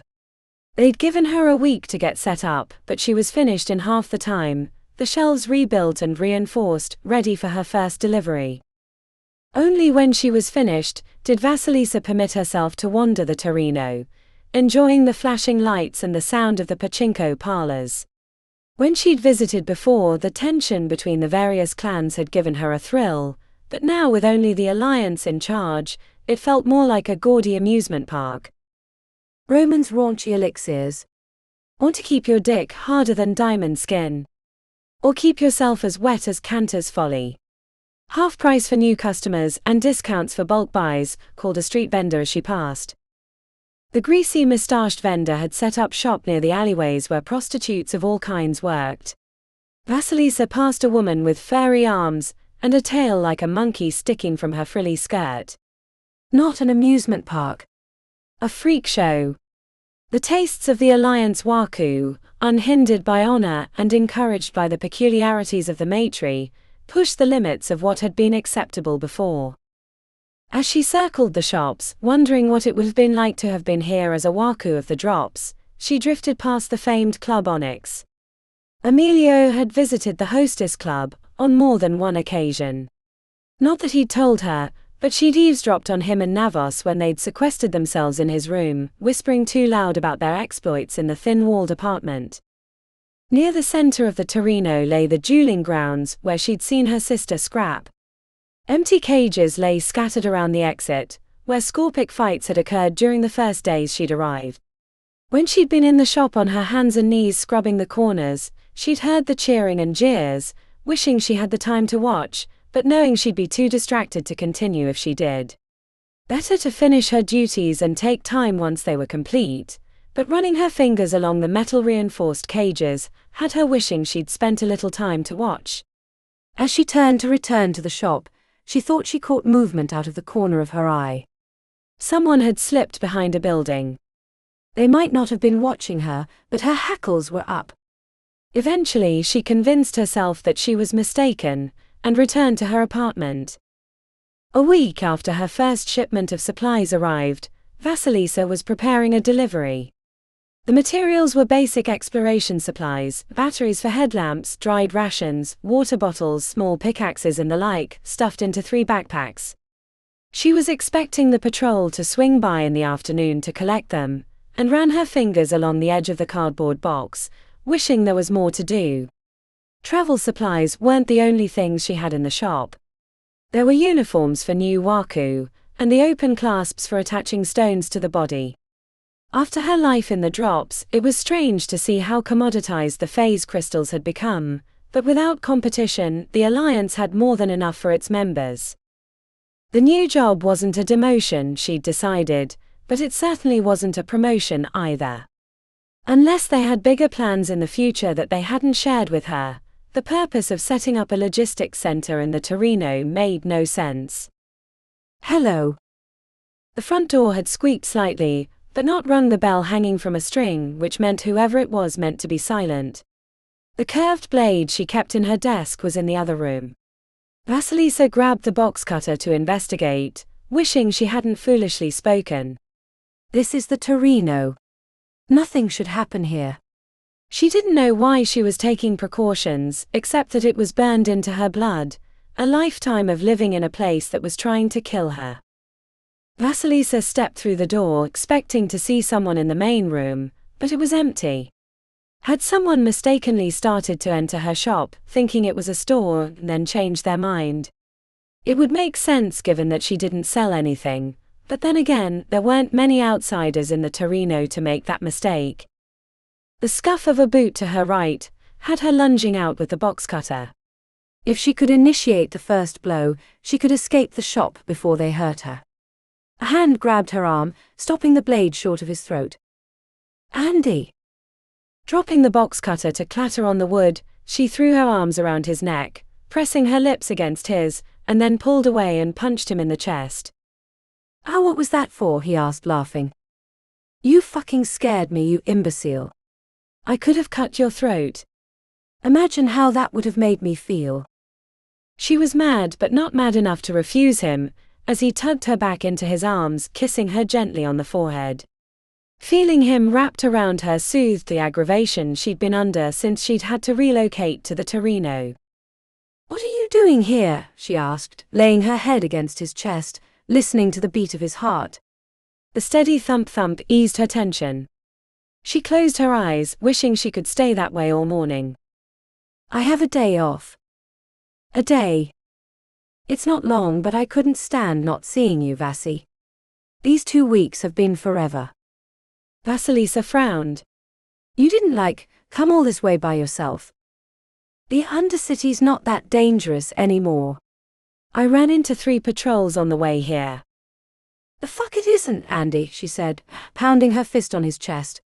"Something weird and hairy from the wastelands killed 3 miners before they wounded it, and it escaped. Said it had claws like knives and bled weird green blood. There was a banshee sighting south of Big Dave's too." "It's still the Undercity. People die all the time down here." I know, he said, stroking her hair. "But it was worth it to see you."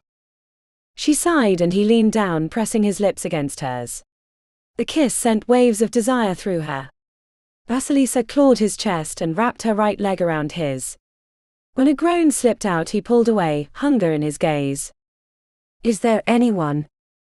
She glanced towards the door. The patrol wasn't due for a few hours, not that they couldn't be early. Vasilisa grabbed his hand, dragging him into the supply room. He smacked her ass playfully, and when they neared the desk, he grabbed her around the waist and lifted her onto the surface, knocking off papers. Fingers dug into flesh, stripping off clothing, passions inflamed by grinding kisses. She pulled down his pants, loosening his cock from his underwear, a moan escaping his lips as she grasped him firmly. "Oh fuck. That's the idea," she said, letting her tongue rest on her teeth. Andela yanked off her silky pants. She guided him between her legs, gasping with pleasure as he pressed inside of her.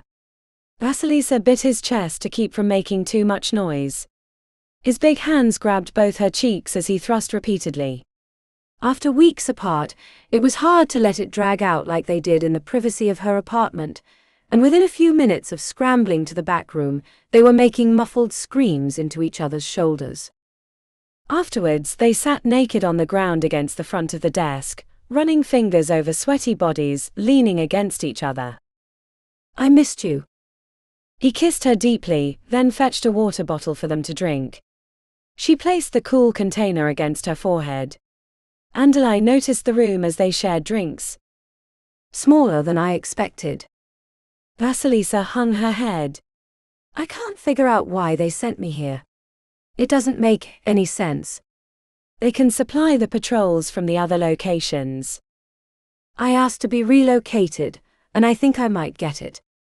There aren't many spots, and they're boring guard duty without a lot of chances for promotion, but at least I'd be with you, he said, kissing the back of her hand. After quiet conversation, their affections turned frantic, and she was lying on the wood floor with Andy on top. He made sure to place his shirt beneath so she didn't get splinters, which made her want to bite him playfully again. This time they managed to last longer, cleaning up in time for her to meet the patrol, while he wandered the Torino to enjoy his day off. In the days after his visit, Vasilisa bathed in a warm glow, anticipating when he would return.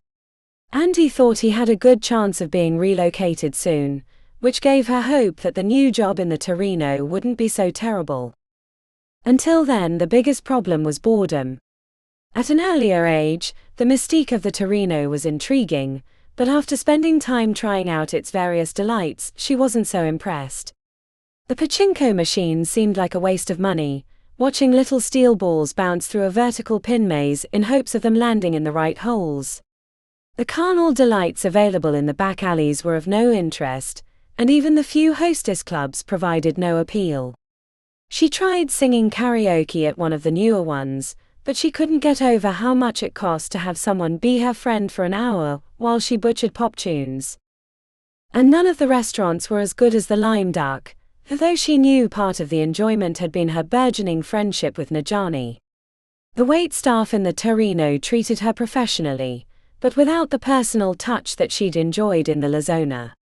The only thing she found interesting was a poster for a grand martial arts tournament put on by the clan, but it wasn't scheduled for another few weeks. After eating at the Pale Sun, Vasilisa headed back to her apartment, which was in the building behind the shop. On the way, she had a strange feeling she was being watched. Turning proved only that the streets were empty, save for a few drunken waku meandering beneath the glittering lights hanging from the ceiling of the cavern. When she made it back to her room, Vasilisa locked the door, and then after a moment of contemplation shoved the chair beneath the handle to keep anyone from forcing their way in. While she had no proof that she was being watched, little things kept adding up. It felt like every other day she nearly caught someone. She assumed she had a stalker, or maybe an enemy of the Alliance, who saw her as an easy way to get back at the new clan. Things would be better once Andy moved. Until then, she planned on carrying a blade. It was the only way to be safe. Chapter 35. Pandora missed the moon. The eternal grey skies of the city had no celestial bodies, and while it was night, the dim luminance that came from nowhere gave her the impression of moonlight. When she'd brought it up to Kuma, he stared at her blankly.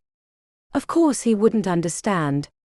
He only knew the shadows of the Undercity. The moon was a foreign concept. She'd only known it during a brief moment of her life, when she lived with her father in Chicago. Pandora recalled waking in the middle of the night, with the moon shining through the window onto her bed covers. The silvery light was magical. On nights her father was patrolling the streets with his gang, she asked the moon to watch out for him, keep him safe and bring him back home. Safety. An illusion that was shattered at a young age. Doubly so when her mother brought her to the Eternal City. Those first few months had been terrifying. The gaunt matri with their black-eyed stares had been like living in a haunted mansion. Kuma shifted, his hand unconsciously clinging to her naked stomach as she lay upon her back. She smiled at the memory of their evening. They'd had no shortage of chemistry in their early trysts, but spending time with nothing else other than learning the language of each other's bodies had paid off in dividends. Pandora had made him sit on the edge of the bed, while she'd stroked him long and slow, drawing it out until he was begging for release. Seeing him so attuned to her touch had left her sopping wet, and once he'd recovered she'd straddled him until she'd joined him in bliss. Pandora wondered what Hylakane thought of their exuberant noise-making. On the other hand, she saw him sneaking out to the settlement as jester. There were opportunities for their teacher to find his own fun.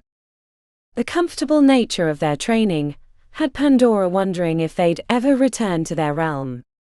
Not only did she have no idea where they might find a working portal, but even if they managed to make it back to the Undercity, her grandfather had had nearly 2 years to consolidate his power. What could she really do to stop him? She had no idea who had survived the raid on the Alliance complex. For all she knew, her friends were all dead, which left her wondering why she'd want to return at all. There was no reason she couldn't stay with Hylakane, honing her skills for the entirety of her life. Her mother had told her stories about rogue warriors patrolling the edges of the Eternal City, imposing their will upon whoever crossed their path. Much as Fist tried to do, until Hylakane took his head. Was that what she and Kuma would become? Mercenaries. Or low-level criminals living on the edge of society. She sat up, resting her bare feet on the cool concrete. No. This wasn't the life she wanted. If there was one thing she was certain of, it was that she wanted something greater. Even before her mother stole her away to the Eternal City, her father had told her that she could be anything she wanted, then he would ask what she was thinking of. She'd always refused to tell him, fearing that saying it might make it impossible to happen. He'd ask if she wanted to be a princess, or an astronaut, or a firefighter. She'd shake her head at each one. Pandora hadn't thought about those moments in a long time, but she remembered her desire as if she were lying in her little bed, staring at the moon through the cracked window. Pandora had wanted to be the boss of her father's gang. Even before he'd died in the shooting, she'd known how dangerous his life was, and wanted nothing more than for him to be safe. If she was the boss, then she could have kept him alive. As she glanced down at Kuma's sleeping form, his fingers twitching with dreams, she knew she still wanted the same thing. To keep her friends and family safe. To keep Kuma safe. That was the paradox of her life. The stronger you were, the more you invited challenges. But weakness tempted fate. The Undercity was proof of that. The stalemate between Razor and Drops had given the Alliance the opening to take control. In the eyes of the Matri, family was a weakness too. Familial bonds could be exploited for gain. Your family's weakness was yours too. The only things that counted in the Eternal City were strength and cunning. That was the rub. To be human was to have family, connections you were willing to do anything for. But to be Matri was to turn your back on your family, because they made you weaker. She couldn't be both. Not, as Hylakane said, to be an alloy. Pandora ran her fingers across Kuma's chest, feeling the little scars from years of training. The gunshot wounds healed imperfectly by an opal. The warmth and strength contained within his finely honed muscles. Or maybe she could be an alloy. She would go to the ends of the realms for him. That desire to protect made her stronger. Those that had something to lose fought harder. She could be both cunning and kind. Strong and loving. Human and Matri. Pandora slipped into her uniform. She started to put her blades on, but quickly decided to leave them behind. The route up the side of the spire was familiar. She'd made it a dozen times, each one ending with her returning back to their room, without the contents of the ornate box. The cluster of Wraithhawks turned their heads in unison. "Oh, you again." She could see the thought in their bored expressions. Pandora stood on her side of the roof, hands at her side, feeling like she should be doing something different to be able to claim the box. Hylakane had demonstrated on more than one occasion how he could walk amidst them without having his soul sucked dry. At times she'd thought his connection to the famed weapon Jinsi might offer protection, but he wouldn't ask her to attempt it if that were the case. Or maybe it was something about the pain that he held in his chest, the memory of an entire court, his family destroyed by the Ruby Queen. They'd passed the trial of the Failure by learning to accept pain. Was there a similar trick to the Wraithhawks? She thought about Hylakane. What was different about him that the Wraithhawks felt no need to attack? She'd seen them take down Dolgant and Maitri alike. There was nothing you could do once they'd gotten hold with their spectral forms. He grieves. The words came to her lips as she remembered her earlier thoughts about her father. But it wasn't as simple as that. It wasn't the grief protecting him, but the lack of fear.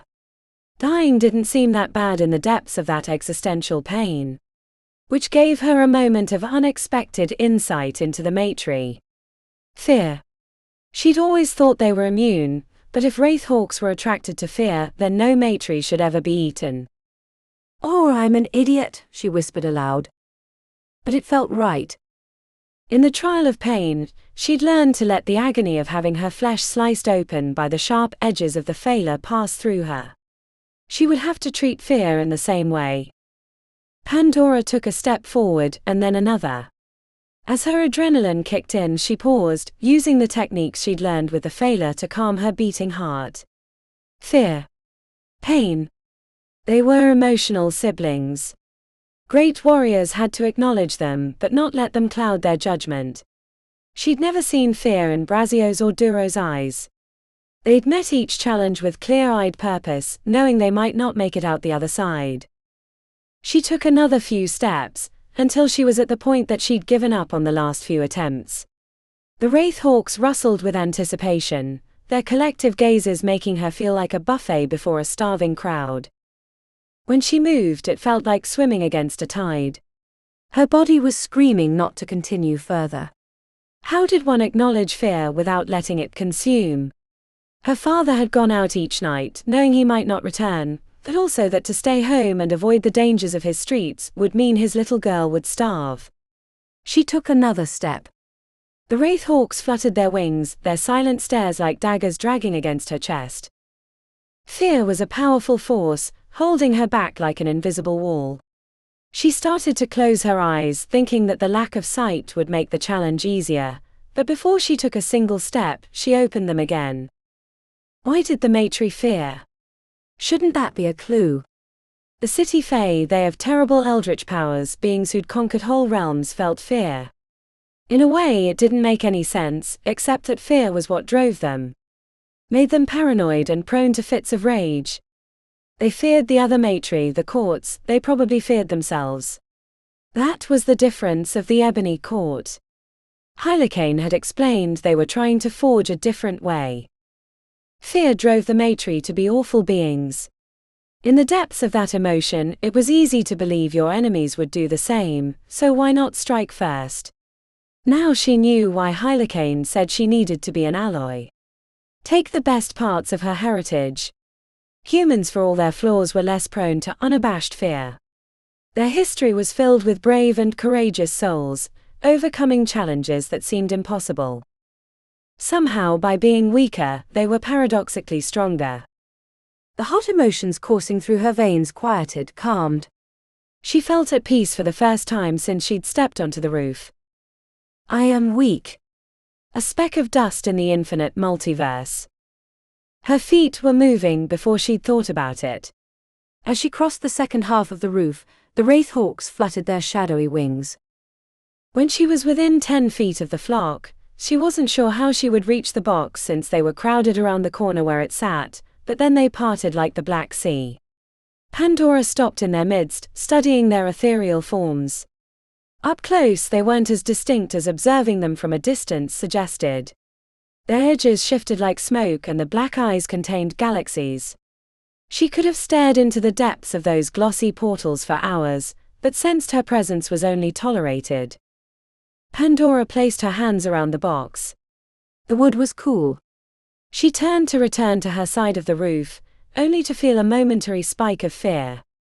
Having the wraith hawks at her back where her imagination could do its worst, made her struggle to hold back her feelings, but then she pictured their black eyes again and the mysteries contained within, and that infinite universe calmed her beating heart.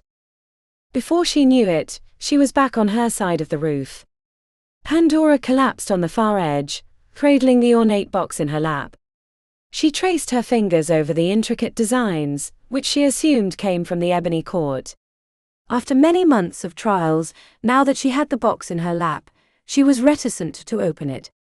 Rather than spoil the surprise, she marinated in the success as she watched the unspecific glow that distinguished day from night in the eternal realm reveal itself. "Don't you want to know what's inside?" She'd heard Hylakane coming up from behind, but had been enjoying a sublime contentedness, and hadn't wanted to stir any sooner than required. "It feels like a door, and once I step through I'll be changed." He placed himself before her, hands behind his back, robes hanging loosely around his sturdy frame. "Your intuition is correct." Without fanfare, she slipped the latch to the side with her thumb and lifted the lid, revealing a shadowy mask that made her heart catch. The resemblance was uncanny. Pandora feared to touch, but when he nodded, she scooped her hands inside, lifting the mask and revealing a solid object that would fit over her face. She sensed it contained terrible magics. "A wraithhawk." "It was mine once, an artifact of the ancients, before I understood the secrets of the wraithhawks, as you do now too. But do not forget from which it came, or why it was made." Pandora tilted her head. "Why?" Hylakane glanced over her shoulder. Kuma had come up the stairs. "I woke him before I came up. It's best if you both hear this at the same time. But first I must ask you a question." "We're ready," said Pandora. "Do you still want to stop your grandfather?" "Is it your intention to return to your realm and do battle with your kin?" he asked. She wondered if he could somehow see inside her thoughts, since she'd mused over that path just that morning. Pandora checked to Kuma, who gave her a tight nod. "I do. It is. Even if I don't know how." Hylakane held out 2 vials containing smoke and glittering silver dust. Pandora accepted hers as Kuma did the same. It was warm. "What is it?" "The 2 tusks. The essence of Smoke Eater and the dust of Megestiel. Together with other enhancements, they offer a way to return to the Undercity without giving yourselves away." "Like Jester," said Kuma, wide-eyed. "Yes, like Jester." "I can take many forms if necessary. If you wish to learn, drink the elixir, and then I can teach you how to change your appearance." "It's not difficult." "Only a few days of practice to master." "But if we do, how do we get back? And what is the mask for?" she asked. "I know a working portal that you can use. Probably guarded, but we can deal with that once you've decided." "The mask is a gift to help you with your grandfather. You should understand if you think about it." "Fear," gasped Pandora. The trial with the wraithhawks wasn't only about her, but a way to give her insight into the mind of the matri, and specifically her grandfather. She would have never guessed that he felt fear, but it was a different kind than what humans felt. "No mask for me?" asked Kuma. Hylakane reached into his uniform, revealing a second mask. The snowy snout and fangs were unmistakable. "A knave. Do not underestimate the power of being small, quick, and difficult to kill." They've been known to feed on failure by tricking them into small spaces, then devouring the remains of the creatures they shatter with their long teeth. In a fight between the failure and knave, it's the terrain that decides the winner. Once you have both learned the arts of shape changing, I have more tricks to teach you that will help solidify the mysteries of your masks. Thank you, Master Hylakane. I owe you a debt I cannot repay. "When the time comes, you'll find a way," he said cryptically. "I assume this means you want to return." Pandora checked with Kuma, who nodded once. "We do." "Then drink up." With the elixir poised before her lips, she asked, "Is it going to hurt?" Hylakane's lips stretched wide. "Assuredly." Chapter 36. Choo-Choo paced the room where they'd been sitting for the last 3 hours. He felt on the edge of a great chasm with no way to get across. I'm sorry, said Yara, sitting on the edge of her bed, hands clasped and forehead knotted. You know it's a trap. As soon as we step foot in her shop, it'll be sprung. Better to wait until Deacon's gotten bored and forgot about your sister. We've been doing this for over 1.5 years, and this is the first time I've seen her. If I miss this opportunity, I might as well forget about her. She seems happy, offered Tick, flinching when Choo-Choo spun on his heels. I'm sorry, but she does. Maybe it's us that should reconsider what we're doing. Lisa's not going to let us stay much longer. Once we leave here, I'm not sure how we can continue. What? You're giving up? Are you going to join the Alliance? I doubt they'd take me after all we've done. Probably find a way to the surface. Darina said she'd visit me if I did. Not sure what I'd do, but Koro and I will figure something out. Choo-Choo's world was slipping away. Everything he'd ever cared for, everything he'd ever done would be meaningless if he abandoned his sister and the Undercity. His chest felt like it wanted to cave in. I'll do it myself then. I don't need your help. Yara met him at the door, grabbing his arm and yanking him around. I didn't say I wouldn't help. I'm saying we'd be idiots to rush out there now while he's watching. We haven't seen him, said Choo-Choo. You know that doesn't mean shit, she said, nostrils flaring. Now stop acting like the impulsive Waku you were when I first met you, and start acting like the one that's kept us alive for all this time. The comment shamed him. Choo-Choo dipped his chin towards his chest as his cheeks grew hot. He returned to sit on the bed, clasping his hands in front.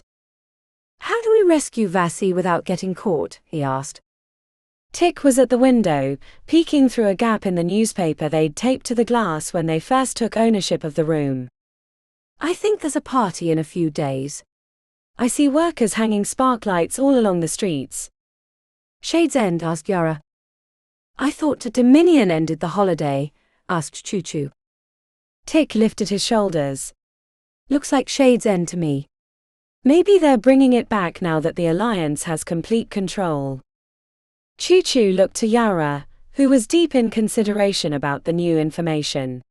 Shade's End was the Undercity's version of New Year's Eve, but celebrated closer to summer. Not that the seasons mattered to those who lived in the shadows. There were a lot of rumors about why the holiday had been born. It fell exactly between the birth dates of the 2 longest existing clans, Razor and Drops.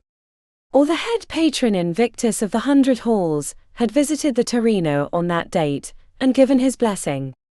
Or that it was the date of a famous duel between Len Moonblade Santos and the Great Viper, also known as the Shadow Khan, but Choo-Choo thought it wasn't anything so storied. The likeliest explanation was that the Torino needed to drum up business, and invented the holiday to draw the clans into its caverns.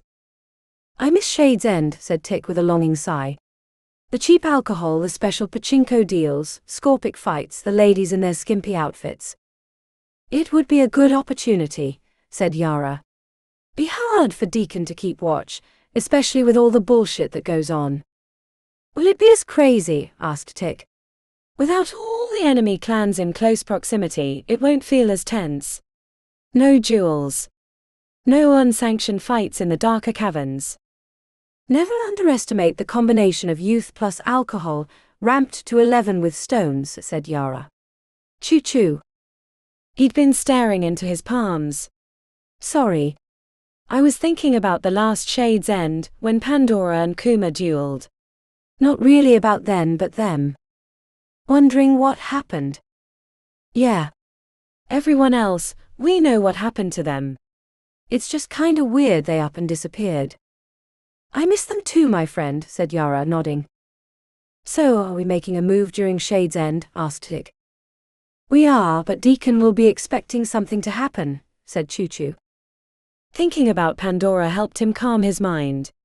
She was always so clear-eyed and quick to make the right decision. Even though they'd been around the same age, there was something about her that reminded him of his older sister, Valeria. He missed her as much as he missed Vasilisa. We'll need a distraction, said Yara, staring at Tick. Me? Yeah, you. Is there someone else here that has an army of critters in their pocket?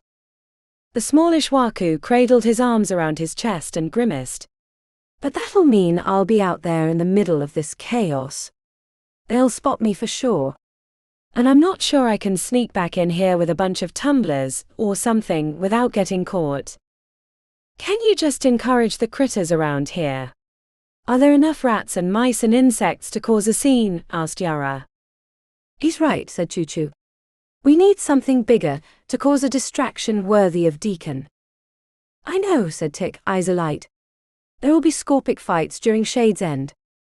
So, they're all in cages, said Choo-Choo. But what if they weren't, said Tick, grinning from ear to ear. He's got a point, said Yara. How hard can it be to open up a few cages and cause a little chaos? Okay, said Choo-Choo, nodding. We've got some work to do on that one, but what about my sister? How do we get her out without anyone noticing? Or more importantly, how do we find her in the middle of the party? She'll probably be out and about, said Yara. Choo-Choo put a hand to his forehead. Why can't this be easy?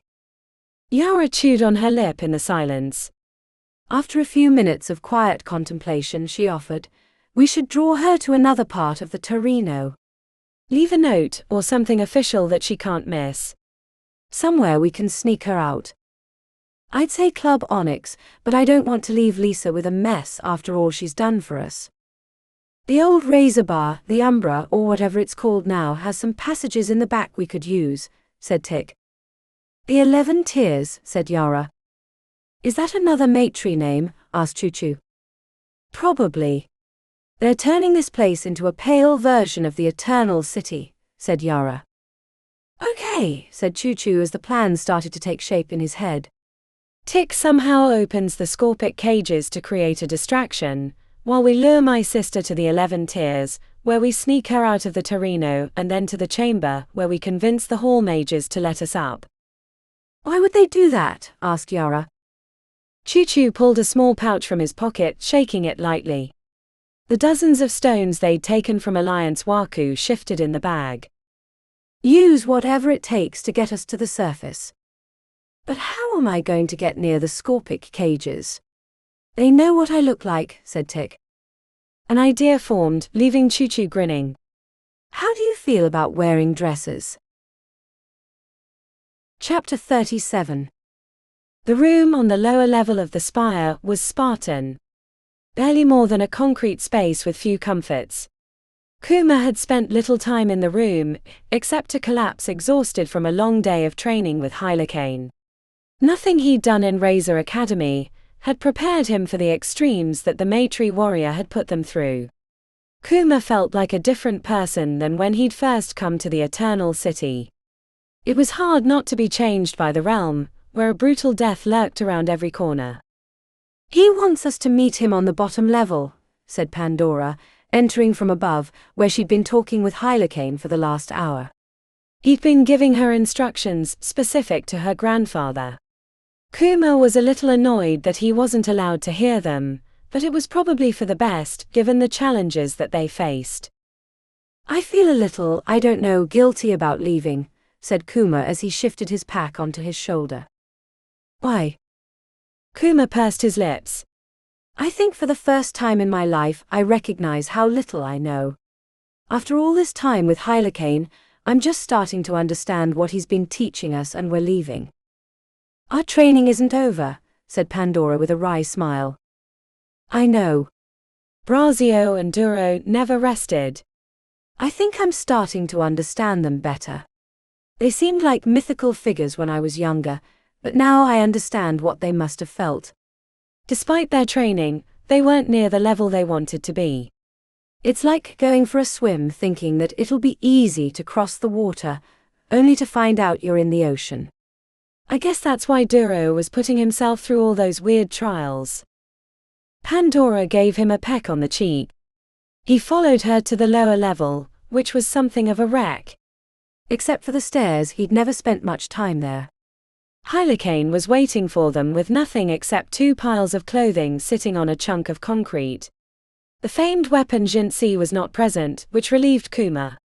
Since he'd learned what was contained within, he found it hard to not stare at it with horror, and he didn't want to insult their teacher. "Today is your last day in my care," said Hylakane simply, standing with his hands behind his back. "You may feel that you're not ready, but I assure you that you've come much further than I ever expected." The mongrel and the insect. Do not forget the lessons that you've learned here. The old warrior gathered the 2 sets of clothing and handed them over.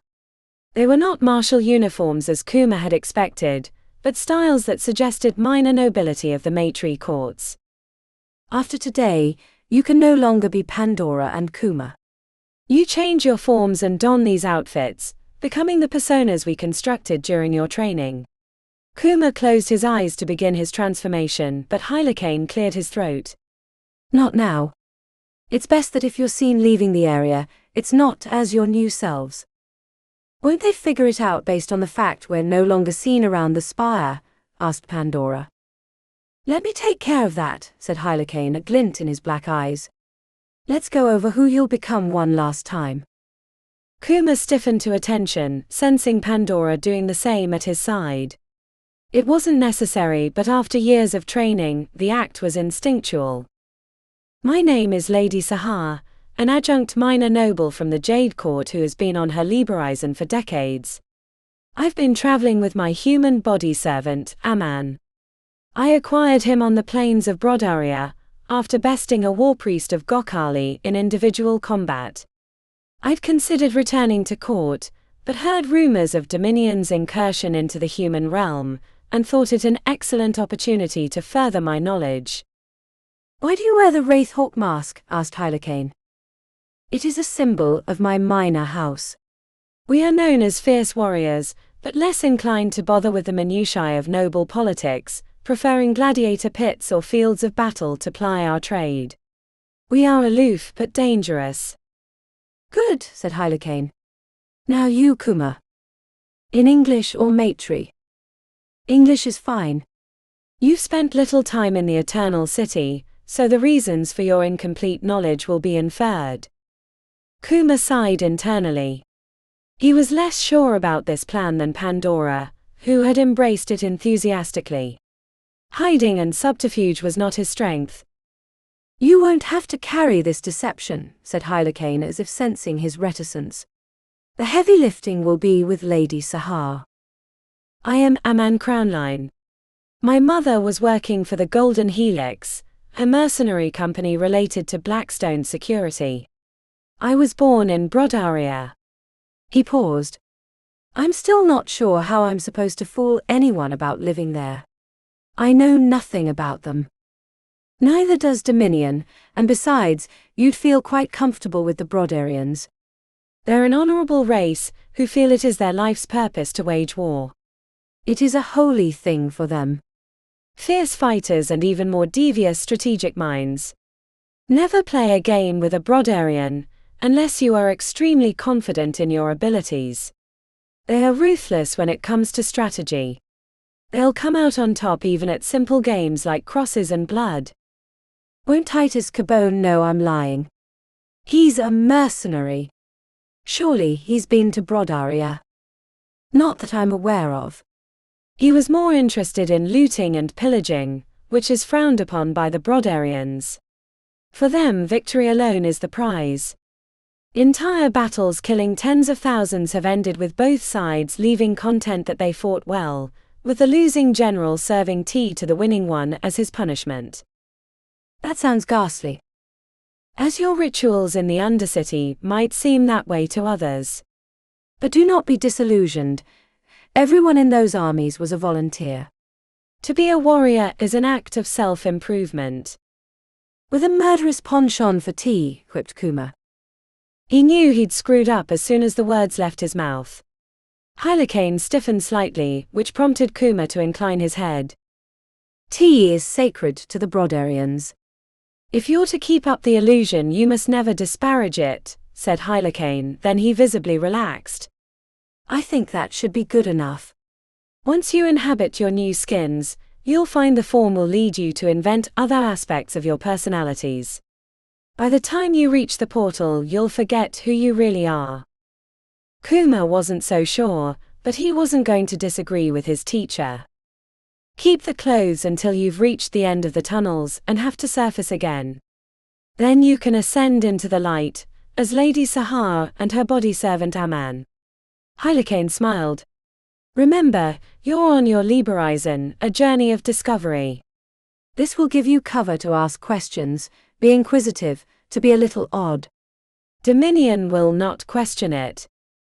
Assuming we make it back to the Undercity, said Pandora. There shouldn't be anyone guarding the old Ebony Court portal, because they are not aware that it still works. And I'll make myself seen during the next few days, so only of Lady Amethite's watchers will not bother to look for a couple of students who aren't the focus of her ire. Enough talk. Now is the time for action. Hylakane gave them an Undercity salute, which they crisply returned. The old warrior pressed his palms against a great block of stone and with short grunts, shoved it out of the way, revealing a pit of darkness. A 30-foot drop and then a 2-day walk. Intention will be your guide. May the blessings of the Ebony Court be with you, until the end of your days. Thank you, Hylakane-san, said Kuma, bending at the waist until his forehead nearly touched the cracked concrete. May the shadows keep you safe. Pandora matched his gesture. As they gathered at the edge of the darkness, ready to drop below, Hylakane spoke one last time. And the light blind your enemies, mongrel and insect. Chapter 38. Tick had been most worried about strapping his dick to his leg with tape. What if he got an erection?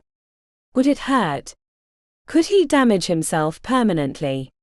Those questions disappeared the moment he walked out the front door of Club Onyx in a small black dress, holding a pink parasol that matched the basket full of Club Onyx literature. It had taken hours longer than planned to get him ready. Darina and the other girls had worked on him with makeup pens, lip wax, and other accoutrements that he hadn't the words for. He came away feeling like a piece of taffy after it had exited the stretching machine, and a new appreciation for the ladies that worked at the club. He'd spent enough time with Darina outside of her work hours to know that it took effort for her to transform into the consummate hostess, but going through it himself gave him a new perspective. Don't tug at the skirt. Don't tug at the skirt. Darina had slapped his hands away a dozen times when he practiced walking around the room. They'd given him low pumps rather than high heels after the disaster of his first attempts.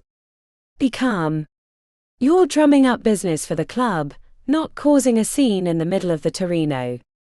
He hoped no one was running their ambers, or they were too drunk to notice his little slip-ups. Shade's End had brought crowds. More than the Alliance were in attendance. Workers from the mines, or the other settlements like Big Dave's or the Lazona, wandered the area with wide-eyed glee. If he didn't know any better, the Torino looked like it had in the days of old. A host of firecrackers went off nearby, sending Tick's heart into his throat, but he managed to get his breathing under control quickly. A curt whistle was followed by a slap on the ass that nearly made him drop the parasol. Tick nearly sent Koro after the burly Waku who had come up behind him unexpectedly, but then he remembered his companion Flying Snake was in the room with the others. Don't be shy, baby, said the wide Waku with drunken heavily lidded eyes. The tanned skin and slight beard marked him as a recent entry to the Undercity. Tick almost told him he would give him 6 inches the hard way, until he remembered that his voice wasn't quite high enough to get away with speaking, so he pulled a flyer from the pink basket and handed it over. It was an advertisement for a special karaoke party that evening, where the hostesses would put on semi-burlesque show. If you're gonna be there in something a little more revealing, you can count me in. Tick barely knew what to think as the burly Waku wandered off. The forward comments were startling. He found himself reviewing everything he'd said in the last few years. A few other Waku walked past, giving him side-eye. Walk, you idiot. Tick started striding forward, but remembered to be demure and shortened his strides until he was taking mincing steps. The flyers made for an easy exit when men tried to talk to him. He handed one over and made a tight-kneed curtsy, before shuffling away before they could try to make small talk. Hands found their way onto his ass on a frequent basis, which he had less tolerance for. He'd spin around as if he were surprised and step hard on the guy's foot, before giving an apologetic shrug of the shoulders and skittering off. As the time grew near, he made his way towards the central chamber of the Torino where the Scorpic cages were set up. In the past he would have been examining each creature for signs of its fighting prowess, with the intent of dropping a large sum of money on his selections, but this day he could only see the guards standing around, watching for trouble. Tick picked a cage with no one around. The plaque read First Hammer. The pale bony critter inside had a heavy stinger with a bulbous end that was probably the reason for its name. Despite sounding impressive, the thick end was probably the reason no one was excited about the Scorpic. A slow stinger tail was certain death. Tick reminded himself he wasn't here to pick Scorpics but sabotage the cages. He reached into the bottom of his basket, beneath the papers, for the set of wire clippers. He was pulling them out when a hand settled on his hip. "Shouldn't you be wiggling your ass and giving out flyers?" The stink of whiskey made Tick want to retch. The Waku with his hand on his ass looked like he could be knocked over with a breath.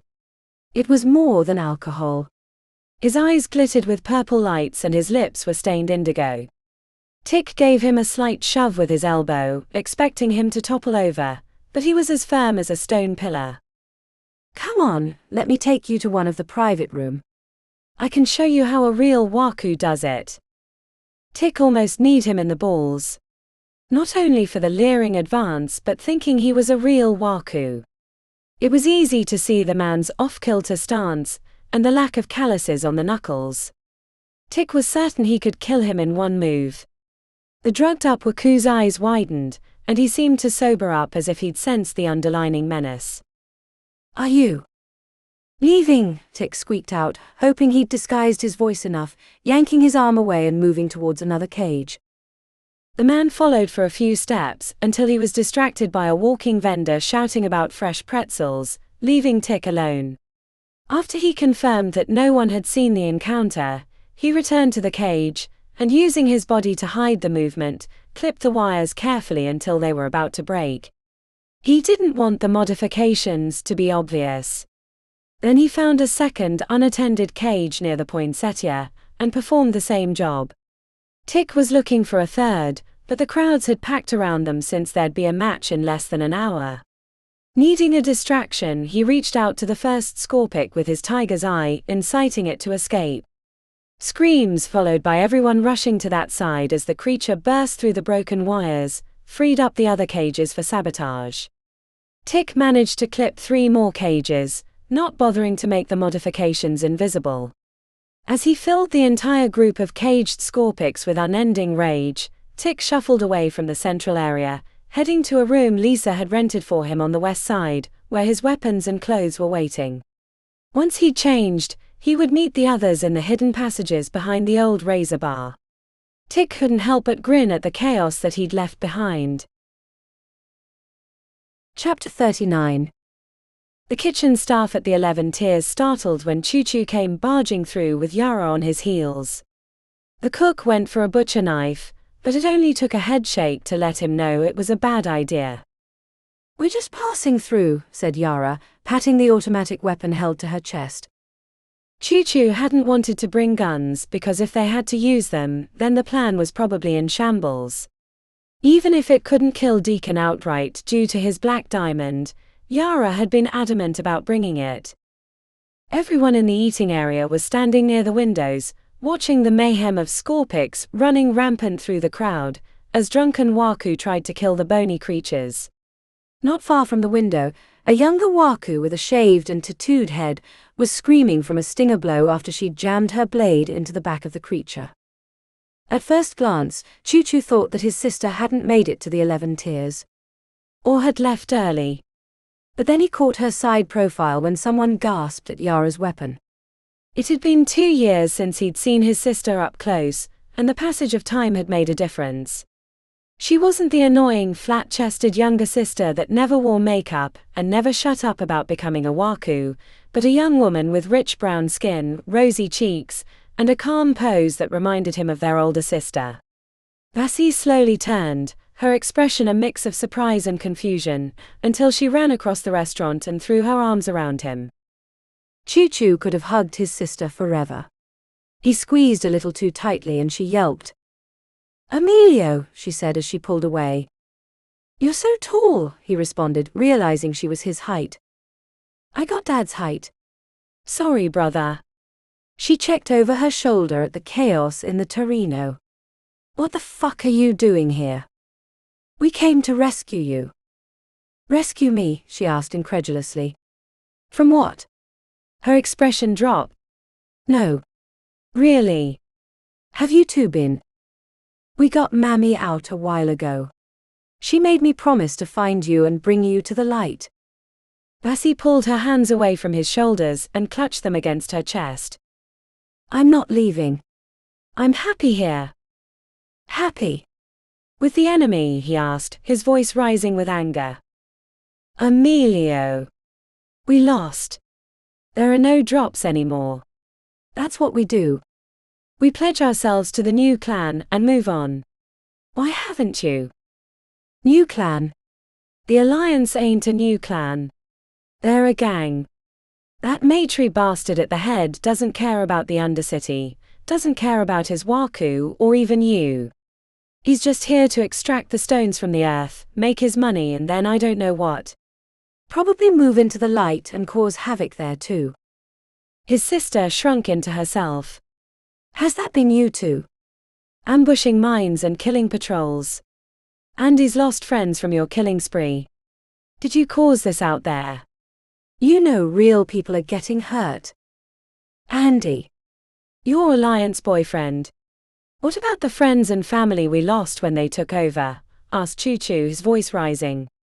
The rest of the restaurant was moving away, checking back suspiciously while Yara kept her automatic weapon trained on them. When an older man tried to shift toward the door, Yara merely shook her head and he returned to his spot along the window. "Emilio.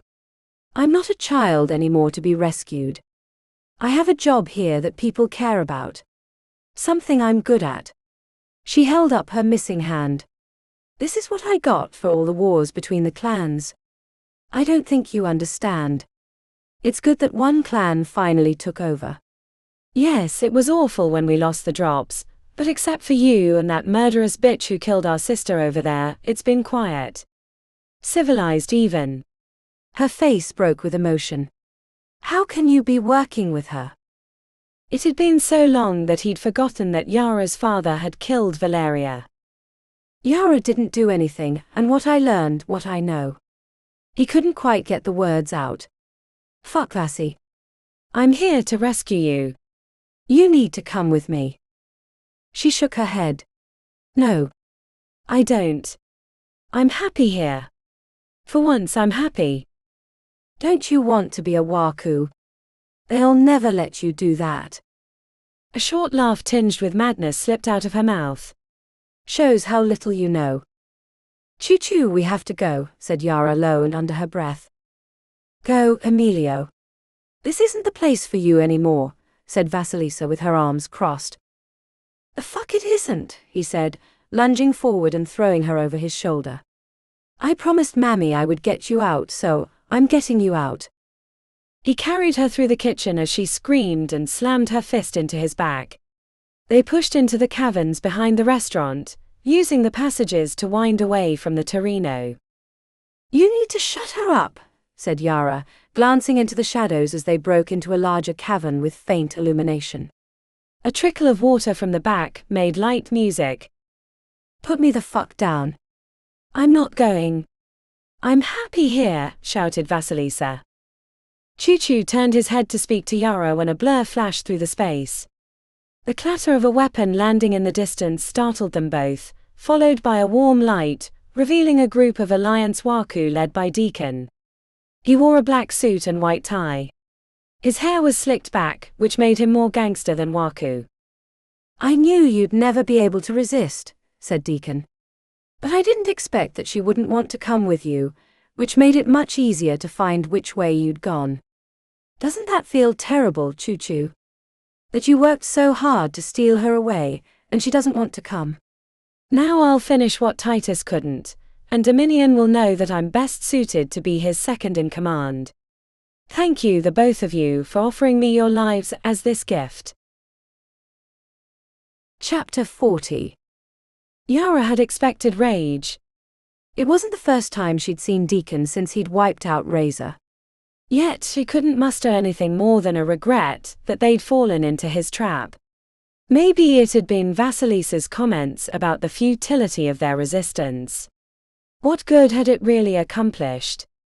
Were they anything more than terrorists? Another danger that lurked in the shadows of the Undercity. What made them any better than the Scorpics that patrolled the Canyon of Ghosts? "You don't have to do anything," said Yara, wishing she still had the automatic weapon in her hands to spray into the Waku on his side, but Deacon had somehow ripped it away. That he could have killed them already was a blow to her confidence. "We're leaving the Undercity. You'll never see us again." "It's too late for that, Yara. You've done too much damage, caused too many problems to get to walk away now. If you'd been smart, you would have come with me after we took care of Razor. Now you have to go out the same way as your father," said Deacon as he strolled forward, smoothing the lapel of his fitted jacket. One of his underlings handed him the hooked sword when he held out his hand. The weapon glinted in the dim light. She understood the purpose of it now. A hook on the end of a blade was unwieldy, but it wasn't meant as an effective weapon but as a horrifying one. Deacon had chosen it to scare. To put fear in his enemies as he tore off pieces of their flesh, oblivious to their counterattacks due to his black diamond. Yara shifted to the side, putting the wall to her back. Choo-Choo followed her lead as he revealed his blades. She wouldn't go down easy, even if she thought their chances of winning were slim. "You can't kill my brother," said Vasilisa, placing herself in front of them. "Please. I work hard for the Alliance." "Let them go." She said they would leave. "I don't want to watch you kill my brother." "Get out of the way, girl." "You served your purpose," said Deacon, making practice swings with his hooked blade. "I'm not here to kill a cripple." From the passage from the 11 Tiers, a tall Waku stumbled out, looking disheveled. "Vasi. Andy." Deacon growled at the interruption. "Get her out of my way." The newcomer, clearly Vasilisa's boyfriend, looked conflicted about the situation. "Come on, Vasi." "You have to move," he said, approaching tentatively, holding out his hand while trying not to come between the two sides. "I can't," said Vasilisa, anguished. "Get the fuck out of my way," Deacon growled as he marched forward. Vasilisa's boyfriend lunged forward to grab her hand, but made the mistake of going for the missing one. Yara used the distraction to pull out the C-30 Longfellow tucked into the back of her pants. The handgun had been designed to take down charging supernatural creatures at close range. She hoped it was enough to put a dent in Deacon. She sidestepped to avoid hitting Vasilisa, and squeezed the trigger 3 times in succession. Vasilisa crouched at the knees with arms near her ears as the projectiles flew overhead. The impact staggered Deacon, ripping smoking holes in his jacket around the lower rib cage. He examined the matte grey flesh beneath as his skin rippled from the steel skin, then he raised his blade and charged. Yara ran left, using Vasilisa and her boyfriend Andy as a distraction. She fired once, aiming at Deacon's head, but he jerked his neck, avoiding the impact. Steel skin might protect him from death, but getting hit in the head would be extremely painful. Her escape was brief. She thought she'd be able to make it back to the passage, which would give her a narrow gap to hold defensively, but Deacon cut her off. Yara froze, expecting the hooked blade to take off her head, but Choo-Choo tackled him in the midsection, throwing him across the cavern. The other Alliance Waku had clearly been told to hold back, but seeing their leader knocked down unleashed them. Despite being outnumbered, Yara felt some relief, knowing she and Choo-Choo outmatched them. Leaving the handgun in her left hand, she brought forth her blade in the other, dancing alongside Choo-Choo as they cut through the approaching Waku.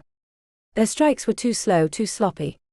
She cut them down as if she were harvesting wheat. Sensing Deacon's return, she sunk her blade into the chest of a young woman with green hair and a dozen face piercings, and used her slumping form as a shield.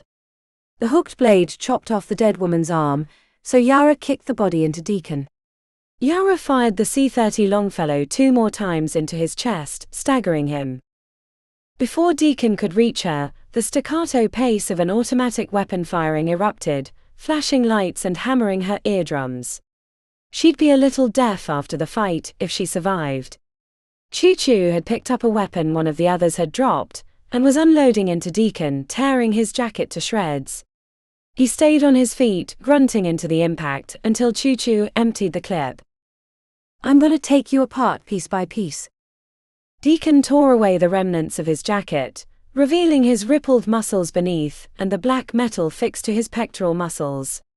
Kamina's warning about the plates from the Eternal City came back to Yara, but she had no idea what to do with the information.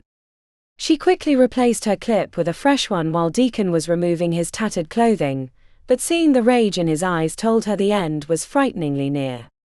Yara readied herself for a last stand. Chapter 41. There'd always been a part of Vasilisa that had wanted to be in a scrap. She'd grown up idolizing her older sister and brother, both formidable Waku in their own right.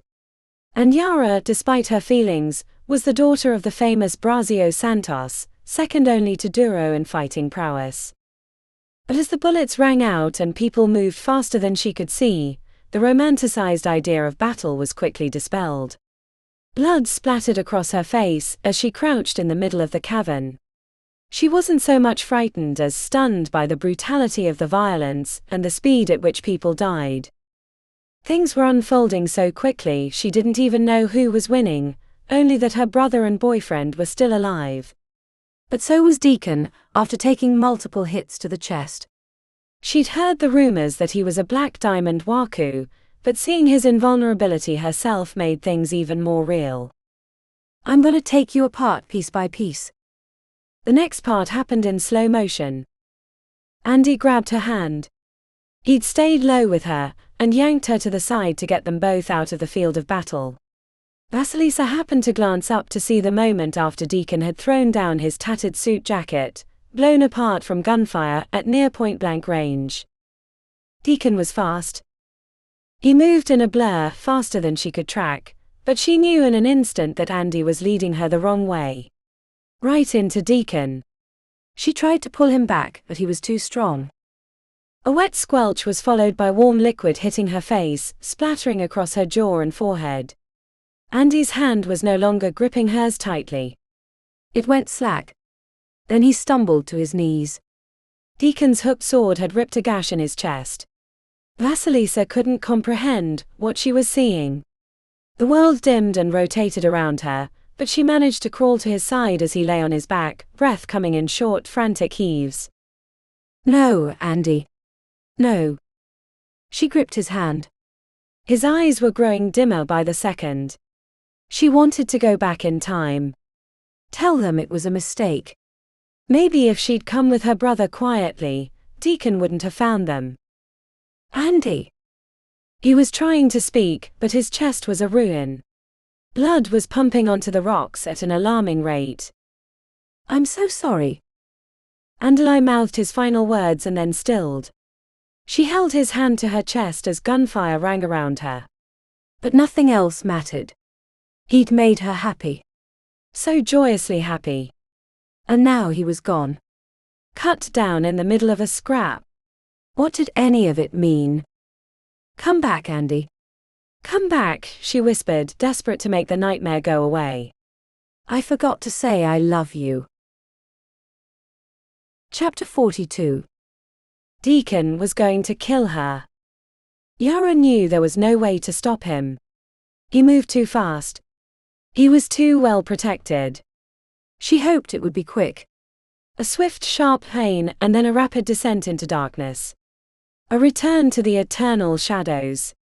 She would have preferred a different end, fighting against an opponent where she might have had a chance, but there were no fair fights in the Undercity, only winners and the dead.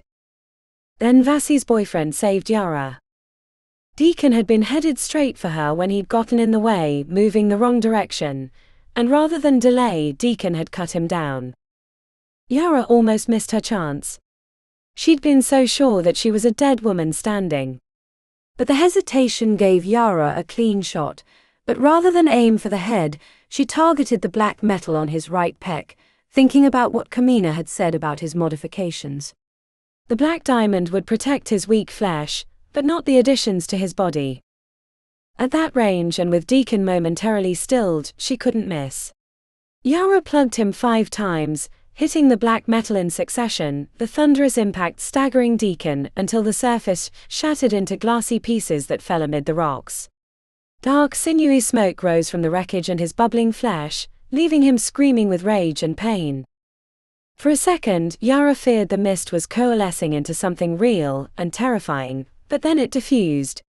She reached for another clip, as Deacon fought through the pain to remain standing. He took heavy steps forward, the bloody hooked blade in his grip, the effects of the injury wearing off. He would come for her soon. Static buzzing in her ear had Yara questioning the injuries she'd sustained during the fight. Thinking it was the concussive sound of gunfire at close range that had damaged her eardrums, she put a hand to her ear expecting blood, but when it came away clean she searched for the source. A shifting cloud of pale insects entered the cavern. She recognized them as the grasshopper-like critters that lived in the rocks, and were served in the local restaurants. Before Deacon could break free of his agony-induced stupor, the cloud of insects surrounded him, cocooning him, locking his sight with glistening wings and tiny prickly feet. He screamed and tried to swat them away, but there were too many. Deacon could kill any one of them with little effort, but he was no match for 10,000 crickets. "What are you waiting for?" shouted Tick from the side passage, still wearing his black dress and the wig, though he discarded the matching pink parasol and basket. Koro hung around his neck, and he had a backpack over his shoulder. Yara thought about unloading the new clip in Deacon, but given his steel skin it wouldn't do a thing. As she stumbled away from the scene of battle, Choo-Choo grabbed his sister. "You have to leave now. If you stay here, he'll kill you." Vasilisa was covered in blood, as she clung to the lifeless body. The shock of seeing her boyfriend slaughtered registered in her blank gaze. Choo-Choo tugged her to her feet, while Deacon screamed at the top of his lungs, hell-bent on revenge, but unable to do anything about it. Vasilisa stumbled after them as they ran through the passages, but eventually Choo-Choo convinced her to ride on his back, and then they made good time. "Where should we go?" asked Tick a few caverns later.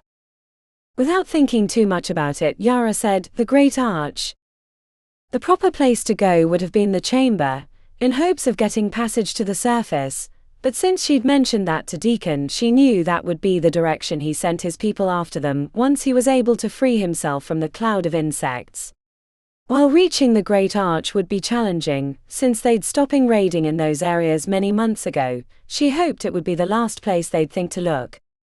Halfway to their destination, Vasilisa started beating on Choo-Choo's shoulders demanding she be put down. She looked like the survivor of a horror movie. Her dark hair was stuck together from the dried blood. "I have to go back," she said. "Vasi," said Choo-Choo. "He'll kill you. You know that." "It's my fault," said Vasilisa, staggering on her feet. "If I hadn't been so loud, he wouldn't have found us. He just killed Andy. He was supposed to be on the same side. I tried to tell you, Vasi. They have no honor. It's only going to get worse. But I promise I'll find a way to get you to the surface. We can bribe someone at Big Dave's or something else." "I don't know.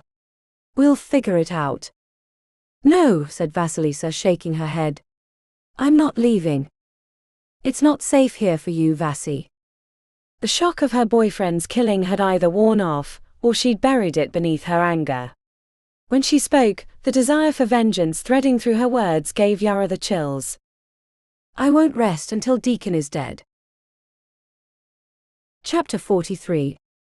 2 days after they left the spire, Pandora exited the tunnels as Lady Sahar, a minor noble adjacent to the Jade Court. The clothes Hylakane had given them were stiff from unuse, but their rigidness helped her slip into the new persona as she scanned the area with the quiet disdain of royalty. The high collar was set with gemstones that glittered from lingering enchantments, a sign of her station. A modestly jeweled scabbard hung from her hip. Within the protective covering was a weapon Hylakane had drilled her on for the last few months. In the human world the weapon would be called a katana, but the matri referred to it as a stallbiker, steel smile in their language. Unlike the face-forward stance of the famed samurai who wielded katanas, her fighting style with the stallbiker was different. Employing a heavy metal-lined cloak on her back, she would use intricate flourishes and spins to disguise her attacks. I don't even recognize you, said Kuma low and under his breath. She gave him a haughty look. Aman Crownline was stockier than Kuma, with coal-black hair and a dusty skin tone that suggested his ancestors had come from the steppes of Rus and raided on horseback. The weapon on his hip was a heavy spiked mace, a terrifying weapon on the battlefield.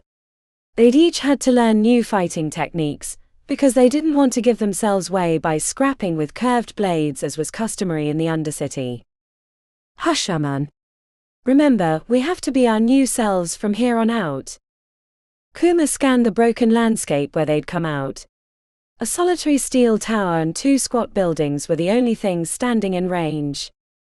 There's no one here. It doesn't matter.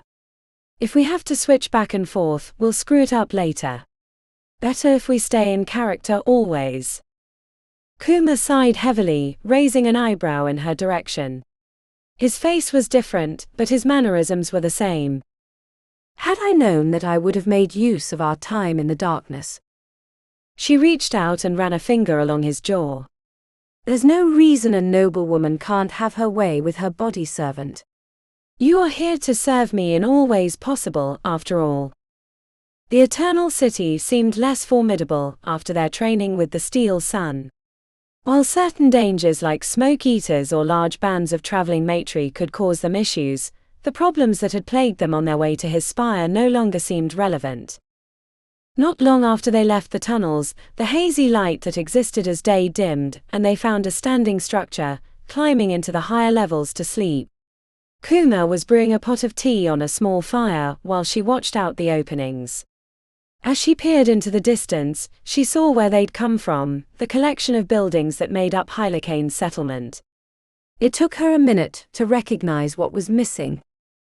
It's gone. What's gone? Asked Kuma as he tended the fire, checking the water for signs of boiling. The spire. He joined her by the opening, scanning the horizon and following her outstretched arm. What happened? She squinted, shook her head. Remember that shaking we felt the other night? That must have been when it fell. It wasn't that close to falling down. He destroyed it so our absence wouldn't be questioned. A heavy weight settled on her shoulders. He upended his life there for our benefit. After all she thought she knew about the matri, he'd surprised her with an act of self-sacrifice. Maybe he was sick of living there and being watched by Lady Amethite's followers. A good chance to make a break with the past. She elbowed him in the ribs. Hush. I like my version better. He was a good teacher. Still is, he said.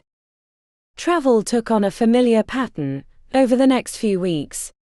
Navigate through the wreckage during the day, avoiding others if possible, but if they had to engage, usually she could persuade them to leave either through her nobility or the prowess of her blade. Kuma made them tea at night, and as promised she took advantage of her body servant in all the best ways. It was exciting to be someone else during their trysts. Sometimes Kuma gave her strange looks, but she understood as she was often surprised by who was beneath her as they rocked on their bedrolls. She grew used to being Lady Sahar during the travel, and more than once she found herself wondering what it would be like to actually be on a Liberisen, a journey of self-discovery. Or, she decided, maybe this trip to the Eternal City to train with Hylakane had been hers already. Short in terms of how the matri viewed these trips. It wasn't unheard of for a Liberation to last decades, and a few had gone on as long as a century. But it was easy for them to spend a fraction of their long lives on such a journey, while as part matri, she had no idea how long her lifespan would be, and the addition of the phase crystals changed the calculation again. Mages of the 100 Halls could live hundreds of years because of the influence of magic on their bodies, but phase crystals were new and a vast unknown when it came to their long-term effects. "Do you really want to go back?" she asked Kuma one night as they were curled by the dim fire at the center of an old building. Back. Kuma sat up. To the Undercity. What if we used the portal to go somewhere else? I don't actually know. Probably not. But if we could. He lay back next to her, rubbing his fingers along the curve of her hip. It would be tempting for sure, he said. Two wandering warriors on an endless quest for self-discovery. I think I'd actually like to meet these Broderians, or some of the other known realms. It's a romantic idea. But she felt his tension like his aura thickened. Don't we have unfinished business in the Undercity? With your mother and grandfather and the clans. And after nearly 2 years, will there be anything or anyone left that we recognize? Why go through all of this with Hylakane, the training, the masks and changeling elixirs to not go back? Pandora placed her hand on his neck, running her nails along the exposed flesh until he made murmurings of pleasure. You're trying to distract me. He rolled over, facing her. What are you thinking? The words were held close to her chest. It took time to dislodge them, force them up her throat and into the air where they couldn't be taken back. What if we go back just to die? It all sounds good and romantic, two disguised warriors returning to seek their vengeance. I'd like to believe that it's possible. Hylakane thought so. Pandora squeezed her lips tight. He has no idea what waits for us in the shadows. He only did what we asked. And maybe a little more. My grandfather is a cruel and cunning matri. Hearing the Ruby Queen speak kindly of him was a reminder that he is extremely formidable. And what resources do we have other than our weapons, our disguises and our wits? He has everything else. Kuma reached out and stroked her jaw, bringing a creasing around the lips that never quite turned into a smile. I don't think that's what you're worried about. You've never once in all the time I've known you been unwilling to throw yourself against overwhelming odds. I'd be lying if I didn't think we'd never make it to Hylakane's spire back when we first got here, let alone convince him to train us, or any of the other weird shit he had us do. But moving forward was better than curling into a ball and giving up. Pandora grabbed his hand, squeezed it, and kissed his fingertips. I don't understand. I think you're afraid of winning. To take the mantle from your grandfather, to deal with the repercussions of your mother's betrayal. It would be easier to lose. To die. Then you wouldn't have to face those trials. To truly figure out who you really are. An alloy. The best of both worlds. Or the worst. I don't believe that, he said. She settled into his arms, content to let him hold her, the weight of future decisions pushed away for the moment. She hated that he was right, because it forced her to consider what would happen when she was face to face with her mother and grandfather.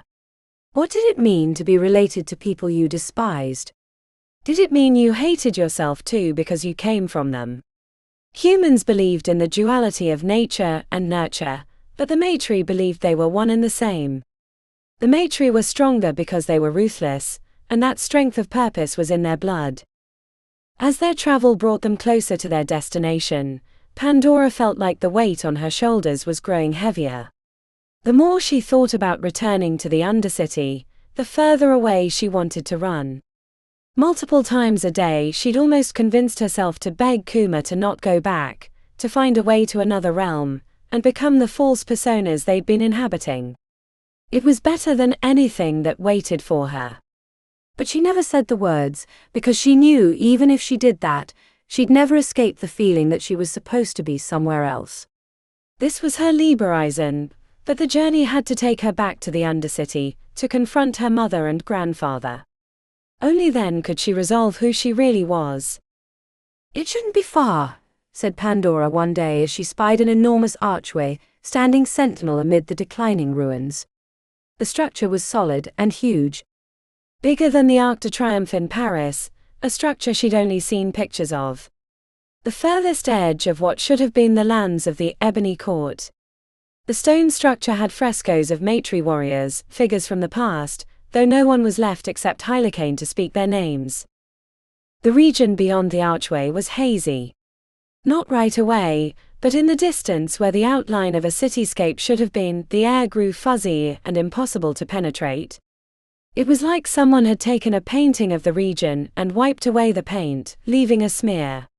No other region of the Eternal City had looked like that. Despite the low-hanging grey clouds, one could always see a considerable distance. "What is that?" asked Kuma, squinting. "It's what was once the Ebony Court." "I thought it'd be ruins, not gone," he said, grimacing at the thought. "If this is what the tears do, I can't imagine it happening to an entire realm." The thought made her ill, and not just because there was a faint buzzing in the air like static. She knew it was from the emptiness that filled the space where the Ebony Court once was.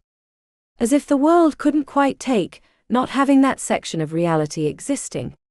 It was a burr in the circuit. "Come on," she said. "The portal can't be far. Let's get this over with. I don't like being so near it." But they were faced with the emptiness ahead. The nearer they got, the worse the static grew, until the buzzing was giving them both a headache.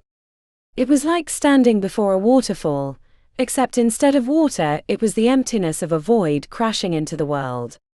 A vacuum of existence trying to correct itself, while the place that had once been there now existed in a weapon back in their realm. "We're being watched," said Kuma under his breath as they neared the area where the portal would be waiting. "I know," she said without moving her head or her mouth. "Two in that old building to the left, one more on the right, but probably more that we can't see." Pandora kept up her stride, acting like nothing was wrong even as they walked into the trap. "Any idea who they are?" Kuma expanded his senses. "Matri for sure. I fear they're part of a court. Something tugs at my memories." A stone formed in her gut. "The Ruby Court." His head twitched, but he kept moving forward. "Why?" "We left him long ago." "What would they gain by interfering with us?" "I think we're about to find out." Two Matri approached from the back. They'd purposely placed themselves to block passage to the portal, which meant they likely knew who they were. Pandora recognized the two Matri from Lady Amethite's bar. Her bodyguard Zoltivi had his sleeves rolled up, revealing his scarred arms. The old wounds looked like he had ropes hidden beneath his flesh. At his side was the physician who had worked on Kuma and placed the tracker in his flesh. Lisette. She looked like a runway model through a funhouse mirror. "Out of my way," said Pandora using her haughtiest tone. "I have business in another realm, and am already late." Zoltivi had a bully bar in his hand, the Matri version of a barbed wire-wrapped bat, while Lisette held a pair of short, thin blades that looked like enlarged scalpels. A half-dozen other Matri came out of the buildings, encircling them, while neither she nor Kuma reached for their weapons. "Dispel your glamour." "We know it's you, Pandora Thule and Kuma Santos. Our spies tracked you from Hylakane's spire." "I assure you we are neither of those people," said Pandora. "I am Lady Sahar, and this is my body servant Aman. Unless you'd like to learn why the Broderians called me the breath of the Wraithhawk on the battlefield, you'd best step aside. I respect Lady Amethite, and would prefer her not to lose such valuable assets in a mistaken fight." The two Matri shared a glance, then spoke quietly to each other. She'd placed doubt in their minds but wasn't sure it would dissuade them from attacking. It was better to learn they'd murdered the wrong people, than to go back to the Ruby Queen with empty hands. Kuma arched an eyebrow, his hand twitching towards the satchel on his hip where his mask was contained. She gave him a tight shake. The masks were for a different purpose. Zoltv swaggered forward, swinging his bully bar casually. I'm afraid we'll have to bring you back to the ladies' territory, where we can have a long conversation over drinks. I can vouch for your safety. I'm sure the Ruby Queen would love to hear about your travels, Lady Sahar. The circle tightened. While she was confident fighting against a couple matri, the odds were 8 against 2, not great for either of them. But there was no chance they would allow themselves to be taken back to the Ruby Queen's territory. Their changed appearances might fool these lesser followers, but Lady Amethite was a powerful arcane practitioner and would see right through their disguises. I'm afraid my schedule will not allow it, said Pandora. When they continued to advance, Pandora drew her weapon and flourished her cape, hoping the display was intimidating. Kuma unbuckled his spiked mace, twirling it expertly before placing his back to hers. In the hesitation before the battle, a spike of adrenaline surged through Pandora, as she worried that she was still too new to her weapon to be effective against a large group. That Hylakane's training had barely scratched the surface, and she would falter at the first pass. As a rail-thin matri holding a long spear lunged forward, her training kicked in. Pandora twirled her iron-lined cape like a matador before a bull, disguising the advance of her blade, chopping the spear in half before kicking out, shattering a knee.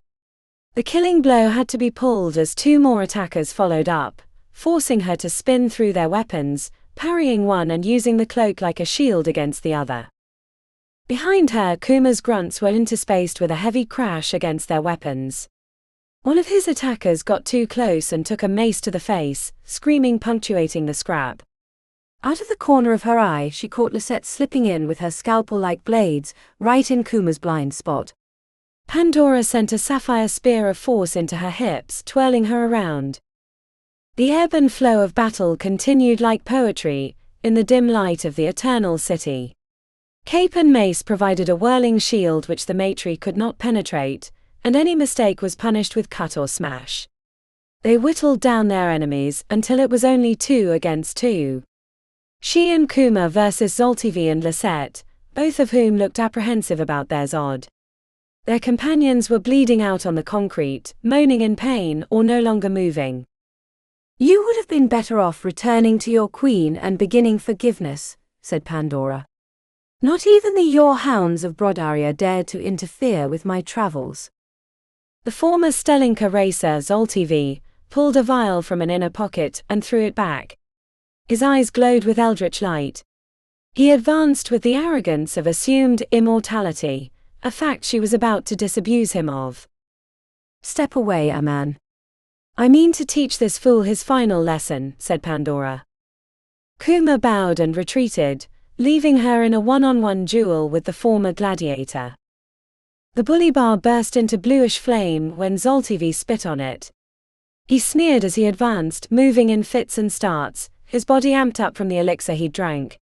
She danced with him as a partner, shifting when he lunged, using her iron-lined cloak to disguise her movements. At first glance, the fight looked weighted in his favor. She retreated from his attacks, and he grew more confident by the step. Pandora let him take the initiative, keeping him guessing to which way she would shift as he swung his bully bar with the intent of smashing her skull. When she sensed his overextension, she yanked him forward with a heavy sapphire pull, shoving her curved sword through his gut as she held back his arm holding his weapon. The surprise on his face quickly slackened. Pandora placed her foot against his belly and shoved him off. He stumbled backwards, and before he could register the change, she sliced through his neck.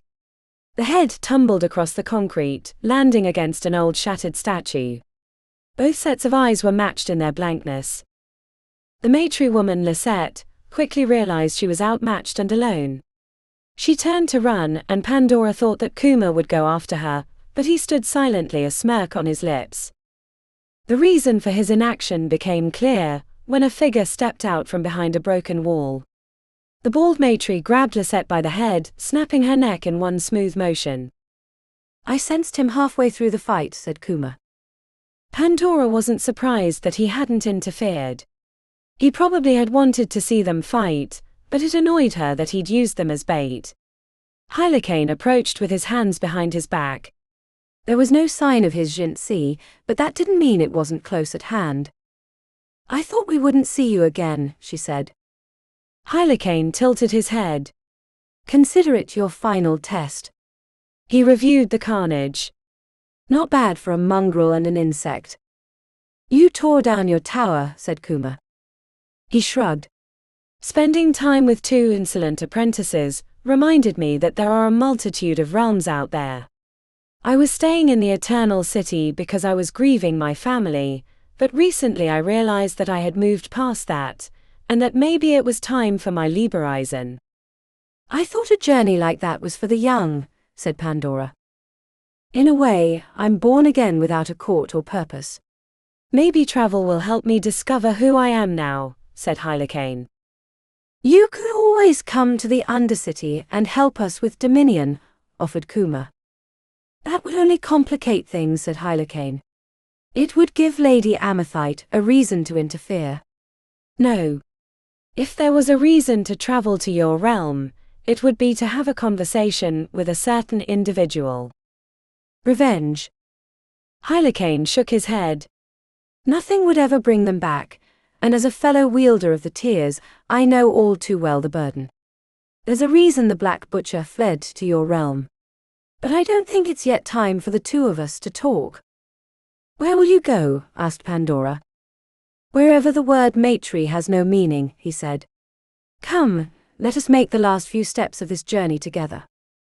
They joined him on the walk to the portal. Hylakane offered a few suggestions based on his observations from the fight, but he seemed less interested in instruction than he had at the spire. The pillar of obsidian sat in the center of an abandoned garden. Strange plants that looked too dangerous to touch had spilled onto the concrete, but the ring around the portal remained empty. Hylakane approached the portal first. He stared at it with apprehension. It was strange for Pandora to see such open doubt on a matri, but after over a year in his care, she understood he was not like the others. That thought gave her hope. May the shadows keep you safe, he said. And the light blind your enemies, they replied in unison. After matched bows, Hylakane turned, touched the glossy black stone and disappeared. Where can we go? Asked Kuma near the stone. Not the place we left from, that much is for sure. But I know another portal, in the Undercity. I visited it once, and made sure I understood its signature. Where is it? The Great Arch. Kuma nodded. I know the place. It's a good spot. There are no passages that go near it, unless visiting the arch is your purpose. We can assess the condition of the Undercity, and make our way from there. Pandora held out her hand. She gripped his tightly. Nearly 2 years away from the Undercity. A long time in which anything could have happened. Come, man. We have a revolution to incite. This has been Chains of Obsidian by Thomas K. Carpenter.